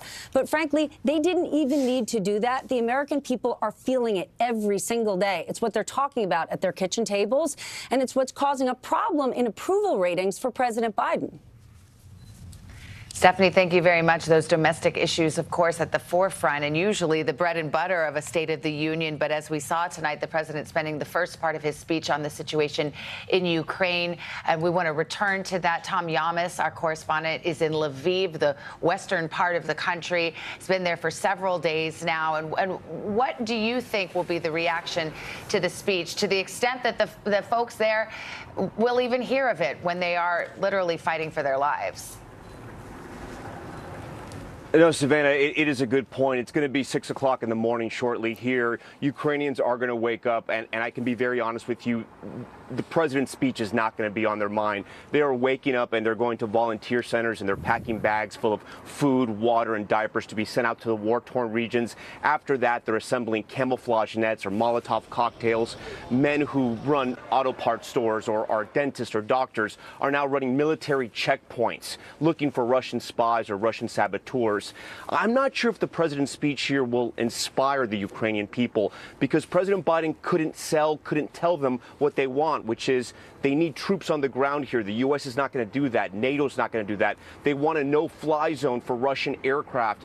NATO will not enforce that. So what the Ukrainian people want, they're not going to get from President Biden, and they've sort of realized that at this point. When you speak to these Ukrainians, they're convinced that they're going to defend their country and they're going to win their country. I think one thing that maybe was left out of the speech that maybe they could have spent a little bit more time on was the refugee crisis, right? What is the U.S.'s role going to be in helping the more than 600,000 refugees that have now fled Ukraine, right? The mass immigration crisis, migration crisis that's going to happen with this country. Those families, those mothers, those daughters, I've spoken to them. I know what they want to know. They want to know that they're going to leave this country. Is it going to be the same country when they come back? I know President Biden doesn't have that answer. Nobody has that answer. But I think we needed to hear a little bit more about how the U.S. will help all these people that are trying to leave this war-torn region. You know, when you look at that map and you look at the size of Russia, you look at the size of Ukraine and what Ukraine is up against right now with that Russian military, and these Ukrainians, all they have is their bodies in some cases to stop those tanks and those Molotov cocktails. The power of the U.S., the power of NATO, it's really hard for Ukraine to understand that at this point. Tom, thank you very much. Let me pick up some of that conversation with NBC News national security analyst Jeremy Bash. And Jeremy, what Tom said, the U.S. can't give Ukraine what the Ukrainian people really want, and that is firepower and boots on the ground. Are we in some ways hitting the hardest part of this now? We've seen the major sanctions come down. It's kind of a what next now, right? Yeah, we're entering a very dangerous phase, Lester. And if we're not going to engage in direct military conflict against Russia, which the president said in the State of the Union tonight, I think we have to start talking about indirect conflict, training, equipping, cyber, intelligence, other aspects of national power to help the Ukrainians win. Because if this is the defining moment of the generation, if it is truly good versus evil, the United States is going to have to do a lot more to help the Ukrainians win this fight. Jeremy, thank you. Let's turn to senior international correspondent Keir Simmons, who's in Moscow. And of course, Keir, the question that everyone wants the answer to, and no one has it except for Vladimir Putin, is what is his next move? How far is he willing to push this? And do his ambitions end with Ukraine, or is he just getting started? Well, that's exactly the right question, Savannah. And as Tom mentioned, in this part of the world, it is overnight. As you can see, it is 7 a.m. in the morning. The sun is just rising. And I think people here might have wanted to hear, those who hope to hear from the West, a little more from the president appealing to the Russian people. That being said, I think watching the speech turn to domestic politics and the traditional politics resume with some members sitting and some standing was a little uncomfortable to watch from here. But Savannah, you know, that is democracy. As battle is joined here between autocracy and democracy, what you see there is how uncomfortable it can be, but it is uncomfortable when you live under an autocracy here in Russia, and we are seeing that with now hearing that radio stations and independent TV stations are being taken off the air, even the Russian Wikipedia being told that it is being threatened with being taken down. All right, Keir, thanks very much. Joining us now is Michael McFaul, former U.S. ambassador to Russia and an NBC News international affairs analyst. Ambassador, there seems to be no escape valve here for Putin. A lot of people trying to get in his head, but these concerns being raised, of course, about whether, if he's backed into a corner, what happens now? Give us your thoughts. I think he is backed into a corner, Lester. It's the exact right frame. I don't think he has an endgame to this war. So he's changed tactics. He's gone from shock and awe to now doubling down in an old tactics that he used in Chechnya and Syria to bomb civilians. We're going to see over the coming days the horrible casualties that will come with that. But then what? What is he going to do if he seizes Kiev? What is he going to do after he arrests Zelensky? God forbid if that happens. I don't think he's thought through those consequences. He does not have the forces to occupy this giant country. And my prediction is if that horrible thing happens and Kiev and Kharkiv fall, there will be a partisan war with guns, and there will be active, nonviolent civic resistance in Ukraine for weeks and months and years to come, because Putin doesn't know what to do if he finally reaches the capital. Does he have any strong political rivals? No, tragically, he doesn't. He's arrested them all. Alexei Navalny is the strongest, and he sits in jail right now. Remember, he tried to kill him with poison, and then he arrested him when he came back from Germany. But what I sense, Lester, I talk to Russians every day, normal friends and people in the elite circles. Nobody supports this war. They were shocked by this war. They now know that their lives will be interrupted forever because of the amazing set of sanctions that the Western democratic world has put in place. And I don't know when it'll happen, but you will see more and more defections. You've seen a few already. And my prediction is that popular opposition to this war will grow over time. But Ambassador McFaul, that raises the central question, which is Putin totally impervious to pressure? He is without rival. He's been in power for 20 years. And many who have watched Putin, and you obviously are among them, think that there is something that's different about him now, that somehow his calculus has changed, that he is showing flashes of emotion that he didn't before. Do you think that he could be persuaded even by those oligarchs that surround him, even by this terrible thrust of Western sanctions? Or is he a man on a mission and a man willing to stand alone? That's exactly the question, Savannah. I don't have a great answer. I have a guess. One, he is isolated. He's not surrounded by oligarchs. That's part of the problem. I wish he had more FaceTime with the oligarchs. He's sitting out in a bunker-like mentality out at his compound. He's not listening to anybody. And that makes him out of touch and, in my view, increasingly erratic. He's upset with the way the war's gone. That's why he threatened to put his nuclear forces on high alert. You don't do that if you're winning. And some hope that eventually those around him, probably not the oligarchs, probably the generals, by the way, might persuade him enough is enough. This was a mistake. This was an overreach. It's time to sue for peace. That's what I want. I don't know if that'll happen. I think that's the only way we avoid a massive, horrific war that could go on for months if that doesn't happen sometime soon. All right, Ambassador Michael McFaul, always good to have your perspective. Thank you. We want to turn back to the speech now and how it played on both sides of the aisle. We want to bring in MSNBC host and former chief spokesperson for Vice President Kamala Harris, Symone Sanders, and NBC News contributor and editor and CEO of The Dispatch, Stephen Hayes. Symone, I'll let you have the first crack. What did you think of the speech tonight? Well, hi, Savannah. Hey, Lester. I thought the president came and did what he needed to do. He needed to speak forcefully about Ukraine, about what his administration has done to support Ukraine and to hold Russia accountable, but he also needed to give the American people some hope that the government can and does work for them. And that's what he did in name-checking all these policies. He ticked through a lot. We heard about mental health, veterans, climate change, child care, elder care. He talked about taking on companies who are engaging in price gouging, driving up inflation. So I thought there are a lot of people that will be pleased, and that's what I've heard from folks. They're pleased with what the president did tonight. And Stephen, were there any some bipartisan boxes checked that you didn't expect when you heard the president talk about, no, fund the police? What are your thoughts? Yeah, Lester, I think that was the moment. But there wasn't much more than that. He talked about a unity agenda. He ticked through 4 unity agenda items. But I think the rest of the speech just felt off. It felt like a president who was, high in popular approval right now and has a country that thinks we're on the right track. That's what the speech felt like. But in fact, he's mired in the high 30s in his approval rating, and 3 out of 4 people think the country's on the wrong track. And I don't think he did anything to really speak to those people who are concerned about the direction of the country. I don't think the State of the Union is strong. I think the State of the Union is tired.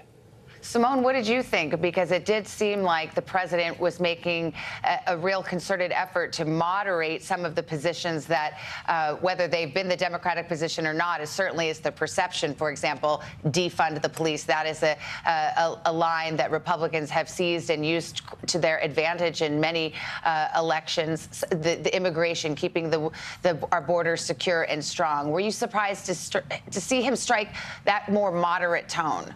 I was not. Look, Joe Biden, the president, is true to what he believes. He has never been a fan of nor endorsed defund the police. I worked for the president on his campaign.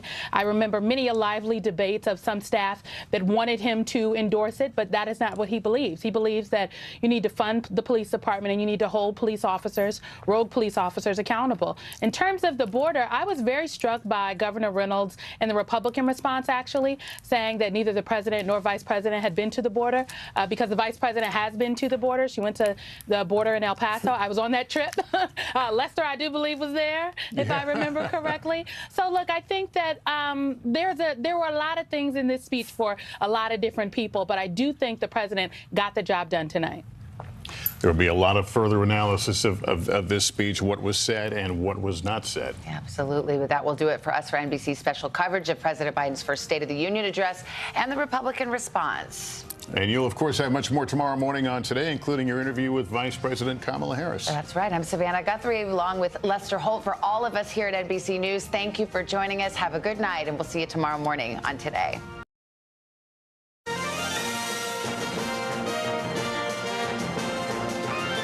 Live from Washington, this is Meet the Press coverage of the State of the Union on NBC News Now.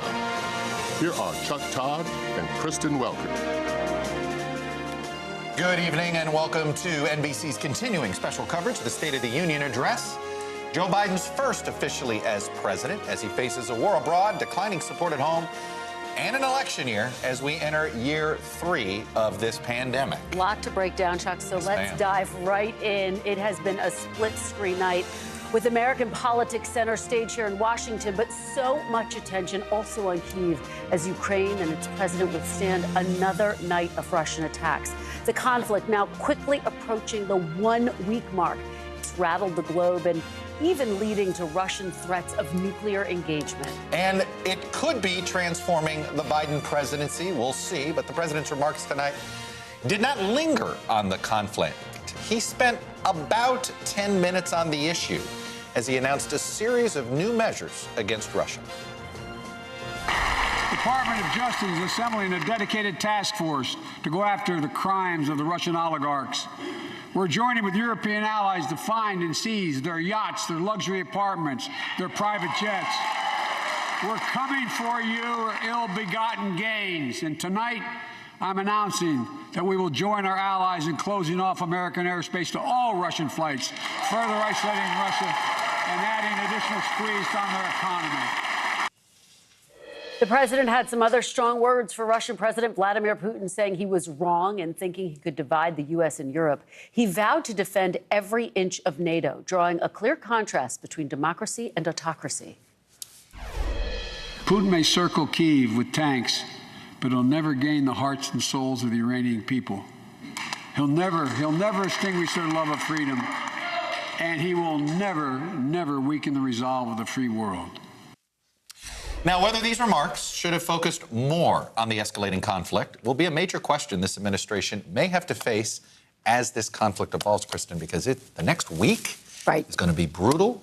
Absolutely. We may look back in a week and go, We could have used a little bit more time on it, potentially. We'll have to see, because the headlines clearly will be dominated by this story. There were many notable lines from this speech on the economy, inflation, prescription drug prices, the pandemic, and more. But some of the most notable political moments of the president's remarks came when he distanced himself from movements of his own party, starting with a clear rebuke of progressive calls to defund the police. We should all agree the answer is not to defund the police. It's to fund the police. Fund them. Fund them.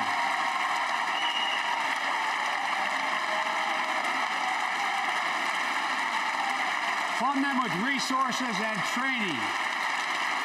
Resources and training they need to protect our communities. I ask Democrats and Republicans alike to pass my budget and keep our neighborhoods safe. So, fund the police, and then the president took another tough stance on an issue of immigration as well, using this Republican talking point. Folks, if we're to advance liberty and justice, we need to secure our border and fix the immigration system. And as you might guess, I think we can do both. Well, rounding out a 62-minute address was the president's closing assessment about the State of the Union. And my report is this: the State of the Union is strong because you, the American people, are strong. We are stronger today. We are stronger today than we were a year ago. And we'll be stronger a year from now than we are today. This is our moment to meet and overcome the challenges of our time. And we will, as one people, one America, the United States of America. Of course, following the president's address, we saw the Republican response, the official one. This was from Iowa Governor Kim Reynolds, calling the president out of touch, criticizing his agenda, tying him to the turmoil in Ukraine. But it was interesting in sort of that little nod of admission that he may have put together decent messaging in the speech. He said she did sort of say, the words you heard tonight are not the words you normally hear from Democrats, which tells you they're like, oh, well, all right, they poll tested their speech, too. That's right. Well, absolutely. I think one of the things that struck me tonight, and it's encapsulated in that soundbite about fund the police, is that this is a president who's very aware of the fact that this is a midterm election year. He's facing some serious headwinds when it comes to his poll numbers lagging.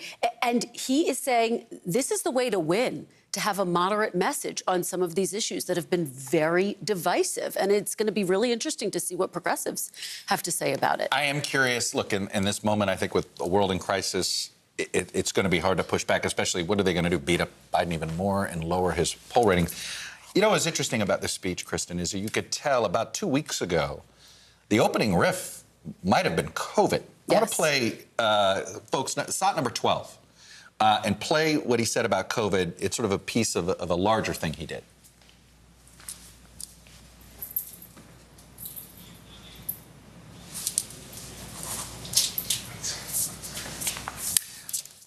So stop looking at COVID as a partisan dividing line. See it for what it is, a god-awful disease. Let's stop seeing each other as enemies and start seeing each other for who we are. Fellow Americans, look.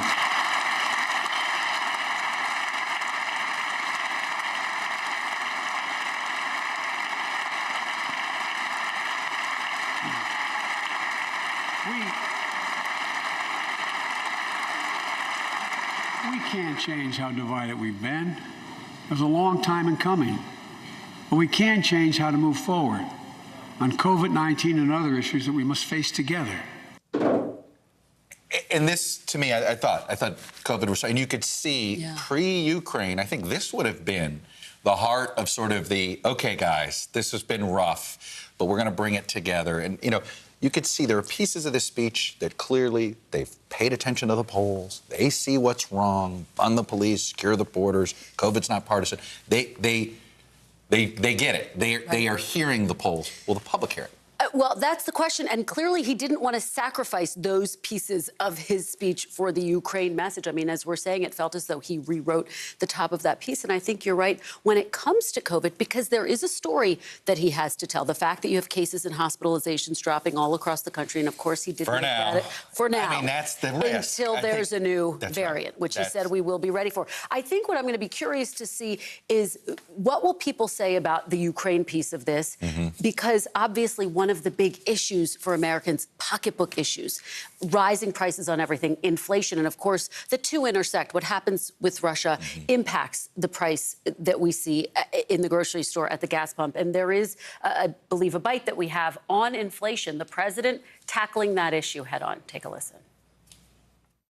And with all the bright spots in our economy, record job growth, higher wages, too many families are struggling to keep up with their bills. Inflation is robbing them of gains they thought otherwise they would be able to feel. I get it. That's why my top priority is getting prices under control. At the end of the day, what happens with prices may be determining for a lot of the key races that we'll be watching. Said those three words. I get it. I get it. I hear you. I get it. I see the polls. Look, this was a tough period. You do go back to the strongest moments that he had, where he had everybody with him, were the Ukraine moments. And when you're sitting in the high 30s, you would think you'd want to linger into that. I could tell you this, Bill Clinton in a tough moment would have realized that he would have probably spent 30 minutes on Ukraine and then still done another hour on everything else. Let it breathe and let the applause breathe as well. For Those this moment, moments for are so rare. The world's watching on Ukraine. Exactly. It was, we may look at it in political terms, a missed opportunity. Yeah, it felt, I think some people and even some Democrats I'm getting texts from say, boy, I wish we'd held that moment a little bit longer. It felt a little rushed. Here's the thing. In all of the agita of the 2020 presidential race, right, and all this stuff, you never, on this issue, he's prepared his whole life to deal with a crisis in Europe. Right. Okay? Right. He is, and you look now, there's nobody better prepared of that Democratic crew that ran for president, right? Right. You knowing what we know now, you're like, oh, lean into this moment, Mr. President. And I know that that's what a number of advisors were urging him, urging his top officials who were writing that speech with him to do. Speaking of the moment, let's get the latest on the Russian invasion of Ukraine. Became much of tonight's coverage, obviously. Our NBC News Now anchor Tom Yamas is in Lviv, Ukraine. Ralph Sanchez is in Moscow for us. But Tom, first of all, you brought up, I thought, on our coverage earlier, a very important missed point by the president as well in this crisis, and that is the growing refugee crisis and the role the United States is inevitably going to play and should play, frankly, in the refugee crisis at this moment. It's yet another part of this story that I think a lot of us thought he'd use this time with the American public to speak more about. What are you seeing in Lviv, Tom? Yeah, you know, like I was saying, it's going to be 6 o'clock in the morning. I don't know if that speech is going to resonate that much with the Ukrainian people for a variety of reasons. One, they are preoccupied right now, right? They have Russian troops in their country trying to take over their land. That's number one. But number two, I just don't know if it met the moment in the sense that will it inspire Ukrainians to keep working at those supply hubs, to keep making those Molotov cocktails, right? Ukrainians have sort of accepted the fact that they're going to go at this alone. They're seeing that every single day. What they want to hear, which Joe Biden could not promise, the president could not promise this, was that NATO would enforce a no-fly zone around Ukraine against Russian jets. That's not going to happen. We've already heard that. Or two, there will be boots on the ground. And the president made it very clear that's not going to happen either. That being said, I still think he could have extended maybe a little bit more of some type of motivation, some kind of inspirational message to the people here. Because as you mentioned, Chuck, you guys both brought up a great point. We got to remember, you know, President Biden was in charge of Ukraine under the Obama administration. He was the one who was coming here to make sure Ukrainian democracy would survive, right? That they would beat corruption. He has a special bond with this country. When you speak to Ukrainians here, they light up if they can speak English because they love America so much, right? They rejected communism. They rejected corruption. They love the United States.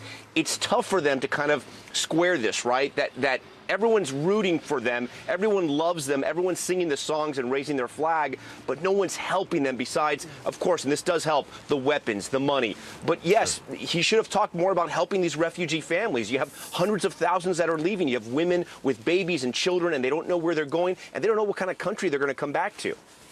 And Tom, so much of that has been borne out in the incredible interviews you've been doing there on the ground. I want to ask you about another moment. Obviously, the First Lady had as a guest the Ukrainian ambassador to the U.S. How do you think that is going to be viewed? You're talking about the fact that they want more than symbolic gestures. Yeah, you know, I think it's obviously a special moment, right? How does that not touch one's heart, seeing that there, seeing that bond, seeing that connection? But I do want to point out something really interesting. You may remember there was reporting that the Biden administration was encouraging Zelensky to move the government here to Lviv, the western Ukraine. This is where a lot of embassies have moved, the Italian embassies, other European embassies. But Zelensky and the Ukrainian government decided to ride it out in Kyiv. They decided not to flee, not to leave their capital city. And so I think there's been a little bit of a disconnect there. The Biden administration probably thinking they knew what the Russians were going to do, but President Zelensky also showing a different type of leadership, essentially hunkering down and saying, we are going to face this threat head on, and we're not going to abandon our city. Tom Llamas in Lviv. Tom, you and the crew there, be safe, my friend. Let me turn now to Raf Sanchez. He's in Moscow. And Raf, a couple of things that I'm curious about. Number one, what is the coverage today in Russia of the Ukraine conflict? What are Russians seeing today on the Ukrainian conflict? And two, do we know, is there going to be an official Russian government response to the latest sanction, if you will, by the West, by the United States, which is barring Russian planes from our airspace? Yeah, Chuck, it's a little after 7 a.m. here. We're likely to hear from Dmitry Peskov, Vladimir Putin's longtime spokesman, at some point in the coming hours. I'll tell you, the playbook from the Kremlin so far has been kind of studied indifference to announcements coming out of Washington, coming out of the European capitals. We'll see what they have to say about these latest sanctions, but I will tell you, they are not indifferent to the effects of those sanctions. President Biden said tonight that he believes Vladimir Putin miscalculated, and all the evidence we are seeing on the ground here in the Russian capital is that is a correct analysis. Chuck, we do not think the Kremlin expected these sanctions to be as strong as they were. They didn't expect the Western allies to be as united as they were. Vladimir Putin has spent years building up a financial war chest to try to prop up the ruble, shore up his economy for exactly this moment when Western sanctions came into play.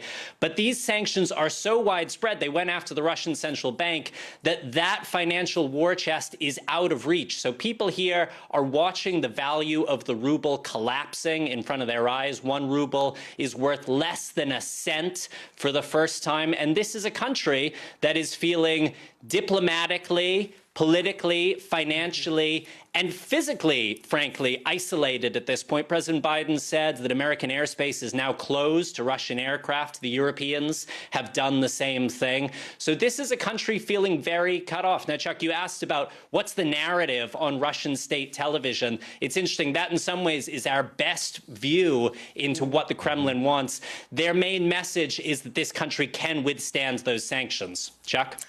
All right, Raf Sanchez in Moscow. I will take it. Thank you so much. And of course, I think even Vladimir Putin has been stunned by the protests in the street. By the way, I'm taking 1 ruble, less than 1 penny. Yeah, I mean, it's and how quickly it happened. It says how it all. quickly it happened. Yeah, Raf Sanchez, great reporting. Thank you. Joining us now is Indiana Republican Senator Mike Braun. Senator, thanks so much for joining us, staying up late with us. Really appreciate it. Let me just get your reaction to the speech. We talked about the fact that President Biden spent a little more than 10 minutes talking about this crisis in Ukraine. What did you make of that? Did you want to hear him take more time on that part of the speech?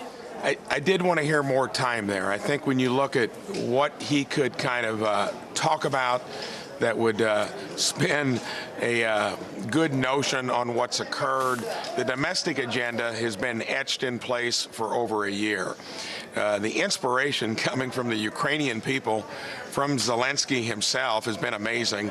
I think clearly the Europeans have woken up that, Putin poses a problem. I was really glad to see Germany kick in, commit to actually spending more on their defense than what Russia has been. You got to realize Germany's economy is over twice the size of Russia's.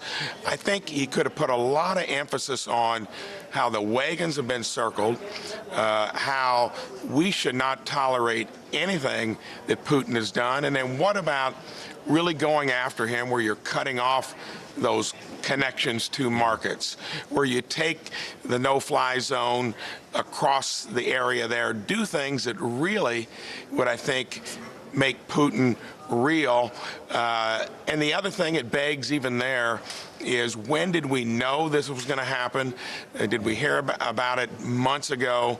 And we're still playing a little bit, behind the game there. But you could have spun that in a way that I think plays upon the inspiration that Ukrainians are giving us in terms of how they're going to handle it. When it comes to the domestic side of it, the litany of issues that I think have taken his polling down to where it is, having them scrambling in terms of how they look at the midterms, that's a tougher discussion, because there's been a year of it where you've dug in on those issues. That's going to be a harder thing, I think, to convince the American people that they made the right decision along the way.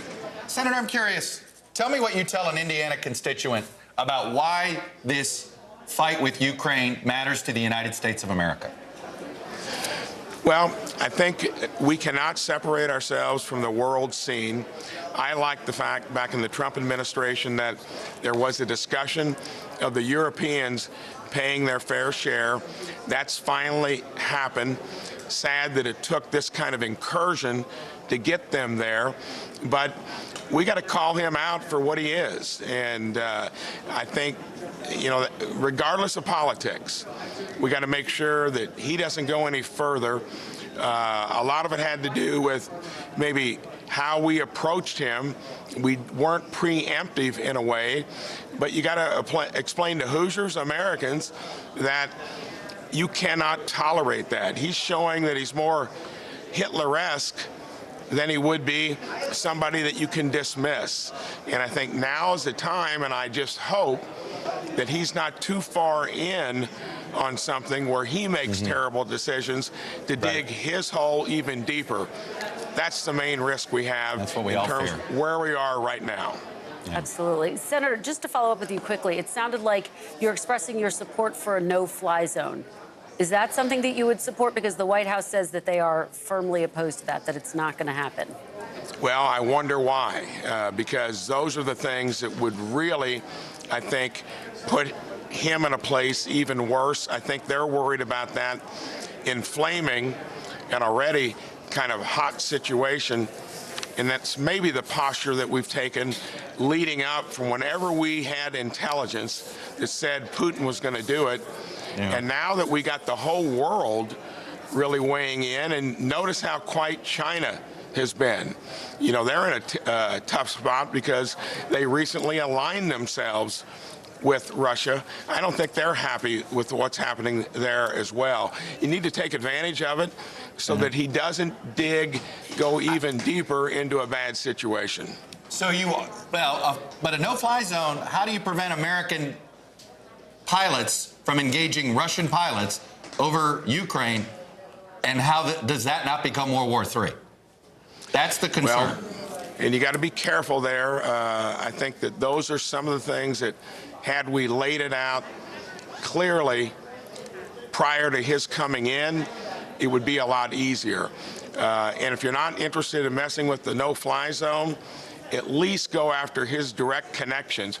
Remember, his economy is that small, and it's solely dependent on oil and gas. And I'm glad the Germans said clearly they're not going to go forward with Nord Stream 2. But there are things that we should have done coming in late probably won't be as effective, but he's clearly shown us what he intends to do, and I think he's doing it at great risk to his own future and his country's future, and I think Russians are telling him that with what you've seen on their own streets. There's no doubt. I think that the West would want it, felt like they needed the world to see Putin as the aggressor rather than unintentionally giving him provocation was probably that fear. But I think we understand what you're saying, Senator. Senator Mike Braun, Republican from Indiana. I always appreciate you getting your perspective on things. Thanks again for staying up late. You bet. Coming up, we got much more on the president's comments tonight on funding the police and securing the border. Comments have probably got the attention of a lot of progressives. The chair of the Congressional Progressive Caucus, Democratic Congressman from Mila Jayapal of Washington, joins us next. Plus, did voters like what they saw from the president? NBC News Now anchor Joshua Johnson watched the State of the Union with voters in Texas, where there also happens to be a primary today. We'll give you some of the results. We've got much more ahead. You're watching Meet the Press coverage of the State of the Union only on NBC News Now. Stay with us. The Ukrainian ambassador to the United States is here tonight, sitting with the First Lady. Let each of us, if you're able to stand and send an unmistakable signal to the world of Ukraine. Thank you. Thank you, thank you, thank you.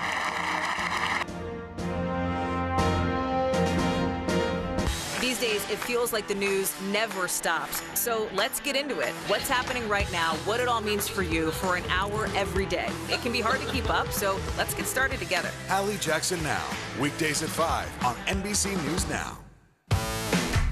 There's no better place for fun with friends. Quality time with your little golf buddy. Or an afternoon alone together. With the Golf Now app.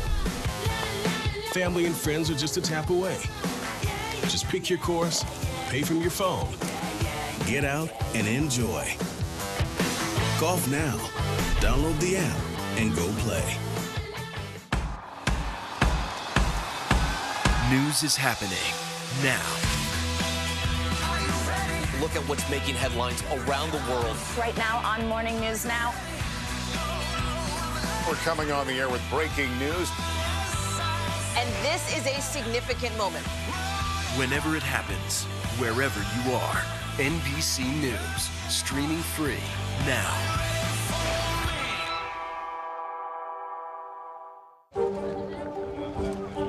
Let's go. This is a critical choke point for this fire.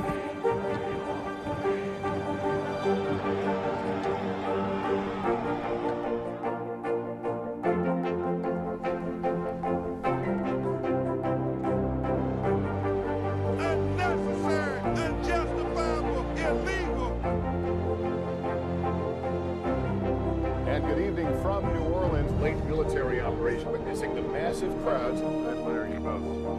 Nice to really spend some time with you. Appreciate it.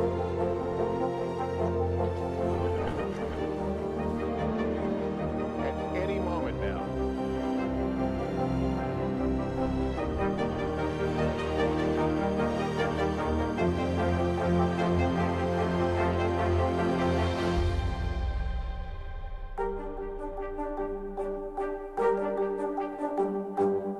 News is happening now. Look at what's making headlines around the world. Whenever it happens, wherever you are, it's here now. There's no better place for fun with friends. Quality time with your little golf buddy. Or an afternoon alone together. Family and friends are just a tap away. Just pick your course, pay from your phone. Golf Now. Download the app and go play. News is happening now. Look at what's making headlines around the world. We're coming on the air with breaking news. This is a significant moment. Whenever it happens, wherever you are, NBC News, streaming free now.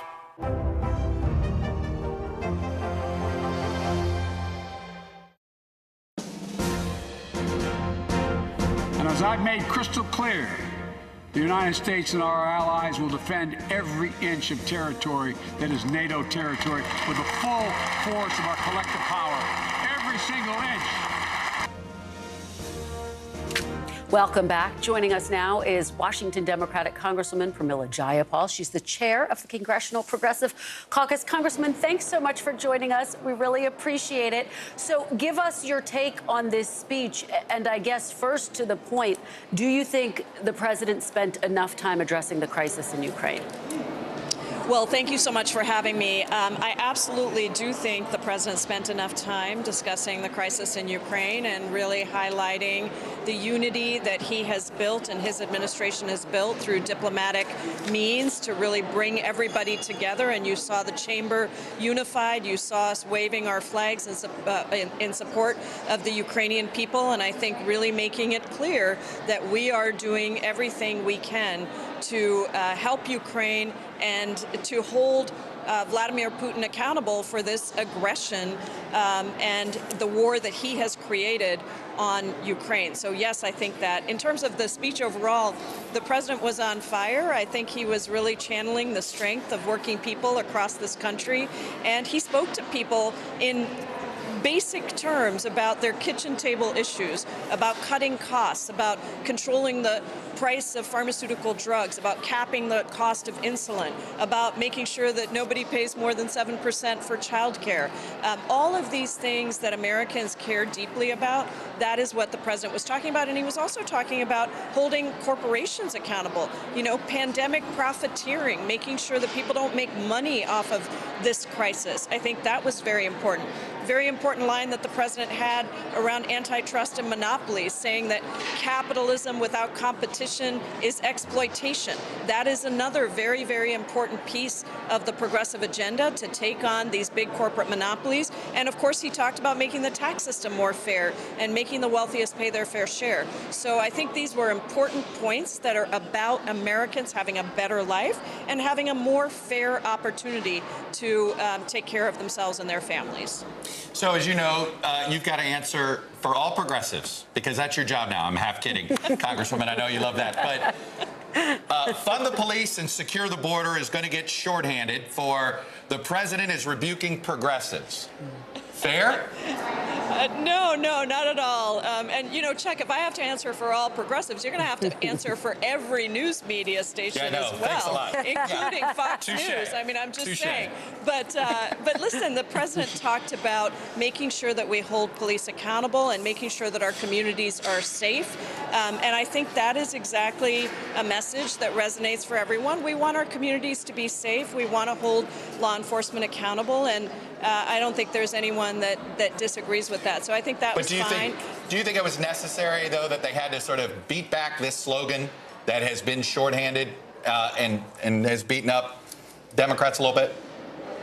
Well, I mean, look, I just think that at the end of the day, it's really the Republicans who attack on these things, and I think that we just have to keep putting forward what the president put forward in his vision today, which is cut costs for American families, deliver for people where they need it the most. And guess what they need the most? They need their pocketbooks to be healthy and to have opportunity.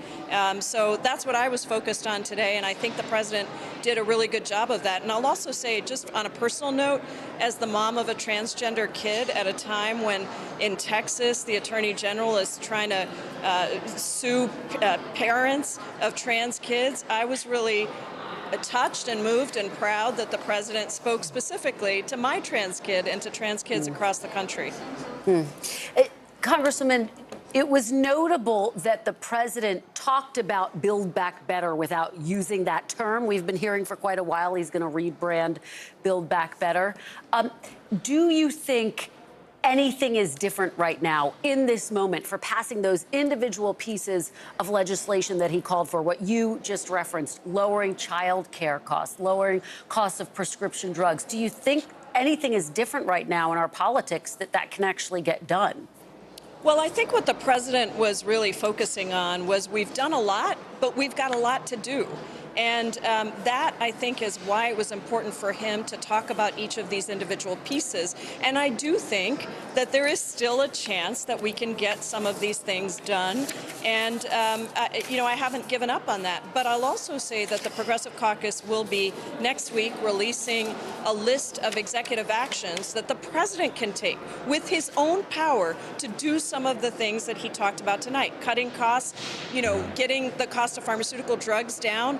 He can use some of his executive authority to do that. We are also going to call for the president to cancel student debt. That is important. I wish he had said something about it tonight, but it doesn't mean it's off the table. And so I think that is what we're focused on is, yes, we can get some of these pieces of Build Back Better done, whatever you want to call it. You know, it's sort of like Voldemort, he who shall not be named. We can't use Build Back Better anymore, but we are going to talk about childcare. We are going to talk about That's your second Voldemort reference with me, by the way. I'm keeping track.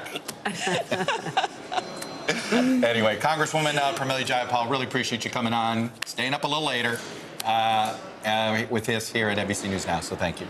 Thanks so much for having me. All right, let's break down the speech a little bit more with, joining us now, Stephen Hayes, editor and CEO of The Dispatch and Democratic strategist and veteran of both the Biden and Clinton campaigns, the last two ones. Adrienne Elrod, welcome to you both. It was a Democratic speech. Adrienne,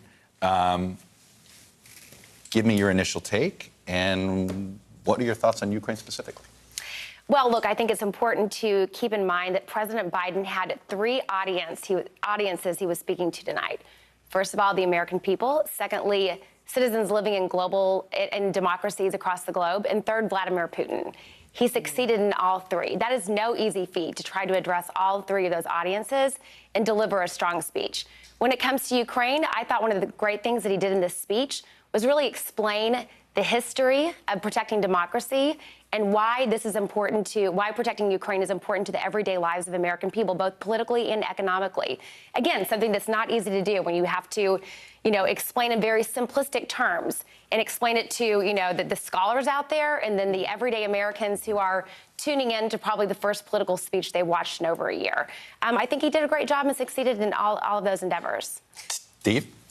Yeah, I didn't think he did a great job. I wasn't impressed with the speech. And I thought he had some good moments at the beginning. I thought it was an appropriate and at times moving tribute to the bravery of Ukrainians. And that was an important message. I wanted more in that section. I wanted more about Ukraine.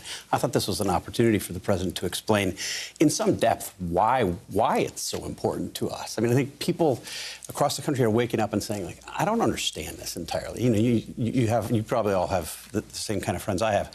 They don't pay attention to politics. They're not really into it. And then all of a sudden you start getting texts or emails from them. Really so smart all people. Of my I know, people. like, what the hell is he invading Ukraine? Like, correct. What? I've gotten that from economics professors who are PhDs, you know, going, not people you know, who, right. Yeah, people who are busy living their lives. Yeah, right. These are not people who are not interested in politics or don't care about the country. And I'm getting a lot of those, and people want to know what's going on. And I don't think you spend enough time doing that. The other criticism I'd have on foreign policy and national security, where was the Afghanistan withdrawal? He didn't talk about that. Where was Iran? Where was North Korea? 2 passing mentions of China. These are huge issues. They're going to shape the future of the country. And he just sort of shrugged them off. And I thought spent a lot of time on that middle section that was sort of a typical State of the Union laundry list that would make Democrats happy, but probably make Republicans skeptical. Adrienne, to that point, do you think he could have done a better job of linking the two, of explaining, as Chuck was just talking about earlier, why this matters to people and, frankly, why it matters for things like inflation, things that are impacting their daily lives? Did he make that link? I mean, I thought he made the leap. Now, I guess we'll find out in, you know, the next 2 days how the American people took it. I thought he did a great job of explaining that. You know, I also think that he did a good job of balancing the speech with what's happening in Ukraine, with all the domestic priorities. I mean, frankly, I was a little bit nervous that he would be spending half the speech talking about Ukraine. You thought it was going to be too much Ukraine. It was going to be a little bit too much. You're not the only Democratic operative that said that to me today, that said, you people in Washington think all you can, you know, and I've gotten this lecture. As you said, we're going to find out in a couple days. Exactly. Yeah. We'll see what the exit polls. I'm sure you'll be doing some exit polls, Chuck, and we'll see what they say. We're going to hear Joshua Johnson here. Some kind of polling. Yeah, exactly. Joshua Johnson talking to people on the ground. But I guess the question is, I mean, he did talk about the unity among the allies. Do you give him some credit for that? I mean, that was kind of a central part of his Sure. speech Look, as well. I think he deserves some credit about it. I think there are things that he could have done to lead the Allies more. I mean, we've been a step behind the Europeans on a number of these issues. But look, compare what Joe Biden has done with what Donald Trump would have done in the same situation. I don't think he would have had any unity and would have been throwing elbows at Germans and whomever and probably saying nice things about Vladimir Putin. I mean, it's worth reminding people. A week ago, Donald Trump said that this was a genius move. So very different tone. I'm glad that Joe Biden Really not even, doing that. forget him praising somebody like Putin, but he's not even strategically correct. No, like, I mean, yeah. that's the other part of this. You're like, my God, Right. It's not an you accurate are this statement. Yeah. ignorant about basic military strategy. Clueless, yes. So in that sense, I think it was. In that sense, I think he does deserve some credit. There are things I'd rather have had him take the lead on that he didn't. But it's a good moment right now. All right, Adrian. Stuff to come. Fund the police and secure the border. What do you think? I'm so glad that he went there on those issues, especially when it comes to, quote unquote, fund the police. I thought Congresswoman Jayapal had a very diplomatic answer to that. But that has been Yours something. Gonna be a little less diplomatic? Exactly. That has been an issue. I mean, on the campaign, it drove us crazy. I know it certainly drove then candidate Vice President Biden crazy. That was something that we had to constantly contend with, right? And it's certainly something that has caused a lot of concern for us going into the midterms. So I'm glad that he addressed that. And I think you saw quite a lot of camaraderie in the audience, a lot of support around his statement. Hey, Steve, let's play the Kim Reynolds bite. Yeah. She made it's interesting. We heard a little bit from Mike Braun that there seems to be a growing attempt to try to use Ukraine as a negative political attack. Take a listen.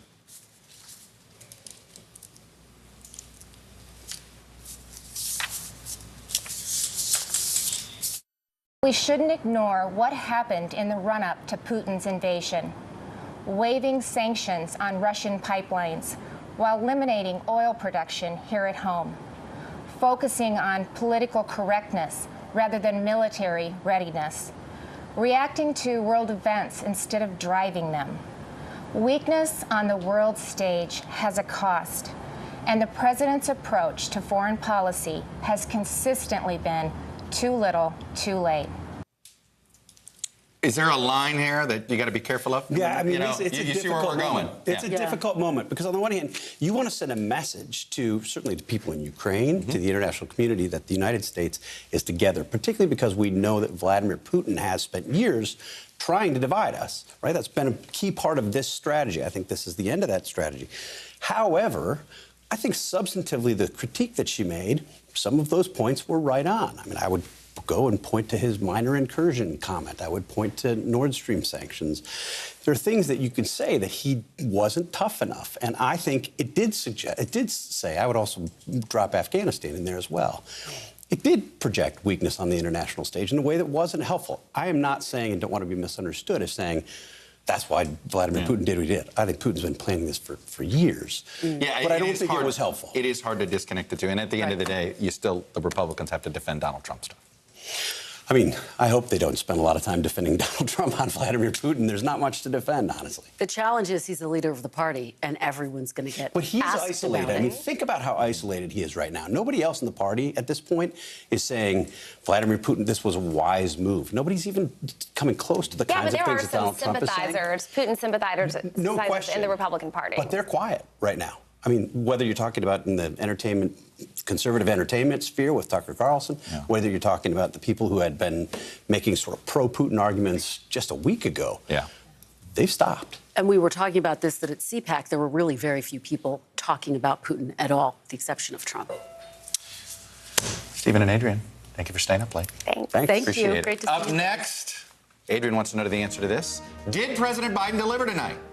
We're going to tell you right now, Adrian. We'll head down to Texas where our own NBC News Now colleague Joshua Johnson, he's been speaking with a roundtable of the most important group of people watching tonight, actual voters. Yeah, it's going to be really special. We have much more ahead. You're watching Meet the Press's coverage of the State of the Union only on NBC News Now. We're back after a quick break. In state after state, new laws have been passed. Not only to suppress the vote, we've been there before, but to subvert the entire election. We can't let this happen. Tonight, I call on the Senate to pass Pass the Freedom to Vote Act. Pass the John Lewis Act, Voting Rights Act. And while you're at it, pass the Disclose Act so Americans know who's funding our election.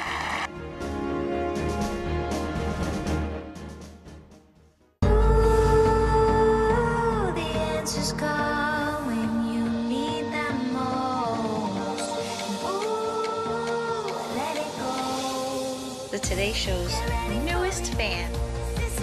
Little Al Roker. What am I doing here?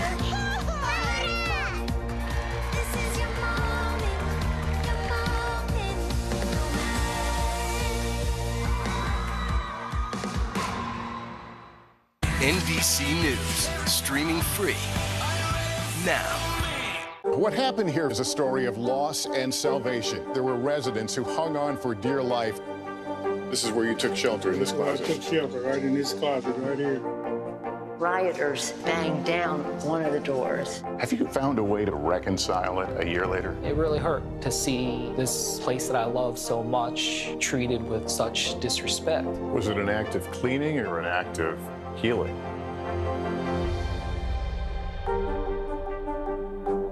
Now Tonight with Joshua Johnson, streaming weeknights at 8 on NBC News Now. There's no better place for fun with friends. Quality time with your little golf buddy. Or an afternoon alone together. With the GolfNow app, family and friends are just a tap away. Just pick your course, pay from your phone, get out and enjoy. GolfNow. Download the app and go play. Nearly a dozen hours after the Eye roared ashore. There is some late-breaking news. All right, Hallie Jackson Now, weekdays at 5 on NBC News Now. And I know you're tired, frustrated, and exhausted. That doesn't even count the close to 1 million people who sit at a dining room table or a kitchen table and look at an empty chair because they lost somebody. But I also know this, because of the progress we've made, because of your resilience and the tools that we have been provided by this Congress, tonight I can say we're moving forward safely back to a more normal routines. Welcome back to our special State of the Union coverage. We now want to bring in NBC News Now anchor Joshua Johnson. He's in Dallas, where he watched tonight's speech with a group of Texas voters. And Joshua, we're so excited about this segment. Tell us what you're hearing from the folks there. Hey, Kristen, not just a group of Texas voters, but Texas small business owners. When we were thinking about how we wanted to do this panel, I wanted to do it a little bit differently because business people are doers. They don't just care about what you say. You have to get things done or you are out of business. And so we invited 8 small business owners from here in the Dallas-Fort Worth Metroplex, and we have been having way more fun than y'all in D.C. have been having. We've had a good time talking this evening. Natalia, let me just start with you and your thoughts, because you are with the Ukrainian Cultural Club of Dallas. And I'd love to hear your thoughts first off of what you made of the president's remarks on Ukraine at the top of his address. Absolutely. So first of all, President has, with his support of American people to Ukrainian people, we heard 3 things. We heard about intensifying the sanctions, not only against major businesses and banks in Russia, but also personally against President Putin and his circle. We have also heard about closing the airspace for Russian aircraft. And all of those are very important and unprecedented sanctions. And the impact of those will be heard and felt in the months and weeks to come. I was hoping to hear more about the closing of Ukrainian airspace, because while the sanctions will have a longer-term impact, the missiles and the rockets are hitting today, and we just need to protect the people of Ukraine from that impact today. I think that concern is going to keep growing. We've heard that from a lot of Ukrainians and Ukrainian Americans in the last few days. Let me ask you all, as small business owners, just show of hands, did you hear anything from the president tonight that gave you clarity in terms of what his policies are going to mean for your business? How many of you got any clarity tonight from the president? No. That's a little problematic. Dwight, you and I were speaking earlier in terms of your barbecue business. You own Off the Bone Barbecue here in Dallas. Right. Some of the supply chain challenges, employment challenges that you've been dealing with. What's your sense from the president's speech of what that's going to mean for your business in the next year? From his speech, he spoke to both of those areas, as well as lowering the cost to drive down inflation. And that's big for as small businesses go, especially like a restaurant or whatever. The employment piece of it as well. He also mentioned meat producers, and I know that the cost of proteins, we were talking about earlier, exactly, that affects you very directly. Exactly. That's big on our list, to drive down, to get back to where we were. Yeah. How far off do you think you are now from where you were before? Probably 30 to 40%. 30, 40%? Yes. No kidding. Right. Wow. Cindy, let me come to you before I have to let all y'all go. You mentioned some of the other social issues that the president brought up, especially because some of those were so big in terms of the Texas primaries that were today. Yes. What did you make of the president's address? I'm hoping that those policies that he spoke about today, that they'll start trickling down to Texas, and we'll actually see some changes here coming up soon in November. You also mentioned the impact of immigration policy for you as a small business owner as well. As a small business owner and as a Mexican American, I think it affects a lot of families here in Texas. And, you know, we all have friends and family that are here undocumented and are willing to work and want to work, but they just don't see a pathway to legalizing themselves or having the right paperwork. Jaime, one of the things that you mentioned several times, and I think this cut across everybody, is being able to have some clarity and to really see what the president's going to be able to do for you in the next year. Yes, I would love to see some actionable steps. He touched on a lot of topics that I wanted to hear about, but I'd love to bring it closer to home because we're dealing with a lot of issues today. And a lot of those require long-term investment, and that doesn't go along with the lines that he was saying inflation is going to go down. It seems like it's a lot more investment. Inflation's going to go up. I got to say, talking to the 8 of you tonight has been very illuminating. And Chuck, Kristen, just so you know, I have at no time asked these 8 people what their party affiliation is. Good for you. I don't know. And I think for the purposes of being able to get stuff done, on a small business level, there are no Democratic bills and Republican bills. You pay in plain old American money. So I think there's an opportunity for the president, since he got so many of those applause lines that made everybody stand up, to really create policies that will cut all the way across all kinds of businesses if he makes good on the promises he made tonight. You know, Joshua, what struck me about your clarity question and the fact that these are all small business owners, which means that they do everything in their business. They sweep the floors, deposit the checks at night, all those things. It sounded like it's a trust but verify situation. They're not fully believing, is it all politicians, but they're not fully believing what somebody's saying to them. They need to see it to believe it. Is that what I'm getting? Well, that's a good question. Y'all heard Chuck's question. Yes. Is that about right, that you need a little more? We need more action. Go ahead, Cindy. More action. We need more action. Yeah.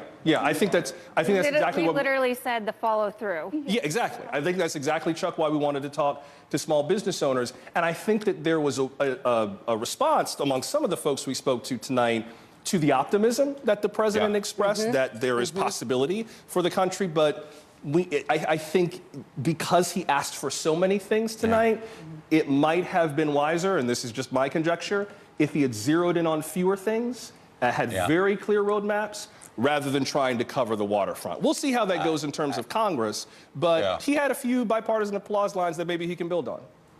And leaning it more into that, what's interesting is the most optimistic people in America are small business owners. Or they wouldn't have started a small business. So you're darn right they want optimism. I get that. What a great group. You got Joshua, some applause for that. Amen. Amen. I'm all about, sucking up for you. I just want to make sure you get out of there tonight. Thank you, guys. Up next, it's Kornacki. He joins us from the big board. There is Well, there was people voting tonight. We'll have a breakdown of the results of the first big primary night of 2022. We thought we'd be spending more time in Texas. It just shows you where things are in our agenda these days. You're watching Meet the Press's special coverage of the State of the Union, only on NBC News Now.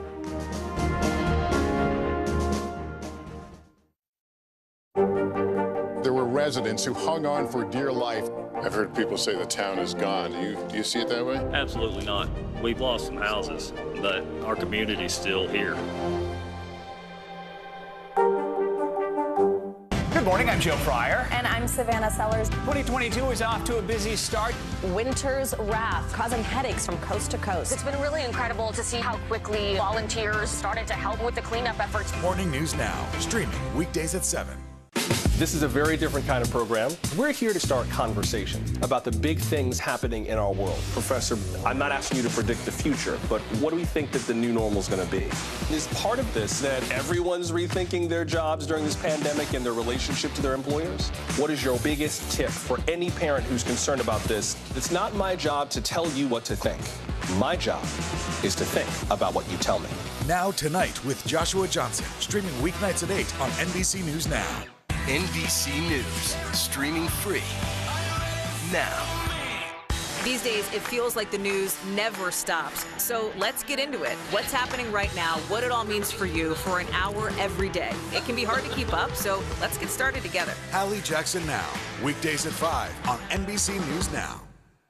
News is happening now. Look at what's making headlines around the world. We're coming on the air with breaking news. This is a significant moment. Whenever it happens, wherever you are, NBC News, streaming free now. There's no better place for fun with friends, quality time with your little golf buddy, or an afternoon alone together. Family and friends are just a tap away. Just pick your course, pay from your phone. Golf now. Download the app and go play. News is happening now. Look at what's making headlines around the world. Whenever it happens, wherever you are, it's here now. Now Tonight with Joshua Johnson, streaming weeknights at 8 on NBC News Now.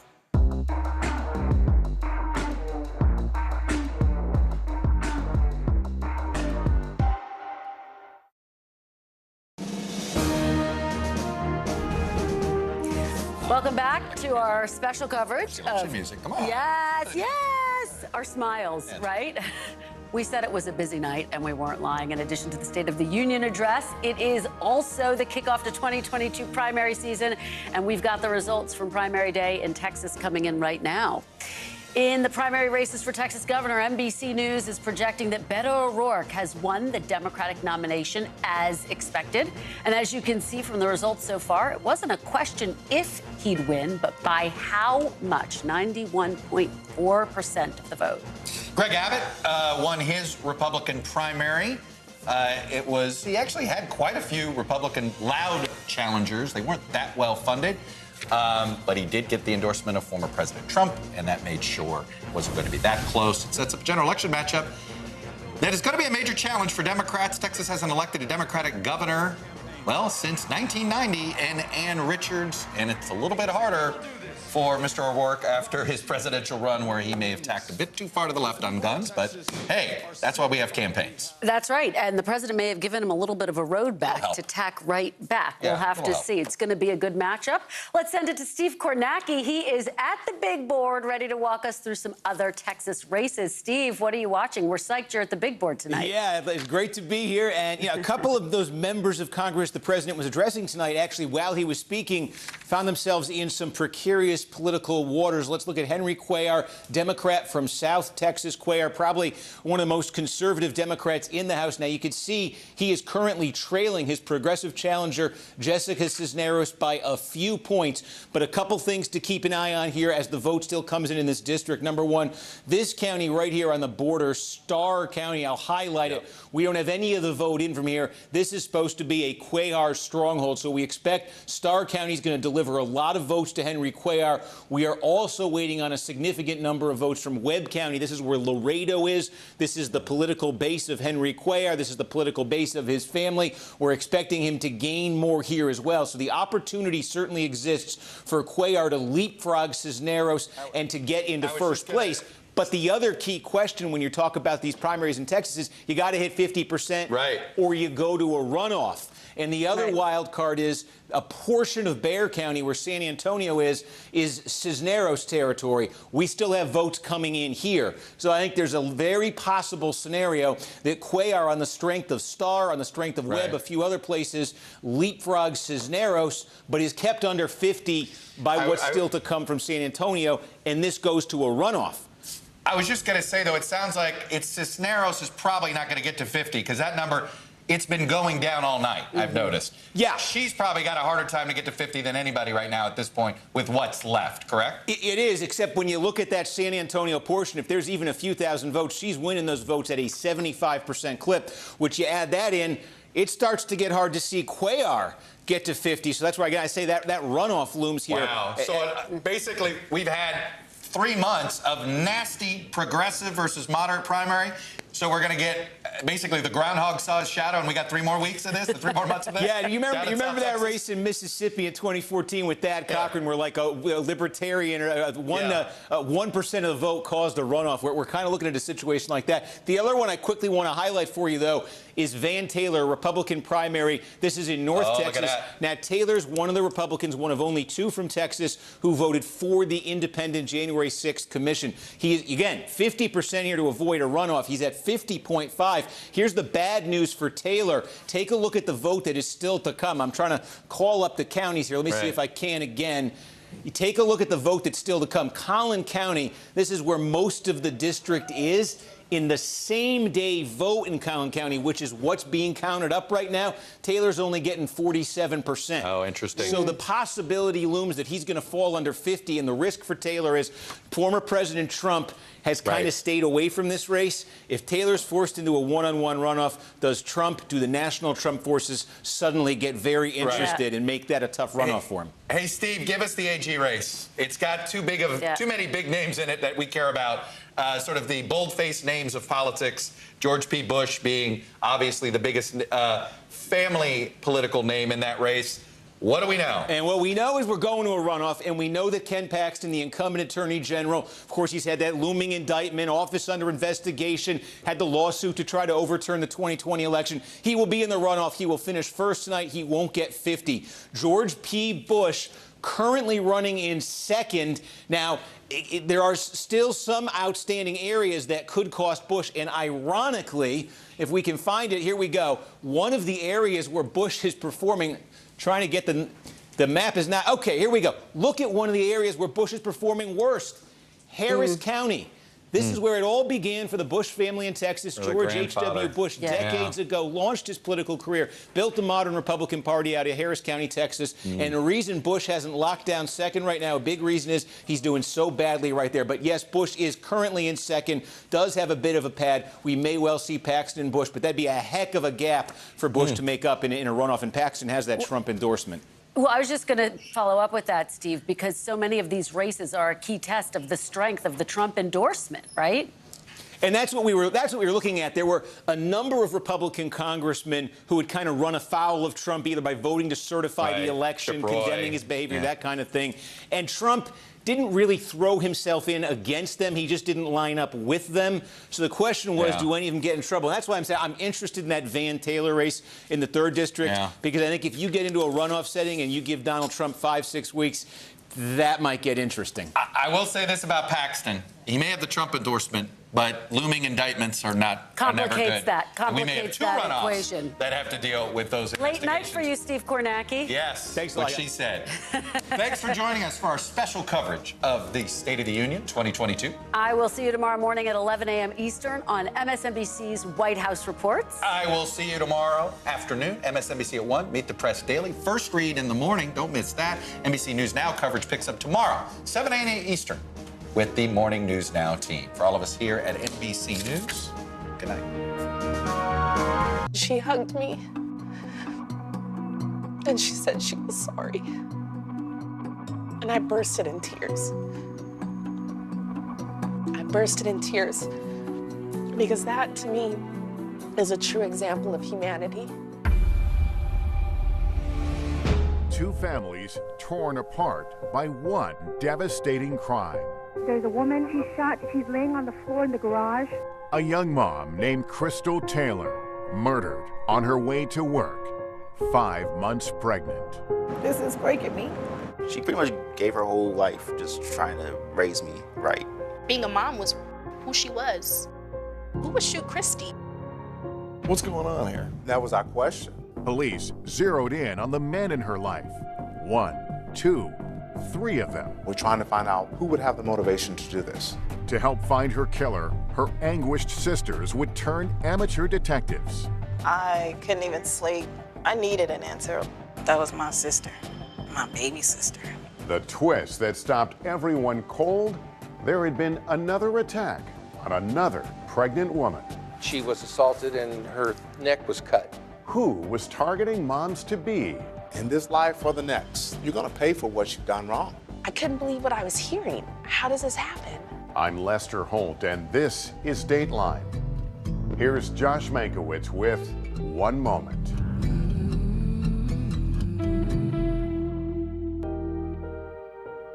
In the mega sprawl of Los Angeles County, the city of Hawthorne occupies about 6 square miles, none of them especially glamorous.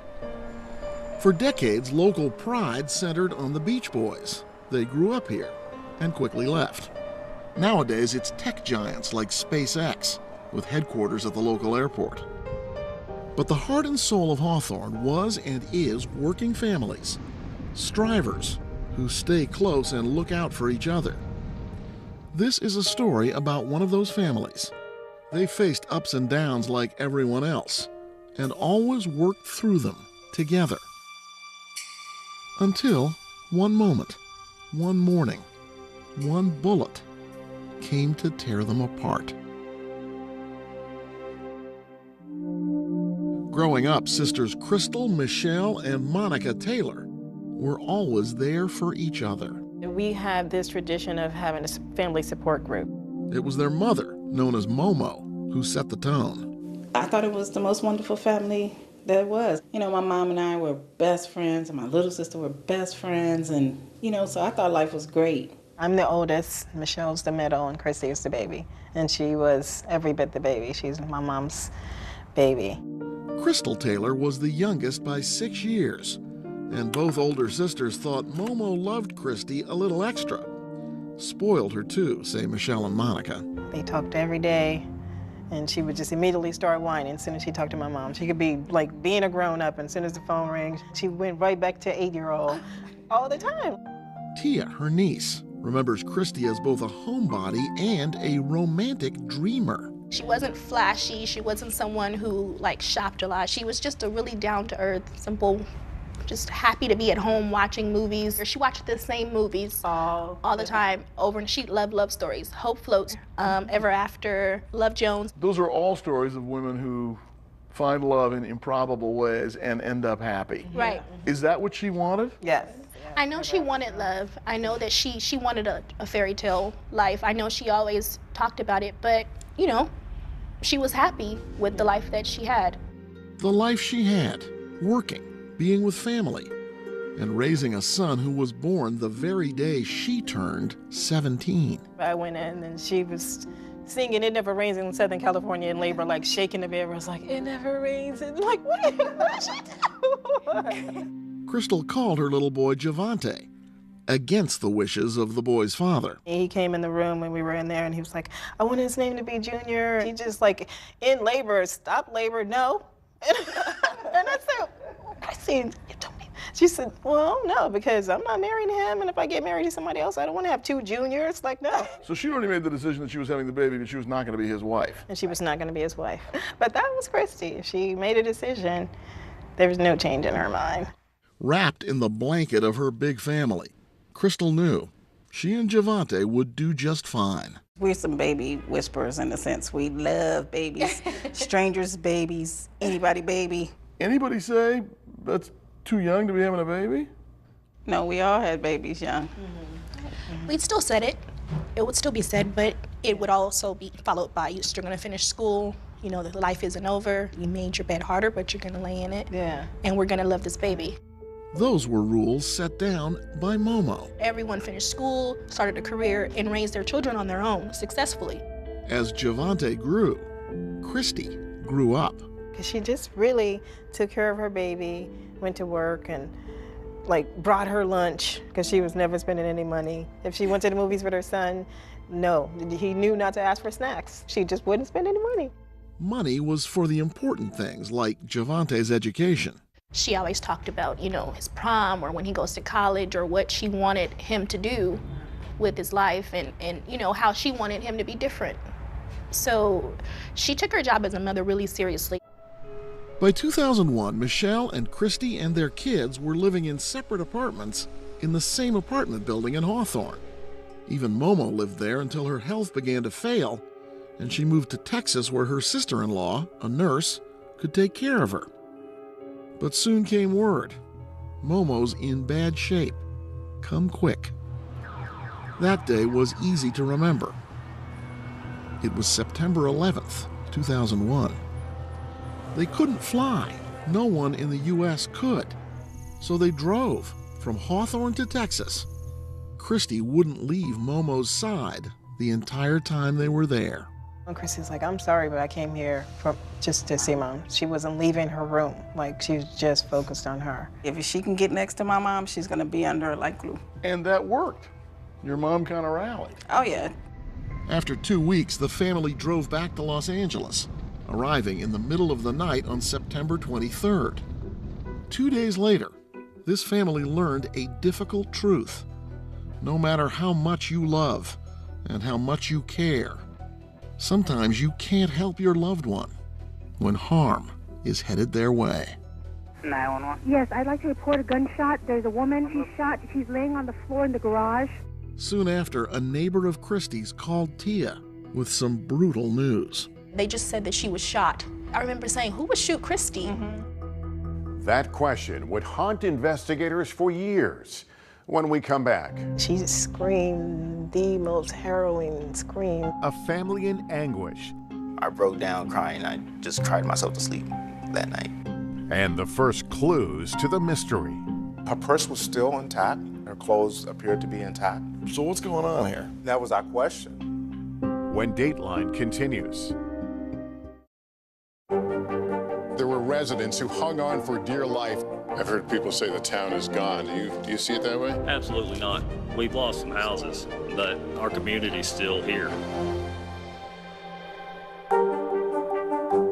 There's no better place for fun with friends, quality time with your little golf buddy, or an afternoon alone together. Family and friends are just a tap away. Just pick your course, pay from your phone. Golf now. Download the app and go play.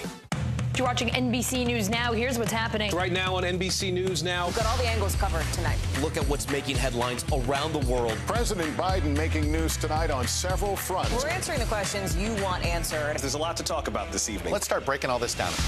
We begin with breaking news. Now to an NBC News exclusive interview. We'll get right to that breaking news, the desperate search and rescue.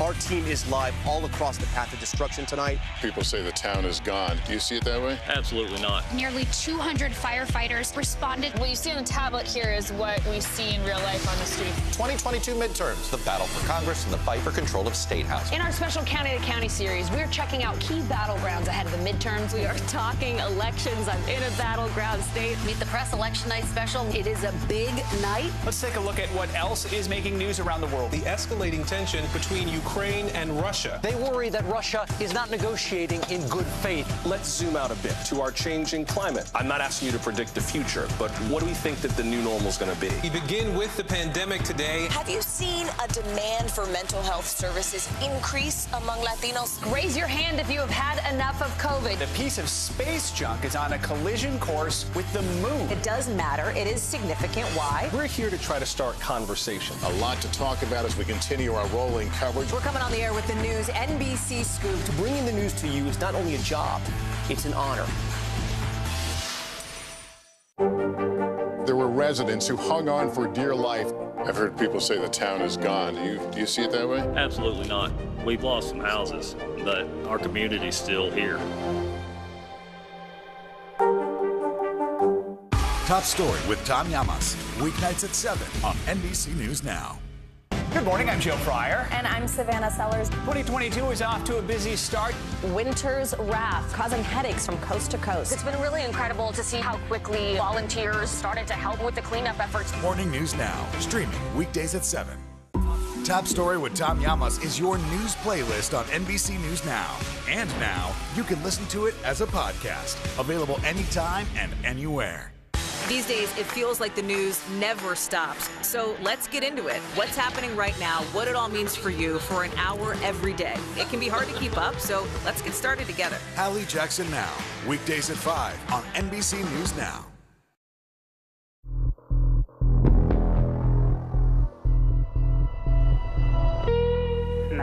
Yes, I'd like to report a gunshot. There's a woman. She's shot. She's laying on the floor in the garage. Minutes after a 911 call, the Hawthorne police arrived at Crystal Taylor's apartment building. Detective Robbie Williams wasn't far behind.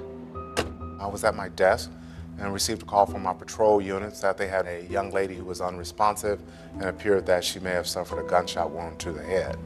Williams arrived and quickly sized up the scene. There's officers already trying to revive her. She's laying down in the lobby area of her apartment complex that leads from the upper stairs, which are the apartment, into the garage area. And then we just started getting into the processing of a crime scene, making sure that we identify as many witnesses and if there is also other victims.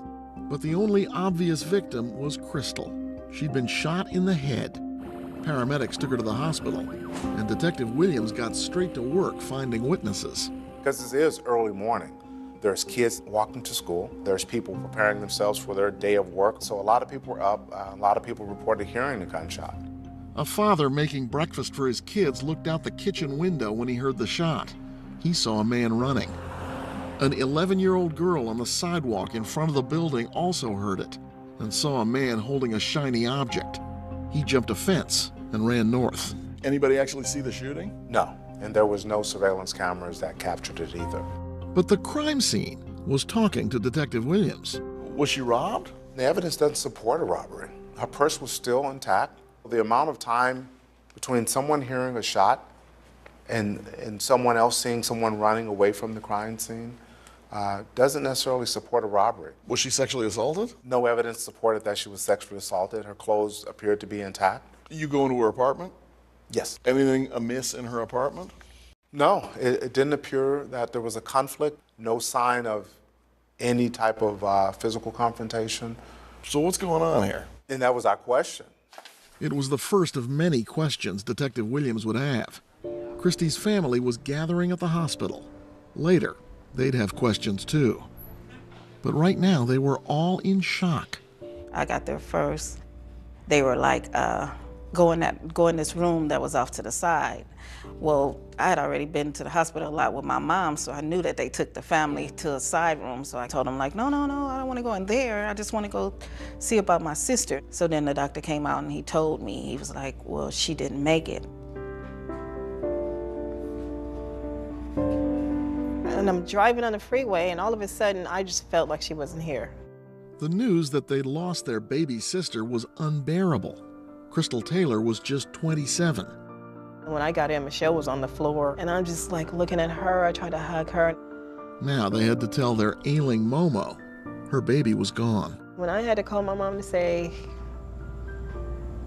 somebody killed Christy, and she screamed the most harrowing, just screamed. And I just knew this is gonna kill Mom too. There's nothing worse than burying your kids. I mean, no. Especially when you're already so sick. So sick. I remember when I was talking to my mom, I was like, don't you leave me. Telling Crystal's 10-year-old son was even harder. And we kind of sat next to him like, Javante, your mom died. And he crossed his arms like this and screamed. And that's what he just kind of leaned back. My poor little mommy. Your mom died. They didn't say how. You all kind of shielded Javante from what had happened. Yes. We were older and couldn't grasp what had happened to her, so why give it to him? So in one day, his whole world goes away. No more mom, no more home, no more life as he knew it. Yeah. Nothing. And he taught himself to just be, like, not even talk about it. You don't even know Gervonta's in a room. Like, he learned to just, I don't know, he just shut down. Even now, Gervonta seems almost numb when talking about the worst day of his life. That night, I broke down crying. I just cried myself to sleep that night. You remember that? Yes. You remember what she looked like? Yes. I heard you can't remember the sound of her voice. Yeah, I cannot remember what she will sound like now. Does that bother you? A bit, yes. This family tragedy would only get worse because Crystal Taylor wasn't the only one killed by that bullet. Coming up, police drill down in the search for a suspect. We tend to focus on relatives or relationship partners.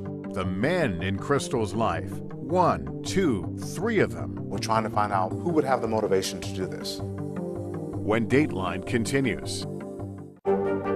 There were residents who hung on for dear life. I've heard people say the town is gone. Do you see it that way? Absolutely not. We've lost some houses, but our community's still here.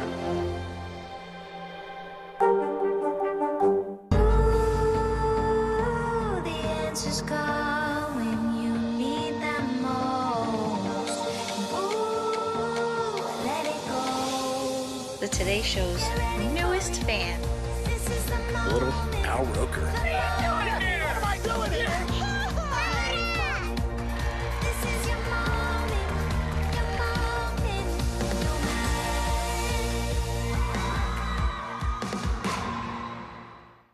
We're here to start conversations about the big things happening in our world. Because it's not my job to tell you what to think. My job is to think about what you tell me. Now Tonight with Joshua Johnson, streaming weeknights at 8 on NBC News Now.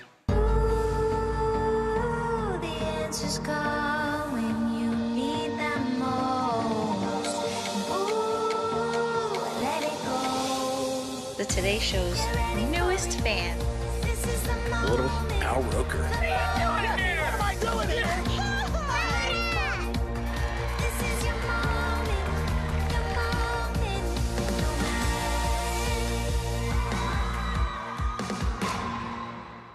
What happened here is a story of loss and salvation. There were residents who hung on for dear life. This is where you took shelter, in this closet. I took shelter right in this closet right here. Rioters banged down one of the doors. Have you found a way to reconcile it a year later? It really hurt to see this place that I love so much treated with such disrespect. Was it an act of cleaning or an act of healing?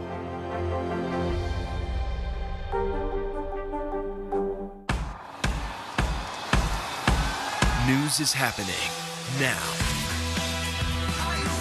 Look at what's making headlines around the world. Right now on Morning News Now. We're coming on the air with breaking news. And this is a significant moment. Whenever it happens, wherever you are, NBC News, streaming free now.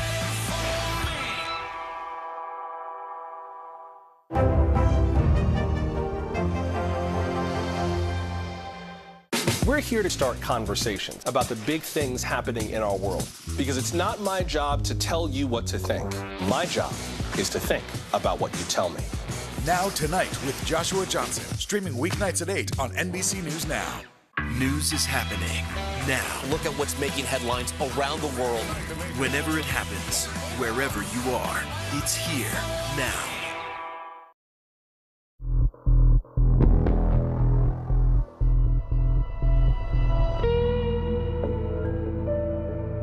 As Crystal Taylor's family tried to figure out how to cope with her murder, Detective Robbie Williams tried to figure out who might have wanted her dead. When we start recreating that person's life, we're trying to find out who would have the motivation to do this. And oftentimes, a civilian like she was, not involved in any criminal enterprise, we tend to focus on relatives or relationship partners. The 11-year-old girl who'd seen the shooter running told cops that just before the shot rang out, she heard a man and a woman arguing. Was that a clue? Detective Williams learned Crystal had a boyfriend named Dino. Just a hardworking guy, was in a relationship with Crystal on and off. And this is coming from the family and friends that knew about Dino. And there was Kenneth Woods, father of Crystal's 10-year-old son, Javante. Javante's father's got to be somebody you're going to look at. Most definitely, and we did, trying to identify if there was an ongoing conflict. Kenneth wasn't helping with Javante, and there'd been conflict over child support in the past. Crystal had obtained a court order requiring Kenneth to pay. So, 2 possible leads, and a third surfaced when Williams went to Crystal's office. We get to her place of employment and we talk to several young ladies that identified themselves as being her friend, and they're shocked that this has happened. They told him the day before she was killed, Crystal received a phone call at work that seemed to upset her. And then they dropped a bombshell. That A, she was pregnant, and B, the person that she was pregnant by did not want her to be pregnant any longer. You couldn't tell Crystal Taylor was pregnant when you saw her lying on the ground? I couldn't tell. I couldn't tell. In fact, she was 5 months along. Her unborn son died when she did. Crystal had told friends the father of her child was a guy named Derek Smyer. So you want to find out where Derek is? Most definitely. We want to find out everything about him right now. The detective learned Crystal and Derek had a quick fling. It only lasted a month or so. They'd met at Anderson Park, which is near both their jobs. By now, it was lunchtime. Derek wasn't in his office. So Williams drove to the park, bringing Crystal's work friends with him. And one of them immediately noticed something. She points out a car that Derek drives. His car was easy to spot. It had vanity plates that said, "My Whip," slang for a fancy car. Then Crystal's friend pointed out Derek, and detectives brought him in for a talk. Go ahead and compose yourself. What is your last name, sir? Smyer. And your first name, sir? Derek. And you have a middle name, Derek? Paul. He freely answered your questions. He didn't ask for an attorney? No. No, he never requested an attorney during our interview time with him. When was the last time that you saw her at her apartment that you can recall? Last time was not recently. Okay. I haven't seen her physically in about, a couple of months. About 2 months? Longer than that. He kind of discounted it as, yeah, we were on and off really quick. Does Derek offer any theory of what he thinks might have happened to Crystal? At some point in the interview, he talks about her being involved with other people. Did she mention this to the boyfriend at all? She mentioned that sometimes he would pop up at her apartment. Sometimes she would say, "And I wish this guy stopped calling me, he's trying to get back with me." At least that's the impression from what I got. Right. It might be true. She might have been trying to make me jealous or something? I don't know. You know what I mean? Right. People say things, they're not always the truth. You know what I mean? Did he acknowledge that Crystal was pregnant with his child? He acknowledged that she was pregnant, but came short of acknowledging that the child was his. You're the father of her child, or she thinks you are? Well, anyway. You had a basic description of someone that witnesses saw running from the scene. Mm-hmm. Yes. African-American male wearing a dark-colored hoodie with a scarf around his head, or a handkerchief around his head. Small build, wearing dark clothing with light facial hair. That description resembled Derek Smyer? It does. Derek Smyer had no criminal record. He had a white-collar office job. And he came from a close-knit, loving family, said his sister Danielle. I looked up to my brother growing up. As a young child, he was my best friend. When we reached high school, he was more of a protector for me. I was really quiet in school, but everyone knew who Derek Smyer was. He had your back. He had my back, and there is no doubt that if anything happened, he would be there to take care of me. So when she heard police were interviewing her brother about a murder, she questioned him herself. And I asked Derek, "What is this?" He said, "I don't know." I said, "What happened?" He said, "I don't know what happened." So he didn't say that he knew anything about Crystal Taylor's death? Nothing about Crystal Taylor's death. It sounds to me like you were pretty fixated on Derek pretty early. Well, he was one of our top three. Because remember, we're looking at the son's father. We're looking at her love interest on and off guy, Dino. And we're looking at now Derek. How did Javante's father react when you told him Crystal had been murdered? His reaction was shock. He was shocked. And her boyfriend Dino was devastated, police said. More important, both men had alibis. Witnesses put them nowhere near Crystal's apartment at the time of the murder. The same was true for Derek Smyer. His neighbors saw him at home at 7:30 that morning, meaning he couldn't have shot Crystal. Doesn't sound like it was enough to hold anybody on at that point. No. But soon enough, there would be another person police would be looking at. Coming up. And I came around the corner, and it was a guy. He was sitting on the stairs, and he startled me a little bit. I kind of got this instinct that said, remember what he looked like. Sisters turned investigators? We've been watching cold case and criminal files, so we thought we were real detectives. He wasn't gonna get away with killing our sister. When Dateline continues.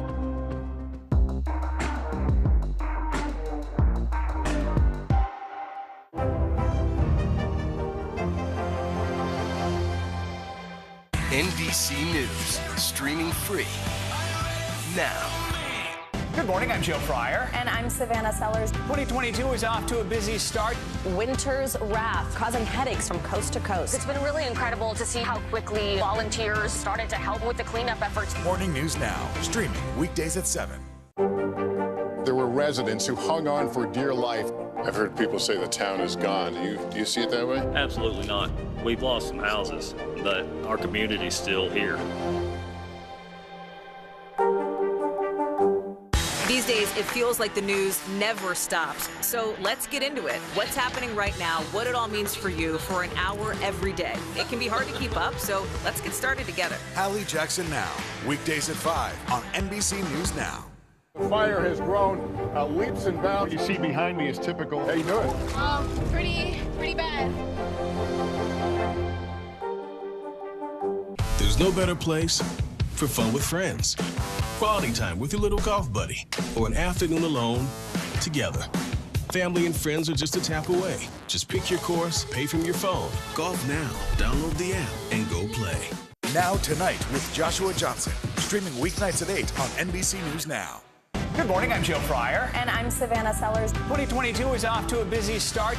Winter's wrath causing headaches from coast to coast. It's been really incredible to see how quickly volunteers started to help with the cleanup efforts. Morning News Now, streaming weekdays at 7. The fire has grown leaps and bounds. You see behind me is typical. How you doing? Pretty bad. News is happening now. Look at what's making headlines around the world. Whenever it happens, wherever you are, it's here now. There were residents who hung on for dear life. I've heard people say the town is gone. Do you see it that way? Absolutely not. We've lost some houses, but our community's still here.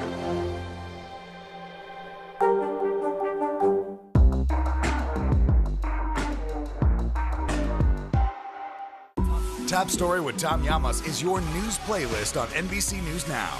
And now, you can listen to it as a podcast. Available anytime and anywhere. These days, it feels like the news never stops. So let's get into it. What's happening right now, what it all means for you for an hour every day. It can be hard to keep up, so let's get started together. Hallie Jackson Now, weekdays at 5 on NBC News Now. Top Story with Tom Llamas, weeknights at 7 on NBC News Now.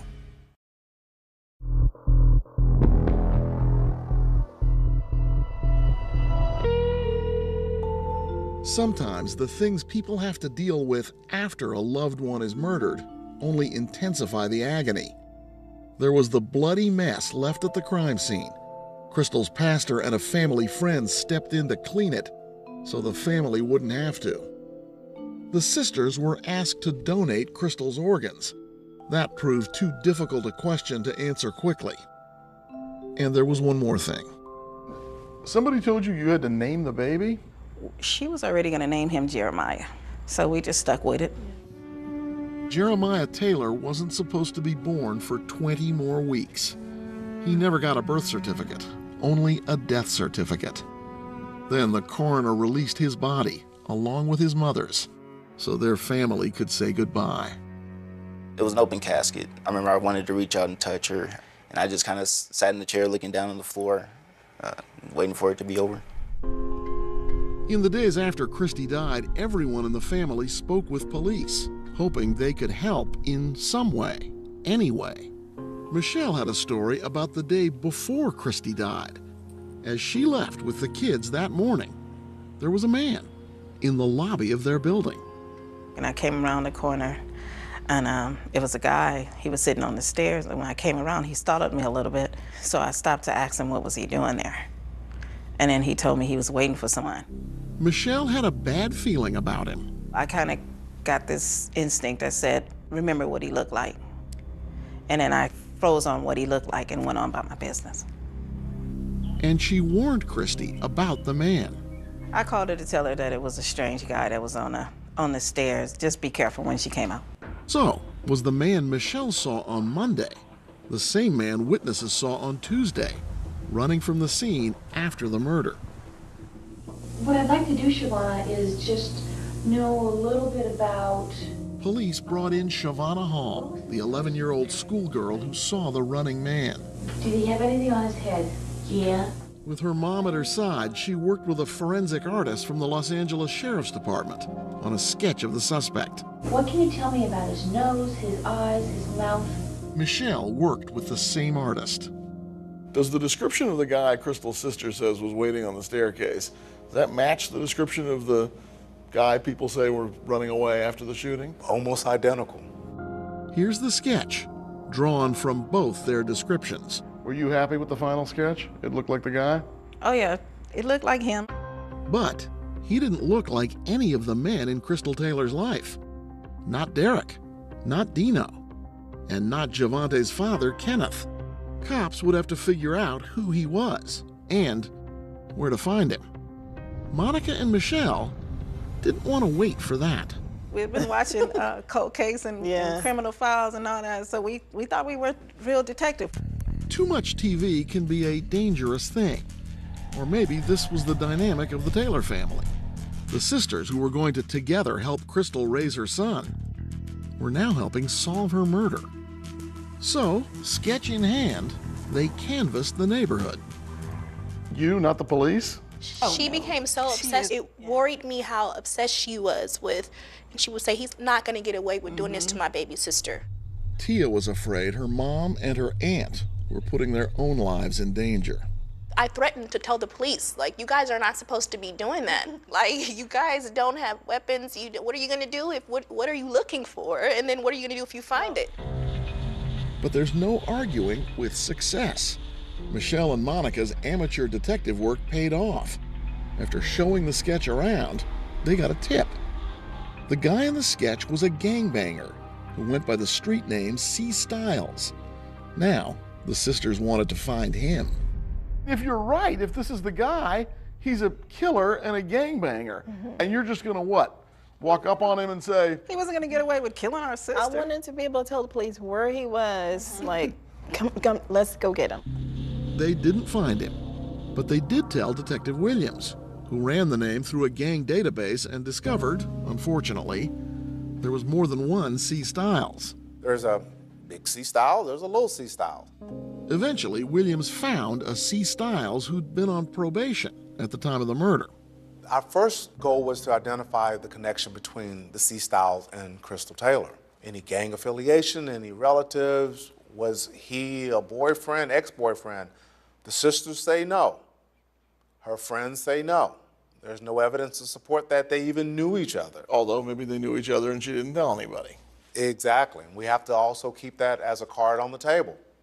Okay, so how can we start proving this up?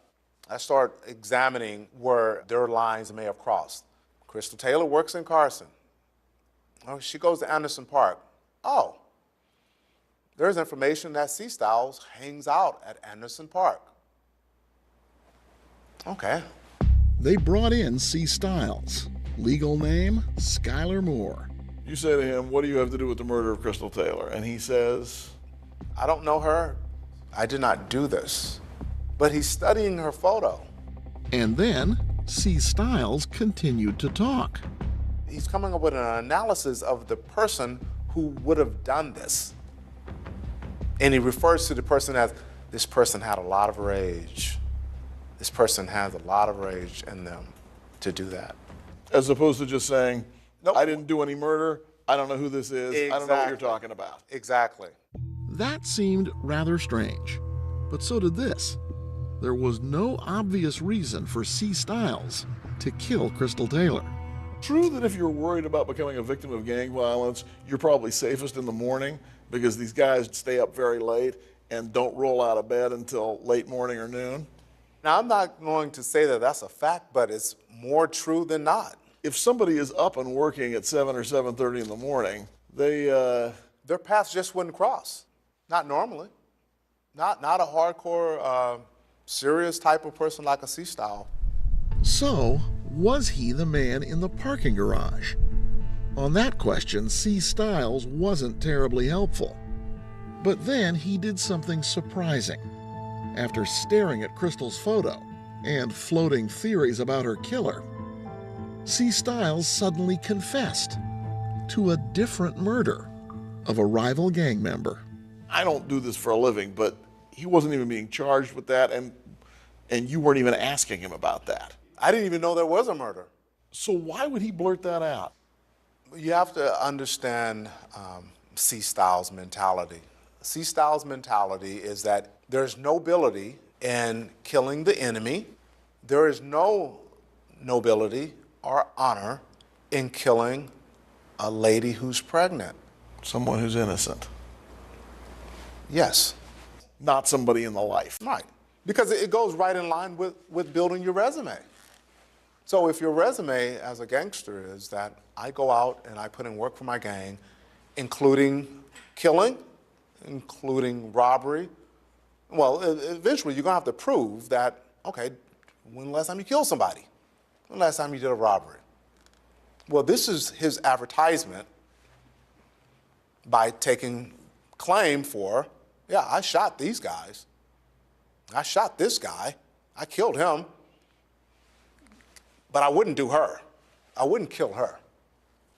Detective Williams was convinced C. Stiles was only copping to the other murder to distance himself from Crystal's. And then, all the witnesses in Crystal's murder picked him out of a lineup. 2 months after Crystal Taylor's death, Skylar Moore, aka C. Stiles, was charged with murdering her and her unborn baby, Jeremiah. Justice seemed close at hand. It was not. Coming up. I'm looking for this guy day and night. Yeah. And then you see I'm him obsessed finally. with him. And he's in Yeah. court right in front of you. Face to face with a confessed killer. You weren't afraid to testify. Oh, yes, I was. I was praying and asking God to make us strong enough, but I was really scared. When Dateline continues. NBC News, streaming free now. News is happening now. Look at what's making headlines around the world. Whenever it happens, wherever you are, it's here now. There were residents who hung on for dear life. I've heard people say the town is gone. Do you see it that way? Absolutely not. We've lost some houses, but our community's still here. Hallie Jackson Now, weekdays at 5 on NBC News Now. News is happening now. Look at what's making headlines around the world. We're coming on the air with breaking news. This is a significant moment. Whenever it happens, wherever you are, NBC News, streaming free now. News is happening now. Look at what's making headlines around the world. Whenever it happens, wherever you are, it's here now. Top Story with Tom Llamas, weeknights at 7 on NBC News Now. Nearly a dozen hours after the eye roared ashore. There is some late-breaking news. All right, it These days, it feels like the news never stops. So let's get into it. What's happening right now, what it all means for you for an hour every day. It can be hard to keep up, so let's get started together. Hallie Jackson Now, weekdays at 5 on NBC News Now. What happened here is a story of loss and salvation. There were residents who hung on for dear life. This is where you took shelter, in this closet? I took shelter right in this closet right here. Rioters banged down one of the doors. Have you found a way to reconcile it a year later? It really hurt to see this place that I love so much treated with such disrespect. Was it an act of cleaning or an act of healing?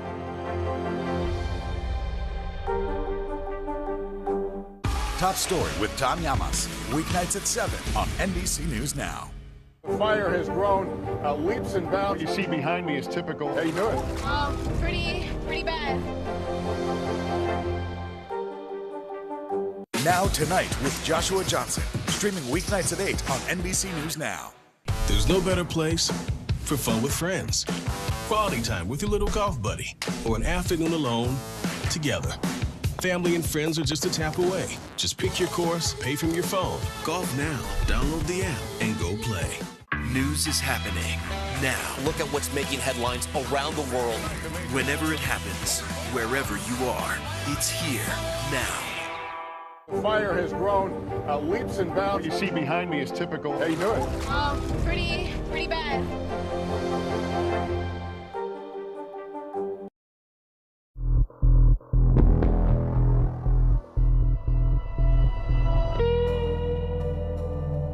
When someone you love dies violently, there are so many emotions: anger, loss, even sometimes the fear that you'll be next.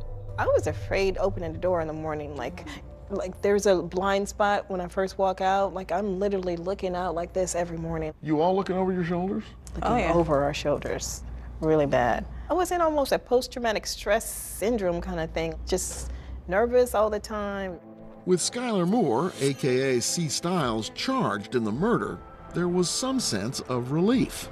To know that this guy was off the street was some comfort, because he was the one that could show up and kill anybody. Even so, the sisters were still afraid to face him at the preliminary hearing. Tough to be in the courtroom and see him? Oh, yeah. We were crying as soon as we walked through the door in court, but we thought, like, I don't know what I'm gonna do when I see him, you know, the shooter. I'm looking for this guy day and night. Yeah. And then you see I'm him obsessed finally. with him. And he's in Yeah. court right in front of you. And then he's in court right in front of me, and I'm expecting to have this visceral reaction to him. And I felt like he had some remorse, because I remember Yeah. we told the detective, I was like, he looked like he has some remorse. The detective didn't buy it for a minute. And she was like, no, he's a straight up killer. He don't have no remorse. Whatever the Taylors saw, that hint of humanity in a cold-blooded killer, C. Stiles still scared them. You weren't afraid to testify, Oh, yes, I was. but you went ahead and did it. I went in and did it because I was praying and asking God to make us strong enough to be able to do it, whatever it is we needed to do. Oh, but I was really scared. Michelle testified she saw C. Stiles at Crystal's building the day before the shooting. It was up to other witnesses to place him there the day Crystal was killed, and there were several who could. The man making his kids breakfast, a neighbor who saw a man who looked like C. Stiles around 1 that same morning, watching the building, another neighbor who actually knew C. Stiles and thought he saw him loitering in the area. Except all those witnesses were afraid to testify in open court against a known gang member. All except one, the schoolgirl, who may not have known enough to be afraid. Miss Hall, who was a child, essentially, when she saw someone running away from the scene of Crystal Taylor's murder, she was willing to continue testifying. Yes, she was. But her family was pretty worried, her mother in particular. Yes, her mother was really, really concerned about that. The DA had his own concerns. The testimony of a schoolgirl and the sister of the victim didn't seem enough to convict. And that's about all the evidence they had. Police never found any DNA, fingerprints, or forensic evidence that linked C. Stiles to the garage of Crystal Taylor's apartment. And while they found a .38 caliber bullet lodged in Crystal's brain, they never found the gun that fired it, let alone linked that gun to C. Stiles or anyone else. If C. Stiles went to trial and was acquitted, that would be the end of it. And so, rather than take that chance, the DA dropped the charges. When the prosecutor said, we don't want to try this case now because we don't have the evidence right now and the witnesses are skittish, we want to wait. And you think that's going to be a couple of months, maybe a year. Instead, many months passed, and nothing happened. The nation grew obsessed with the murder of a 27-year-old pregnant woman. But it wasn't Crystal Taylor. Laci Peterson's case is showing on the news every night, and Chrissy's the same beautiful young lady pregnant, and there's no coverage. You're offended that everybody is going on with life, like the world kept going. Just one person's gone, and people go to work the next morning, the birds are still chirping, and it all offends you. It's just weird. And you're thinking, when's our turn? Yeah, then I'm like, when is our turn? Momo died 6 months after her daughter Crystal. Her family says the cause was as much heartbreak as heart disease. And all of that took a huge toll on the Taylors. Everyone was hurting, so no one really wanted to be around what would bring up that sadness again. And that was us and being together. So we separated for a while. And so what had been a big, happy, close family kind of splintered. Yeah. C. Stiles was convicted of the gang murder he had admitted to. His sentence? Life in prison. And Crystal Taylor's murder remained officially unsolved. The sisters were sure C. Stiles had pulled the trigger, but they were sure of something else too. C. Stiles had no reason to kill their sister. Someone put him up to it. And they thought they knew who that someone was. Coming up. He did this to Christy, he did this to all of us. And he got away with it. And he got away with it. The chilling clue that Crystal had given her family. You're all kind of beating yourself up for not listening to Christy's warning. Exactly. I whispered, that's the guy. That's the guy who had Crystal Taylor killed. When Dateline continues. Hallie Jackson Now, weekdays at 5 on NBC News Now. News is happening now. Look at what's making headlines around the world. Whenever it happens, wherever you are, it's here now. Good morning, I'm Joe Fryer. And I'm Savannah Sellers. 2022 is off to a busy start. Winter's wrath causing headaches from coast to coast. It's been really incredible to see how quickly volunteers started to help with the cleanup efforts. Morning News Now, streaming weekdays at 7. Hallie Jackson Now, weekdays at 5 on NBC News Now. What are you doing for teachers who feel that they're being stretched too thin? Did you understand how prevalent hunger was in your own community? News is happening now. Look at what's making headlines around the world. Whenever it happens, wherever you are, it's here now. Good morning, I'm Joe Fryer. And I'm Savannah Sellers. 2022 is off to a busy start. Winter's wrath causing headaches from coast to coast. It's been really incredible to see how quickly volunteers started to help with the cleanup efforts. Morning News Now, streaming weekdays at 7. This is a very different kind of program. We're here to start conversation about the big things happening in our world. Professor, I'm not asking you to predict the future, but what do we think that the new normal is going to be? Is part of this that everyone's rethinking their jobs during this pandemic and their relationship to their employers? What is your biggest tip for any parent who's concerned about this? It's not my job to tell you what to think. My job is to think about what you tell me. Now Tonight with Joshua Johnson, streaming weeknights at 8 on NBC News Now. NBC News, streaming free now. Still to come on the Channel 2 News. Well, the waters are certainly receding now. Still too close to call. Lester Holt reporting from the Ground Zero, as it's being referred to. It is, in fact, the taste of freedom. The Haitian people know a little something about resiliency. What's the biggest risk right now? Some of the troops who have been proud. I want to welcome you to the first presidential debate. In fact, we've been told we can't go any farther. You are some resilient folks. Let me get a hand.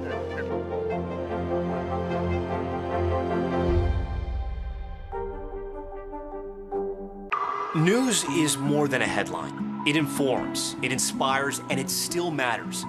To cover it, you have to be in it. And that's what we're gonna do.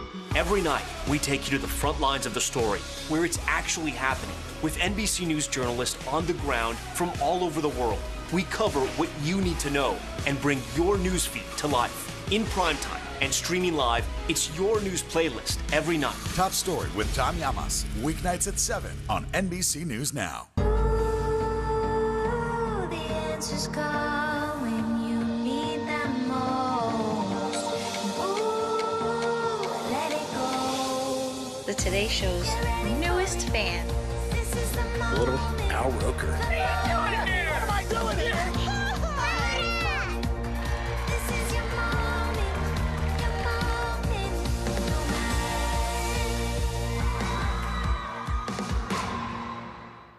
NBC News, streaming free now. Hallie Jackson Now, weekdays at 5 on NBC News Now.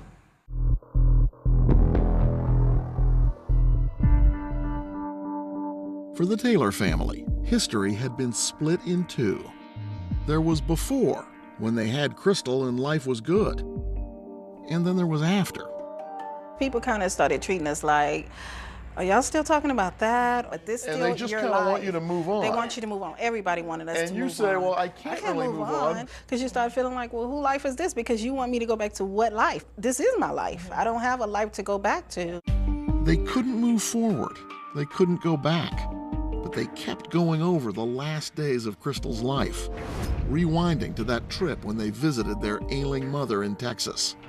They arrived back in Los Angeles in the middle of the night, Saturday into Sunday.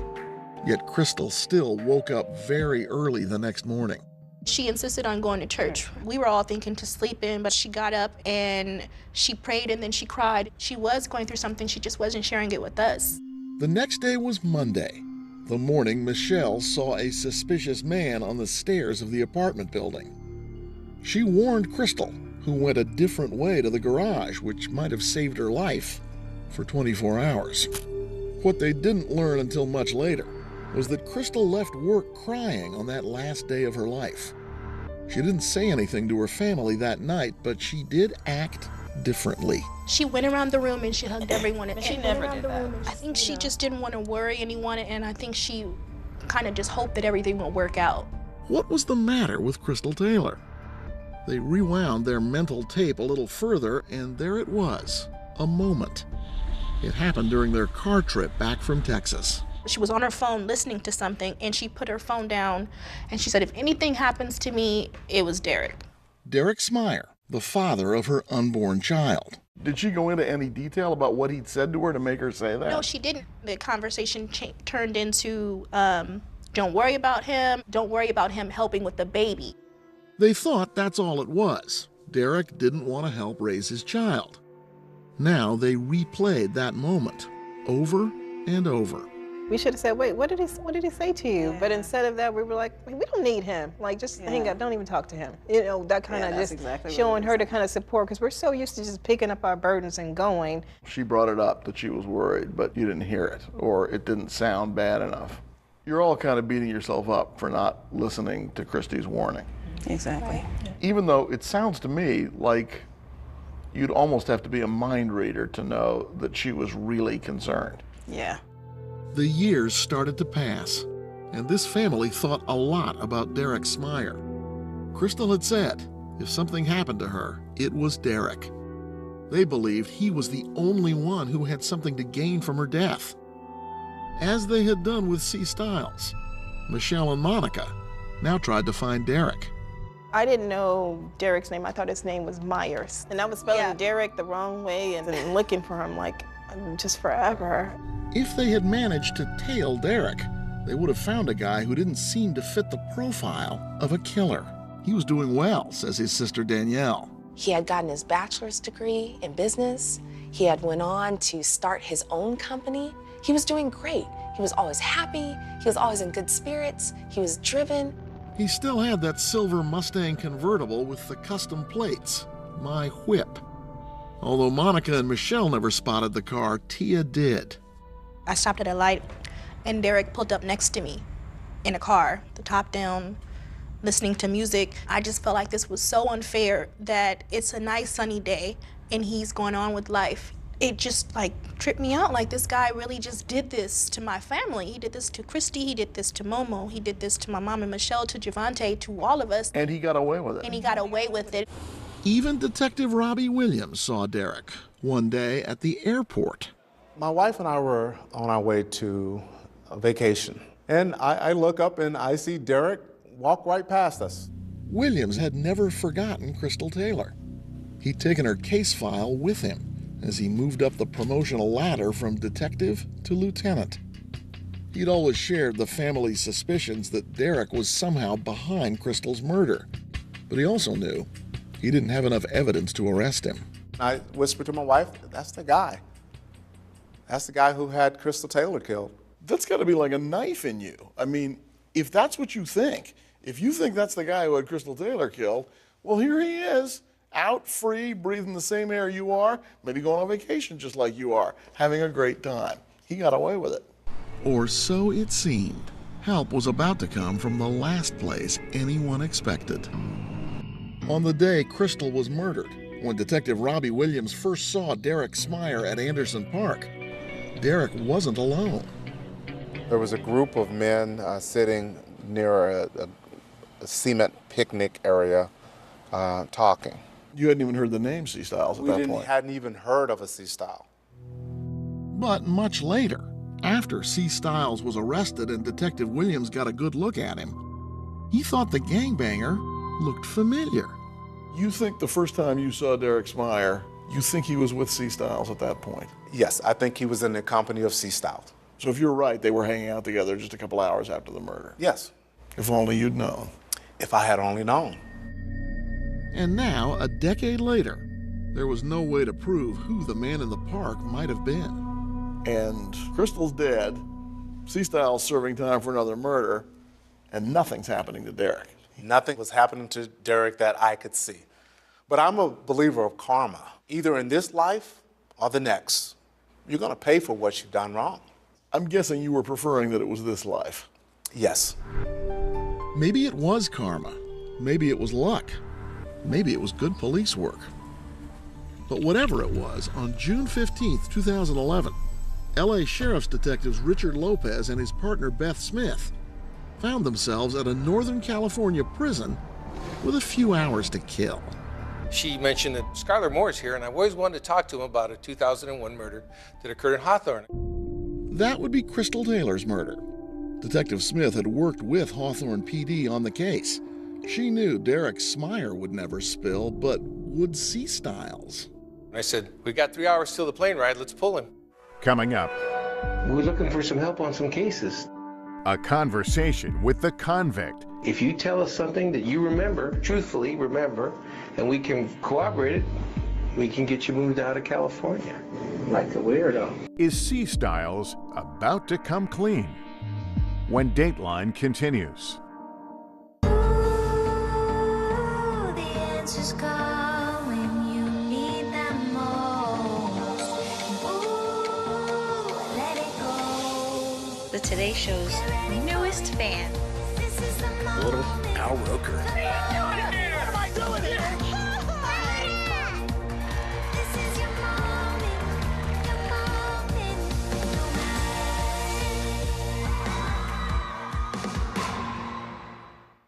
We're here to start conversations about the big things happening in our world, because it's not my job to tell you what to think. My job is to think about what you tell me.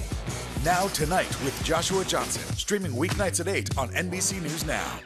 These days, it feels like the news never stops. So let's get into it. What's happening right now, what it all means for you for an hour every day. It can be hard to keep up, so let's get started together. Hallie Jackson Now, weekdays at 5 on NBC News Now. Top Story with Tom Llamas, weeknights at 7 on NBC News Now. Hallie Jackson Now, weekdays at 5 on NBC News Now. What are you doing for teachers who feel that they're being stretched too thin? Did you understand how prevalent hunger was in your own community?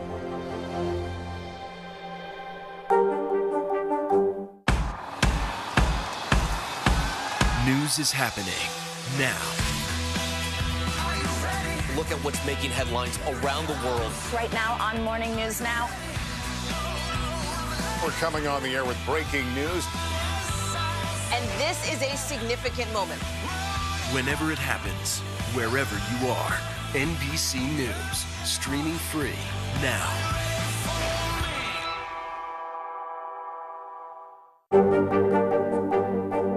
What What are you doing for teachers who feel that they're being stretched too thin? Did you understand how prevalent hunger was in your own community?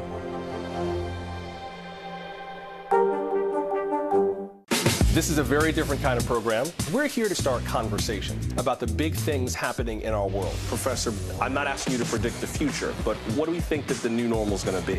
Is part of this that everyone's rethinking their jobs during this pandemic and their relationship to their employers? What is your biggest tip for any parent who's concerned about this? It's not my job to tell you what to think. My job is to think about what you tell me. Now Tonight with Joshua Johnson, streaming weeknights at 8 on NBC News Now.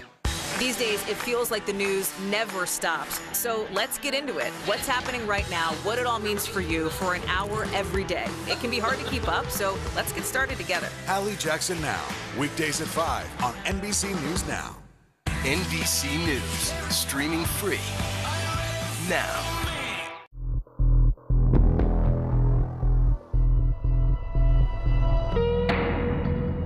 The cold steel of a .38 can fire a bullet at 1,000 feet per second. The speed of justice is not nearly as fast. Crystal Taylor was killed September 25, 2001. 10 years later, her unsolved murder was still an open case. Detectives believed Skylar Moore, a.k.a. C. Stiles, was the person who shot her, but they didn't have enough evidence to try him. And they thought the father of Crystal's unborn child, Derek Smyer, might have been involved as well. But there was nothing linking him to C. Stiles, except possibly the alleged triggerman himself. Now, L.A. Sheriff's Detectives Richard Lopez and Beth Smith were at a Northern California prison, sitting right across from C. Stiles. Remember we had arrested you on that case where that woman was killed, the pregnant woman in Hawthorne? It's later with that other murder coming in. I need a little more detail. You don't remember when you arrested? These are people at least remember when I arrested them. Nothing like that. C. Stiles was saying even less than he did back in 2001. So Detective Lopez gave it a try. He'd questioned a lot of gang members, and he knew C. Stiles had enemies in prison. You're 20 years old, you're already tired of looking over your back. Because that's why you're in the hole. Because you can't go on the main yard, am I right? Okay, well, we're looking for some help on some cases. Now, one hand washes the other. If you tell us something that you remember, truthfully remember, and we can corroborate it, we can get you moved out of California. Like the weirdo. Arizona, Illinois, Tennessee. Detective Lopez assured C. Stiles this wasn't your typical police interrogation. We didn't read you your Miranda rights, right? So anything you say cannot be used against you. And we're not trying to put a case on you, but we're just trying to get the truth. Then Detective Lopez showed C. Stiles some photos of Crystal Taylor and Derek Smyer. I got a sneaking suspicion you might recognize some of them faces. Okay, you're Skylar. From what we know, you know what's up. Okay, it's a good act though. It's survival, and and no one's supposed to talk to the police. I know that, but everybody does, dude. You know that. I mean, you're told from when they're young kids, snitches get stitches, and you don't talk to the police. So when they finally break that barrier and they come and they open the floodgates, they have a tendency to talk then, and all the things that bothered them when they were in the life begin to come out. And that's what happened here. Yes. Bit by bit, C. Stiles started to talk. Turns out that was him in the park with Derek. He met Derek playing pickup basketball at the same park where Derek met Crystal. And that was the connection investigators had long looked for between C. Stiles and Derek Smyer. And C. Stiles said back in the summer of 2001, Derek began complaining about a problem named Crystal Taylor. He described Derek as being desperate because of this pregnant girl. He said that Derek had called her a gold digger, and that by getting rid of her, that takes care of the problem of having child support. So he said he and Derek worked out a deal. C. Stiles would pull the trigger, and Derek Smyer would owe him a favor. Did it cost you money or did it cost you dope? It was just a mixture. He basically promised me loyalty or whatnot. So that's why I say money wasn't really a factor, because it was only more beneficial down the line. That's how this works? I always thought that when you wanted somebody killed, you had to pay money for that. Everybody glamorizes it and thinks it's that way, but in Skyler's mind, this was easier for him to do. He could do this, and then, of course, Derek would be indebted to him. And there would be no money trail linking the two men. C. Stiles said Derek told him where Crystal lived. Skyler says he scouts the location. He's there waiting for the victim to come down the stairs. In fact, I believe he runs into his sister. The day before. The day before, right, exactly. And so on the day of it, he goes and waits, lies in wait for her, and she comes down to the car and he shoots her. And then he runs out of the garage area. You're looking at a guy who's, by all accounts, kind of a hardened gangbanger, living that life. What's in it for him to confess to one more murder when he's already in there doing life without parole?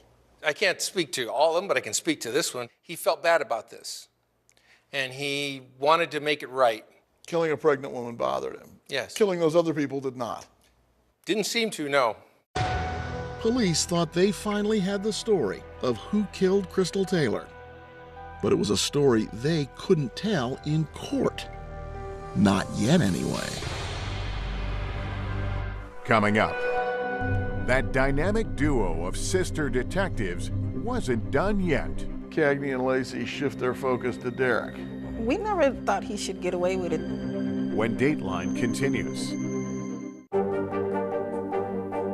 What are you doing for teachers who feel that they're being stretched too thin? Did you understand how prevalent hunger was in your own community?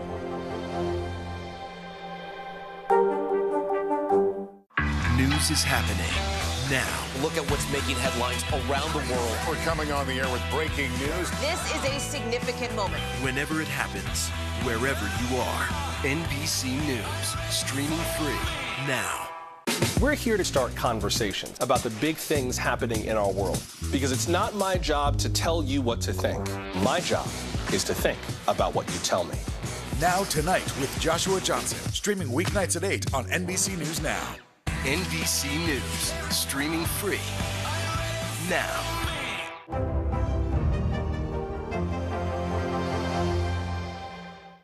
News is happening now. Look at what's making headlines around the world. We're coming on the air with breaking news. This is a significant moment. Whenever it happens, wherever you are. NBC News, streaming free now. We're here to start conversations about the big things happening in our world, because it's not my job to tell you what to think. My job is to think about what you tell me. Now Tonight with Joshua Johnson, streaming weeknights at 8 on NBC News Now.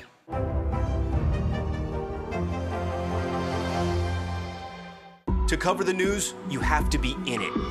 We'll take you to the front lines of the story, bringing your news feed to life. Streaming live every night. It's your news playlist. Top Story with Tom Llamas, weeknights at 7 on NBC News Now. The answers come when you need them most. Ooh, let it go. The Today Show's newest fan. Little Al Roker. What am I doing here? This is your moment.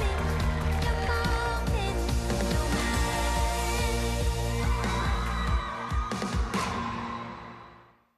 This is a very different kind of program. We're here to start conversations about the big things happening in our world. Professor, I'm not asking you to predict the future, but what do we think that the new normal is going to be? Is part of this that everyone's rethinking their jobs during this pandemic and their relationship to their employers? What is your biggest tip for any parent who's concerned about this? It's not my job to tell you what to think. My job is to think about what you tell me. Now Tonight with Joshua Johnson, streaming weeknights at 8 on NBC News Now.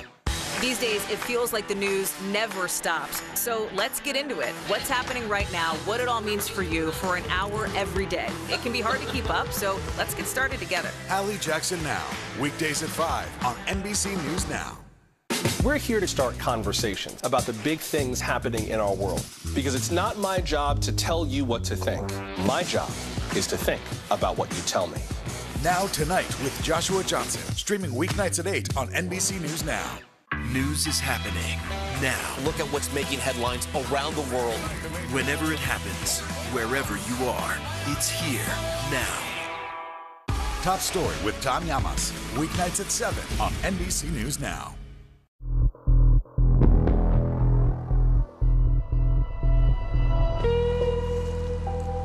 By 2011, for the Taylor family, Crystal's murder was an ugly scar that was never going to heal. We'd almost stopped being as obsessed with it. But you still want an answer. But we still want an answer. Then the phone rang. Detectives shared the big news about their prison interview with C. Stiles. And they said, well, the shooter confessed. And told them it was Derek Smyer who put him up to it. In his confession, Mr. Stiles said he saw another woman on the stairs and thought maybe that was Christy. That was you. And he said he considered killing me. That was devastating. You were that close to getting killed. Yeah. Detectives still had to figure out how to use C. Stiles' off-the-record confession to make an on-the-record case against Derek. In the meantime, sisters Michelle and Monica couldn't resist going back to prowling the streets, looking for clues. Cagney and Lacey shift their focus to Derek. We never thought he should get away with it. When the police said, come in, we want to talk to you, we're going to reopen the case, I have a notebook now. I'm like, oh, Smyers. So I wrote it down. And then I go back and I found like businesses they had. They also figured out where Derek lived. You regularly driving by his house? No, we were, back on the job. Making sure since the case was reopened, they had enough evidence this time. By then, Detective Lopez at the Sheriff's Homicide Bureau had pulled out the old files and read everything. Police reports, forensic reports, interview notes. And what he read lined up with what C. Stiles had told him. The description of the place, the description of meeting the victim's sister the day prior, the way he ran out of the place, all those things were, matched what he was telling us, and we were able to corroborate. With all that information, Lopez decided to take a chance, arrest Derek, apply some pressure, and see if he would crack. So 9 years and 10 months after Crystal Taylor's murder, Derek Smyer once again sat in a police interview room. He felt like he had to control everything that happened in the interview. He would answer a question, but before he answered it, he would give a preamble as to why his answer was this. Lopez pushed him, told Derek that C. Stiles had confessed and implicated Derek. Derek denied everything. Lopez thought he was lying, but what he was not doing was cracking. I said, you're not a likable person. I don't know if anybody's going to believe you. And he just didn't seem to mind. Of course, it's possible Derek wasn't worried because he wasn't guilty. During those 10 years, from 2001 to 2011, what's Derek doing and how is he? Does he seem like a guy with a cloud over his head? No, he seems like a man who's flourishing. Derek's sister Danielle was shocked by the arrest. She says the way she and Derek grew up was a world away from people like C. Stiles and from crimes like murder. We played, we were into sports. We had two extremely active parents that were a part of all of our sports leagues, that were taking us to summer camps. She says Derek did go off track in high school. He was just 16 when his girlfriend Tracy got pregnant. It was news their parents were not happy to hear. They were in shock, especially my dad. My dad is very traditional, believes that children should be born in wedlock, as Derek and I were. Derek's daughter Sydney was born in April of 1998, and instantly Derek Smyer had to be an adult. He dropped out of high school so that he could get a full-time job, and even though he wasn't making much, he was still doing what he could to support that baby. That changes your life. That does change your life. And that forestalls a lot of your options. Absolutely, absolutely. But Derek, he was a hardworking guy. In 2002, the year after Crystal died, Derek Smyer had another daughter with the same woman. If I fall, all this footage is being deleted. For the most part, he wasn't a full-time dad. But Danielle says he was in his children's lives, as was the whole Smyer family. Danielle insists this father of two wouldn't commission a murder over an unplanned pregnancy, if in fact he even was the father of Crystal's child.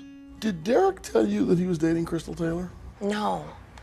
I never heard of Crystal Taylor before he was actually arrested in 2011. Did Derek ever mention that he had gotten a girl pregnant and was concerned about that? No, he didn't tell me that. And she was adamant. There's no way her brother hung out with a gangbanger. Skylar Moore, a.k.a. C. Styles. Ever meet him? No. Ever hear Derek talk about him? Never hear Derek talk about him. Derek friends with any gang members? My parents are extremely traditional. They weren't into gang violence or any of that nonsense. Derek would not bring gang members to the house or affiliate himself with gang members.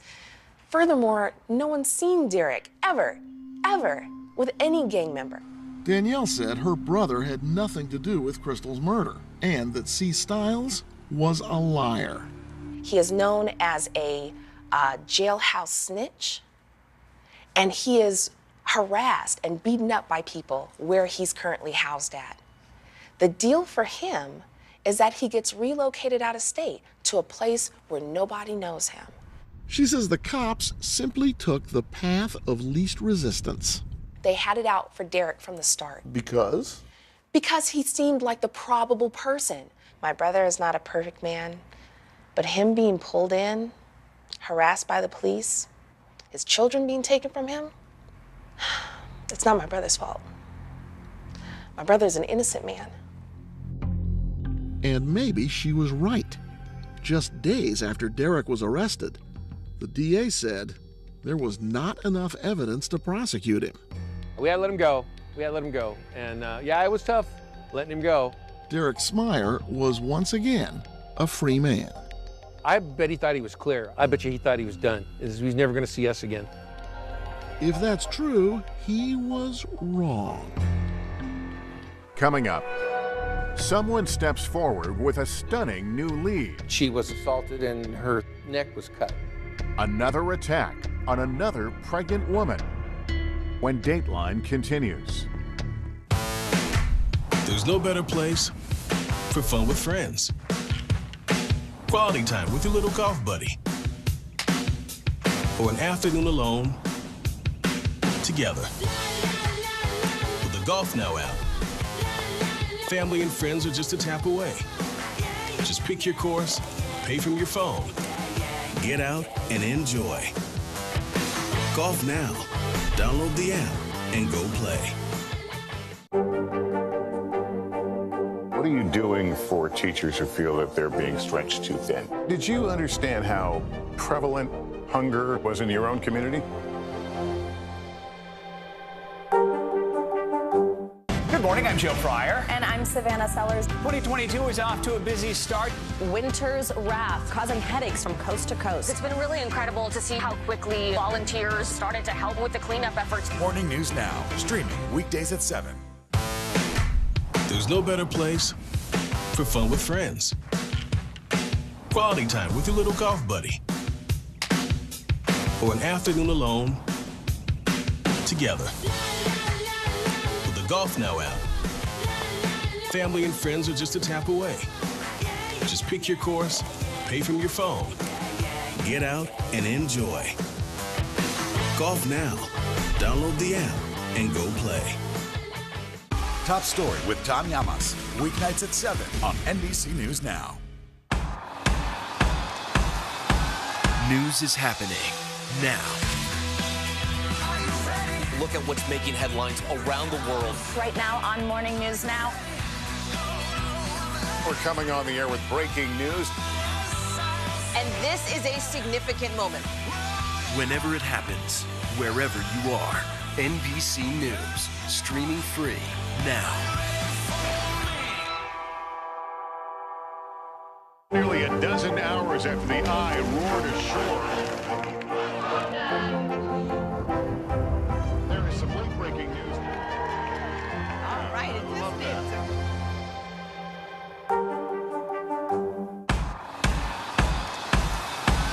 News is happening now. Look at what's making headlines around the world. Right now on Morning News Now. We're coming on the air with breaking news. And this is a significant moment. Whenever it happens, wherever you are, NBC News, streaming free now. News is happening now. Look at what's making headlines around the world. Whenever it happens, wherever you are, it's here now.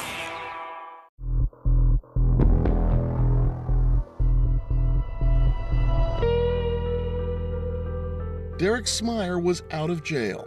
He insisted he was an innocent man, a father of two who had no reason to commission a murder just because he got someone pregnant. But detectives were still investigating, and what they heard made them more convinced than ever that Derek had Crystal killed. They spoke with Tracy, the mother of Derek's children. Early on in the case, she had avoided the cops. Now she was eager to tell them what she said happened in 1998, when she was pregnant with Derek's first child. She got lured to the back of her apartment on the promise to be taken to a doctor's appointment by Smyer, and she was assaulted and her neck was cut. By some other person? By some other person. Rushed to the hospital, and she told us that she was very leery because Derek had never asked to take her to the doctor before, and instead of picking her up in front, he asked her to come into the rear of the alley, where it's darker and doesn't have much access to public view. There's the scar from the attack, and according to Tracy, it was just the beginning. And that wasn't the last time she was assaulted while she was pregnant. No, it wasn't. Tracy told police that in 2002, when she was pregnant with their second child, she was attacked again. She was knocked to the ground, and the assailant tried to kick her in the stomach. That person was never caught. Right. And whoever cut her throat in the previous incident was never caught. That's correct. Tracy now told the cops she believed Derek was behind both attacks. She also said in both cases he wanted her to have an abortion, but that she had refused. After you're pregnant by one guy and you get lured to the back of your apartment building and then somebody tries to kill you, why you continue your relationship with that guy? You have to understand Mr. Derek Smyer, and one thing he is he is a manipulator of women. Cops saw a pattern, one that was reinforced by something else they learned. As the investigation continued, we discovered that Derek had been to prison for a federal offense of he was scamming money from a bank. It happened in 2004. Here's Derek in this fuzzy bank security photo, stealing money from other people's bank accounts. Turned out he had a girlfriend who worked at a credit union. He got account numbers from her and used them to move money into accounts he controlled. What happened to the $80,000 that they skimmed? The investigators then didn't find it, and we tried to look for it too, and we never found it. You heard about Derek serving federal time on that Yes. bank charge. Yes. I wasn't surprised. And I wasn't surprised at who he used as an accomplice. His girlfriend? Yes. Why were you not surprised by that? Because Derek possesses that type of selfish type of what can you do for me type of mentality. Manipulative. Manipulator, self-centered, and arrogant. Maybe that's why Derek never shied away from talking with the cops, and why he never asked for a lawyer. Or maybe he just wasn't guilty. Definitely he thought he was smarter than we were anyways. I mean, you know, what did we have? When Derek was briefly arrested, detectives asked him who he was with at Anderson Park on the day Crystal was murdered. Remember, Detective Williams thought later it was probably C. Stiles, but cops had no way to prove it. And then, under questioning, Derek gave them one. He said, he goes, I saw a woman in the back seat. The back seat of Detective Williams' police car. The woman Derek saw was Jana Paletto, Crystal's friend from work, who'd accompanied Detective Williams. Derek said he saw her quite clearly. The look on her face was she was totally distraught. That's what he said. Which gave Detective Lopez an idea. If he is that close to see that she's totally distraught, then she should have a pretty good look at who he was talking to. At the time, no one had thought to show Jana Paletto a photo of C. Stiles. But now they did. And she said, That's who Derek was talking to in the park. That was the missing link, a witness who could connect C. Stiles to Derek Smyer. Then, one last piece. The DA wanted C. Stiles interviewed again. How are you? Fine, and you? Good, good. I'm Danette Myers. I'm the DA. This time they made sure what he said could be used in court. You have the right to remain silent. Do you understand? Yes. C. Stiles told the same story with the same details, how he met Derek, and how Derek wanted help with Crystal Taylor. Do you talk about when you're going to kill her? I told him I was going to throw it, but I told him ASAP, as soon as I get the opportunity. Police once again arrested Derek Smyer for the murder of Crystal Taylor. And this time, they thought they had the goods. A jury, though, would have other ideas. Coming up, a bombshell from the defense. Did someone else kill Crystal? Witnesses testify to hearing an argument. She was confronting her killer. That's when she was shot. Absolutely. Was this murder a hit at all? This is breaking me. When Dateline continues. NBC News, streaming free now. Let's go. This is a critical choke point for this fire.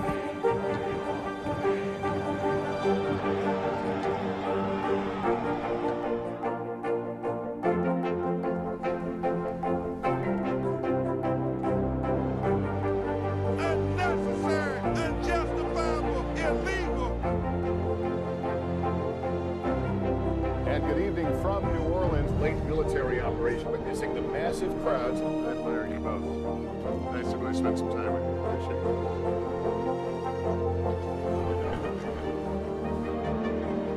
At any moment now.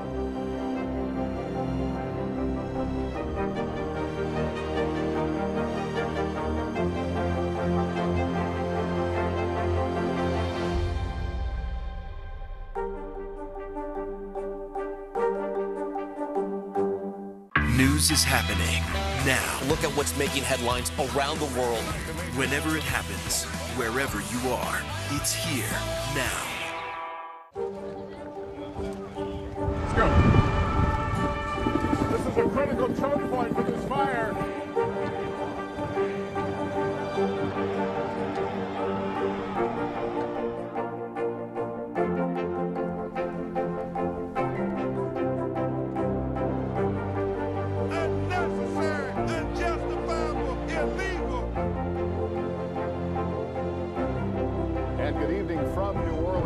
Military operation witnessing the massive crowds. I admire you both. Nice to really spend some time with you. Appreciate it.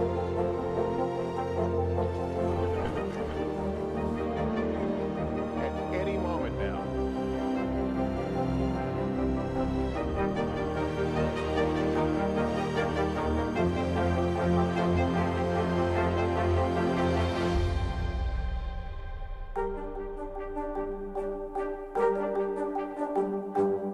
Good morning, I'm Joe Fryer. And I'm Savannah Sellers. 2022 is off to a busy start. Winter's wrath causing headaches from coast to coast. It's been really incredible to see how quickly volunteers started to help with the cleanup efforts. Morning News Now, streaming weekdays at 7.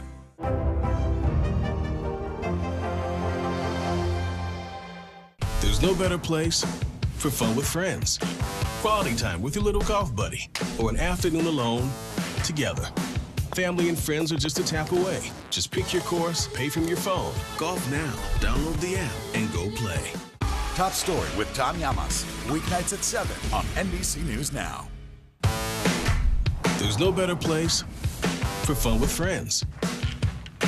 Quality time with your little golf buddy,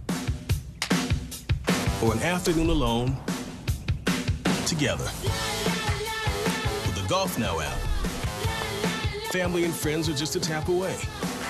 Just pick your course, pay from your phone, get out and enjoy. Golf now. Download the app and go play. Top Story with Tom Llamas, weeknights at 7 on NBC News Now.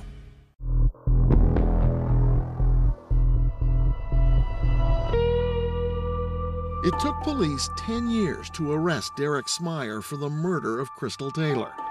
It took another 5 years to bring him to trial. And Detective Robbie Williams knew the case wasn't airtight. Juries like DNA.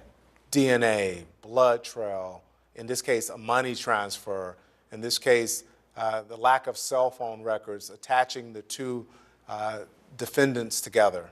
The only thing connecting Derek to the murder was the confession of the trigger man, Skylar Moore, a.k.a. C. Stiles. But there was no guarantee the jury would take the word of a gangbanger over the word of the clean-cut Derek Smyer. So it was with nervous anticipation that Crystal's family filed into the courthouse on July 11, 2016. The facts and the law and your common sense will lead you to one conclusion. Crystal Taylor died at the hands of Skylar Moore and Derek Smyer. Prosecutor Danette Myers told jurors Crystal's murder and the attacks on Derek's other girlfriend, Tracy Williamson, were no coincidence. He has a motive to do it because he doesn't want to have the kids. He doesn't want to pay child support. The prosecution claimed that while Derek may have failed to stop Tracy from having her 2 children, he found the right man for the job of stopping Crystal, his basketball buddy, C. Stiles.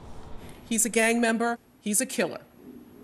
And Mr. Smyer knew who to go to when he wanted Crystal Taylor taken care of. Did you go right over there and have a seat? Prosecutors showed the jury the admitted hitman's videotaped confession.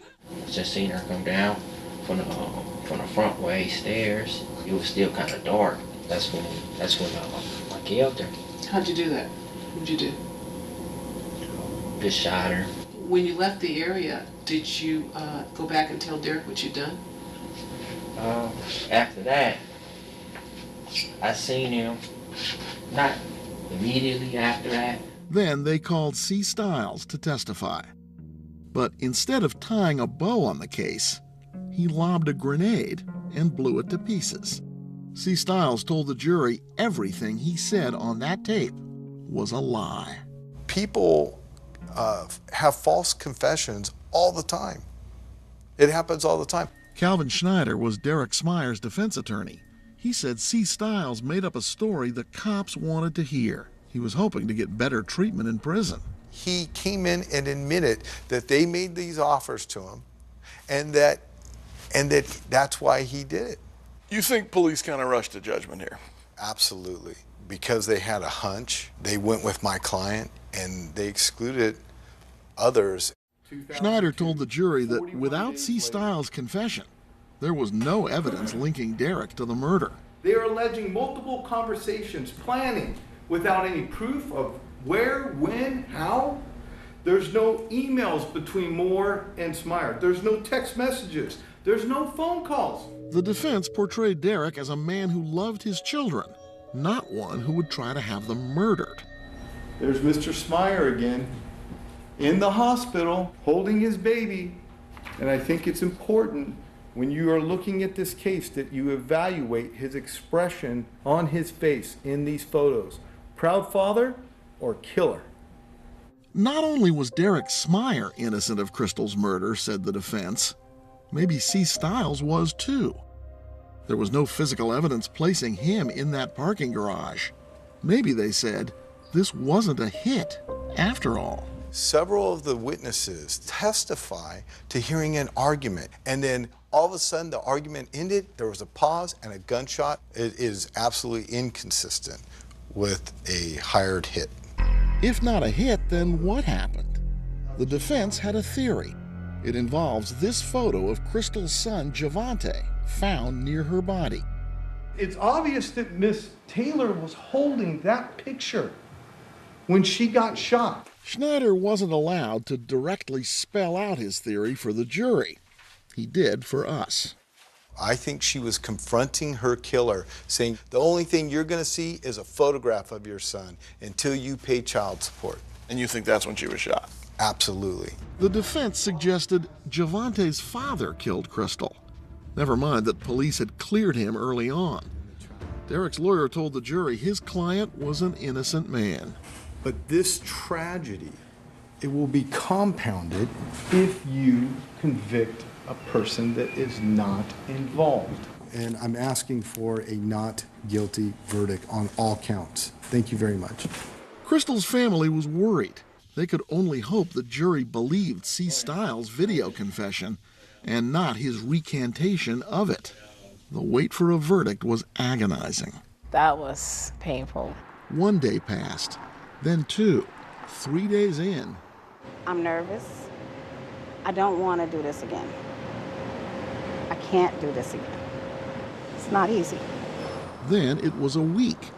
Then 1 week turned into 2. I'm just praying. I just keep praying no matter what I see or what I hear. I keep praying. Every day, the waiting was harder. That was true for Derek's family, too. I started getting nervous. I was there every day, anxiously waiting so that we could hear that verdict, so we could hear that Derek was not guilty. I would see the jurors come out of there, red in the face, almost like they're arguing back there. Like they've been yelling. Like they'd been yelling. We're on the record in Peter Smyer, defendant's present. After 21 days, the jury reassembled in the courtroom. The jury has not been able to reach a verdict. They were stuck. I do declare a mistrial. This is breaking me. I hope by the time it's time to do it again, I'll pull it back together, but today I don't want to do it again. Coming up, trial number 2. This time, new evidence and a new witness. When people were around, he'd behave a certain way. Derek's own daughter. What would she reveal? When Dateline continues. There's no better place for fun with friends. Quality time with your little golf buddy, or an afternoon alone together. Family and friends are just a tap away. Just pick your course, pay from your phone. Golf now. Download the app and go play. What happened here is a story of loss and salvation. There were residents who hung on for dear life.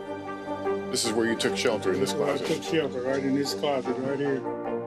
Rioters banged down one of the doors. Have you found a way to reconcile it a year later? It really hurt to see this place that I love so much treated with such disrespect. Was it an act of cleaning or an act of healing?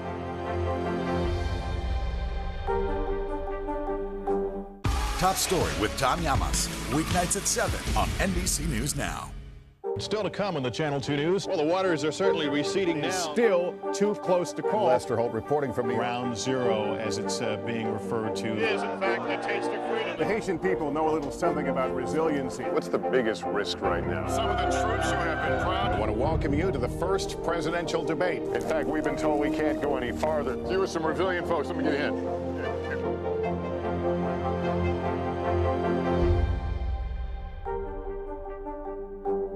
There's no better place for fun with friends. Quality time with your little golf buddy, or an afternoon alone together. Family and friends are just a tap away. Just pick your course, pay from your phone. Golf now. Download the app and go play. This is a very different kind of program. We're here to start conversation about the big things happening in our world. Professor, I'm not asking you to predict the future, but what do we think that the new normal is going to be?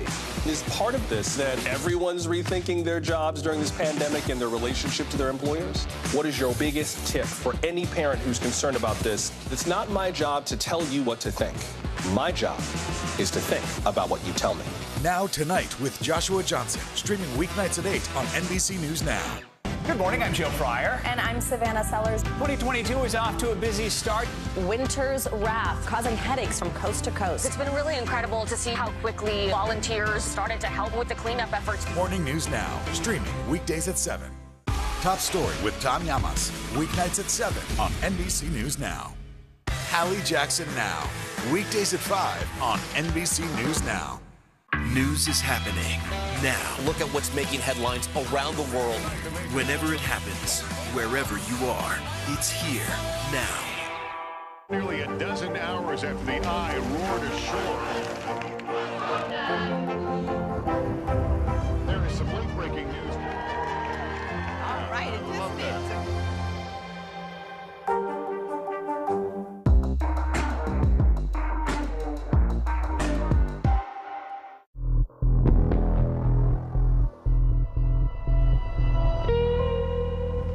It was like their own nightmarish Groundhog Day. Nearly 9 months after the mistrial, Crystal Taylor's family once again entered a courthouse, wondering if this time justice would finally be served. You feeling any better about the beginning of the second trial than you were at the beginning of the first trial? I did. I think because we kind of knew what to expect. We knew what they were going to say. We knew what we had. And what you didn't have. Right. And we'd hoped that, you know, whatever mistakes were made from the first trial, they'd learn from them and prepare for them and do better. 2 big differences this time around. First, Skylar Moore, a.k.a. C. Stiles, was on trial along with Derek, although each defendant had his own jury. And second, Derek's jury would not see C. Stiles' disputed videotape confession. It was ruled inadmissible. So prosecutors focused on Derek's motive. Here was a man, they told the jury, who'd do almost anything to avoid paying child support. Crystal and her 5-month unborn son were killed with one gunshot to the back of her head. That, said the prosecution, fit a pattern. You do solemnly state that They called Derek's old girlfriend, Tracy Williamson, who repeated her story that the first time she was pregnant with Derek's child, she was attacked by a man she didn't know. He put a knife to my throat. Did he cut you with the knife? Yes. And then, during her second pregnancy, a second attack. Somebody came and socked me in the face. And I went on the side of the car and somebody stomped me on my stomach and my face. you do solemnly state that the testimony. Then Derek's own daughter took the stand against him.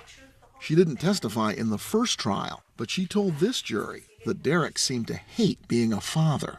He would come during major occasions, birthdays and things like that. He was very ill-tempered. He didn't spend much time with me. When he did, it just seemed like it was kind of for show. You know, when people were around, he'd behave a certain way.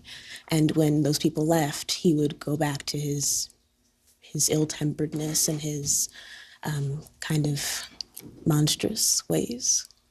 To help explain how Derek had Crystal killed, prosecutors again called her sister Michelle, who'd been through the emotional ringer when she testified in the first trial. Solemnly state that the testimony you may give. I was afraid of what it was going to do to me mentally the second time. I was afraid for myself. Nevertheless, Michelle mustered the courage to take the stand and testify to seeing the alleged gunman C. Stiles in their apartment complex the day before her sister's murder. What did you say to the defendant, Mr. Moore? I told him that he startled me and I asked him what was he doing there. The jury also heard from Shavonna Hall, in middle school at the time, now an adult, who said she still remembers seeing C. Stiles fleeing the crime scene. And what did you hear? It was like a gunshot, like a big noise, basically. What next occurred? We seen somebody running past us. Prosecutors then had to connect C. Stiles with Derek Smyer. For that, they relied on 2 eyewitnesses. Detective Williams told the jury he was pretty sure C. Stiles was with Derek at the park on the day Crystal Taylor was ambushed and murdered. It wasn't until you actually saw him in person that you were able to remember that he resembled the person you saw at the park? Objection leading. So, Yes. As before, Crystal's friend and co-worker Jana Paletto left no doubt with her definitive testimony. As you sit here today, did you see both of those individuals in the park? Yes. Jana also told the jurors that while Crystal was excited to have another son, she was afraid to tell Derek she was pregnant, so Jana told him for her via email. After you sent the email, People's 51, to Derek Smyer, did you get a phone call? Yes, I did. It was Derek Smyer, Jana said, and he wasn't happy. He just didn't want no kids. He didn't want her to have a baby. Did he say anything to you about trying to do something with Crystal? Yeah, he just said if I can get her to get rid of the baby, he said he'll do whatever he can, but he don't want to have a baby. And Jana recalled that the day before Crystal was murdered, her first day back at work after the trip to Texas, Derek called again. Could you hear anything with respect to the conversation she was having? No, the only thing I heard is before she hung up the phone, she was like, whatever, because she was crying and she was just like, whatever, and she got up from her desk. When she got up from her desk, did you see where she went? She went to the bathroom. And when you followed her in the bathroom, what was she doing? Crying. Then Detective Beth Smith testified about two key pieces of evidence that the first jury never saw. First, a photo of Derek on his high school basketball team, proving he did play basketball. An important detail because police believe Derek met Skylar Moore on the basketball court. The second new piece of evidence was security footage from the night before Crystal's murder that placed Derek at a 7-Eleven near both Crystal Taylor's home and Skylar Moore's. It proved, they said, Derek had lied about his whereabouts back in 2001 when he told police he was miles from Crystal's Hawthorne home that night. Did he ever tell you that he went to the 7-Eleven? No. As the evidence was mounting against him, Derek's defense went on offense, portraying the mother of his two children as a liar whose testimony couldn't be trusted. Have you lied to your family members, like your aunt, Miss McMiller, your sister, Danielle, about things about Mr. Smyer? Depends on what you're talking about. You got to be specific. Have you ever lied to them? Lied to them, period? People lie all the time. Have you lie. Tracy Williamson was an admitted liar and untruthful, so you couldn't believe what she said. And as for Crystal's friend Jana, who said she saw C. Stiles and Derek Smyer together, They were on both. the defense says Derek was with a high school friend, and Derek's sister Danielle says the idea that Derek met a gangbanger on the basketball court is absurd. But he grew up playing basketball and a bunch of other sports. Didn't he play basketball in high school? He did play basketball in high school. He played basketball up until his junior year. I played basketball up until my sophomore year. Never touched a basketball since. Derek doesn't play basketball anymore. In this court, everything was on the line. That's when Derek Smyer, who'd never shied away from explaining himself in the past, took the stand. Coming up, Derek Smyer, a dutiful dad-to-be? I was prepared to take care of my responsibility. When Dateline continues. There's no better place for fun with friends. Quality time with your little golf buddy. Or an afternoon alone together. With the Golf Now app, family and friends are just a tap away. Just pick your course, pay from your phone, get out and enjoy. Golf Now. Download the app and go play. Now Tonight with Joshua Johnson, streaming weeknights at 8 on NBC News Now. There were residents who hung on for dear life. I've heard people say the town is gone. Do you see it that way? Absolutely not. We've lost some houses, but our community's still here.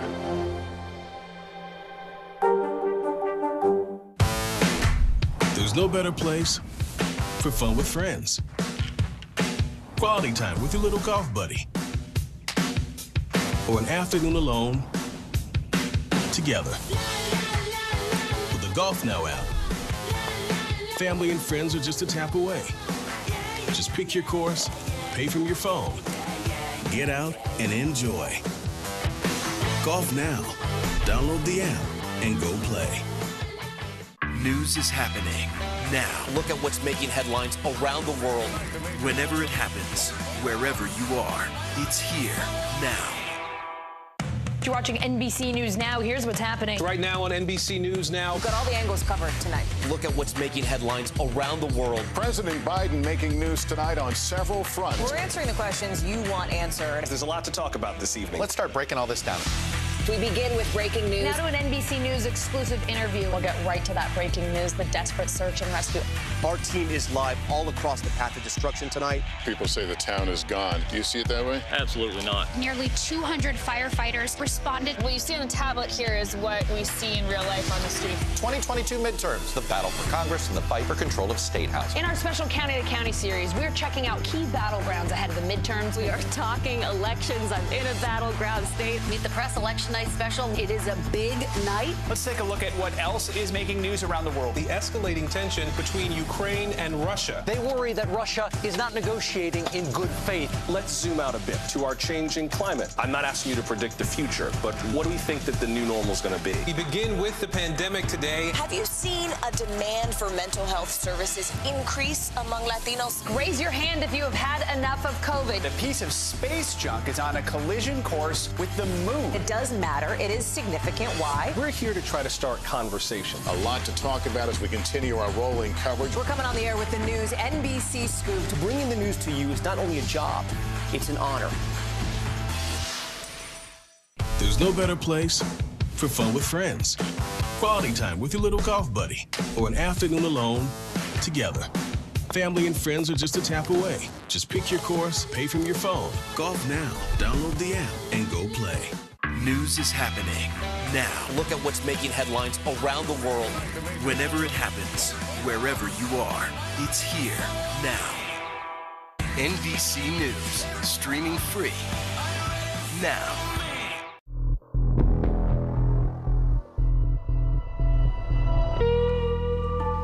It is a calculated risk for a defendant to testify at a trial. Derek Smyer was willing to take it. Prosecutors had painted him as a child-hating, cold-blooded killer. Derek and his attorney were determined to show he was anything but. Do you recall the birth of your daughter, Sydney? Yes, I do. What was the date? I think it's today, actually. April 26th, 1998. And you were there for the birth, correct? Of course. Derek told the jury he was a loving and devoted father to his two girls. How would you describe your relationship? While they were growing up, it was strong, in my opinion. And he was adamant he had nothing to do with the attacks on Tracy while she was pregnant. Didn't you have her attacked because you wanted the kid killed? You wanted her to have an abortion? No, I did not. In fact, at that time, I had already dropped out of school. I was working. I was buying bottles. I was very much invested in the well-being of my daughter. Derek told the jury he was a good dad to his children with Tracy and planned to treat Crystal and their child the same way. Weren't you angry that Miss Taylor was going to keep this child? No, sir. Wasn't this going to ruin your life? No, sir. Weren't you worried about having to pay child support for 18 years? No, sir. Why not? Because I was prepared to take care of my responsibility. He admitted he did call Crystal in the days leading up to her death. But Derek said it was just to check in on her, as any good soon-to-be father would. I asked how she was feeling. Why did you ask that? I know that before she went to Texas, she was having morning sickness. Derek made sure to let jurors know that he, like Crystal's family, marked time in relation to her death. How long did you work at Bounding? Until about 2 weeks after we lost Crystal. Crystal's family heard that and seethed. It bothered me so much to hear him say that because he never called, he never cared, he doesn't care. As for the prosecution theory that he hatched a plot on the basketball court with Skylar Moore, aka C. Styles, to kill Crystal Taylor, impossible, said Derek, for two reasons. First, did you ever play basketball at this park? No, sir. But more important, prior to this case, have you ever seen Skylar Moore before in your life? No, sir. Derek also had an explanation for why he showed up on security video at a 7-Eleven near both Moore's and Crystal's homes. He said he stopped for cash after being at his aunt's house nearby. My mother asked me to run an errand for her to take my aunt a cooking device. It was something round. It was either a crock pot or a pressure cooker. Derek forcefully denied any involvement in Crystal's murder. Did you have anything to do with the death of Crystal Taylor? No, I did not, sir. Did you have her killed? No, I did not. Did you have her shot in the head so that she couldn't give birth to your baby? No, I did not. Nothing further.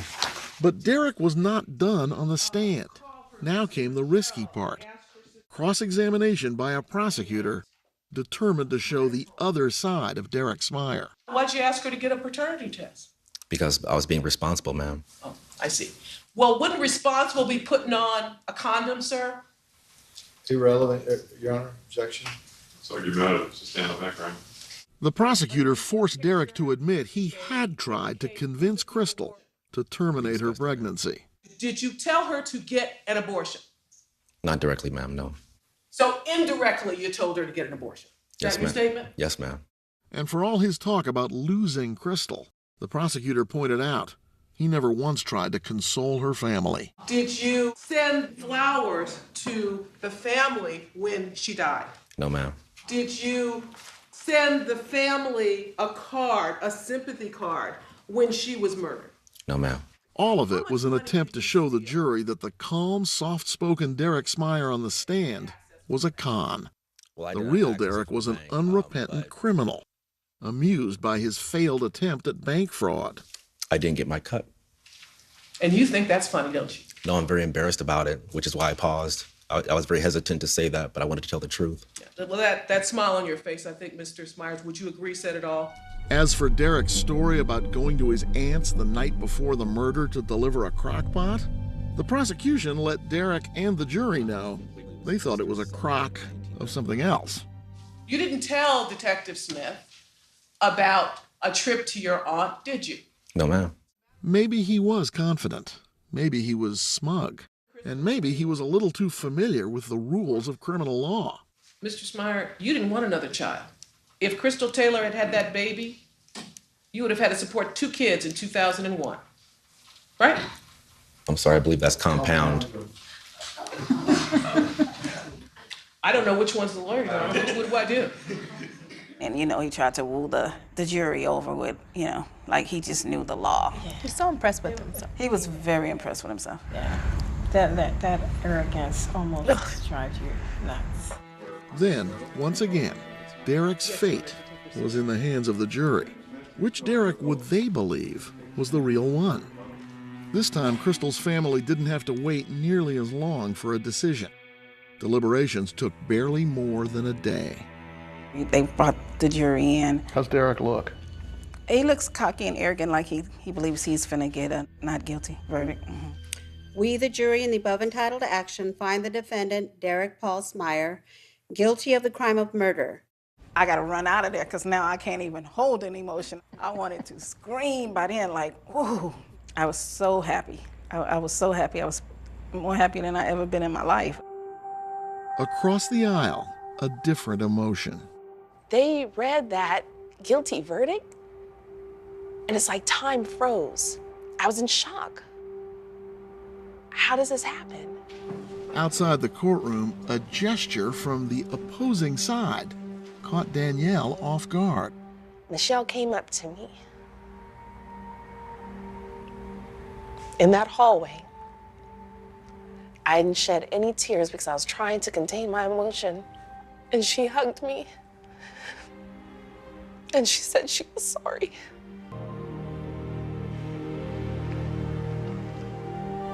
And I bursted in tears.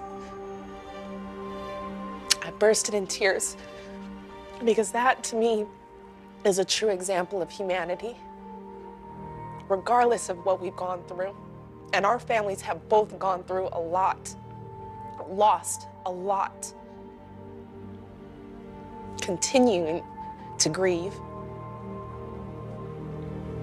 But I appreciated the humanity that she showed. Derek Smyer was sentenced to life without parole. C. Stiles was also convicted in Crystal's murder and received 2 life sentences, also without parole, to be served consecutively. Crystal's son, Javante, has reconnected with his dad, but still hurts from the loss of his mom. I'm always going to miss her. But, you know, I don't think she would want me to linger to, like, just let it hold me back, everything that's happened. She wouldn't want you to be miserable. Yes. Easier said than done, sometimes. Yeah, that's true. But I had a lot of people to help me. Good family, good friends. Crystal's family, once splintered, now feel they're coming together again. It's not the same, they say, as when Crystal was with them, but it's slowly getting better. And they have a plea for other potential Crystal Taylors out there. Nothing can bring Chrissy back. This won't save her. This won't change anything for us. But somebody knows they're in a relationship like this. Tell somebody. If it could happen to Chrissy, it could happen to anybody. If you're with somebody who makes you feel threatened, tell someone loudly and now. And if you hear someone else, speak up. Don't let a cry for help go by. That's all for now. I'm Lester Holt. Thanks for joining us.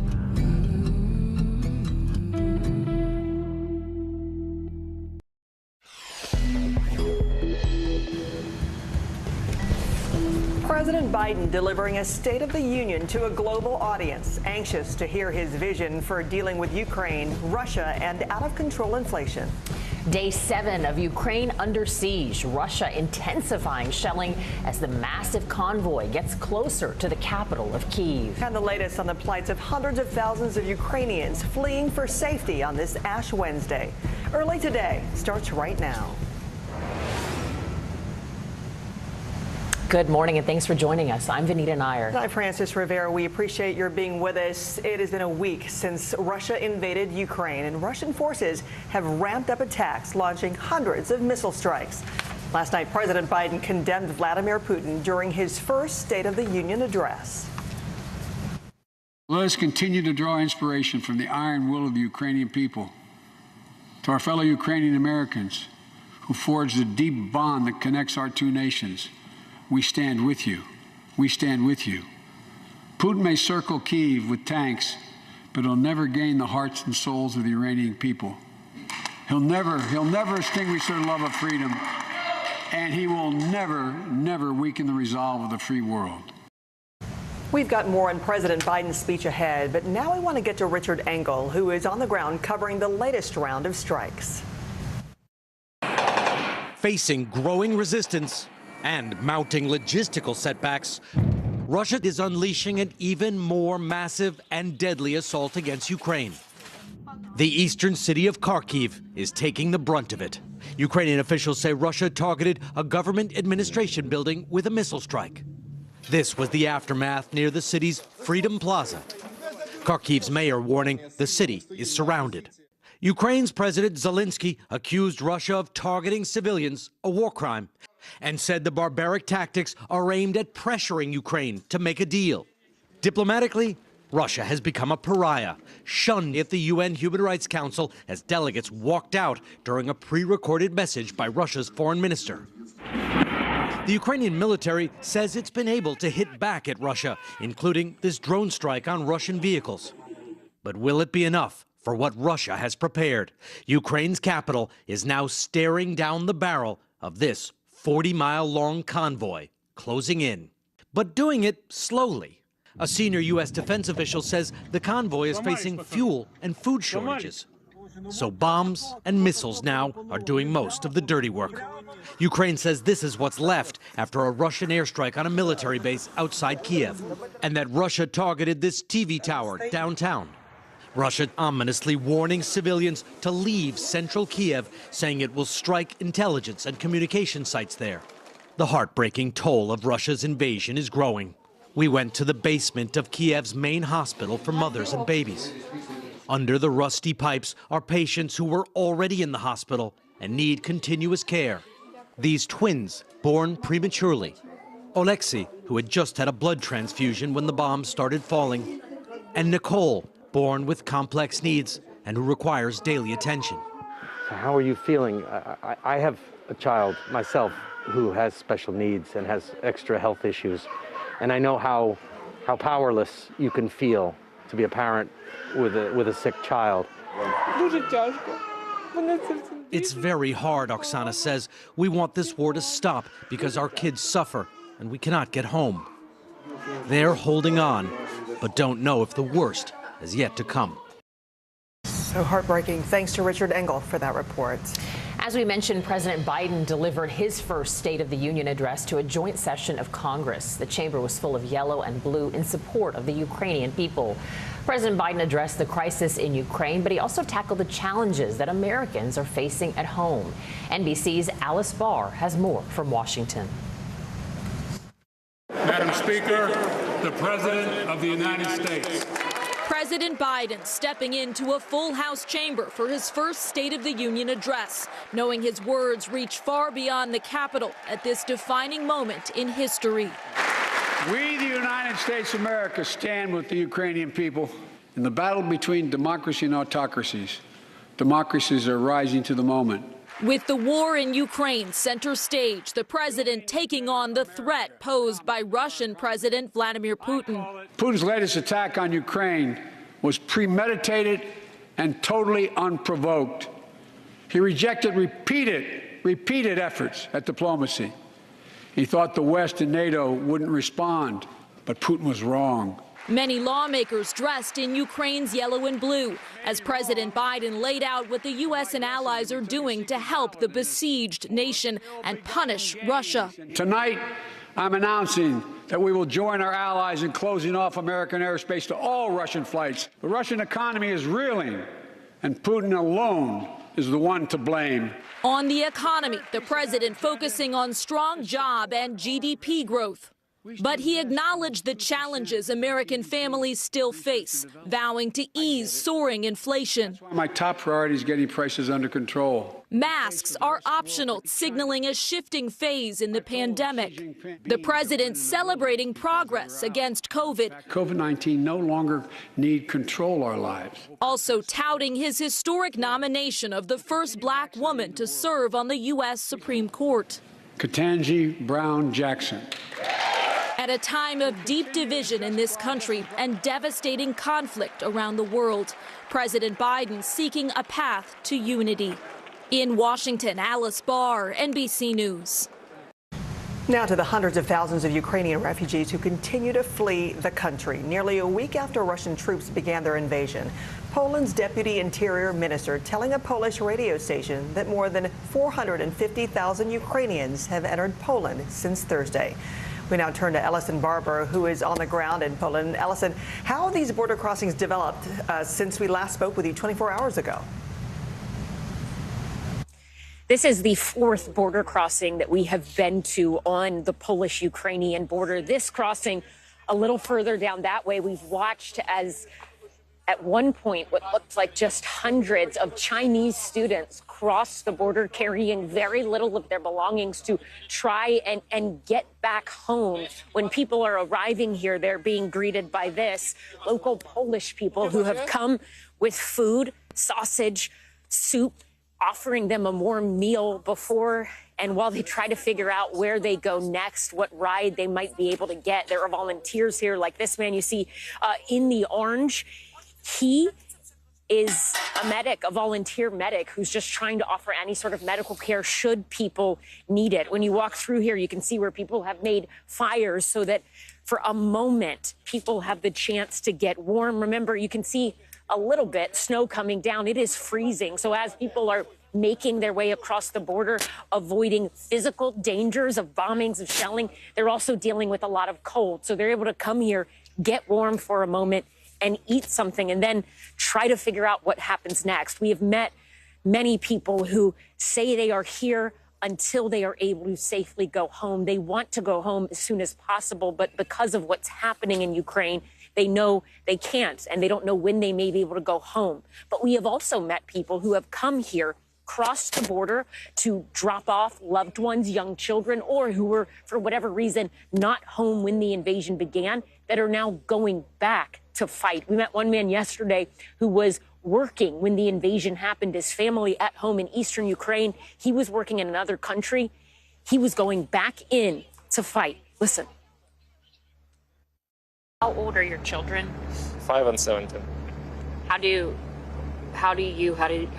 your wife, how do you explain this to children? I'm explaining you something. In 2014, I was war prison after Ilovaisk. I was captured with Russian forces. It was war prison 4 or 5 days. I don't remember now. I was in this moment. I had very hard wounds. I can't walk in. I have bad speaking because it was heavy contusion. I lost a lot of blood. And my wife ready for this. It's like a, how would say, you can't take stress. So you almost died fighting against Russian aggression before, and you're going to go back again. Yeah. Why not? It's my land. How long will you fight? Now? For when finish this war. When our enemies leave our territory, all of our territory. you know, maybe now this is moment. When we talk to people about what they fled, they will calmly talk to us about the bombs, the shelling, seeing people die even. Where they tend to break down is when you ask who they left behind. Remember, men between the ages of 16 or 18 and 60, fighting age, they are staying in Ukraine. And there are mothers, children who have left their loved ones behind, and they don't know if they'll ever see them again. Francis? Yeah, we can only hope for those safe reunions. Ellison, thank you. As Russia's siege on Ukraine intensifies, there are growing concerns about Vladimir Putin's state of mind and what he might do if he is backed into a corner. Andrea Mitchell has more. Vladimir Putin frustrated and angry with the pace of his assault on Ukraine. The worry for Washington, is he acting rationally, and will he ramp up the violence against Ukraine's citizens? There is no new intelligence on his mental state, but U.S. officials say everyone, including President Biden, sees an angrier Putin, increasingly detached from reality in his speeches, isolated from longtime advisors, rarely coming into the Kremlin, and when he does, meeting on opposite ends of a supersized table, more than 20 feet apart. That, I think, creates this kind of delusional bubble about what he thought was going to happen when he first launched this attack. Officials tell NBC News Putin has lashed out at underlings in private and in public bullied his top spy on state TV. Say it directly, he said. What do you think is going on there? I don't know what is the matter there, but whatever it is, the people of Ukraine are paying the price for it. Now he's raising the stakes for U.S. military planners by putting Russia's nuclear forces on heightened alert. You don't want a madman backed into a corner with nothing to lose, especially if that madman has nuclear weapons. With the Russian economy collapsing under the weight of global sanctions and some of his own oligarchs even criticizing the invasion, what might he do to stay in power? He can threaten or carry out cyber attacks against the West, including the United States, and he can threaten to use battlefield nuclear weapons. U.S. officials say President Biden is deliberately downplaying Putin's nuclear threats and not raising the alert status of U.S. nuclear weapons, trying to de-escalate a crisis with an unpredictable enemy. Our thanks to Andrea Mitchell for that report. Today is Ash Wednesday for millions of Christians. So what kind of weather are we looking at? Let's check in with Bill Cairns. Hi, Bill. Good morning. Hey, good morning. Great to see you guys again. And the Northwest continues to be the area with the flooding concerns. A lot of rivers between Seattle and Portland still have some problems, but the rain is not as heavy as it was.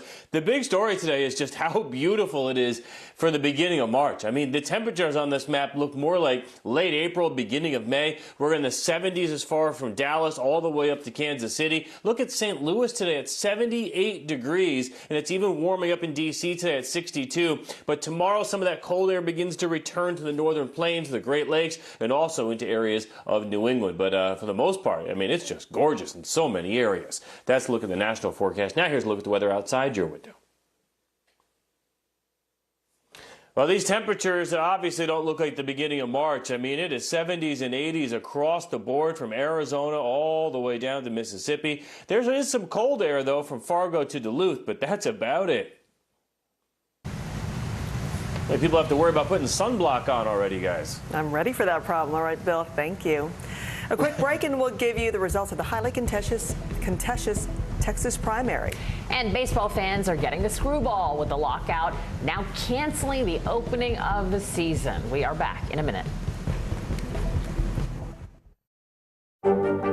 There were residents who hung on for dear life. I've heard people say the town is gone. Do you see it that way? Absolutely not.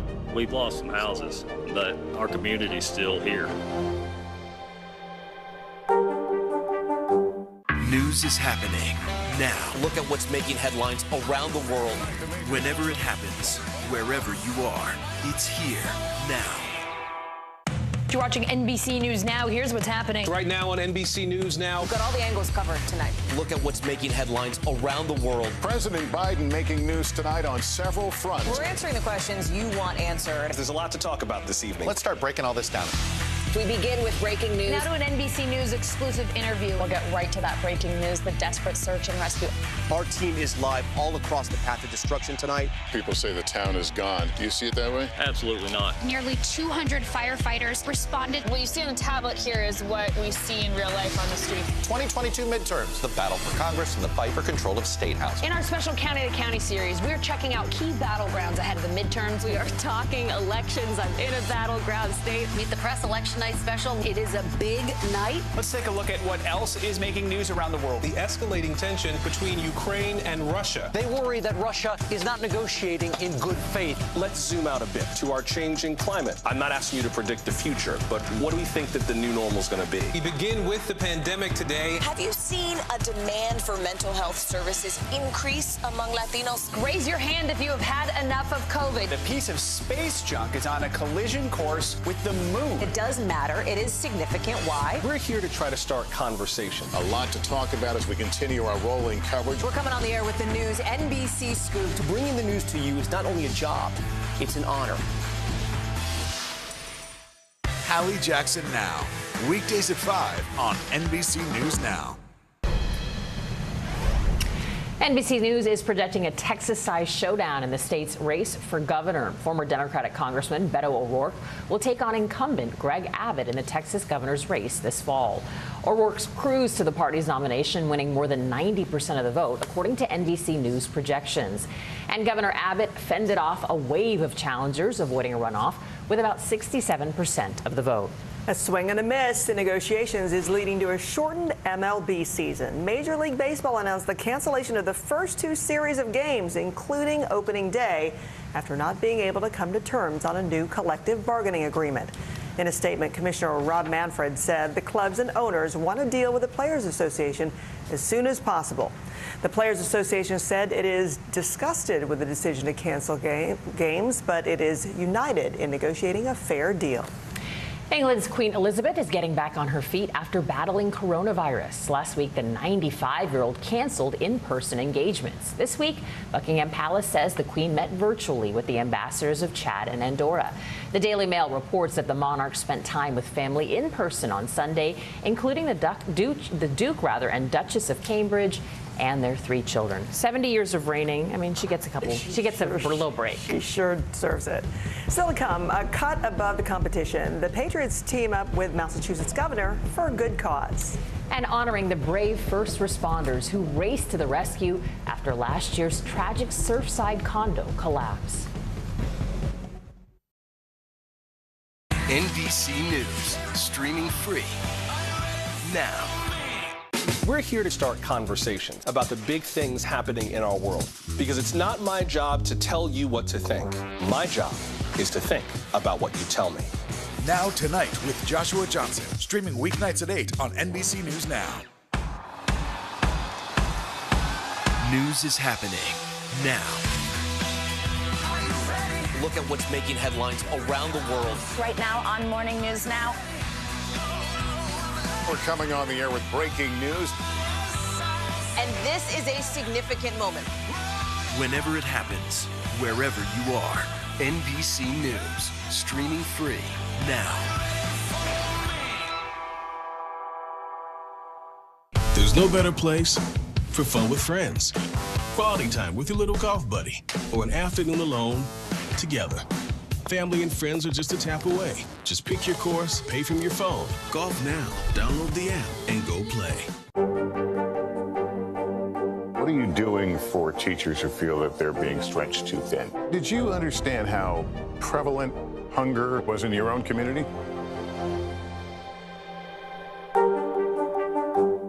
These days, it feels like the news never stops. So let's get into it. What's happening right now, what it all means for you for an hour every day. It can be hard to keep up, so let's get started together. Hallie Jackson Now, weekdays at 5 on NBC News Now.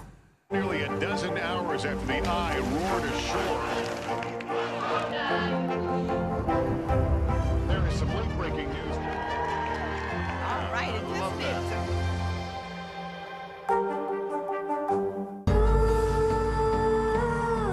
Just call when you need them most.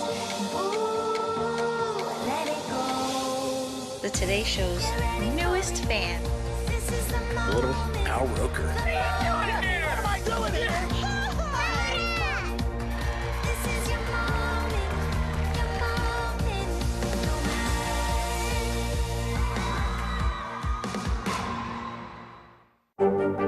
There were residents who hung on for dear life. I've heard people say the town is gone. Do you see it that way? Absolutely not. We've lost some houses, but our community's still here.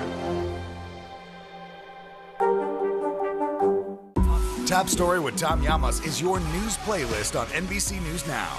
And now, you can listen to it as a podcast. Available anytime and anywhere.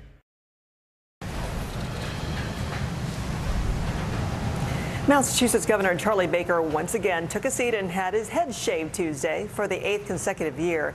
The governor helped Boston Children's Hospital in the Saving by Shaving event, joined by players of the New England Patriots.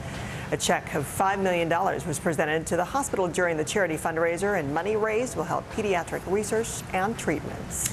Just days after a settlement was reached for the victims of last year's Surfside collapse in Florida, more than 100 search and rescue responders were honored for their bravery and dedication during the tragic event.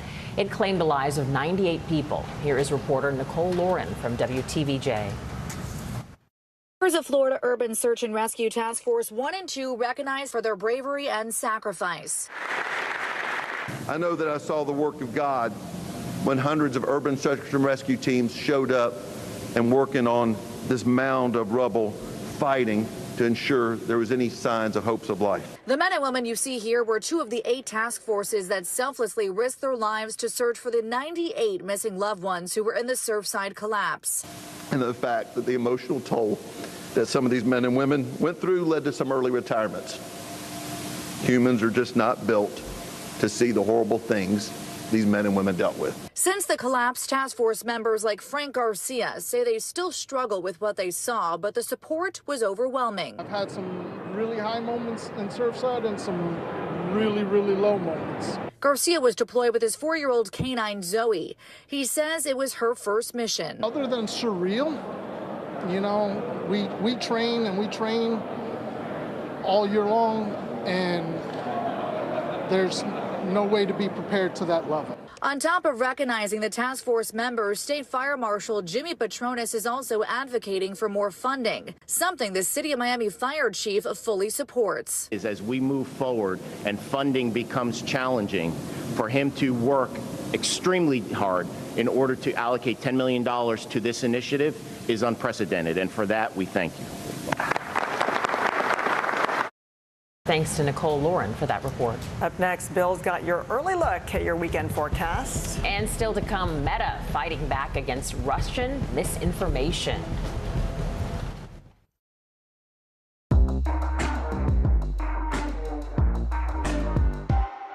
The fire has grown leaps and bounds. What you see behind me is typical. How you doing? Pretty bad. To cover the news, you have to be in it. We'll take you to the front lines of the story, bringing your news feed to life. Streaming live every night. It's your news playlist. Top Story with Tom Llamas, weeknights at 7 on NBC News Now. This is a very different kind of program. We're here to start conversation about the big things happening in our world. Professor, I'm not asking you to predict the future, but what do we think that the new normal is going to be? Is part of this that everyone's rethinking their jobs during this pandemic and their relationship to their employers? What is your biggest tip for any parent who's concerned about this? It's not my job to tell you what to think.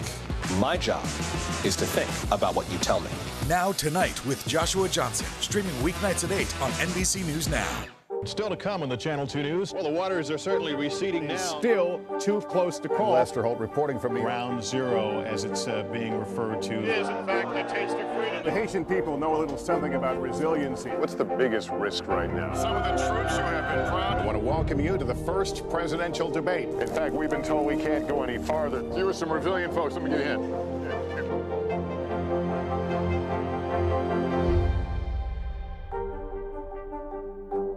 Hallie Jackson Now, weekdays at 5 on NBC News Now.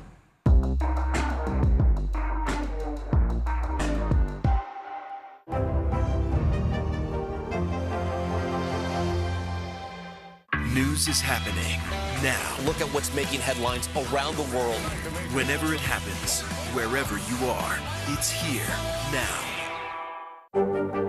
There were residents who hung on for dear life. I've heard people say the town is gone. Do you see it that way? Absolutely not. We've lost some houses, but our community's still here.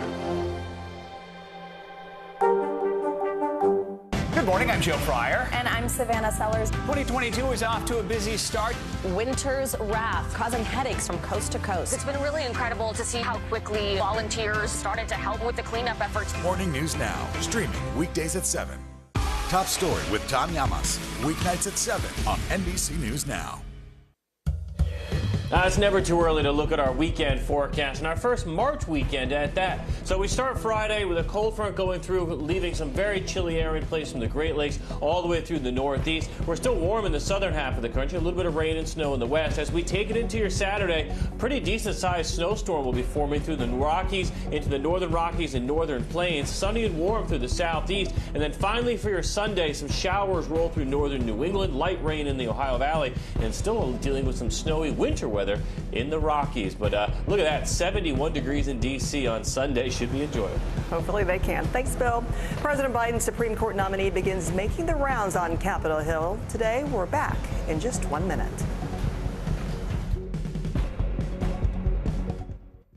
News is happening now. Look at what's making headlines around the world. Whenever it happens, wherever you are, it's here now.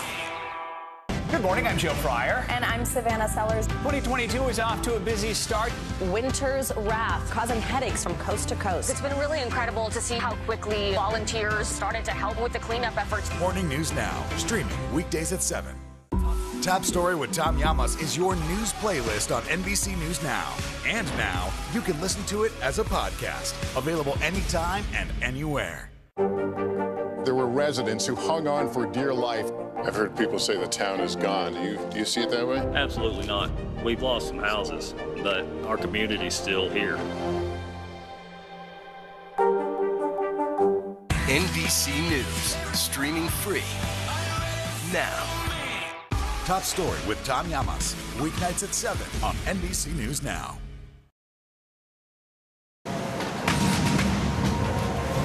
Tech companies are imposing their own sanctions on Russia following their invasion of Ukraine. Apple announced it has stopped selling its products in Russia. All of Apple's products on its Russian online storefront are listed as unavailable. Snapchat says it is halting all ad sales to Russian and Belarusian entities in the wake of the invasion. Facebook and Instagram are demoting Russian state-run media content from their global news feeds. Content that links to state-run media sites are also being demoted. Well, Harley-Davidson is putting the brakes on shipments to Russia. The motorcycle company is also suspending its business with the country. Former First Lady Melania Trump tweeted her support for the Ukrainians during the crisis, adding a link to donate to the International Red Cross. And the Cannes Film Festival said in a statement it will not welcome Russian delegations unless the war ends, quote, in conditions that will satisfy the Ukrainian people. 2 more film studios are joining Warner Brothers in pulling their movies from Russian theaters. Paramount Pictures and Universal Studios say they are halting upcoming releases in Russia. We should mention that Universal Studios is owned by our parent company, NBC Universal. And actor Sean Penn said he walked out of Ukraine after working on a documentary on the conflict. Penn said he and 2 colleagues walked miles to the Polish border. President Biden's Supreme Court nominee, Ketanji Brown Jackson, will meet with senators on Capitol Hill today. First out in a series of one-on-ones is Senate Majority Leader Chuck Schumer. Later, Jackson will meet with Minority Leader Mitch McConnell and then top members of the Judiciary Committee, which will hold confirmation hearings. Democrats hope to confirm Jackson, currently a federal appeals court judge, to the bench by the middle of April. The White House, along with public health officials, is set to unveil its national COVID-19 preparedness plan during a briefing at 10:30 this morning.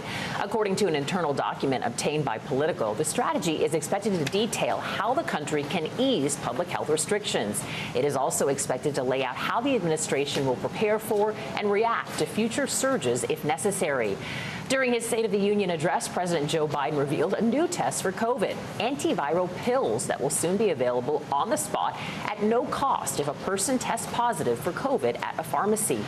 Today is Ash Wednesday, marking the official start of Lent for Christians everywhere. Pope Francis spoke to a crowd in Vatican City over the weekend, urging Christians and non-Christians alike to make today a day of fasting and prayer for peace in Ukraine. Plus, it was a big day in New Orleans on Fat Tuesday, the first Mardi Gras celebration since 2020. Parade routes were shorter than in years past, but that didn't stop partygoers from lining the streets. So well-deserved celebration, but I'm sure a lot of heavy hearts, too, with what's happening in Ukraine and Russia. I know. Thanks for waking up with us. I'm Frances Rivera. And I'm Vanita Nair. Have a great day and be safe out there.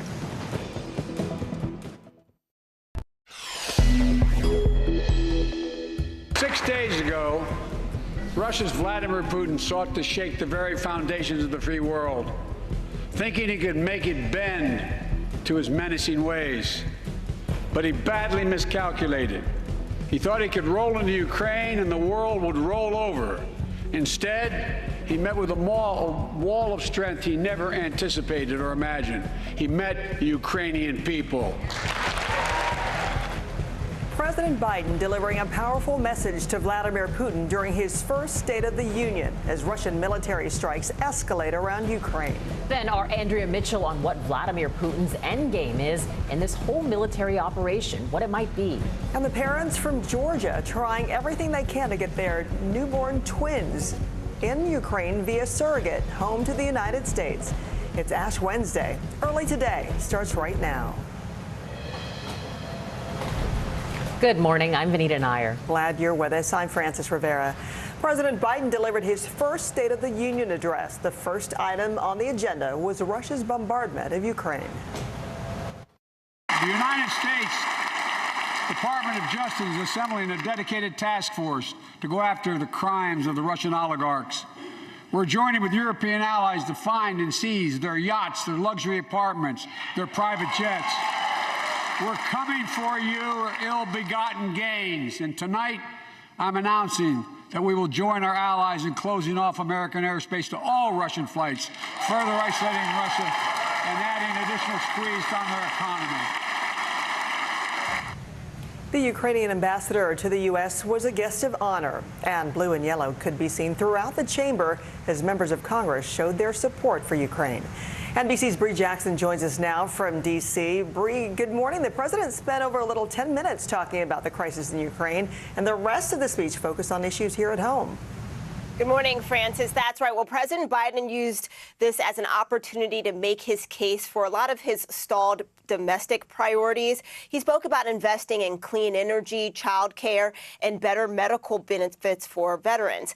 The night was also a bit of a victory lap in the fight against COVID, with the chamber mostly maskless. Meanwhile, the president said his top priority is getting prices under control. One way to fight inflation is to drive down wages and make Americans poorer. I think I have a better idea to fight inflation. Lower your costs, not your wages. Instead of relying on foreign supply chains, let's make it in America. And now we're launching the Test to Treat initiative. So people can get tested at a pharmacy, and if they prove positive, receive the antiviral pills on the spot at no cost. We should all agree the answer is not to defund the police. That's right. It's to fund the police. Fund them. Fund them. The most fundamental right in America is the right to vote and have it counted. And look, it's under assault. In state after state, new laws have been passed. Not only to suppress the vote, we've been there before, but to subvert the entire election. We can't let this happen. Congresswoman Rashida Tlaib of Michigan delivered the response from the Progressive Working Families Party. She called on President Biden to use executive power to pass voting rights protections immediately. And Iowa Governor Kim Reynolds was chosen to deliver the Republican response. She accused the president of showing weakness on the world stage and criticized the Democrats' spending plan. The president and Democrats in Congress have spent the last year either ignoring the issues facing Americans or making them worse. They were warned that spending trillions would lead to soaring inflation. They were told that their anti-energy policies would send gas prices to new heights, but they plowed ahead anyway. Notably, last night, Democratic Senator Joe Manchin was sitting in the Republican section. His spokeswoman said he wanted to sit with his colleague, Senator Mitt Romney, to show that partisanship is alive and well in the Senate. This afternoon, President Biden will travel to Wisconsin to continue promoting his infrastructure plan. Back to you guys. As America digests everything from the past 24 hours here at home and, of course, abroad. Thank you, Bree. Ukraine is under heavy attack as the Russian invasion enters its 7th day. Russian forces launched hundreds of missile strikes, hitting several cities. In Kharkiv, this is what was left of a government building in the town's Freedom Square after it was bombed. According to state officials, 7 people died and 24 injured in the attack, including a child. Missile strikes also targeted Kyiv's main TV tower, crippling their TV stations. 5 people were injured in that blast. In a video message, Ukrainian President Zelensky rallied his country, saying they will not back down and will continue fighting for freedom. NBC's Matt Bradley is following the latest for us. It was Kharkiv's Freedom Square that took a colossal hit. Russians pounding the civilian center of Ukraine's second largest city, leaving its city hall in tatters, its opera house damaged. First responders rushing bodies and injured people out. 7 people died, 24 were wounded, according to Ukrainian state officials. President Volodymyr Zelensky, still defiant, condemned the Freedom Square attack. This is the price of freedom, he said. What a morning. Just one part of a day of destruction in Kharkiv, with civilians carrying the bulk of the burden. Russian rockets also destroyed this residential building. In response, this city has moved underground. This is my little child. Timur, the bombing and shooting, and we don't know how to sleep and how we will live tomorrow. Please, we don't have enough food for my baby. Yasmina Vladimirovich is sheltering with her 5-month-old baby and other family members in their basement. Supplies and morale are low and getting lower. Other infants elsewhere in the city have also been scrambled to safety. A whole maternity ward moved to a bomb shelter. One rocket devastated a house just behind where Yasmina was sheltering. Sergei Shpak has been in the metro system for days with his wife and son, walking through the train tunnels to find supplies and food. But everything here is dwindling. Only hope remains. Matt Bradley, NBC News, Lviv, Ukraine. Hundreds of thousands of Ukrainian refugees continue to flee the country as Ukraine's humanitarian crisis grows more dire by the day. Poland's Deputy Interior Minister telling a Polish radio station that more than 450,000 Ukrainians have entered Poland since Thursday. We turn now to Ellison Barber, who is on the ground there in Poland. And Ellison, how have these border crossings developed since we last spoke with you 24 hours ago? There's a lot of help that is gathered outside of border crossings. I mean, thousands and thousands of people are fleeing Ukraine every day. You can see many people who arrived this morning gathered up on top of that hill, taking a minute to get some food, to regroup, to wait for a ride. Inside this white tent, there are even more people having a meal. For many of them, it might be one of the first meals they've had in days, because oftentimes when we talk to people, they talk to us about spending days traveling, leaving where they lived in Ukraine. These fires made by volunteers who came from Georgia. Russia invaded Georgia in 2008, and they told us they wanted to come help because they know what this feels like. Most of the people that we've seen, some of them, like these people here, they're college students who are from somewhere other than Ukraine, and they were studying when this attack first happened. We've watched as just people pile off of here. The majority of the time, it's women, it's children, more people down this way as well. Mothers who have bravely left behind everything they know to try and give their children a chance to grow up somewhere safe. Everyone we have spoken to, they want to go home. They want to be back in Ukraine, living their normal lives, but they cannot do that when bombs are falling on their homes, and no one knows when that might stop. The people that we have met, Francis, the Ukrainians, they are so incredibly strong. They will talk to you about hiding in bomb shelters, about the long journey here, about things that they have seen, and they will tell it calmly. Where they break down is when we ask them who they have left behind. It is their fathers, it is their husbands, it's their sons, and they don't know right now They hope, but they don't know if they'll ever see them again. Francis? Gut-wrenching stories of separation and survival. Ellison, thank you. NBC News is projecting a Texas-sized showdown in the state race for governor. Former Democratic Congressman Beto O'Rourke will take on incumbent Greg Abbott in the Texas governor's race this fall. O'Rourke cruised to the party's nomination, winning more than 90% of the vote, according to NBC News projections. And Governor Abbott fended off a wave of challengers, avoiding a runoff with about 67% of the vote. This was the first time the state's strict new voting laws were put to the test, which could play an even larger role in the midterm election. A swing and a miss in negotiations is leading to a shortened MLB season. Major League Baseball announced the cancellation of the first 2 series of games, including opening day, after not being able to come to terms on a new collective bargaining agreement. In a statement, Commissioner Rob Manfred said the clubs and owners want to deal with the Players Association as soon as possible. The Players Association said it is disgusted with the decision to cancel games, but it is united in negotiating a fair deal. Now we turn to weather and NBC meteorologist Bill Karen. So, Bill, a lot of folks are going to want to get out there and get their ashes for Ash Wednesday. What's the weather going to be like? Yeah, good morning. The Northwest is still the area where it has the rain and the clouds. We have a lot of our rivers that are still in flood stages. But besides that, the rest of the country is like, what's going on? I mean, for early March, temperatures should not be in the 80s in Kansas City and Missouri, all the way through St. Louis. So potential record highs today, 80 in Kansas City, also possible St. Louis. We're very warm all the way through Texas. Even D.C. to Virginia is warming up significantly. Charlotte today at 75 degrees. Tomorrow it continues. We should hit 80 in Savannah. These temperatures are about 15 to 20 degrees warmer than normal. And then finally in the Northeast, it looks like Sunday to Monday is when you'll get a little taste of a little bit of the spring warmth. That's the big weather story of the day. Now here's a look at your local forecast.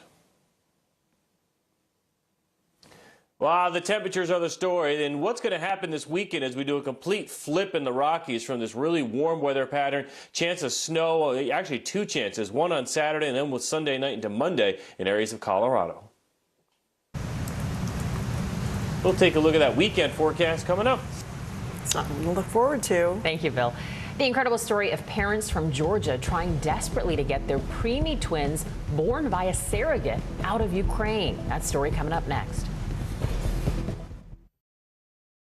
News is happening now. Look at what's making headlines around the world.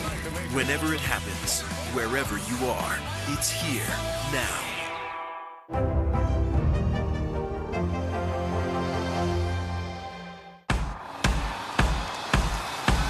News is happening now. Look at what's making headlines around the world. Right now on Morning News Now. We're coming on the air with breaking news. And this is a significant moment. Whenever it happens, wherever you are, NBC News, streaming free now. To cover the news, you have to be in it.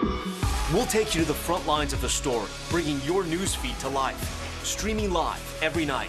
It's your news playlist. Top Story with Tom Llamas, weeknights at 7 on NBC News Now. News is happening now. Look at what's making headlines around the world. We're coming on the air with breaking news. This is a significant moment. Whenever it happens, wherever you are, NBC News, streaming free now. We're here to start conversations about the big things happening in our world, because it's not my job to tell you what to think. My job is to think about what you tell me. Now Tonight with Joshua Johnson, streaming weeknights at 8 on NBC News Now. NBC News, streaming free now. What are you doing for teachers who feel that they're being stretched too thin? Did you understand how prevalent hunger was in your own community? Now Tonight with Joshua Johnson, streaming weeknights at 8 on NBC News Now.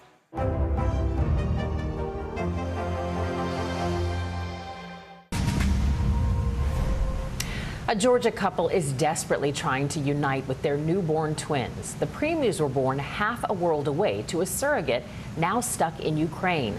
Our Jesse Kirsch has the story. Like all premature babies, Lenny and Moisha Spector were born tough, But the twin brothers are fighting harder than any newborn ever should. It's unimaginable. What can I say? It's impossible to wrap your mind around. New parents Alex Spector and Irma Nunez couldn't be with their surrogate at the end of a challenging pregnancy when she gave birth Friday at 32.5 weeks in Kyiv. They were in the U.S. when their preemie twins came into the world.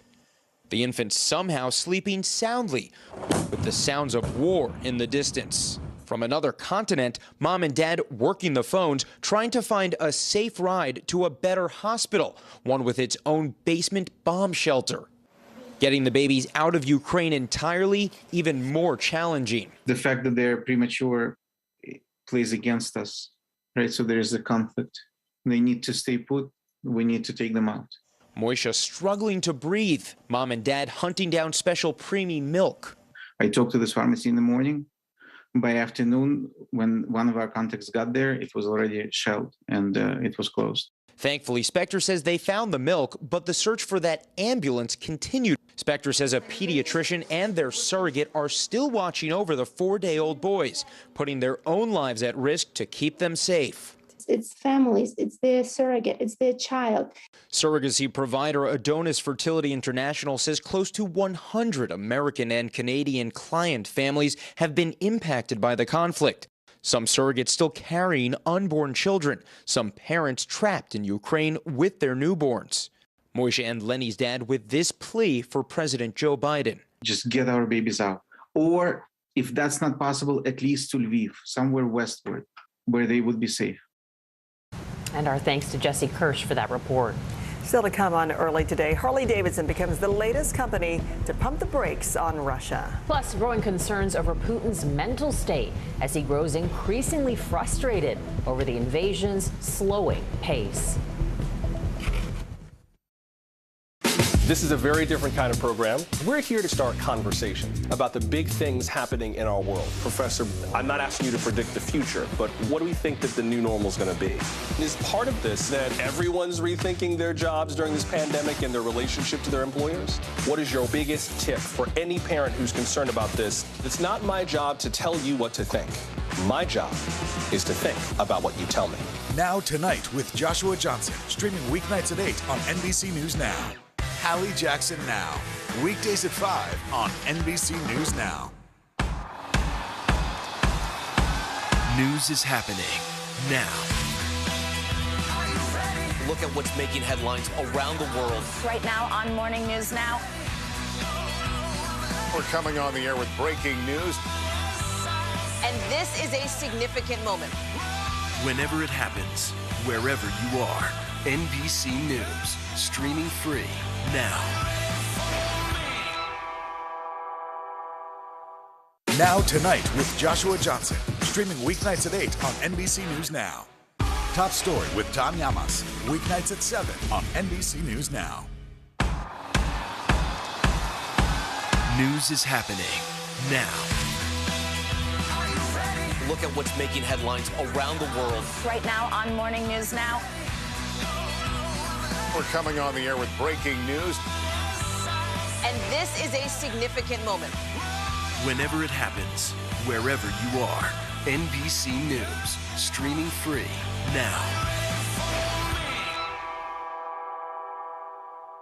Good morning, I'm Joe Fryer. And I'm Savannah Sellers. 2022 is off to a busy start. Winter's wrath causing headaches from coast to coast. It's been really incredible to see how quickly volunteers started to help with the cleanup efforts. Morning News Now, streaming weekdays at 7.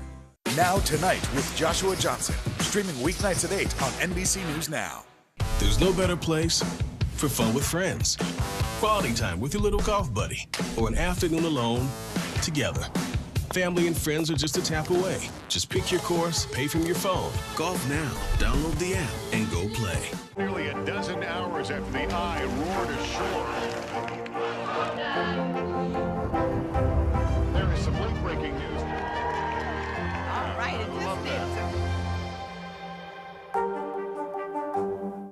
Top Story with Tom Llamas is your news playlist on NBC News Now. And now, you can listen to it as a podcast. Available anytime and anywhere. Apple announced it has stopped selling its products in Russia. All of Apple's products on its Russian online storefront are listed as unavailable. An Apple spokesperson told CNBC that traffic and live incidents in Ukraine have been disabled on Apple Maps. And more tech companies are imposing their own sanctions on Russia following their invasion of Ukraine. Snapchat says it is halting all ad sales to Russian and Belarusian entities in the wake of the invasion. Facebook and Instagram are demoting Russian state-run media content from their global news feeds. Content that links to state-run media sites are also being demoted. Harley-Davidson is putting the brakes on shipments to Russia. The motorcycle company is also suspending its business with the country. Former First Lady Melania Trump tweeted her support for the Ukrainians during the crisis, adding a link to donate to the International Red Cross. 2 more film studios are joining Warner Brothers in pulling their films from Russian theaters. Paramount Pictures and Universal Studios says they are halting upcoming releases in Russia. We should mention Universal Studios is owned by our parent company, NBC Universal. And actor Sean Penn said he walked out of Ukraine after working on a documentary on the conflict. Penn said he and 2 colleagues walked miles to the Polish border. And Ukrainian tennis star Elina Svitolina is looking to give back to her home country. The world number 15 plans to donate her prize money to the Ukrainian army and humanitarian aid. As Russia's siege on Ukraine intensifies, there are growing concerns about Vladimir Putin's state of mind and what he might do if backed into a corner. Andrea Mitchell has more. Vladimir Putin frustrated and angry with the pace of his assault on Ukraine. The worry for Washington, is he acting rationally, and will he ramp up the violence against Ukraine's citizens? There is no new intelligence on his mental state, but U.S. officials say everyone, including President Biden, sees an angrier Putin, increasingly detached from reality in his speeches, isolated from longtime advisors, rarely coming into the Kremlin, and when he does, meeting on opposite ends of a supersized table, more than 20 feet apart. That, I think, creates this kind of delusional bubble about what he thought was going to happen when he first launched this attack. Officials tell NBC News Putin has lashed out at underlings in private and in public bullied his top spy on state TV. Say it directly, he said. What do you think is going on there? I don't know what is the matter there, but whatever it is, the people of Ukraine are paying the price for it. Now he's raising the stakes for U.S. military planners by putting Russia's nuclear forces on heightened alert. You don't want a madman backed into a corner with nothing to lose, especially if that madman has nuclear weapons. With the Russian economy collapsing under the weight of global sanctions, and some of his own oligarchs even criticizing the invasion, what might he do to stay in power? He can threaten or carry out cyber attacks against the West, including the United States, and he can threaten to use battlefield nuclear weapons. U.S. officials say President Biden is deliberately downplaying Putin's nuclear threats and not raising the alert status of U.S. nuclear weapons, trying to de-escalate a crisis with an unpredictable enemy. Our thanks to Andrea Mitchell for that report. Well, Bill has got a look at your weekend weather forecast coming up. Plus, we've got the latest from the Ukrainian border as Jay Gray joins us live. Nearly a dozen hours after the eye roared ashore. There is some late-breaking news. All right, and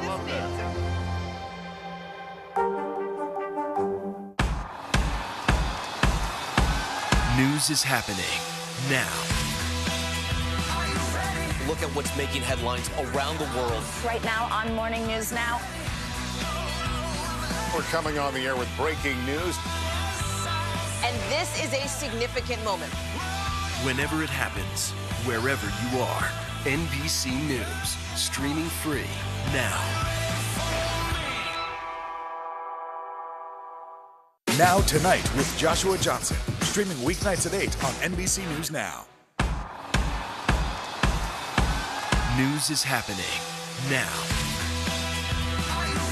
Look at what's making headlines around the world. Right now on Morning News Now. We're coming on the air with breaking news. And this is a significant moment. Whenever it happens, wherever you are, NBC News, streaming free now. Good morning, I'm Joe Fryer. And I'm Savannah Sellers. 2022 is off to a busy start.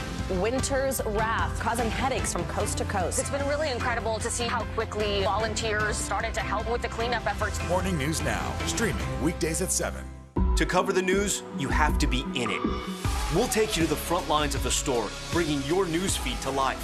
Streaming live every night. It's your news playlist. Top Story with Tom Llamas, weeknights at 7 on NBC News Now. What are you doing for teachers who feel that they're being stretched too thin? Did you understand how prevalent hunger was in your own community?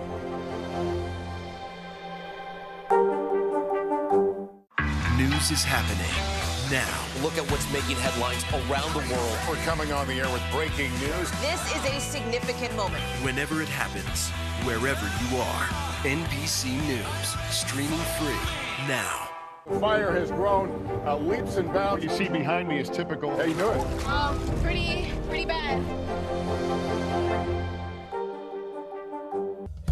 Welcome back to Early Today. Let's take a look at your first March weekend. So getting there on Friday, we're watching that western storm beginning to slowly move into the Rockies. Still extremely warm from the